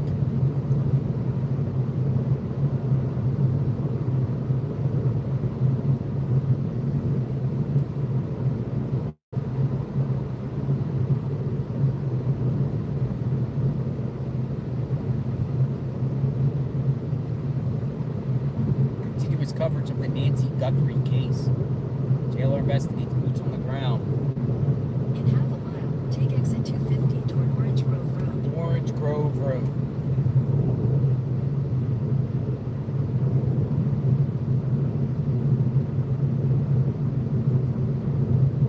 Orange Grove Road. Less traffic now. Well, traffic. Take exit 250, then merge onto I-10 frontage road. I-10 frontage road.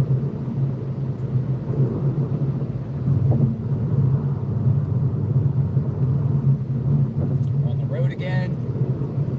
We are back on the road again. Looking for answers. Where is Nancy? Merge onto I-10 frontage road, then use the left 2 lanes to turn left onto West Orange Grove Road. At the light, turn left onto West Orange Grove Road. Here's the thing about it is, you would think in this case that they would be interviewing people and bringing people in for questioning and vetting people. And have we actually ever seen anyone go in and out of the Pima County Sheriff's Office that has been questioned? Or do they just go to these people's houses? I mean, you would think every single person would be extremely vetted in an interrogation room and talked to. And anyone that had contact or inside Nancy's house, I think, should give their DNA. You know, whether you think that's intrusive or not, but anyone that has access to Nancy's home or been in her home in the last year should provide their DNA. But you would have thought that, look at this guy. What in the heck? Dude, he's juggling. See the juggler? Dude, he's juggling in the middle of the intersection.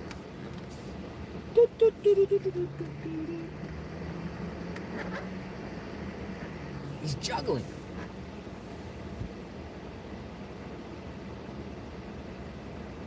Ladies and gentlemen.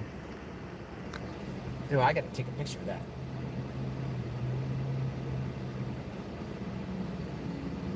JLR investigates Tucson, Arizona. One of these intersections, and there's someone at the intersection. Look at this. I don't know, what is that? Is he juggling?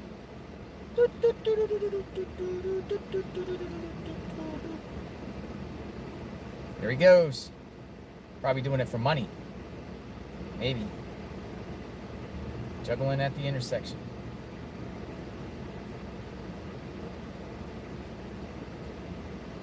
He's taking a break.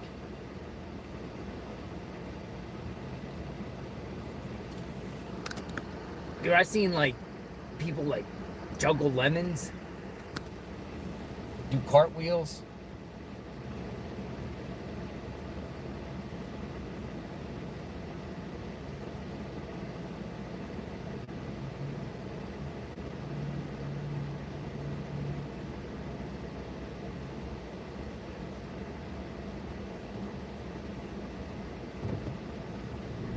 There's the juggler.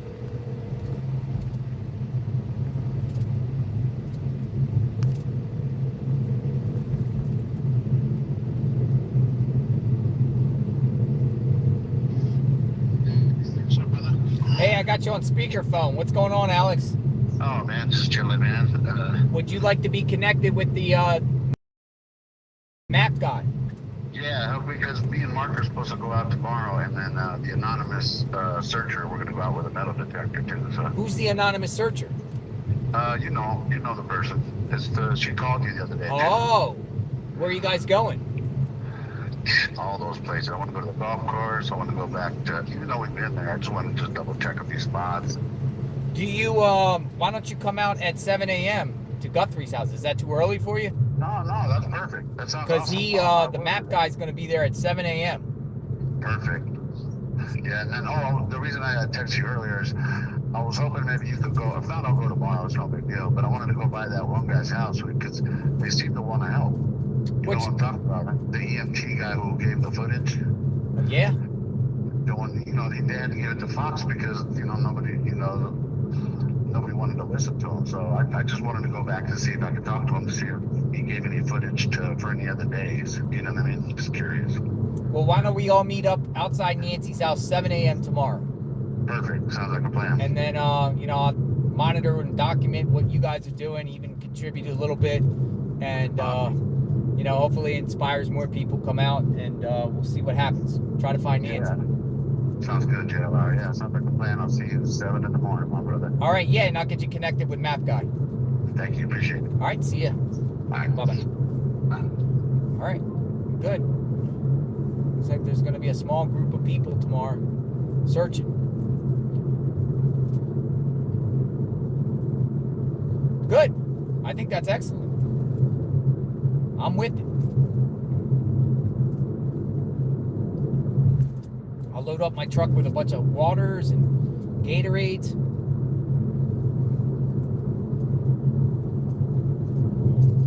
Listen, Alex, shout out to you, Alex, if you're watching, because I know for a fact you literally been, even by yourself, looking for Nancy in certain areas. You've been out there. And you're the one that initiated the search at Hobby Lobby. You started that and got people out there. So if you're watching, kudos to you, brother, because your heart is in it. Definitely. I don't see any evil intentions in you whatsoever. You generally want to find Nancy. You're generally involved in this case. You keep filling me in with the latest. You're studying these people and that names get dropped. Alex is doing a phenomenal job and doing his part in here. He's just local and he's just doing it. He is. Straight up is. So, if you're watching the chat, Alex, some people notice it too. We're watching. We notice. See? A lot of people agree. Alex is criminal network. Criminal network. He should live stream what he's doing.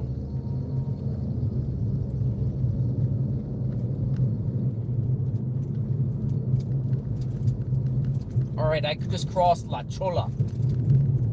So I'm working my way to Nancy's. Not far. It's like 10 minutes away.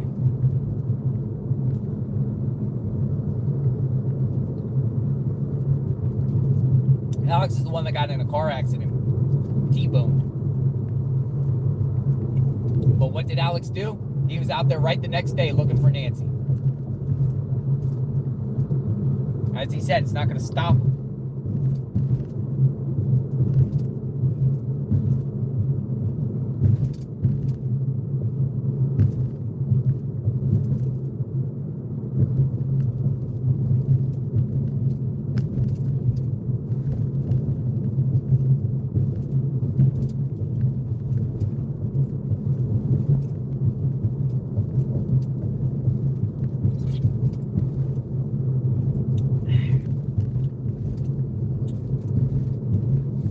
Red Bulls got me fired up.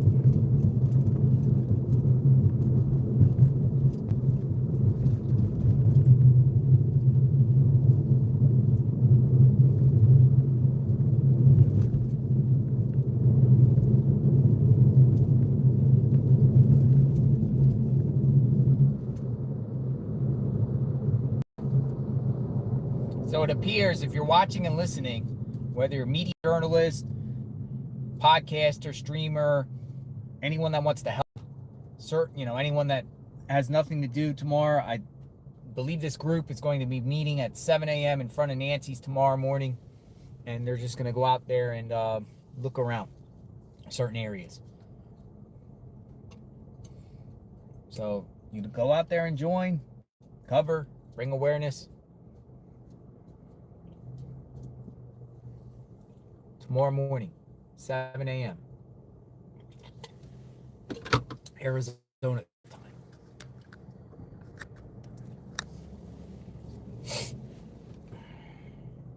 Take gloves.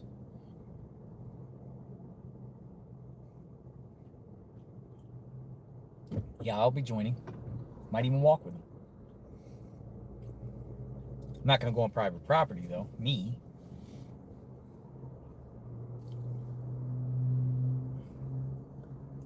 Yo, where's Jim at? Ventures with Jim. Is he still out here? Is he still out and about?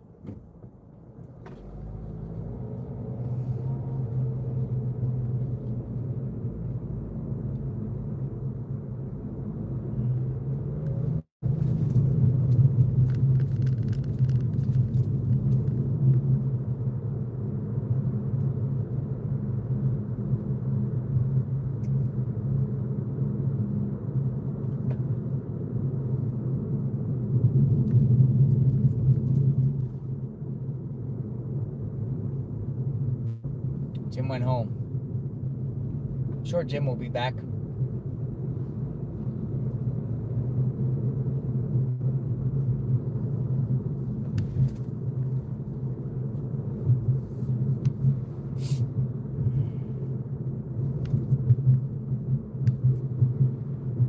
I got the sunscreen. I got the drinks. I got the sunscreen. I got the Mott's.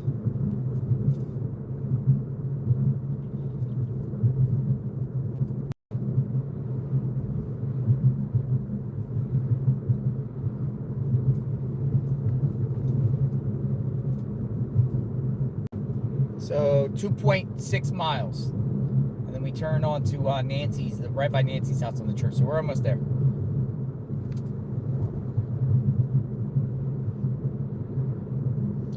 .6 miles. Yeah, tomorrow another search.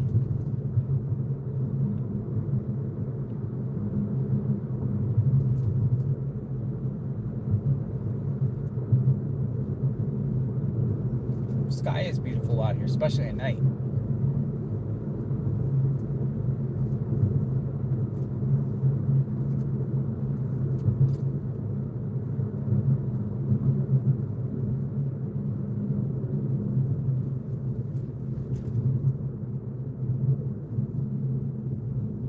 All right, we're at Oracle Road. Back at Oracle, one of these known spots.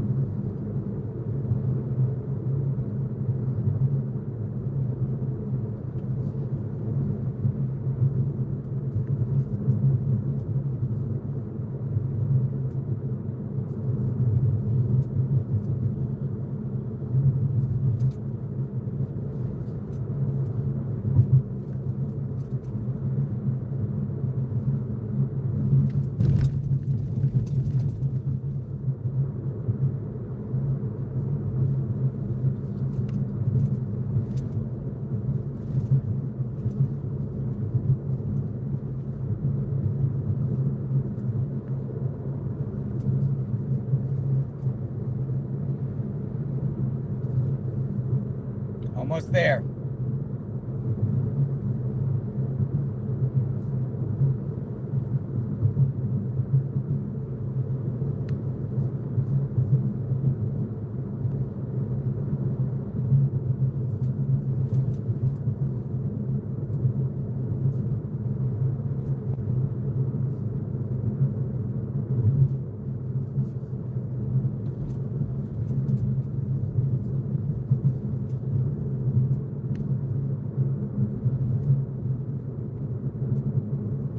In half a mile, turn right onto East Camino Lazorila.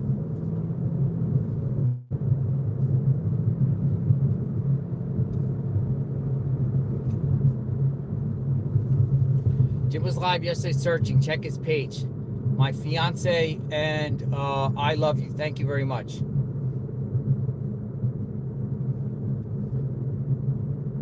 Is that Angelica? My phone is shaking. Thank you. Turn right onto East Camino Lazorila. All right, we're back by Nancy's. We'll see what's going on here. Kind of see what's happening here as we reach the 5 o'clock hour. We got about an hour to it starts, an hour and 15 minutes or so to it starts to get dark. Shoot, we might be here so long the clocks start changing, or does the clocks even change around here in Arizona?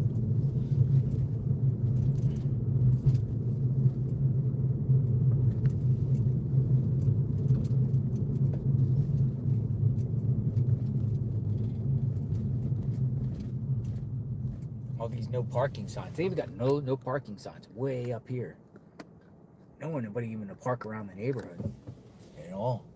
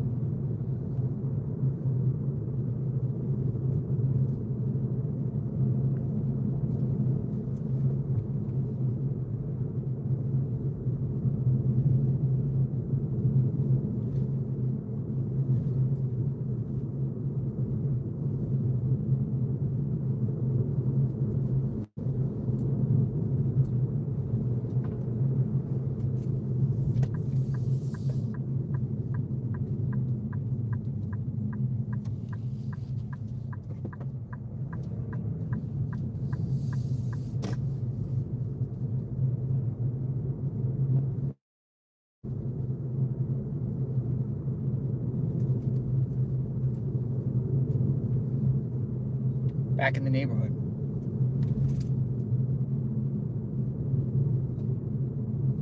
We're back. One of the epicenters.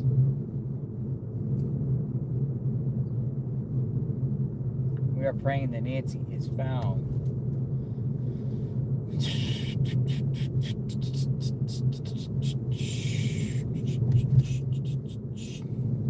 Safe. Safe and sound. Oh, drone up in the sky. Somebody got a drone over the house. Right there. There's a drone up in the sky. So there's still people out here flying drones.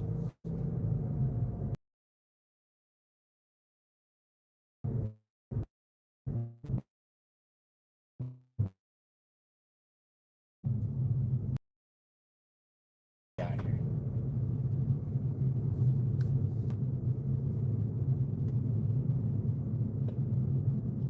A couple cars. Oh, here's a drone guy. He's flying the drone right here. This guy. He's flying the drone.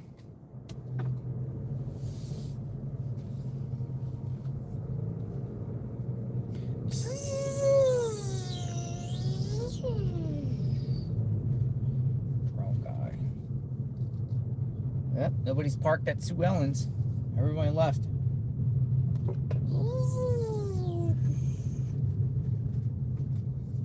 Nobody's parked at Sue Ellen's anymore. Oh, he's taking his drone down.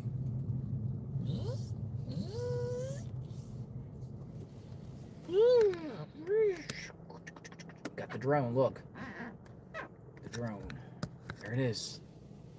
Drone in his hand. Hold on, I want to put a message out there.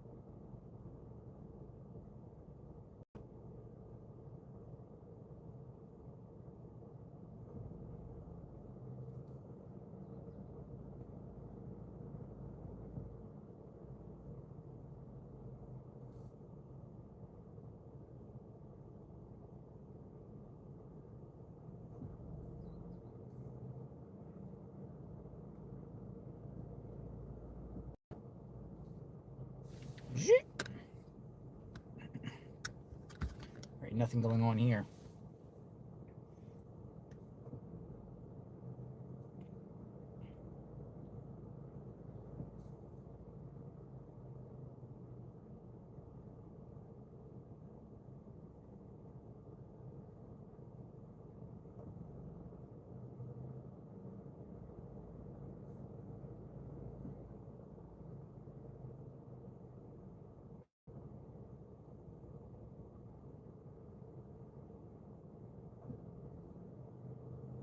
All right, so map guy will be out here 7 a.m.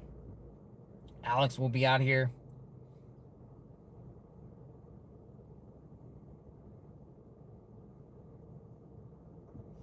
It doesn't look like there's anything popping off here.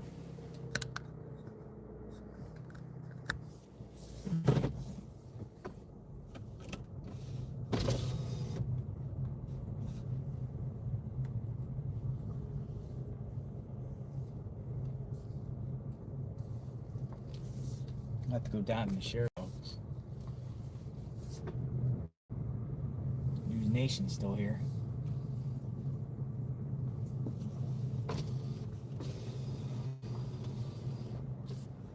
What's up? How are you? How are you doing? Quiet out here? Huh? Quiet out here. Quiet. Super quiet out here. You hot? What? You hot? Oh, I was earlier. You want something to drink? No, I'm good. I got Good? water, drink. No activity since No, none. since they came out this morning? None at all. What's your plan? Tell them you're gonna be out here. We have a hit at 9 o'clock. Out here? So I have to wait here for 5 hours. News Nation report, 9 o'clock. Yeah. Brian Etten? Yeah. Nice. We'll check it out. You got sun. Yeah, I got sun, I know, right? I got sun. I'm going back down to the sheriff's office. Oh, what's it like down there? Nothing. I just use that as the backdrop. And I use a lot of forums, so I get the callers. So now we're letting people share their opinions in the chat. Oh, Call them up. Some former professionals in certain fields that's and great. people, and just have them talk and share their theories and everything like That's that. cool. As this keeps Some progressing. Some other guy, that dude John, the other. Yes. He was saying that he thinks some woman was talking to him and saying that it was a burglary gone wrong. Like, think that they were already in the house when she got home. Yeah. Some That's people an think that. interesting theory. There's all types of theories. I know. All right, brother. I'll see you later. All right. Good seeing you. Be man. safe, man. All right, Safe take it out here. easy. Are you on Insta? Instagram? Nah. I'm on What? YouTube. Nah, I don't do Just Instagram. YouTube? Yeah, I don't do Instagram. I'm on X. Oh. There's some people are gonna be out here tomorrow morning at 7 a.m. There's what? Searchers. I'm gonna be out here 7 a.m. Yeah. Shit. Okay. Cool. So let your people know. Okay, I will. All right. Take care. Sweet. Okay. Bye-bye.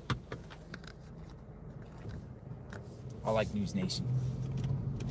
All of them. I do. News Nation rocks.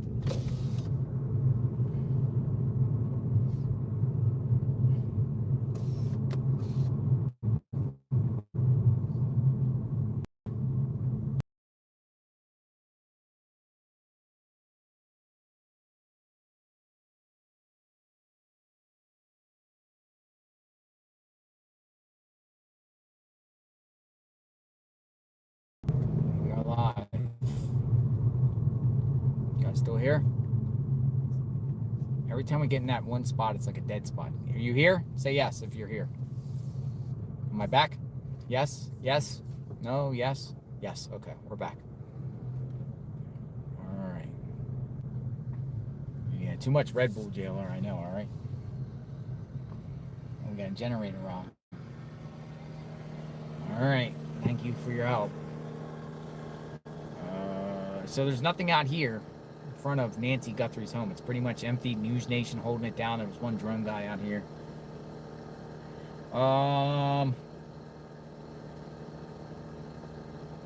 Let's go back to the sheriff's office as it starts to get dark. It's probably about an hour or 30 minutes. Oh, okay. We'll go this way. Another one of those drives. Oh, I don't know where 857 is. Kind of like dipped out. I think he went back home or something. I don't know.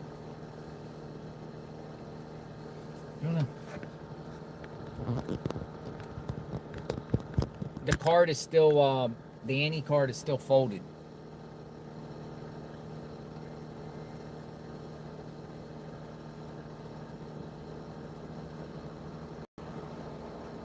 Pima County Sheriff's Department may be closed by the time you arrive. All right. That's where we're headed. Pima County Sheriff's. Head towards Sarada, Nepal. Sarada, Nepal. Oh, this is the longer route. No, it's not really. Yeah, no, we're good.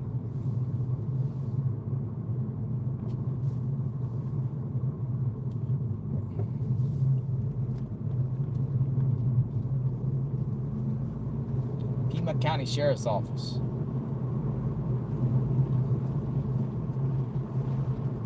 All right, yes, so 7 o'clock.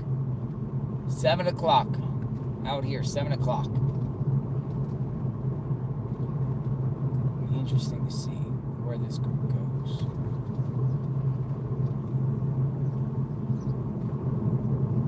Seven o'clock, Tuesday morning.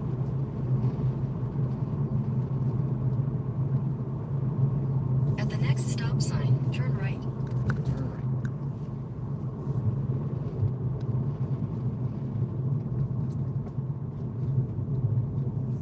At the stop sign, turn right onto East Camino La Zorilla. Camino La Zorilla.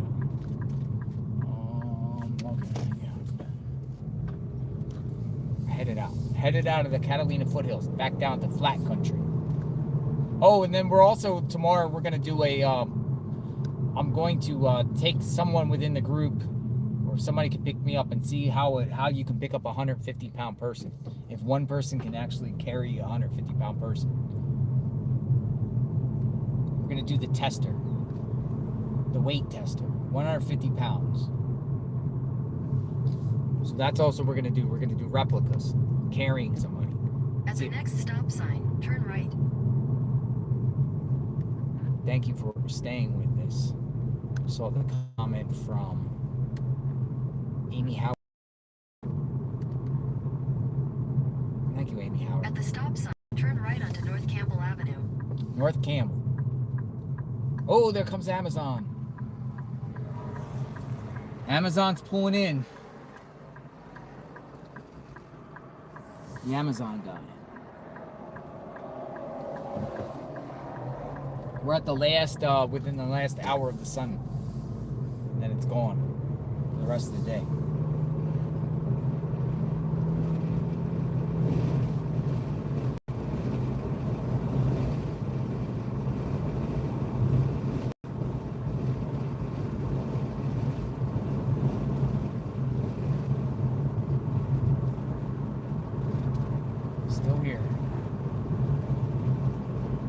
yeah, so I think tomorrow is going to be a pretty good, interesting day.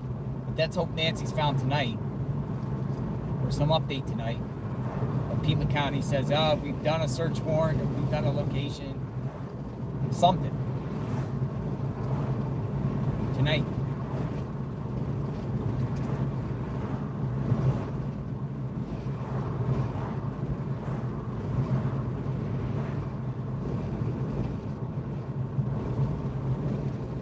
JLR.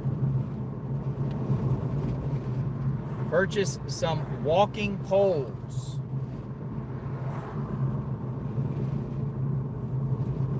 They work wonders. Walking poles. Tina Girl. Hey, Tina Girl. Tina Girl, thanks for coming out and saying hi. Tina Girl. Hopefully you're well. Tina Girl, I enjoyed the Red Bulls. Red Bulls are delicious. Walking poles. Tina Girl.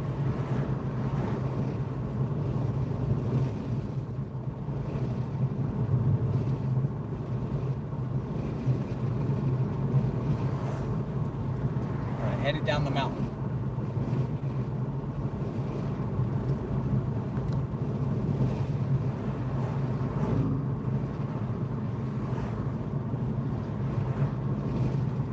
On our way to the sheriff's office.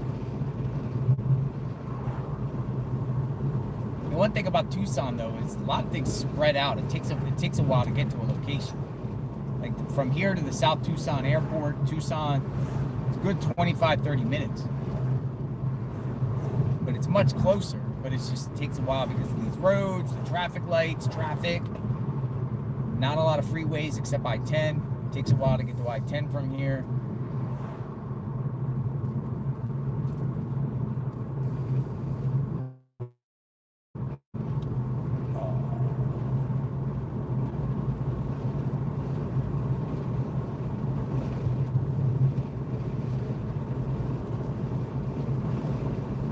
Safe and sound.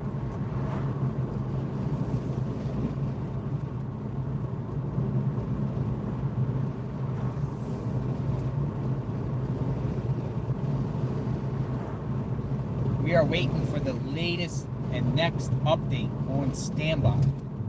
Anything that pops.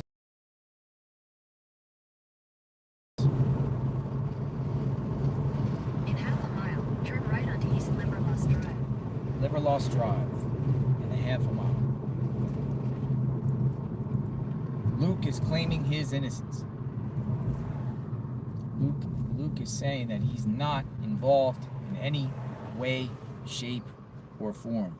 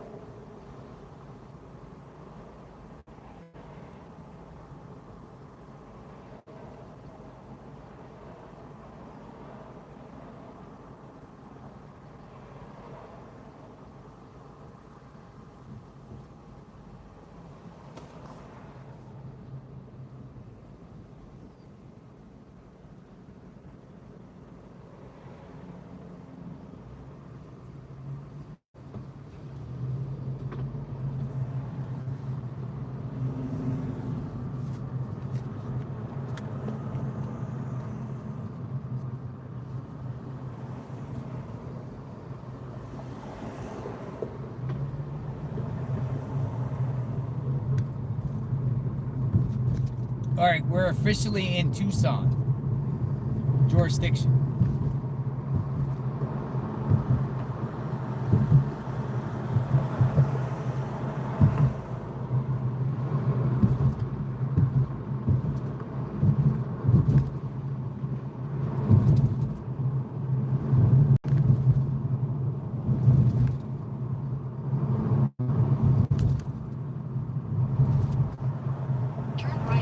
Limberlost Drive.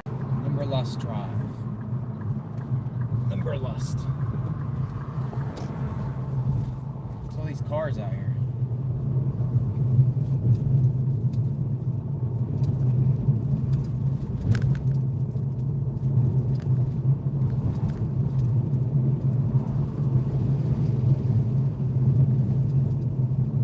Big search tomorrow.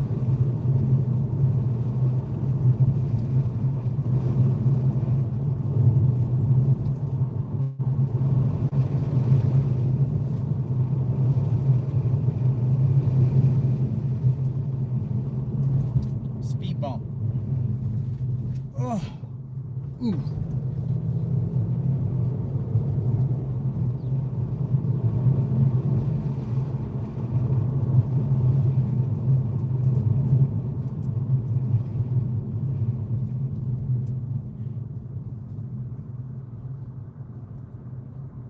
We're on our way to the sheriff's office, ladies and gentlemen.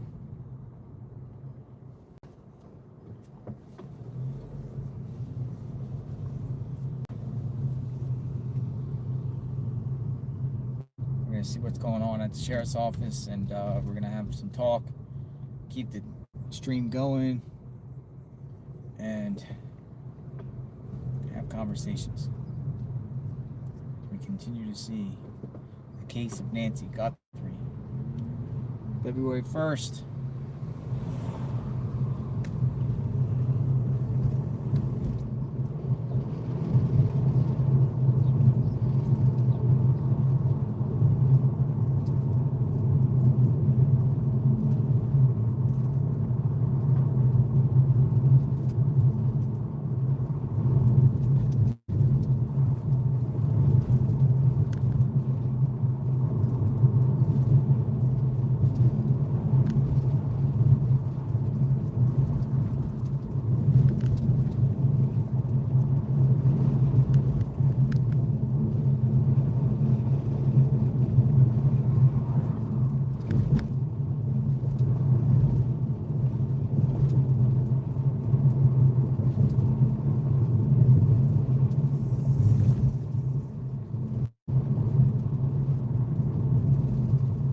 Keep it straight.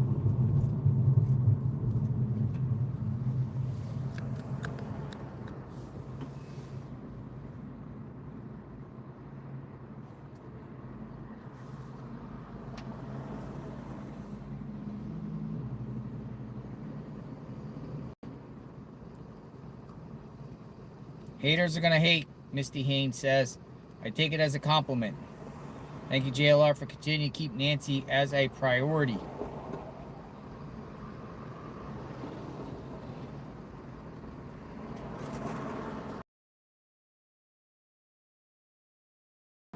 More Red Bulls from Sherry Beardsley. Thank you, Sherry. Red Bulls. We love Red Bulls. Yes, Red Bulls. Red Bulls. Lots of Red Bulls. Some people say Red Bulls are bad for your heart.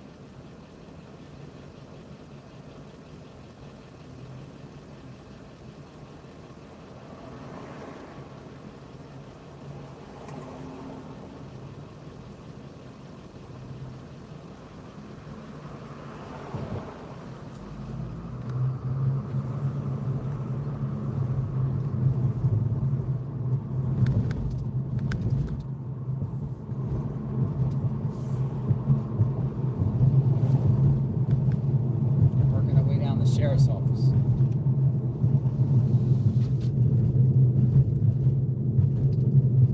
Working our way down to the sheriff's office.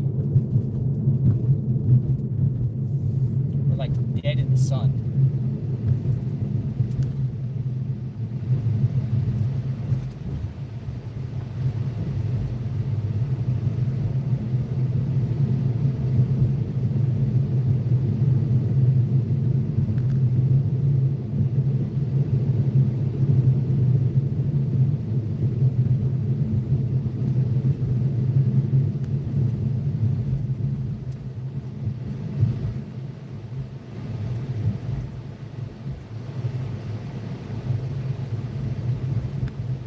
Safe and sound.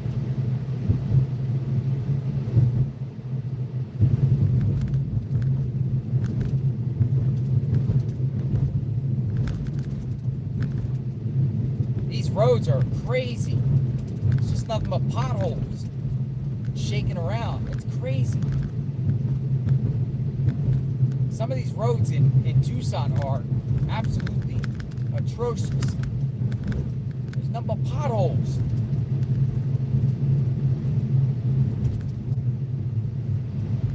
Horrible for your tires.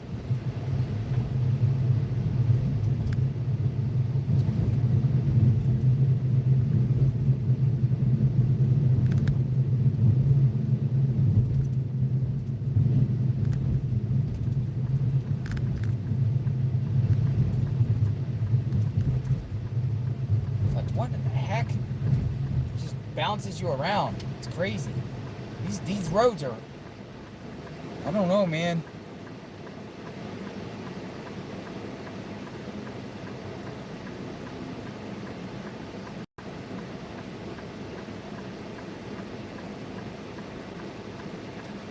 Roads are crazy, man. All right, JLR investigates. Come on in.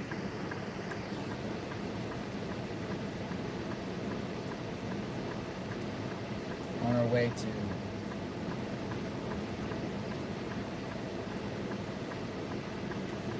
the sheriff's office. We'll see what happens tomorrow with a search.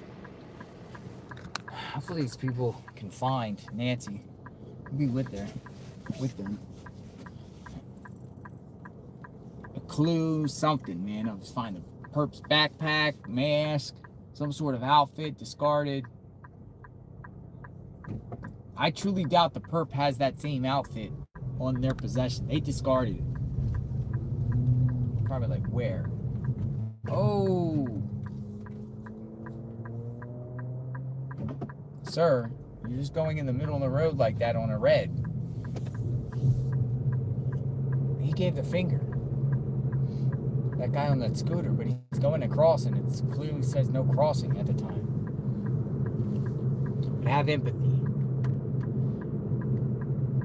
77-year-old Iona Bernice Deese missing, Maricopa County. Whoa, 77-year-old.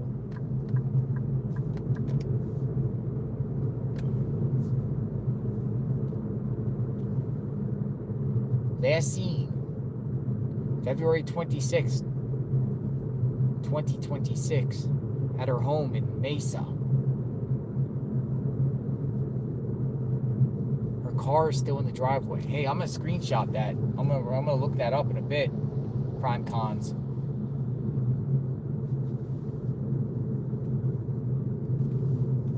Interesting. What's all that about?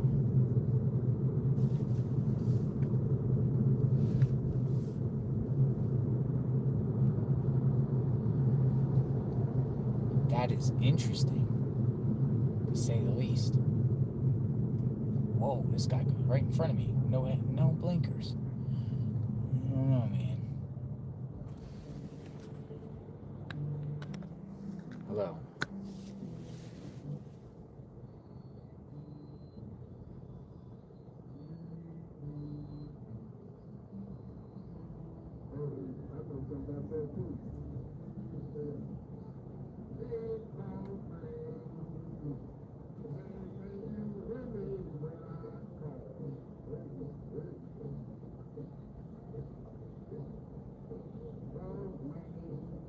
Guys listening to some blues next door.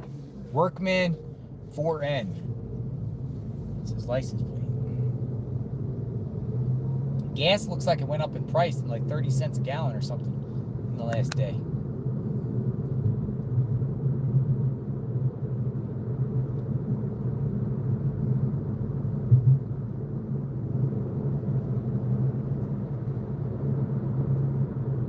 Almost in downtown Tucson. Yeah.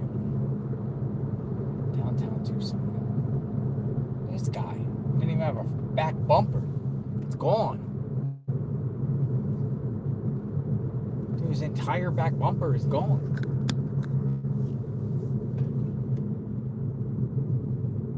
What in the heck? Dude, in some states you won't pass inspection like that. is gone. Drive around in half cars. And if some people's philosophy is, hey man, if it runs, I'm running.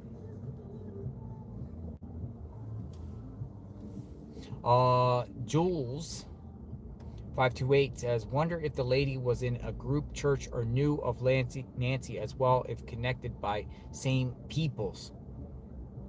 Windsor, Ontario. Wonder if the lady was in a group church or knew of Nancy as well, if connected by same peoples. Great question.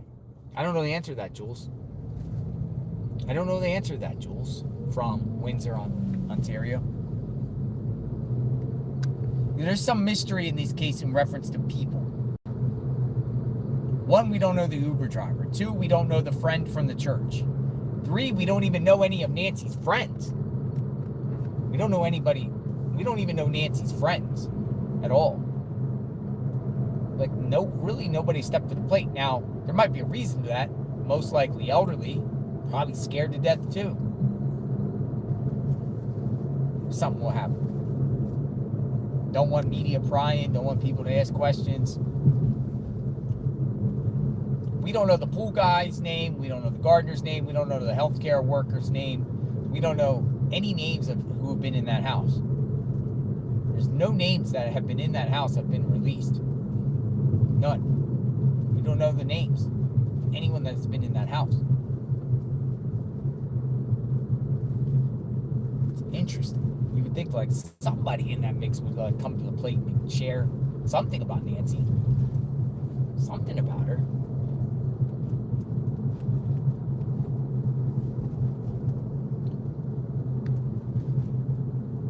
Be careful, people. Bernice Deese is missing from Arizona. She is 76 years old. I read the article. Yeah, I'm going to look into that when I park. Z for me. 76-year-old that just went missing in Arizona up towards Phoenix. Was it Mesa? 76-year-old. You know, some people in our chat was like suspecting, oh, well, you know, there could be like some sort of like serial killer involved that preys on the elderly.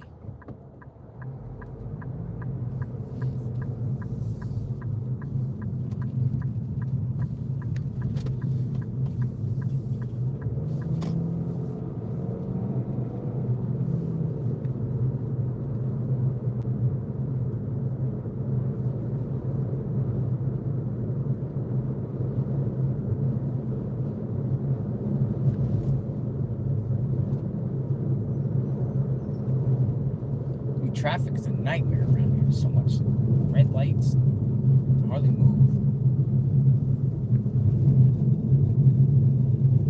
Almost on the interstate.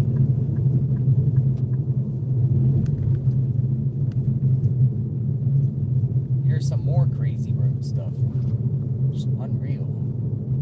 So much construction and roads are all potholes and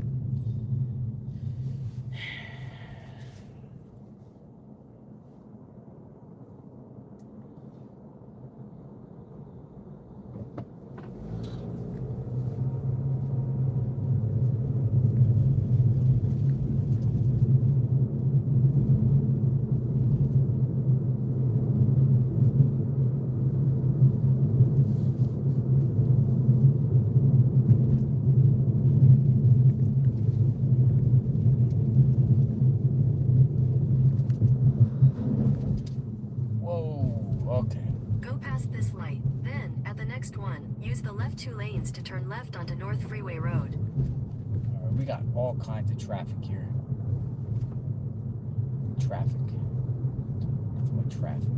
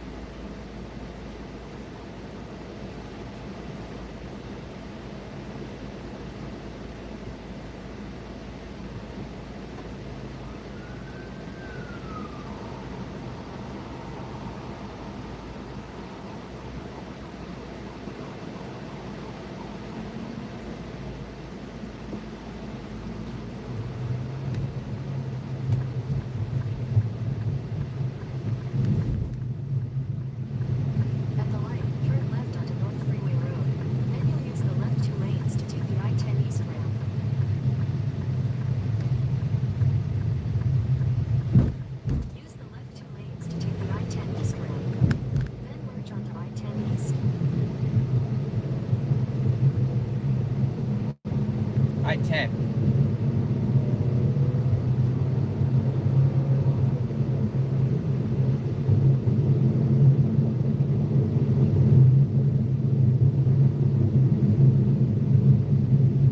Uh-oh.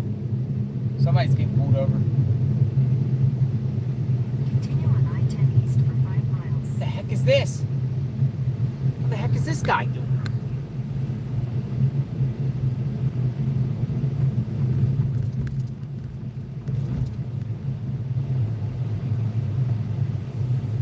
What the heck is this guy doing?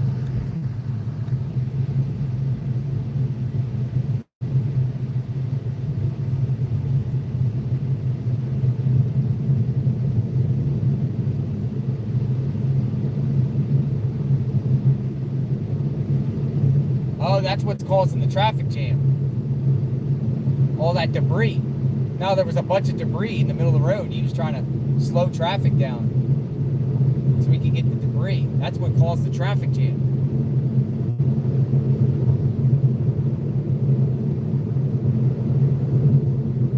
There's all types of like siding and things. I don't know what it was, like siding. It looked like sheetrock or something.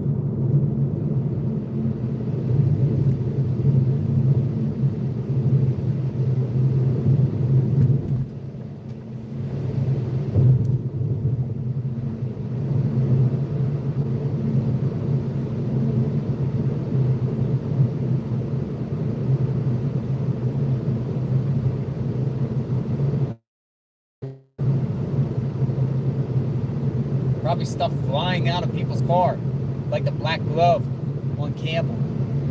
Somebody just, a black glove just probably flew out of someone's pickup truck and laid on the side of the road, and they pick it up and think it could be the perps.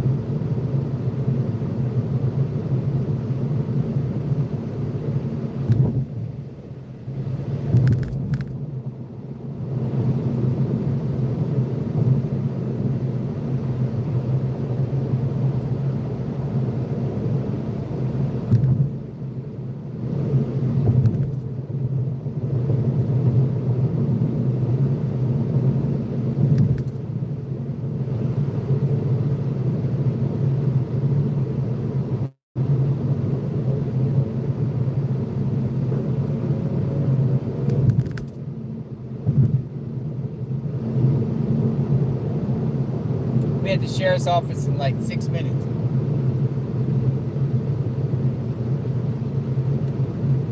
In 2 miles, take exit 262 for Benson Highway toward Park Avenue.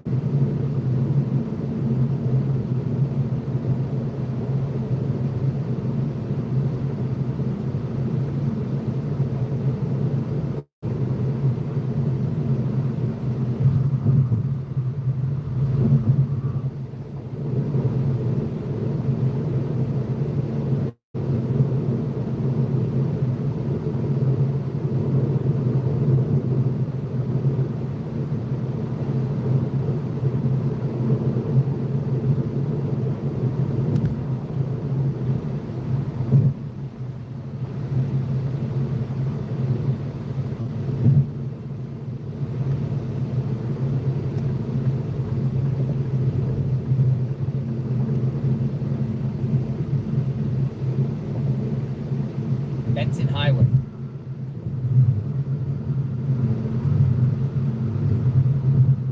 half a mile, take exit 262 for Benson Highway toward Park Avenue.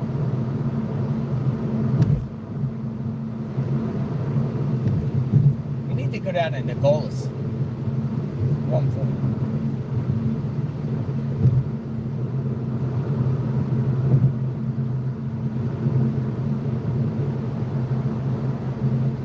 Take exit 262, then merge onto East Benson Highway.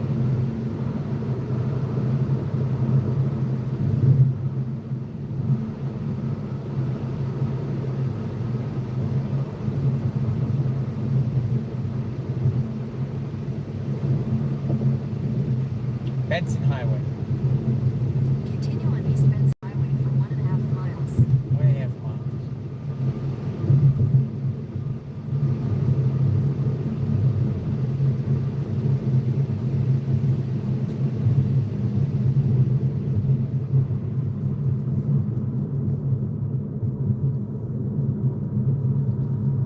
All right. Almost there. Hotel there called the Kennedy Hotel.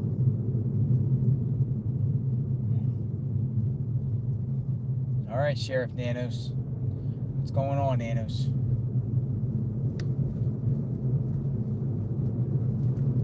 Talk to us, Nanos.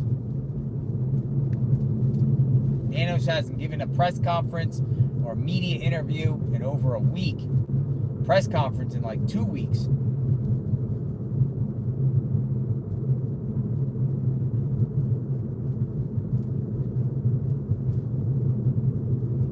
Where's Nanos?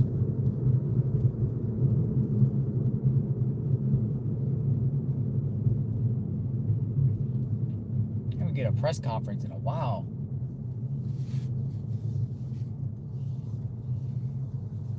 Where's Nancy? Where's Nanos? Sheriff Nanos. Let's see. My phone's blowing up.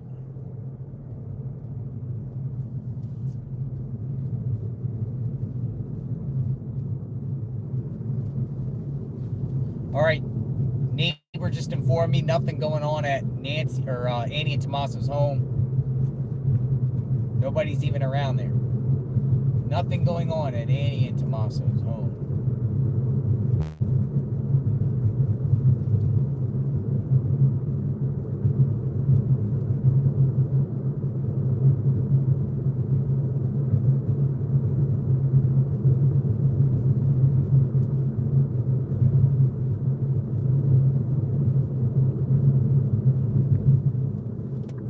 Go past East Apache Park Place and turn right into the parking lot. We're here. The sheriff's office. Turn right into the parking lot. The bomb squad unit.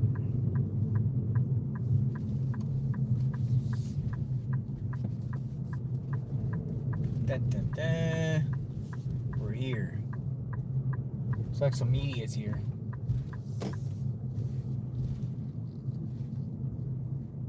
We are here. Your destination is on the left. Yeah, there's a couple of media people here too. All right, we're here. The sheriff's office. Yeah, some people say Luke interview. Let me see what's going on. Luke. Let me see. Luke. Yeah, we could do the Luke. Let me see.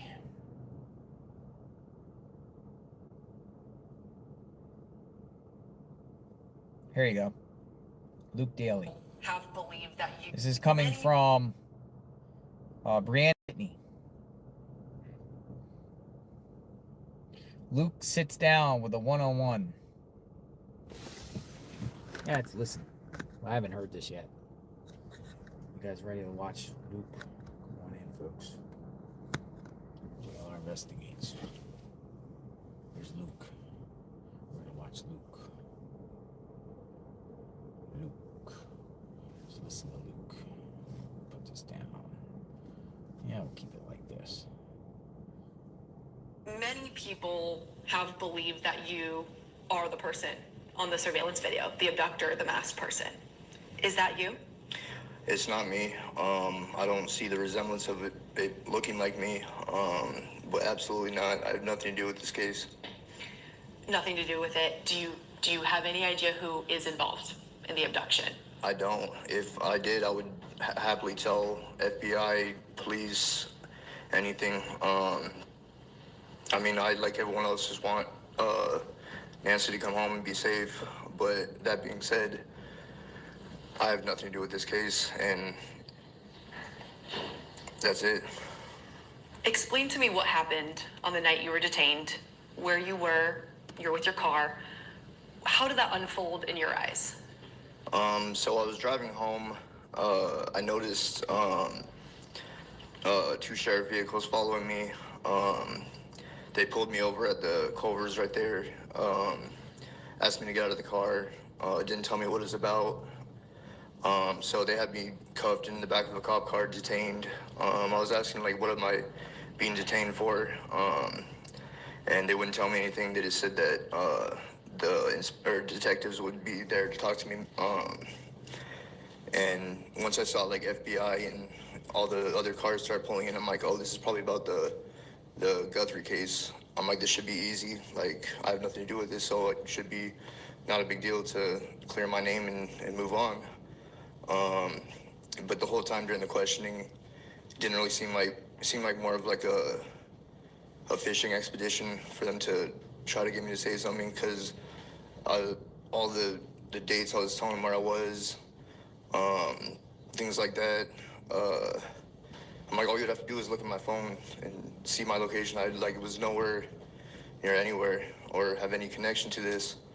But still, it was tough, like, being there. Like, I mean, I don't trust the FBI to the extent that I'm, like, thinking that there's pressure on this case and they want to find the person.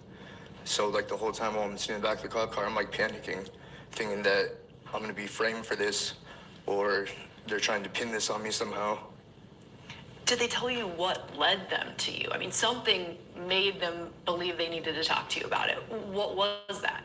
I asked them. They didn't tell me any information about that. And I have thought of any type of reason why they could have come after me. But there's nothing, and I think that's why they didn't tell me. Were you in the area of the home at the time, like the overnight, or would it have been something like, we've tracked this person near? Well, I live near her house, but I mean, I didn't even know that until after the fact. Like, I barely just learned where her actual house was in relation to mine. So I didn't even know.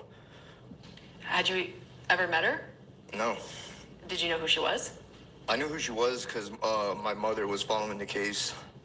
But in terms of other than that, I would just go off what my mother was telling me. And so how long were you detained for? Probably maybe 4 or 5 hours.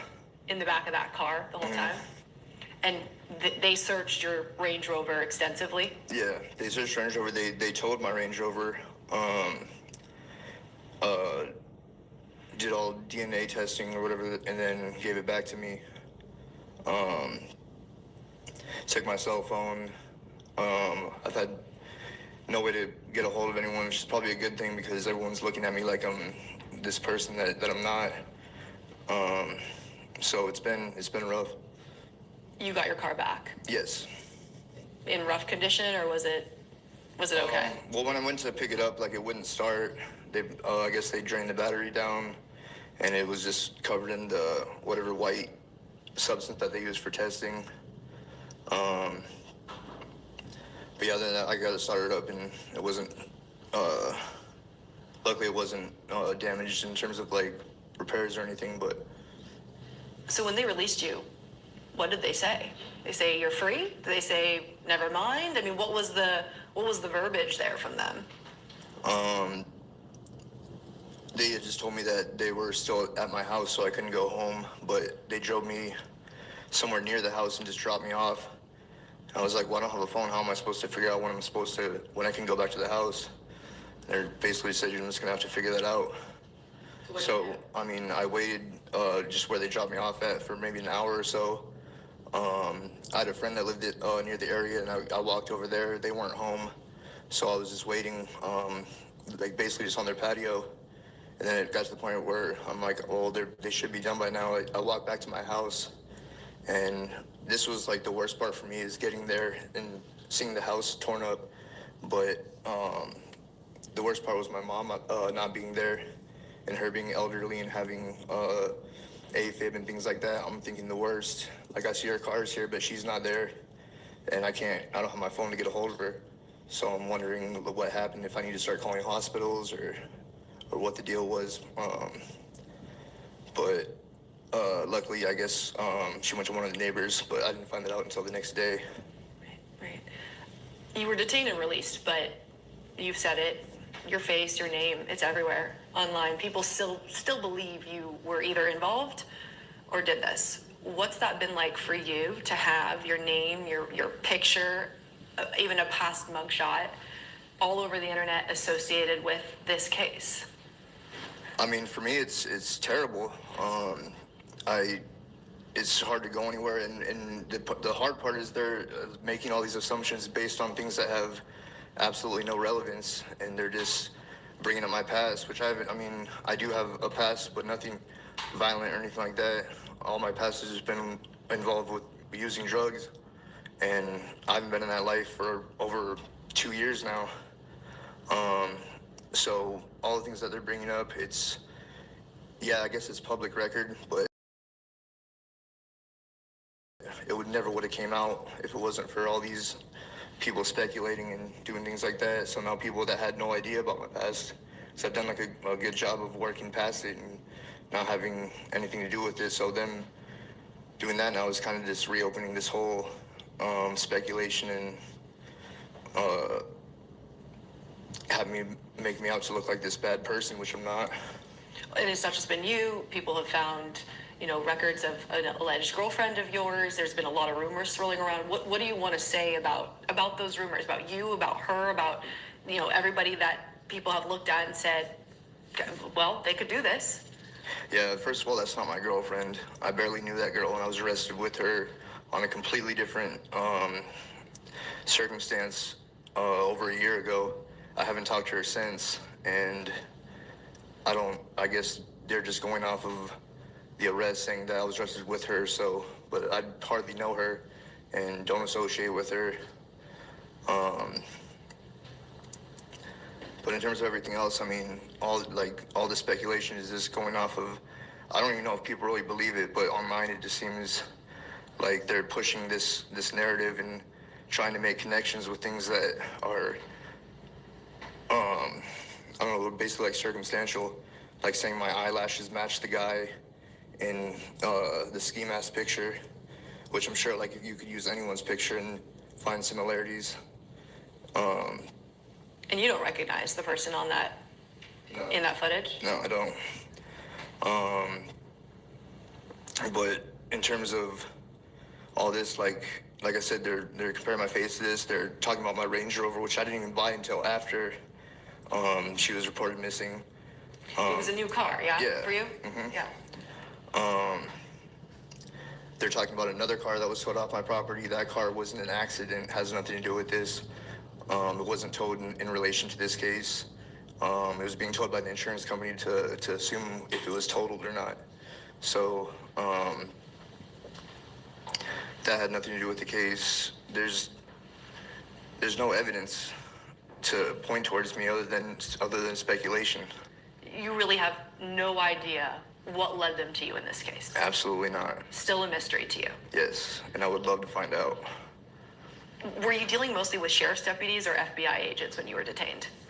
When I was detained by the sheriffs, but in terms of all the questioning was done by the FBI. What would you like to say to both PCSD and the FBI? Basically what I told them before, if there's anything, I'm happy to help. If there actually was something real that I could help them with, but like I said, they have my phone. They went through my phone, so if it was anything real, they could look through that and hope to clear my name. But in terms of the collateral damages, this being part of it, there's not really any type of way. There's no going back from this. For your whole family, too. Your mom has had to go through this, too. As a family, how has this made you guys feel collectively together to kind of be in this public shock, this public scrutiny? It all just seems like a nightmare. It doesn't seem real, and it's just been, we're all it's just been a nightmare. I know my mom, she has like problem with stress, and like she was doing good before this. After this, she's been a lot more stressed. It's been been hard. I'll let her speak to how it's affected her, but I mean, in terms of collectively as a family, it's been a nightmare. You know, what's your message for Nancy Guthrie's family? I mean, I like everyone else. I want to see her come home.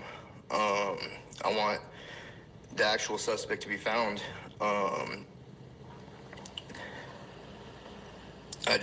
I think it's really unfair to them to give them false hope by going off whatever they went off to have this huge investigation and raid happen. To me, it's like giving them false hope that they had a suspect and then it was nothing. And I'm not the first person either, so I think it's wrong in that sense. This is your first interview since you've been detained. What's your hope in putting your voice out there now that people will get from this interview?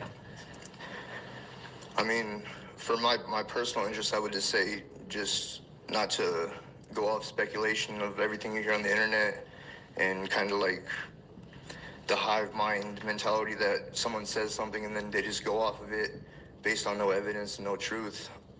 But I mean, in terms of like moving forward, I just want to be cleared, have actual verification that I was cleared by the FBI and sheriff, whoever else. Have they officially cleared you? I don't date. This is just going off what I've heard, but I guess I've been cleared, but they don't close any case, I guess, because it's still ongoing. But I mean, I know personally there's nothing else that they're gonna come across that points towards me. So Unequivocally, you are not the person, you are not involved. Absolutely, 100%. Is there anything else you want to clear up that people may have said, that you've seen, that you feel, that you have the opportunity now to address? Nothing particular is coming to mind right now. Obviously, I'm nervous. This is, like I said, my first interview, and I mean, I'm not trying to get any more attention from this. I just want to put it out there for me that I had nothing to do with this, and I'm hoping that the truth will come out. Whatever that may be, I have no idea. I appreciate your time. Chris, do you have anything that you want Luke to address or add? Luke, is there anything else that I didn't ask you that you want to address or talk about while you're here? Just want to make sure that you get your opportunity to say anything you want to. I just want to say again that I hope that she's safe. I hope they find her, and I just want to move on with my life and not have any. I mean, it's been hard. Like, I can't go anywhere. Everyone gives me dirty looks, and they see me in my car. Like, I would assume that they, like, I don't know, people are just think I'm like this person, and it's been hard, like, leaving, going anywhere, doing anything. So I'd like to be able to go about my life and not have this shadow of doubt casted over me. Brianna Whitney. They say he interviews the mom, too. Mary Chapman Daly talks to detainment. The mom. Okay, so let's just review Luke. Do you believe him? Do you believe what Luke has to say? I personally am glad that he came out and did that. I'm glad that Brianna got a sit down with him and he wanted to set the record straight. I don't think he's involved. I mean, you can kind of, I mean, somebody doing that, it seems like, he got a pass, right? He knows he got a pass. A lot of cloud of suspicion when he came out there and set the record straight. So my opinion is I believe him. I believe him. You want to hear from these people and stuff, and you can kind of, he just seems like he's just a mess. He's a mess. And he can't blame the internet because the authorities are the ones that did this. And, did this to him and his family. The internet runs with, the sheriff had, could have cleared this up very instantly, but, lack of information leads to a lot of speculation. When you raid somebody's home that's, miles away from the home, everyone's going to talk. That's what we were checking up to see what's going on each and every day at, out front of Luke's home. To me, I feel like he's not involved. He probably has a big lawsuit. But how does it get to that point? How does it get to the point where they get him, do what they did to him, and his mom? We're about to listen to his mom. Probable cause? What's the probable cause? Sheriff just, because he looks like, does he look like the guy? I don't even think he looks the guy. It's probably a good thing he shaved. A lot of people think his eyes look the same, though. All right, let's listen to the mom. This is Brianna Whitney, AZ family. Now interviewing the mom. Let's review this. Luke is your son? Yes. Luke is your Okay, Luke is your son. Starts out, Luke is your son. This is like a 13-minute interview. This is fascinating. Luke is your son? Yes. You were Nancy Guthrie's neighbor, pretty close by. I didn't realize that. You didn't know that? No. So did you not know? I knew it after everything happened. But otherwise, who'd heard of her? You hadn't heard of her? No. Okay. No. Okay. So you hear that she is abducted. She goes missing. And I assume your first thought when you hear this is, oh my gosh, this is crazy and it's nearby. Were you following the story, following the case? Totally. At that point, to see if they could ever find her. And Savannah grew up in Arizona, and her family, and we watch her on TV, so it's sort of like, she comes into our living room and tells us what's going on. So it's, it's very emotional for me. I'm old, and I'm not used to this kind of stuff at all, but I have a lot of empathy and pray. I don't have a lot of hope but that the family continues on, and it's, huge loss for all of us, actually. Oh, it completely affects the community, a community you're part of. So when you first start hearing about it, I imagine there's a lot of upset and fear, concern. Yes. And they were searching, I live on this street, and then they were searching a street a little closer and a little farther out, and, it's just weird to have these people and people standing in front of my house wanting to talk, mostly news people wanting to. Yeah, the media don't. I didn't talk to those people at all. We just. Mm-hmm. So tell me what happened when this all ends up at your home. Your home ends up becoming part of this story. Yeah, well, people were coming to the door, and I wasn't necessarily answering it. They might not have even had a camera or anything. And then this one, late afternoon when they came in the big SWAT vehicles, pulled into my driveway, and said they wanted to, they wanted to see anything that could link anything. I said, well, yeah, go ahead. So they were there for about 6 hours, and I was in the SWAT vehicle, and they went through my house and went through everything and tore everything, broke my. If the door was locked, they would break it open to go see what was in there. There really wasn't anything in there, but it was pretty upsetting. Well, and it's one thing to come to you and say, do you have any video or anything like that? It's another to detain you and search your house with a search warrant. Did they tell you why?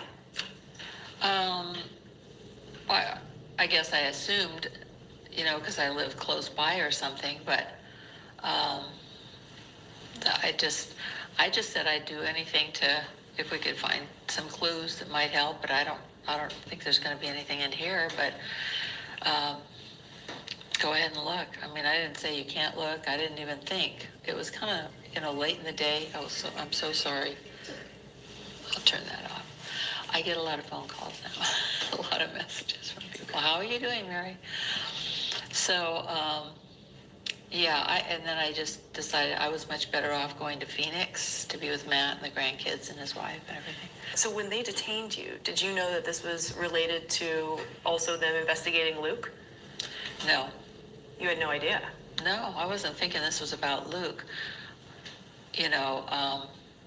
I found out it was also about Luke, but initially, no, I was thinking it was all about Nancy Guthrie and finding her and whatnot. So, because I was thinking, I don't even think Luke probably ever watched the news and even saw Savannah on the news. I did. So when did you learn that, your detainment was related to Luke's detainment in this case? When? I'm not exactly sure when, because honestly, during this time, I was really emotional, and there were lots of information coming in, and so I don't remember exactly the time, but I know that in retrospect, I know all this stuff that it did, but initially I didn't think of it being Luke as part of this, because I knew it wasn't something that Luke would be involved in any way, and he wasn't. So, yeah. And when you learned that, was there any thought could he have been involved? No, I didn't think he ever could have been involved. Not at all. No. So you and Luke were not involved in anything in this case?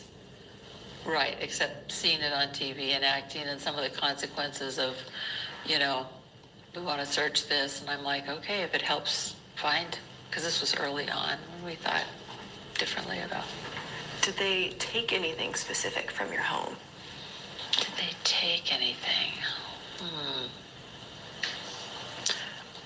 I can't think of anything they took.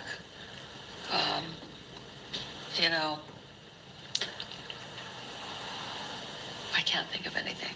And did they eventually? I might think of something later. That's fine. I hate to say it, but yeah. Did they eventually tell you that they were searching your home in relation to this case, or did you this whole time think they're just looking to see if I have any surveillance video or anything like that? Like, where did that shift happen? They didn't give me a lot of information, but I just assumed, and I said, well, if it's, like I said, if it's something that might help us find her, then go for it if you think there's anything in here, but I don't think there is. So, yeah. Did you ever suspect that Luke might know who was involved? No. Not at all? No. So you guys were basically both detained for hours. You were questioned. Your property gone through, and then released, but with not a lot of explanation as to why? Well, I guess they just said they could do, I didn't want to stop if it might be helpful, but I had no idea when. I thought they'd maybe come in and look around for an hour or something, poke around, and, but. Yeah. So you have not been back at your home staying there since this? I just got back. What's that like? It's really good to be back here. I was up in Phoenix with my kids and grandkids, which is wonderful, but, we built our home and lived there a long time, and Matt's grown up in it, Luke's grown up in it. They're, so it's, it's home. So I love being there. I'm glad to be back, and it's nice to know that Luke's there and, with me. I mean, in the days since you guys were detained, it's not been an easy road for any of you, Luke especially. I mean, people still believe he is the person on the video camera. They still believe he's the person who abducted Nancy Guthrie. His face is out there. His name, your name, has been out there.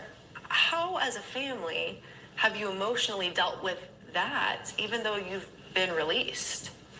Well, things will just pop up, and I'll just feel a lot more like, even sitting here talking about it, it is very emotional. And part of me just wants to say goodbye to all this chapter. So hopefully this interview will help kind of have some closure for me and for everybody else who's felt the impact, because this has been huge impact, not just here. I mean, all the family from Rhode Island called right away and said, wow, look what's happening. I mean, I was like, oh my gosh, I don't really do Instagram and TikTok and all that stuff. I'm not the right demographic. I don't spend my time doing that, But Luke's on it. I mean, he is younger, and that is part of him. And just had to see his face out there. That's really a shame, I think. But I was shocked about all of that. That was an education for me in terms of a way of communicating and things people like to do, like younger people, not older people like me. Yeah. So.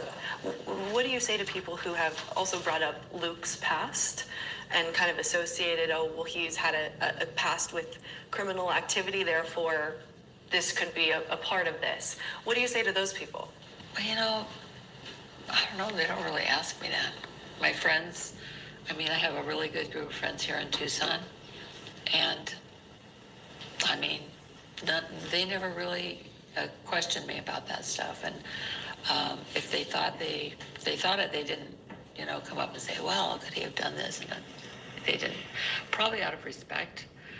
Sure. Because they don't know, and I didn't know what all was going on sometimes, but I knew this wasn't, I mean, Luke's had other issues, but this is not the kind of thing that he had a problem with, and he's doing well now, and we're all kind of in the recovery mode, if you know what I mean, trying to get our lives back and get back to normal again and all that stuff. For your family, it's been tough. For the Guthrie family, it's been tough. I mean, what is your thought process trying to relate to the Guthries themselves going through this, but in the most awful way, in that they've lost Nancy and there's still no answers? You know, really, mostly I pray. Yeah. And they've asked for prayers.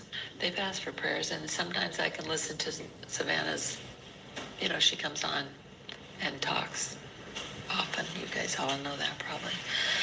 And I've watched a little bit, but I can't watch too much because it just makes me want to cry. It's just so sad. And the longer it goes on, then the more hope is lost, you know. For you guys in this neighborhood, you know, it's a very tight-knit, it's a beautiful neighborhood, it's quiet, it's quaint. To have this kind of onslaught, the media spectacle, and then to become where you are, does that change your perception of how safe home feels? Well, I feel safe in my home now. I didn't for a while. That's why I went to Phoenix. I have wonderful neighbors. They live right next door, and we're in this little cul-de-sac together, and that's where the SWAT team came up the cul-de-sac and stuff. But, I mean, I stayed with them some of the time. A couple nights I stayed over at David and Margaret's house because I was uncomfortable, you know. So, yeah, I just never thought in my life I mean, who would imagine something like this? There was so much sadness, and I want to say global, but certainly our whole country, but it goes farther than that, probably. Oh, it really does. I mean, the way media is today, I mean, I grew up in a different era, as you know. So it's amazing how things spread. So what do you want to say to the Guthrie family, especially for you and your son, if there was any possibility they still believed you guys could be involved? What do you want to say to the Guthries? Savannah, I am just very, very sad and sorry about Nancy, and I pray for you and your family that you heal, that you go back to your normal place of life and resume and build with your family and your children and your husband. But I know it's going to be a challenge, but I'm going to keep praying. And you want them to know? No involvement from you and Luke? No involvement from Luke and I, no. Thoughts? JLR investigates. Brianna Whitney speaking to Luke and Luke's mom, Mary Chapman Daly. Whew. Luke. Because if you just put Luke in YouTube, there's just video after video after video of Luke. Just Luke. Just videos and videos and videos. Luke. It's nothing but Luke. Luke.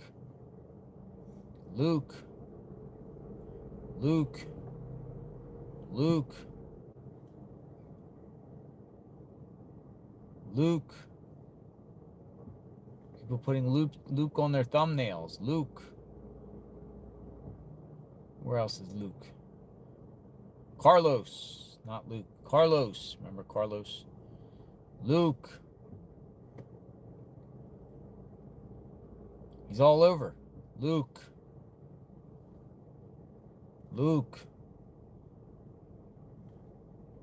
Luke. Luke is everywhere. Carlos and Nanos. So, Carlos and Luke now out on the record say not involved. Do you believe Luke? Do you believe Luke? Outside of the sheriff's office, I believe him. I believe him. He talked a little bit about Kayla Day. He said, yeah, I got arrested with her, but I haven't been with her. It's not a girlfriend.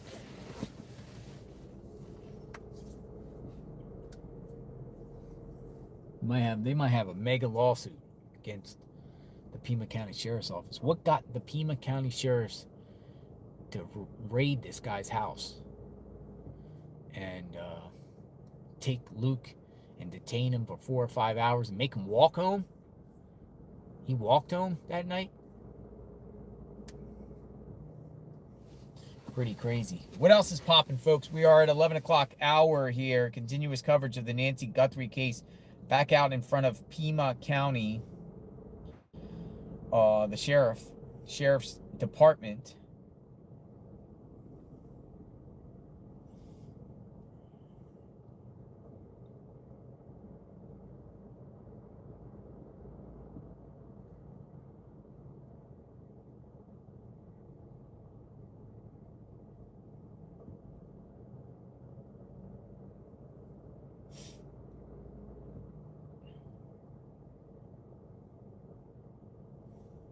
All right, hold on. I'm getting some messages here.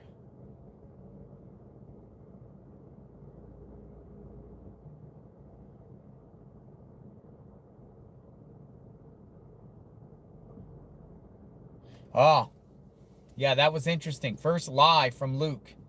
Alec brought this to my attention. He said he was clean for 2 years, but was arrested in 2025 for guns and drugs.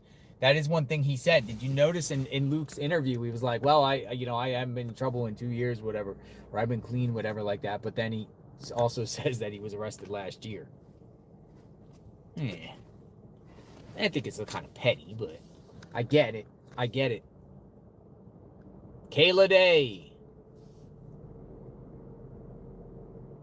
Mom innocent, but she knows what Luke did, Misty Haynes says. 8885. Misty back in the house. Mom innocent, but she knows what Luke did. So some people still feel like Luke is involved. Some people still feel like Luke. I believe him. Unless you're like a psychopath like Chris Watts, Jake Harrow, Susan Smith. Who's the other ones that went on TV and just lied to national TV? You guys want to do some talking? Anybody want to chat? Look tips. JLRtips@gmail.com. Nancy Guthrie discussion. So there will be some stuff that Casey Anthony. She's another one. Who else? We're missing someone. There was another male that lied out there. Who's the male that lied? Jake Harrow, Chris Watts. Who else? There's somebody else. Somebody else that actually went on. Scott Peterson. There you go, Scott Peterson. Scott Peterson. I was forgetting Scott Peterson. Scott Peterson. It's crazy how you can just look at the world in the camera and then you know you did it, but you're looking at the world in the camera and you're pleading for the safe return of your loved one and you know you did it. Lori and Chad Daybell. Remember they were in Hawaii? Drew Peterson. People say Drew Peterson. Remember Drew Peterson? Not Scott Peterson, but remember Drew Peterson? People say Jody Arias. Alec Murdoch? Yeah, Alec Murdoch. He's another one. So, if anyone wants to talk, shoot me an email right there. Tips. JLRinvestigates.com. Say you want to talk. We'll keep the conversation going a little bit. We'll have some phone calls. Hear from anyone, any experts, anybody out there want to chit chat. Kind of hear from all of you. Just say I want to talk. BJ Root. Hey, BJ Root. Absolutely. We're going to bring in BJ Root. He is a longtime subscriber to JLR Investigates, contributor. Hey, BJ Root. Love to hear from you. 14. Put your number in. I almost said your number on air, BJ Root. All right, BJ Root. Come on in, BJ Root. Always good to hear from you for the first time. JLR. Hi, BJ Root. How you doing? Hello, nice to talk to you for the very first time. I know you've been in the chat, always following all these cases for all these years. Always. Since I live in PA, so I followed you with Cavalcante. yes. Cavalcante. Yes. That's when I started following you. All right, BJ Root. Yes. You know you're on JLR Investigates all the time. Your thoughts on this case? Yes. I get withdrawal symptoms when you are on. Oh, nice. I'm actually watching you or listening to you here at work. But anyway, I have a pacemaker, and there's actually two different reasons from what the doctor told me about. One is like the mechanical side, which is actually pumps your blood through your heart. Uh-huh. And mine is like an electrical short. My heart paused once it actually paused for like 18 seconds. Uh-huh. And then what it does is sends a signal and say, hey, you gotta start pumping. But I don't have to take any medicine at all. It's just You don't? No. It's just the electrical short or whatever. Uh-huh. And that's so I know there's two different kinds, and I'm sure that Nancy had the other kind because she took the blood thinners and stuff, and that's the mechanical kinds when you got to do all that. So yeah. So you have a pacemaker. Can the doctors monitor you from your home? Absolutely, yes. When something happens, like when it gives that pulse or whatever, it's on my phone. But I also have a newer one, like the battery, depending on how much it needs to be used and stuff. The battery will last up to 15 years. Oh, 15 years. Wow. Yeah. So, but my condition, it doesn't sound like it uses as much as what the other kind would. So, because like the symptoms that if I laid down and had the issue or whatever, I didn't have any symptoms at all. But if I was standing up, I would pass out and vomit, just like, I don't know, like your heart stopped. Yeah. So, but if mine is used, it comes across on my phone and it transmits to the doctor. And then the doctor will decide if they need to see me. Like the last transmission I had was in January 26th, something like that. And it said transmission received, no further notice required. So it did what it was supposed to do, basically. So if something's up, your doctor gets a notice, they could contact you. Yeah, and then it also transmits every 24 hours anyway.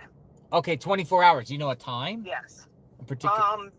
Mine is at 2:00 in the morning. Okay, because people have discussed that, and saying, well, just because it stopped sinking at 2:28, a little before 2:30, doesn't mean it was that time. Yeah, that was kind of weird, though. I would say that was because it went out of range. Because usually they pick an hour, like on the hour or on, like a half hour, 15 minutes, something like. It's not typically on an off time. You know what I mean? Yeah, gotcha. What's good to So get. that was kind of strange. All right, well. So I have a theory, though. Go ahead. Are you ready? Sure. I don't think you're ready, but Let's do it. Nanos is crooked. Nanos is crooked. Yes, you can see all kinds of stories. He supposedly stole his election and all that kind of. I don't know. I live in Pennsylvania, so I just actually a lot of it.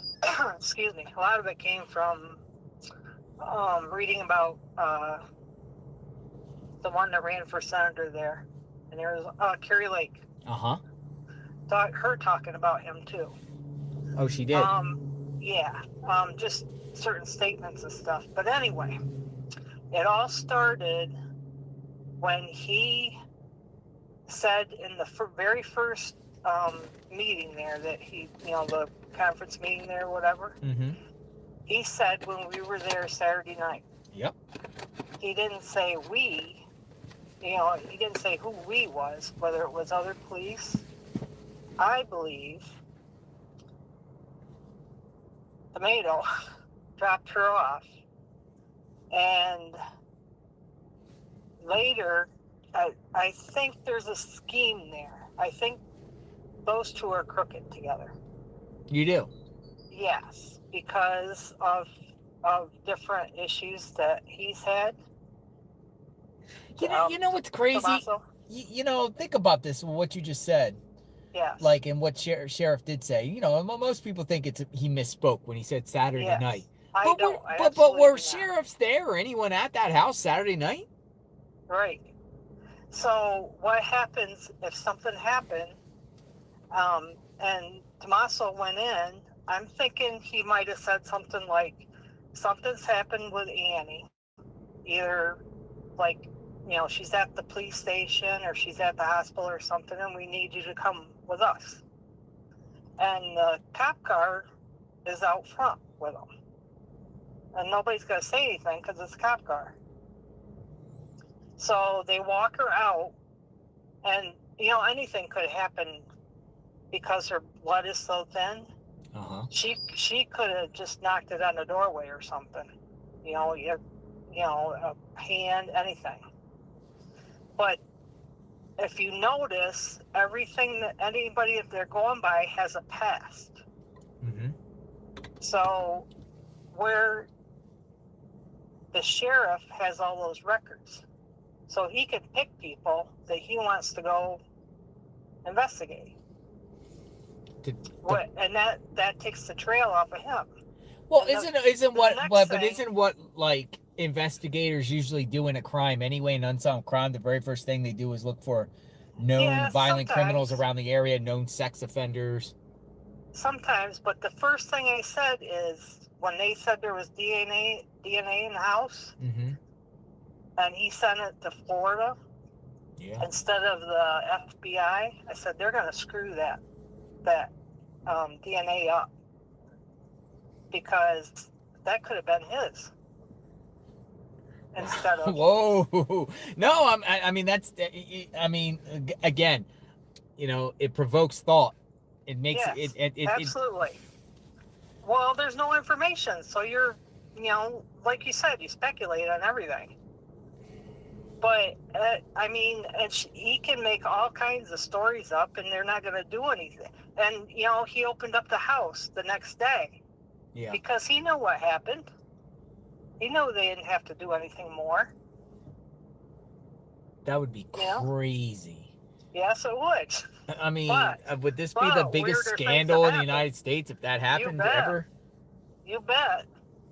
And Savannah said that she is not fond of him in different statements too. So I don't think Savannah has anything to do with it, or Carmen, or Cameron. Yeah.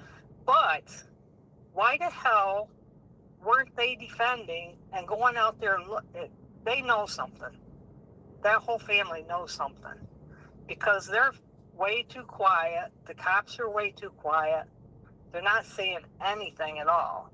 That thing today was a show. Think so? Yes, absolutely. I bet there wasn't a tear falling from Annie's face. You think it was all an act? Yeah, I absolutely do. And, Savannah's, she's the actor or whatever, you might say, with the news and all that, but... you have to have acting skills, I guess, to be on the news. Yeah, absolutely. Right? Absolutely. Gotta be camera ready. And it was funny that News Nation was the only one there, And if it was me and my family and I'm famous, I'm going to wait till it's like darker or something to go do that. Yeah. So nobody either saw me, or if it was them out there, why didn't they turn around and say thank you for covering it? You know? Yeah, so you bring a lot of different interesting takes to the situation. Yes. For sure. That's the only way I've been thinking since it started. It's just it's just bizarre. Everything is bizarre. It's absolutely. You know, and he's not saying about going out. There's no tracking dogs and stuff like that. Mm-hmm. Because he doesn't need them, because he knows where she is. You think they the know? Only other thing, who's that? Like he or they or who we talking about? Tommaso and the cop. You think Tommaso and the cop? Yep. Nanos. Yep. Knows. Now the only other thing I thought of was kind of like out of TV or whatever. But does anybody have like an underground room where they keep guns or like I work in a vault here at work, and I was standing there in the vault and like somebody could live in this, you know? So does one of those houses, even if they stayed in, have a room like that? I don't know. I mean, they're maybe not a basement though, because basement. No, many Arizona residents have basements. Only like 2%. Yeah, that's true. Basement, that's but vaults don't have to be in the basement. Right? Exactly. Just be some vault on some floor in their home, back room, behind the bookshelf. Yeah, exactly. Yep. And I really want to say that she's alive, but reality says no, she's gone. She's gone. Yeah, I don't really want to think that way, but I don't know. And the medicine stuff, I mean, you get 90-day supplies. Uh-huh. And, you know, Annie and Tommaso, I bet they had extra at their house in case she needed it when they came over. Well, interesting. We'll see what happens out of this, BJ. I know you stick around all the time, and yes, I do. You watch and we follow these stories and we follow them to the end. I can't wait to find out what really happened here and who's involved. Yes. We could say we were all wrong, or we could say, oh my God, we got it. You know, exactly. It will be. We'll see. Exactly. I just want to tell you, I really appreciate what you do. I live vicariously through you. I always wanted to do that, but I used to be on a search and rescue team too. Oh, you were? And I was a canine search and rescue, and somebody said that terrain, you know, the dogs couldn't run through that, whatever. Mm-hmm. But you train your dogs for wherever you are. You know, there's equipment and stuff you can put on your dogs to protect them for the cactuses. And it's like where I was, we have rattlesnakes. Yeah. Where I do it. So, you know, the vets, they're all supplied up in case your dog gets bit, or you have protective equipment on them, you know. So. Hey, yeah. BJ, it was nice talking to you for the first time, and thank you for watching all these years. Good to hear. Yeah. Good to hear a voice behind the person that always drops by. Yeah. So very good to hear from you. Listen. Stay humble and keep your boots on the ground. Don't let the ego get to you, and just stay the way you are.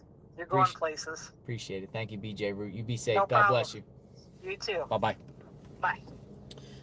BJ Root, always watching the channel. Appreciate that, BJ Root. Thank you for your perspective. BJ Root's saying, literally, this is sheriff is involved here. What do you think? Man, that would be crazy. That would be crazy. Yeah, I don't know, man. I can't even I can't even imagine if the sheriff is something involved with this, man. That would be just the most insane plot twist anyone can imagine here. But who did this, folks? If you say, oh no, there's no way the sheriff's involved, then who's involved? Share with us. Who's involved? Then who did this? Just a random burglar? Targeted attack? Hitman? Cartel? MS-13? Tren de Aragua? Some sort of gang member? An SA? Convicted violent offender? And just someone that just is a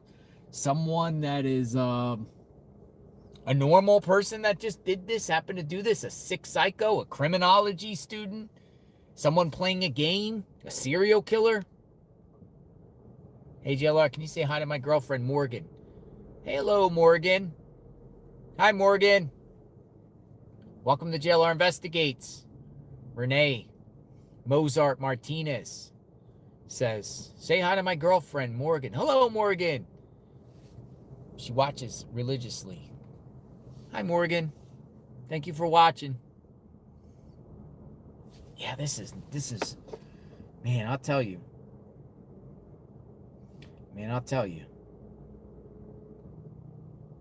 Who wants to talk? Serial killer. Oh, okay, so let's go back to,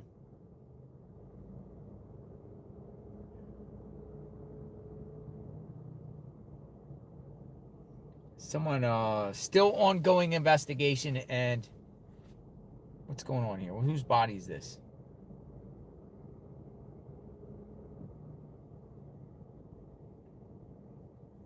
November 2025.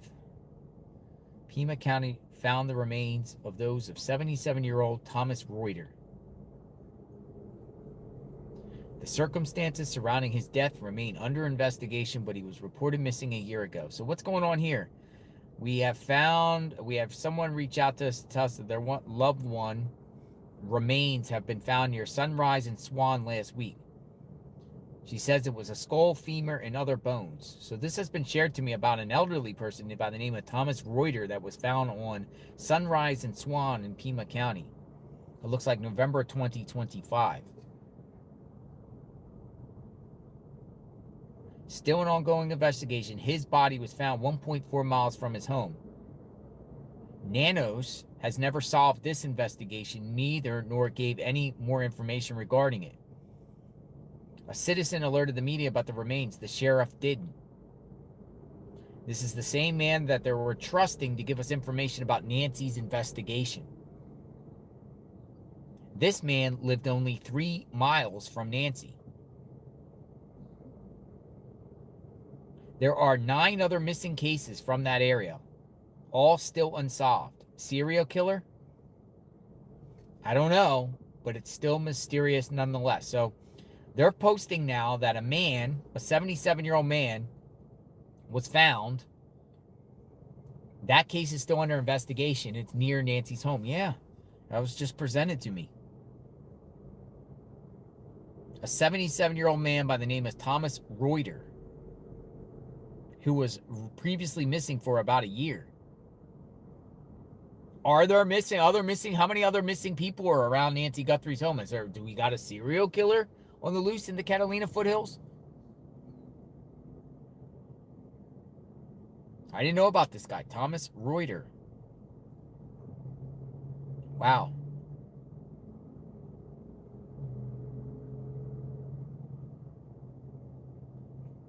Deb says she would like to talk. Deb, all right, we got some time here. What would you like to talk about, Deb? I'm bringing you in. Deb says she wants to talk. All right, Deb, you're up. Pennsylvania. See what you have to say, Deb. Welcome aboard. Hello. Hi, Deb. Hey, how are you? I'm great. How are you? Good, thanks. So I have my phone on speaker. If it breaks up, let me know and I'll put it on regular. Sure. Go ahead, Deb. So, just a little bit of my background. I worked in medical offices in a support capacity for over 40 years.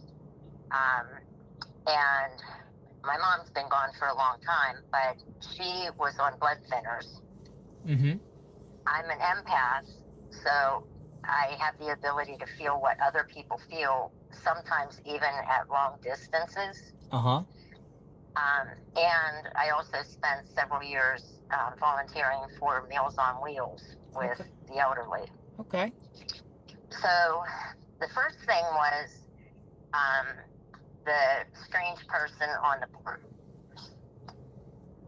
This is going to sound completely whack, but my aunt was a professional seamstress for her whole career. Uh-huh. She would do like whole wedding parties, drapes throughout a person's whole house. I mean, big time jobs. And a lot of times she needed help. So she would have me come over and help her measure people and stuff like that. I believe that that was a woman, You do believe it's a woman? based on the many, many pants that I prepared for alterations for men and women. That is the posterior view of a woman. Interesting. So you think that was a woman? But what about the facial hair, Deb, like we've discussed? Glued? I'm sorry? The facial hair. You can buy that at a Halloween store, $365. So, Deb, you're not the only one that thinks it was a woman. The person. I know. I've seen. I mean, we're a limited bunch, but I've seen that other people also said that. Now, here's this other thing that I hope.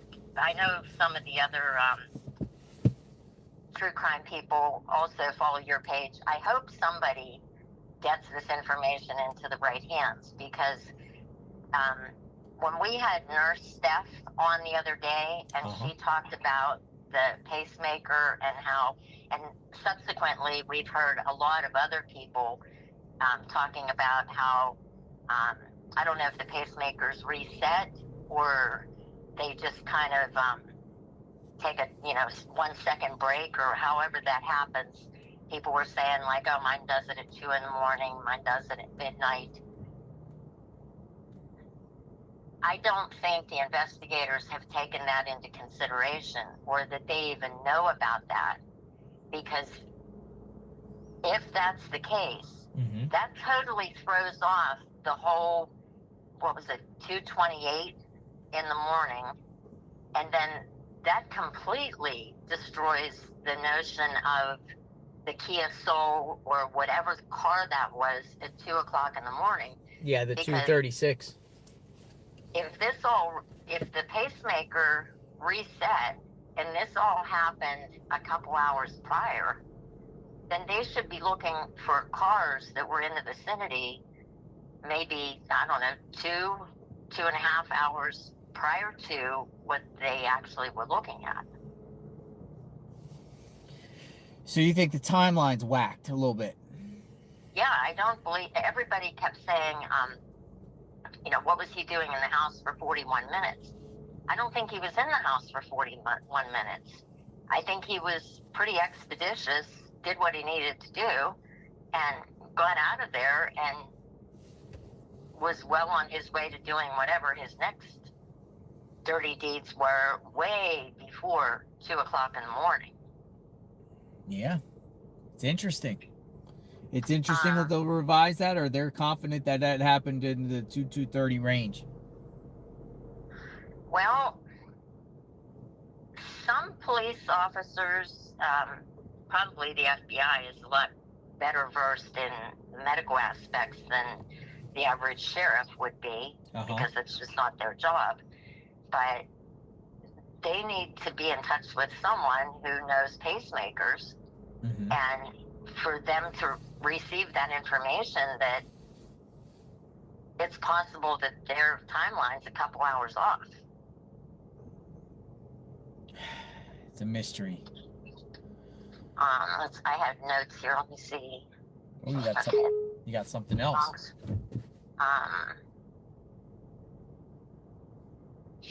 As far as like someone actually finding her, I don't think she's findable.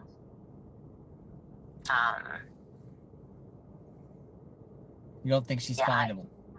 I don't think she was buried. What do you think happened? I just think that they completely did away with the evidence. We talking about like sewer? Are we talking about burning? Are we talking about cutting up? What are we talking about? I try not to go too dark. Yeah. Whatever would have been their MO for scary. What they would want to do to. So you're with the notion, you think that she's not alive? Yeah, I think she's not alive. Unless they had pre-planned so well that they made sure she had enough medication. Yeah. But, you know, at 84, being relatively frail with at least a couple medical issues that we know about, I'm not even sure that she would have survived enough to get out of the house. Yeah. Oh, and the blood drops on the porch. I don't think that has anything to do with this. I think that, say if in the afternoon she knew she was going to Annie's house later on, and so she was just, you know, putzing around at the house. Mm-hmm. And I don't know how she went and checked her mail, if it would have been more feasible for her to go through the garage to get to the mailbox, or if she would have gone out that front door. But with my mom being on blood thinners, I mean, her skin, and my mom, when she passed, she was only 75, so Nancy would have, you know, 10 years on her. But my mom's skin was like tissue paper. So one day she was at my house and she went to let the dog out, and somehow, and we never figured out how, she caught her arm on the door latch. And I mean, she ripped herself open pretty badly. We had to have a visiting nurse come for several weeks to patch her up.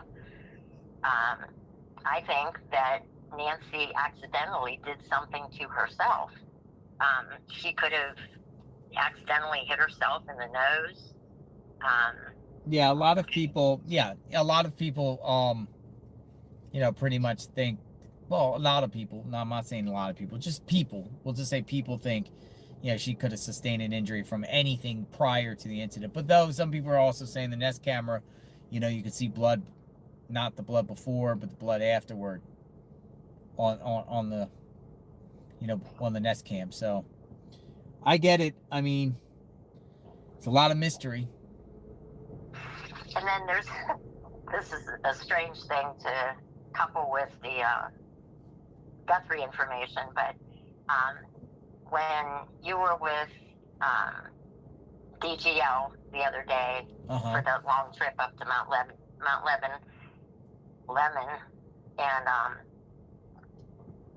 I think it was his phone or phone holder, something flew off the dashboard, and then you were having some issues with that yesterday. So I was a daytime Uber driver for 8 years. Oh, you drove Uber? And I truly bought every phone holder on the market. And I would have them flying off all the time. One literally went out the window. And it was very frustrating because I would be perhaps en route to pick up a passenger, and there my phone and my phone holders in pieces on the floor. So I went to a local shop who installs like stereos, head units, what have you, auto starts, and I said, help me out here. This is just, we're sending people to the moon. I shouldn't have to fight with something to stay on my dashboard. Yours will likely never stay on your dashboard to the point where it is a workable piece of equipment. And the reason the guy told me is when sunlight hits the material of a dashboard, and I guess they're pretty much all made of the same thing, it emits, and I know this makes sense because of the smell you sometimes have when you get in your car on a really hot day. It's kind of like a chemical type smell until you like have the air on or the windows down. He said that when the gas gets hot and it emits that chemical, it will not allow your phone holder to remain adhered. And so after he told me that, I was like, okay, well then no sense in continuing to buy these things. So I switched over to the ones that go in the vent and never had any problem with it. Well, I'll consider that. I got to keep it moving, Dad, but I appreciate your call. Okay, well, thanks so much. Thank you. Thank you for your insight. You're welcome. Bye-bye. Bye-bye. She gave me some advice about the phone holder. Interesting. Sally Montgomery was talking about the last caller before Deb and said, I agree with your last caller on Sheriff Nanos. It was election year. He wanted the big case to be hero, and he got elected. Who he hired failed the mission and now in panic. He gave himself away saying he was at Nancy's home Saturday. Just saying. And I wanted to say that because I saw your comment pop up because, you know, going back to, you know, Nanos in the last call, a lot of people have something to say. I personally think Nanos misspoke. I really do. I just think he misspoke when he said we were there Saturday. And I think he knows that, and that's probably one of the reasons why he stopped giving press conferences, because he don't want to shoot himself in the foot anymore. Nancy Guthrie case. What's going on, folks? We are starting to get dark out here. It's getting dark outside the Pima County Sheriff's Office. Look at the fleet. One of these vehicles might apprehend the suspect one day here. One of these vehicles. We got about another 15 minutes or so to chit-chat and talk.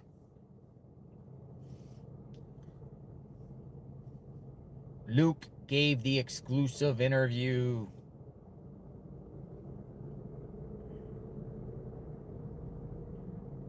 What about Carlos? Carlos and Luke. But ever since that, they have not done any type of raid again. No, not at all. Tomorrow morning, there's going to be a search.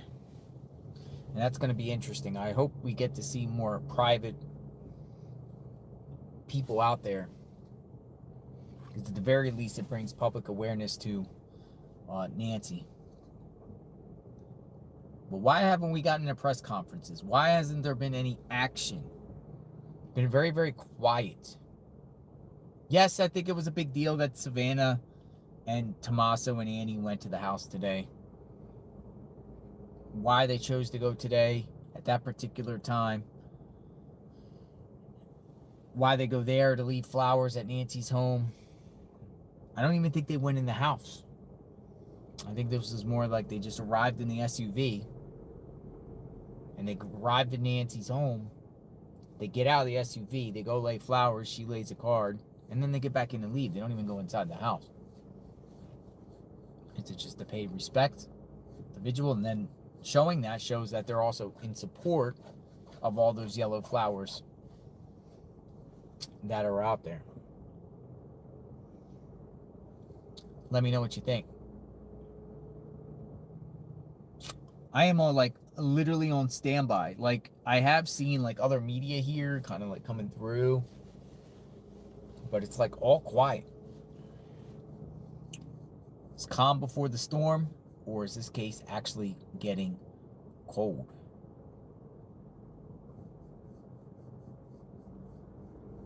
Tomorrow will be interesting. Maybe people come out. Maybe we get something. Look at this one over here. This one. There's another one over there. A bunch of vehicles. All these vehicles. If there's going to be an arrest, this is what's going to pull out of the parking lot. It's what's all going to be pulled out of the parking lot. I believe they cut her pacemaker out. Oh, Becca. Becca says, I believe they cut her pacemaker out. That's the blood droplets. Oh my goodness. No way. Inside the house, Becca? That would be horrible. There would be blood everywhere in that house. Yeah, but did the perp, without really knowing somebody, know that someone has a pacemaker to cut it out? You would have to know the person has a pacemaker, and you also have to know that a pacemaker could be tracked. If you think of someone that has a pacemaker, are you thinking in that thing, well, the pacemaker can be tracked? If this was just a random burglary, you think Nancy's going to tell the perps, I have a pacemaker, I have a pacemaker? Not so sure. But some people do think that after the fact, once she's lured out, that they did cut the pacemaker out. removed it. That is horrible. I can't even imagine. That's sick. Not only taking somebody, but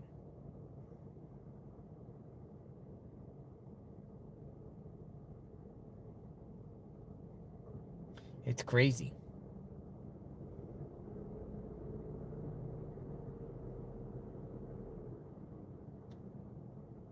Brett says he has a new theory about Nancy that no one's talking about. Brett. Yeah, we like to hear from males and females. We like to kind of switch it up. So, Brett says here's a theory that no one has talked about. Brett. All right, Brett. 202 number calling you now.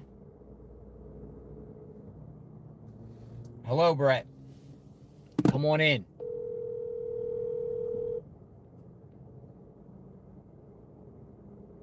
Hello? Hi, Brett. Hey, how's it going, buddy? It's going great. How are you, fellow Floridian? Oh my goodness, I'm good. All right. What's your theory that no one has talked about, Brett?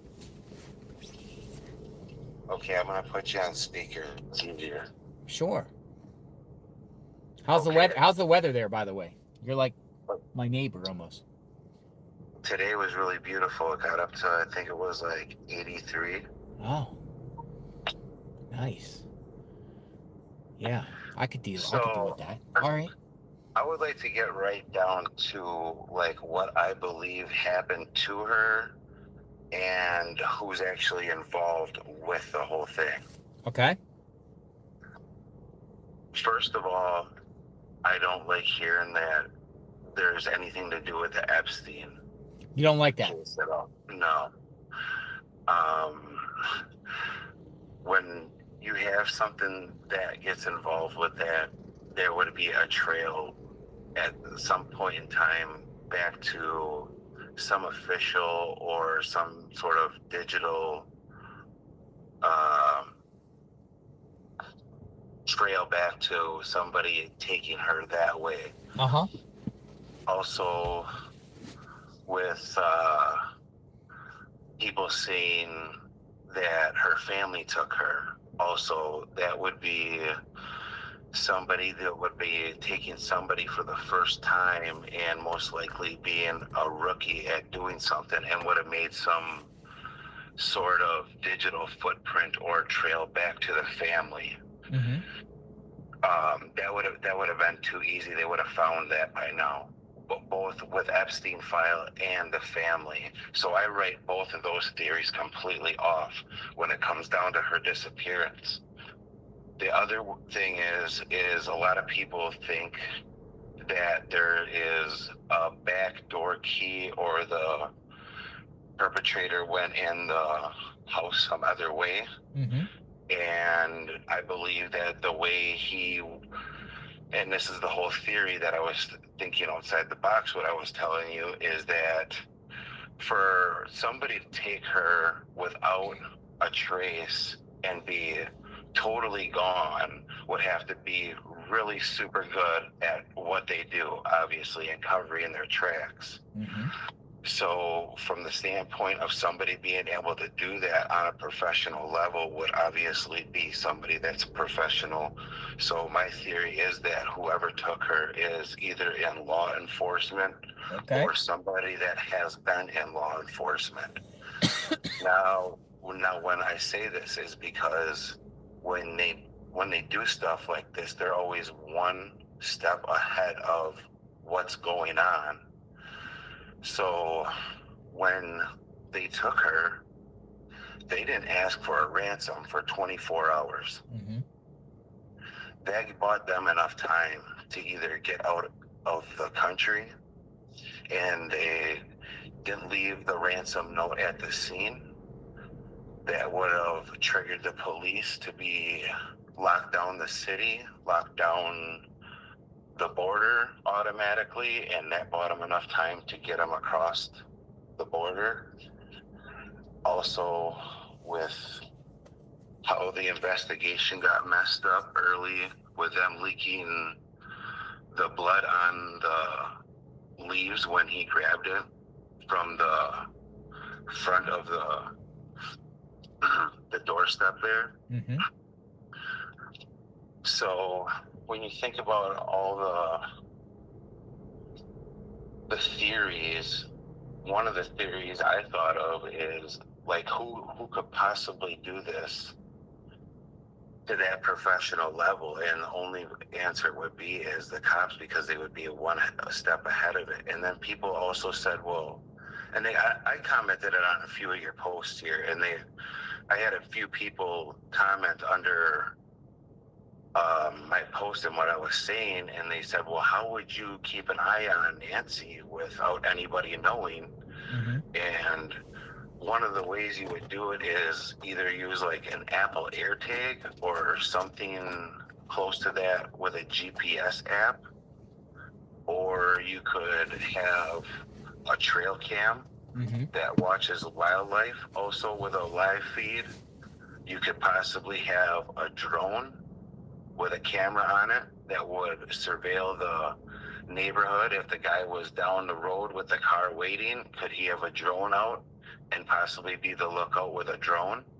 So we're going like major sophistication here. That's it. Hey man, this is on a level you have no idea, with no trail and being one step ahead of the game. Well, what about the attire, the Walmart stuff? You know, like a gun that doesn't even fit in a holster, and you know, a $10 backpack from Walmart. So, and that's where I'm going with this, is that the obviously the police officer or whoever was a previous law enforcement, when they cased the place out, obviously too, they got videos of him going to the door without the holster. So when he goes to, you want to hear what actually I think happens when he goes to the doorknob? What happened? What do you think? All right. When he goes through the door, and he kind of doesn't know if there is a ring cam, but he suspects there's one. So when he does the casing of the place, he doesn't really go to the front, and he kind of like looking around to see if there's a security camera. What he doesn't know is that when he gets to that ring cam, there's going to be a little light on it, and he doesn't notice it until he gets right up next to it, and then he freaks out. So he kind of really wasn't ready for that. But what happens is when he goes up to the door, he's going to dismantle the ring cam, and he's going to knock on Nancy's door after he takes off his mask, and in that backpack he has a police uniform, or he takes the jacket off and it has police on it. Because when he goes to knock on the door, on the side of Nancy's door is a long glass window.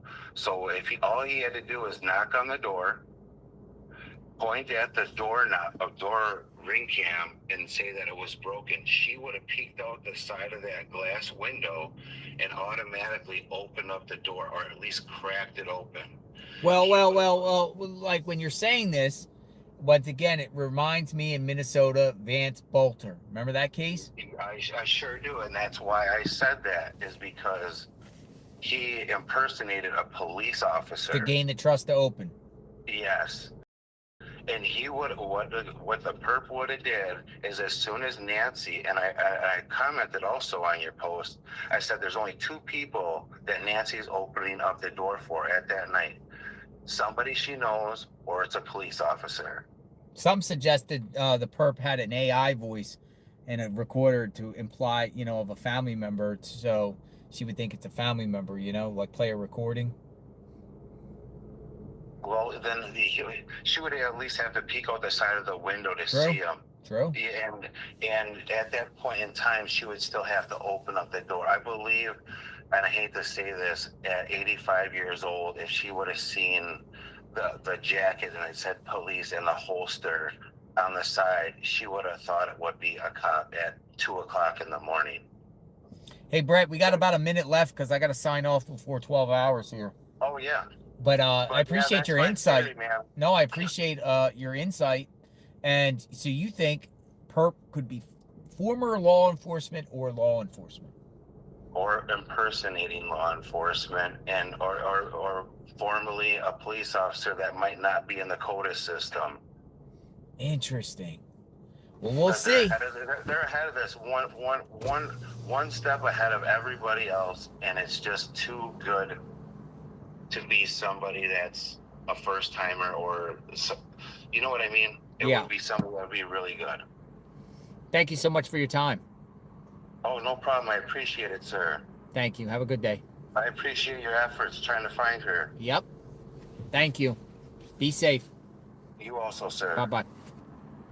She was asleep with her hearing aids out. I don't think she heard the knock, AZ Cinnamon Girl says. Interesting there. No hearing aids. Can't hear. Fret Girl, 18. Thank you. And I saw another comment.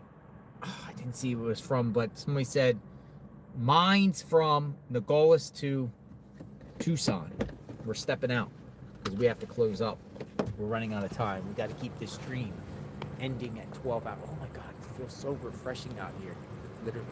Folks, I am reporting from outside the Pima County Sheriff's Office. These are the vehicles that might apprehend the perp or the perps in this county. If the perp is still in this county, but the perp or the perps could be out of this county, then you're going to have other jurisdictions involved with this situation. We will continue to bring awareness to Nancy's case. You know what we do as before we end, folks. Let's pray for Nancy. Let's all have a prayer. The power of prayer.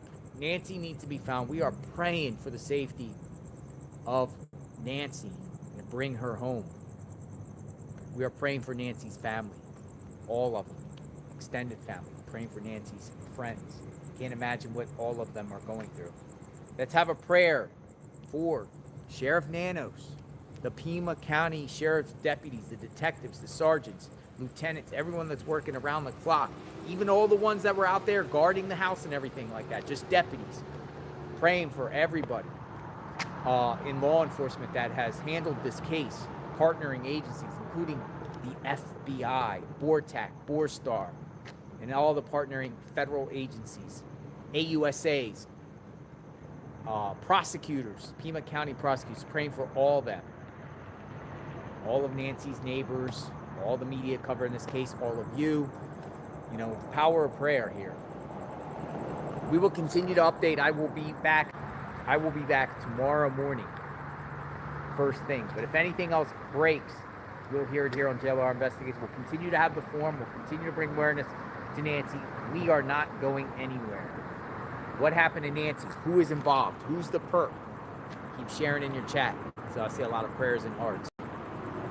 All right, folks. Boots on the ground. JLR Investigates. We cover true crime 24/7, 365. I'll be back. If anything else breaks tonight, you'll hear it here on this channel. Thank you, everyone that contributed. JLR Army Strong. This is the forum. Continue to share your theories, speculations, mixed with facts, whatever you want to share. We don't censor very much on the channel, so it's a free-for-all. But let your thoughts be heard. From around the world, all of you are, this is not just an Arizona case. A lot of you are not even from Arizona, and you want to know what in the heck happened here in the early morning hours of February 1st, 2026. Who's involved? Remains to be seen. All right, we'll talk soon. Thank you. Prayers for all. Thank you, everyone. I see a lot of comments shooting across. Prayers for all, Misty says, including everyone in this chat. Y'all be safe. Thanks for watching. We'll talk soon. JLR Investigates.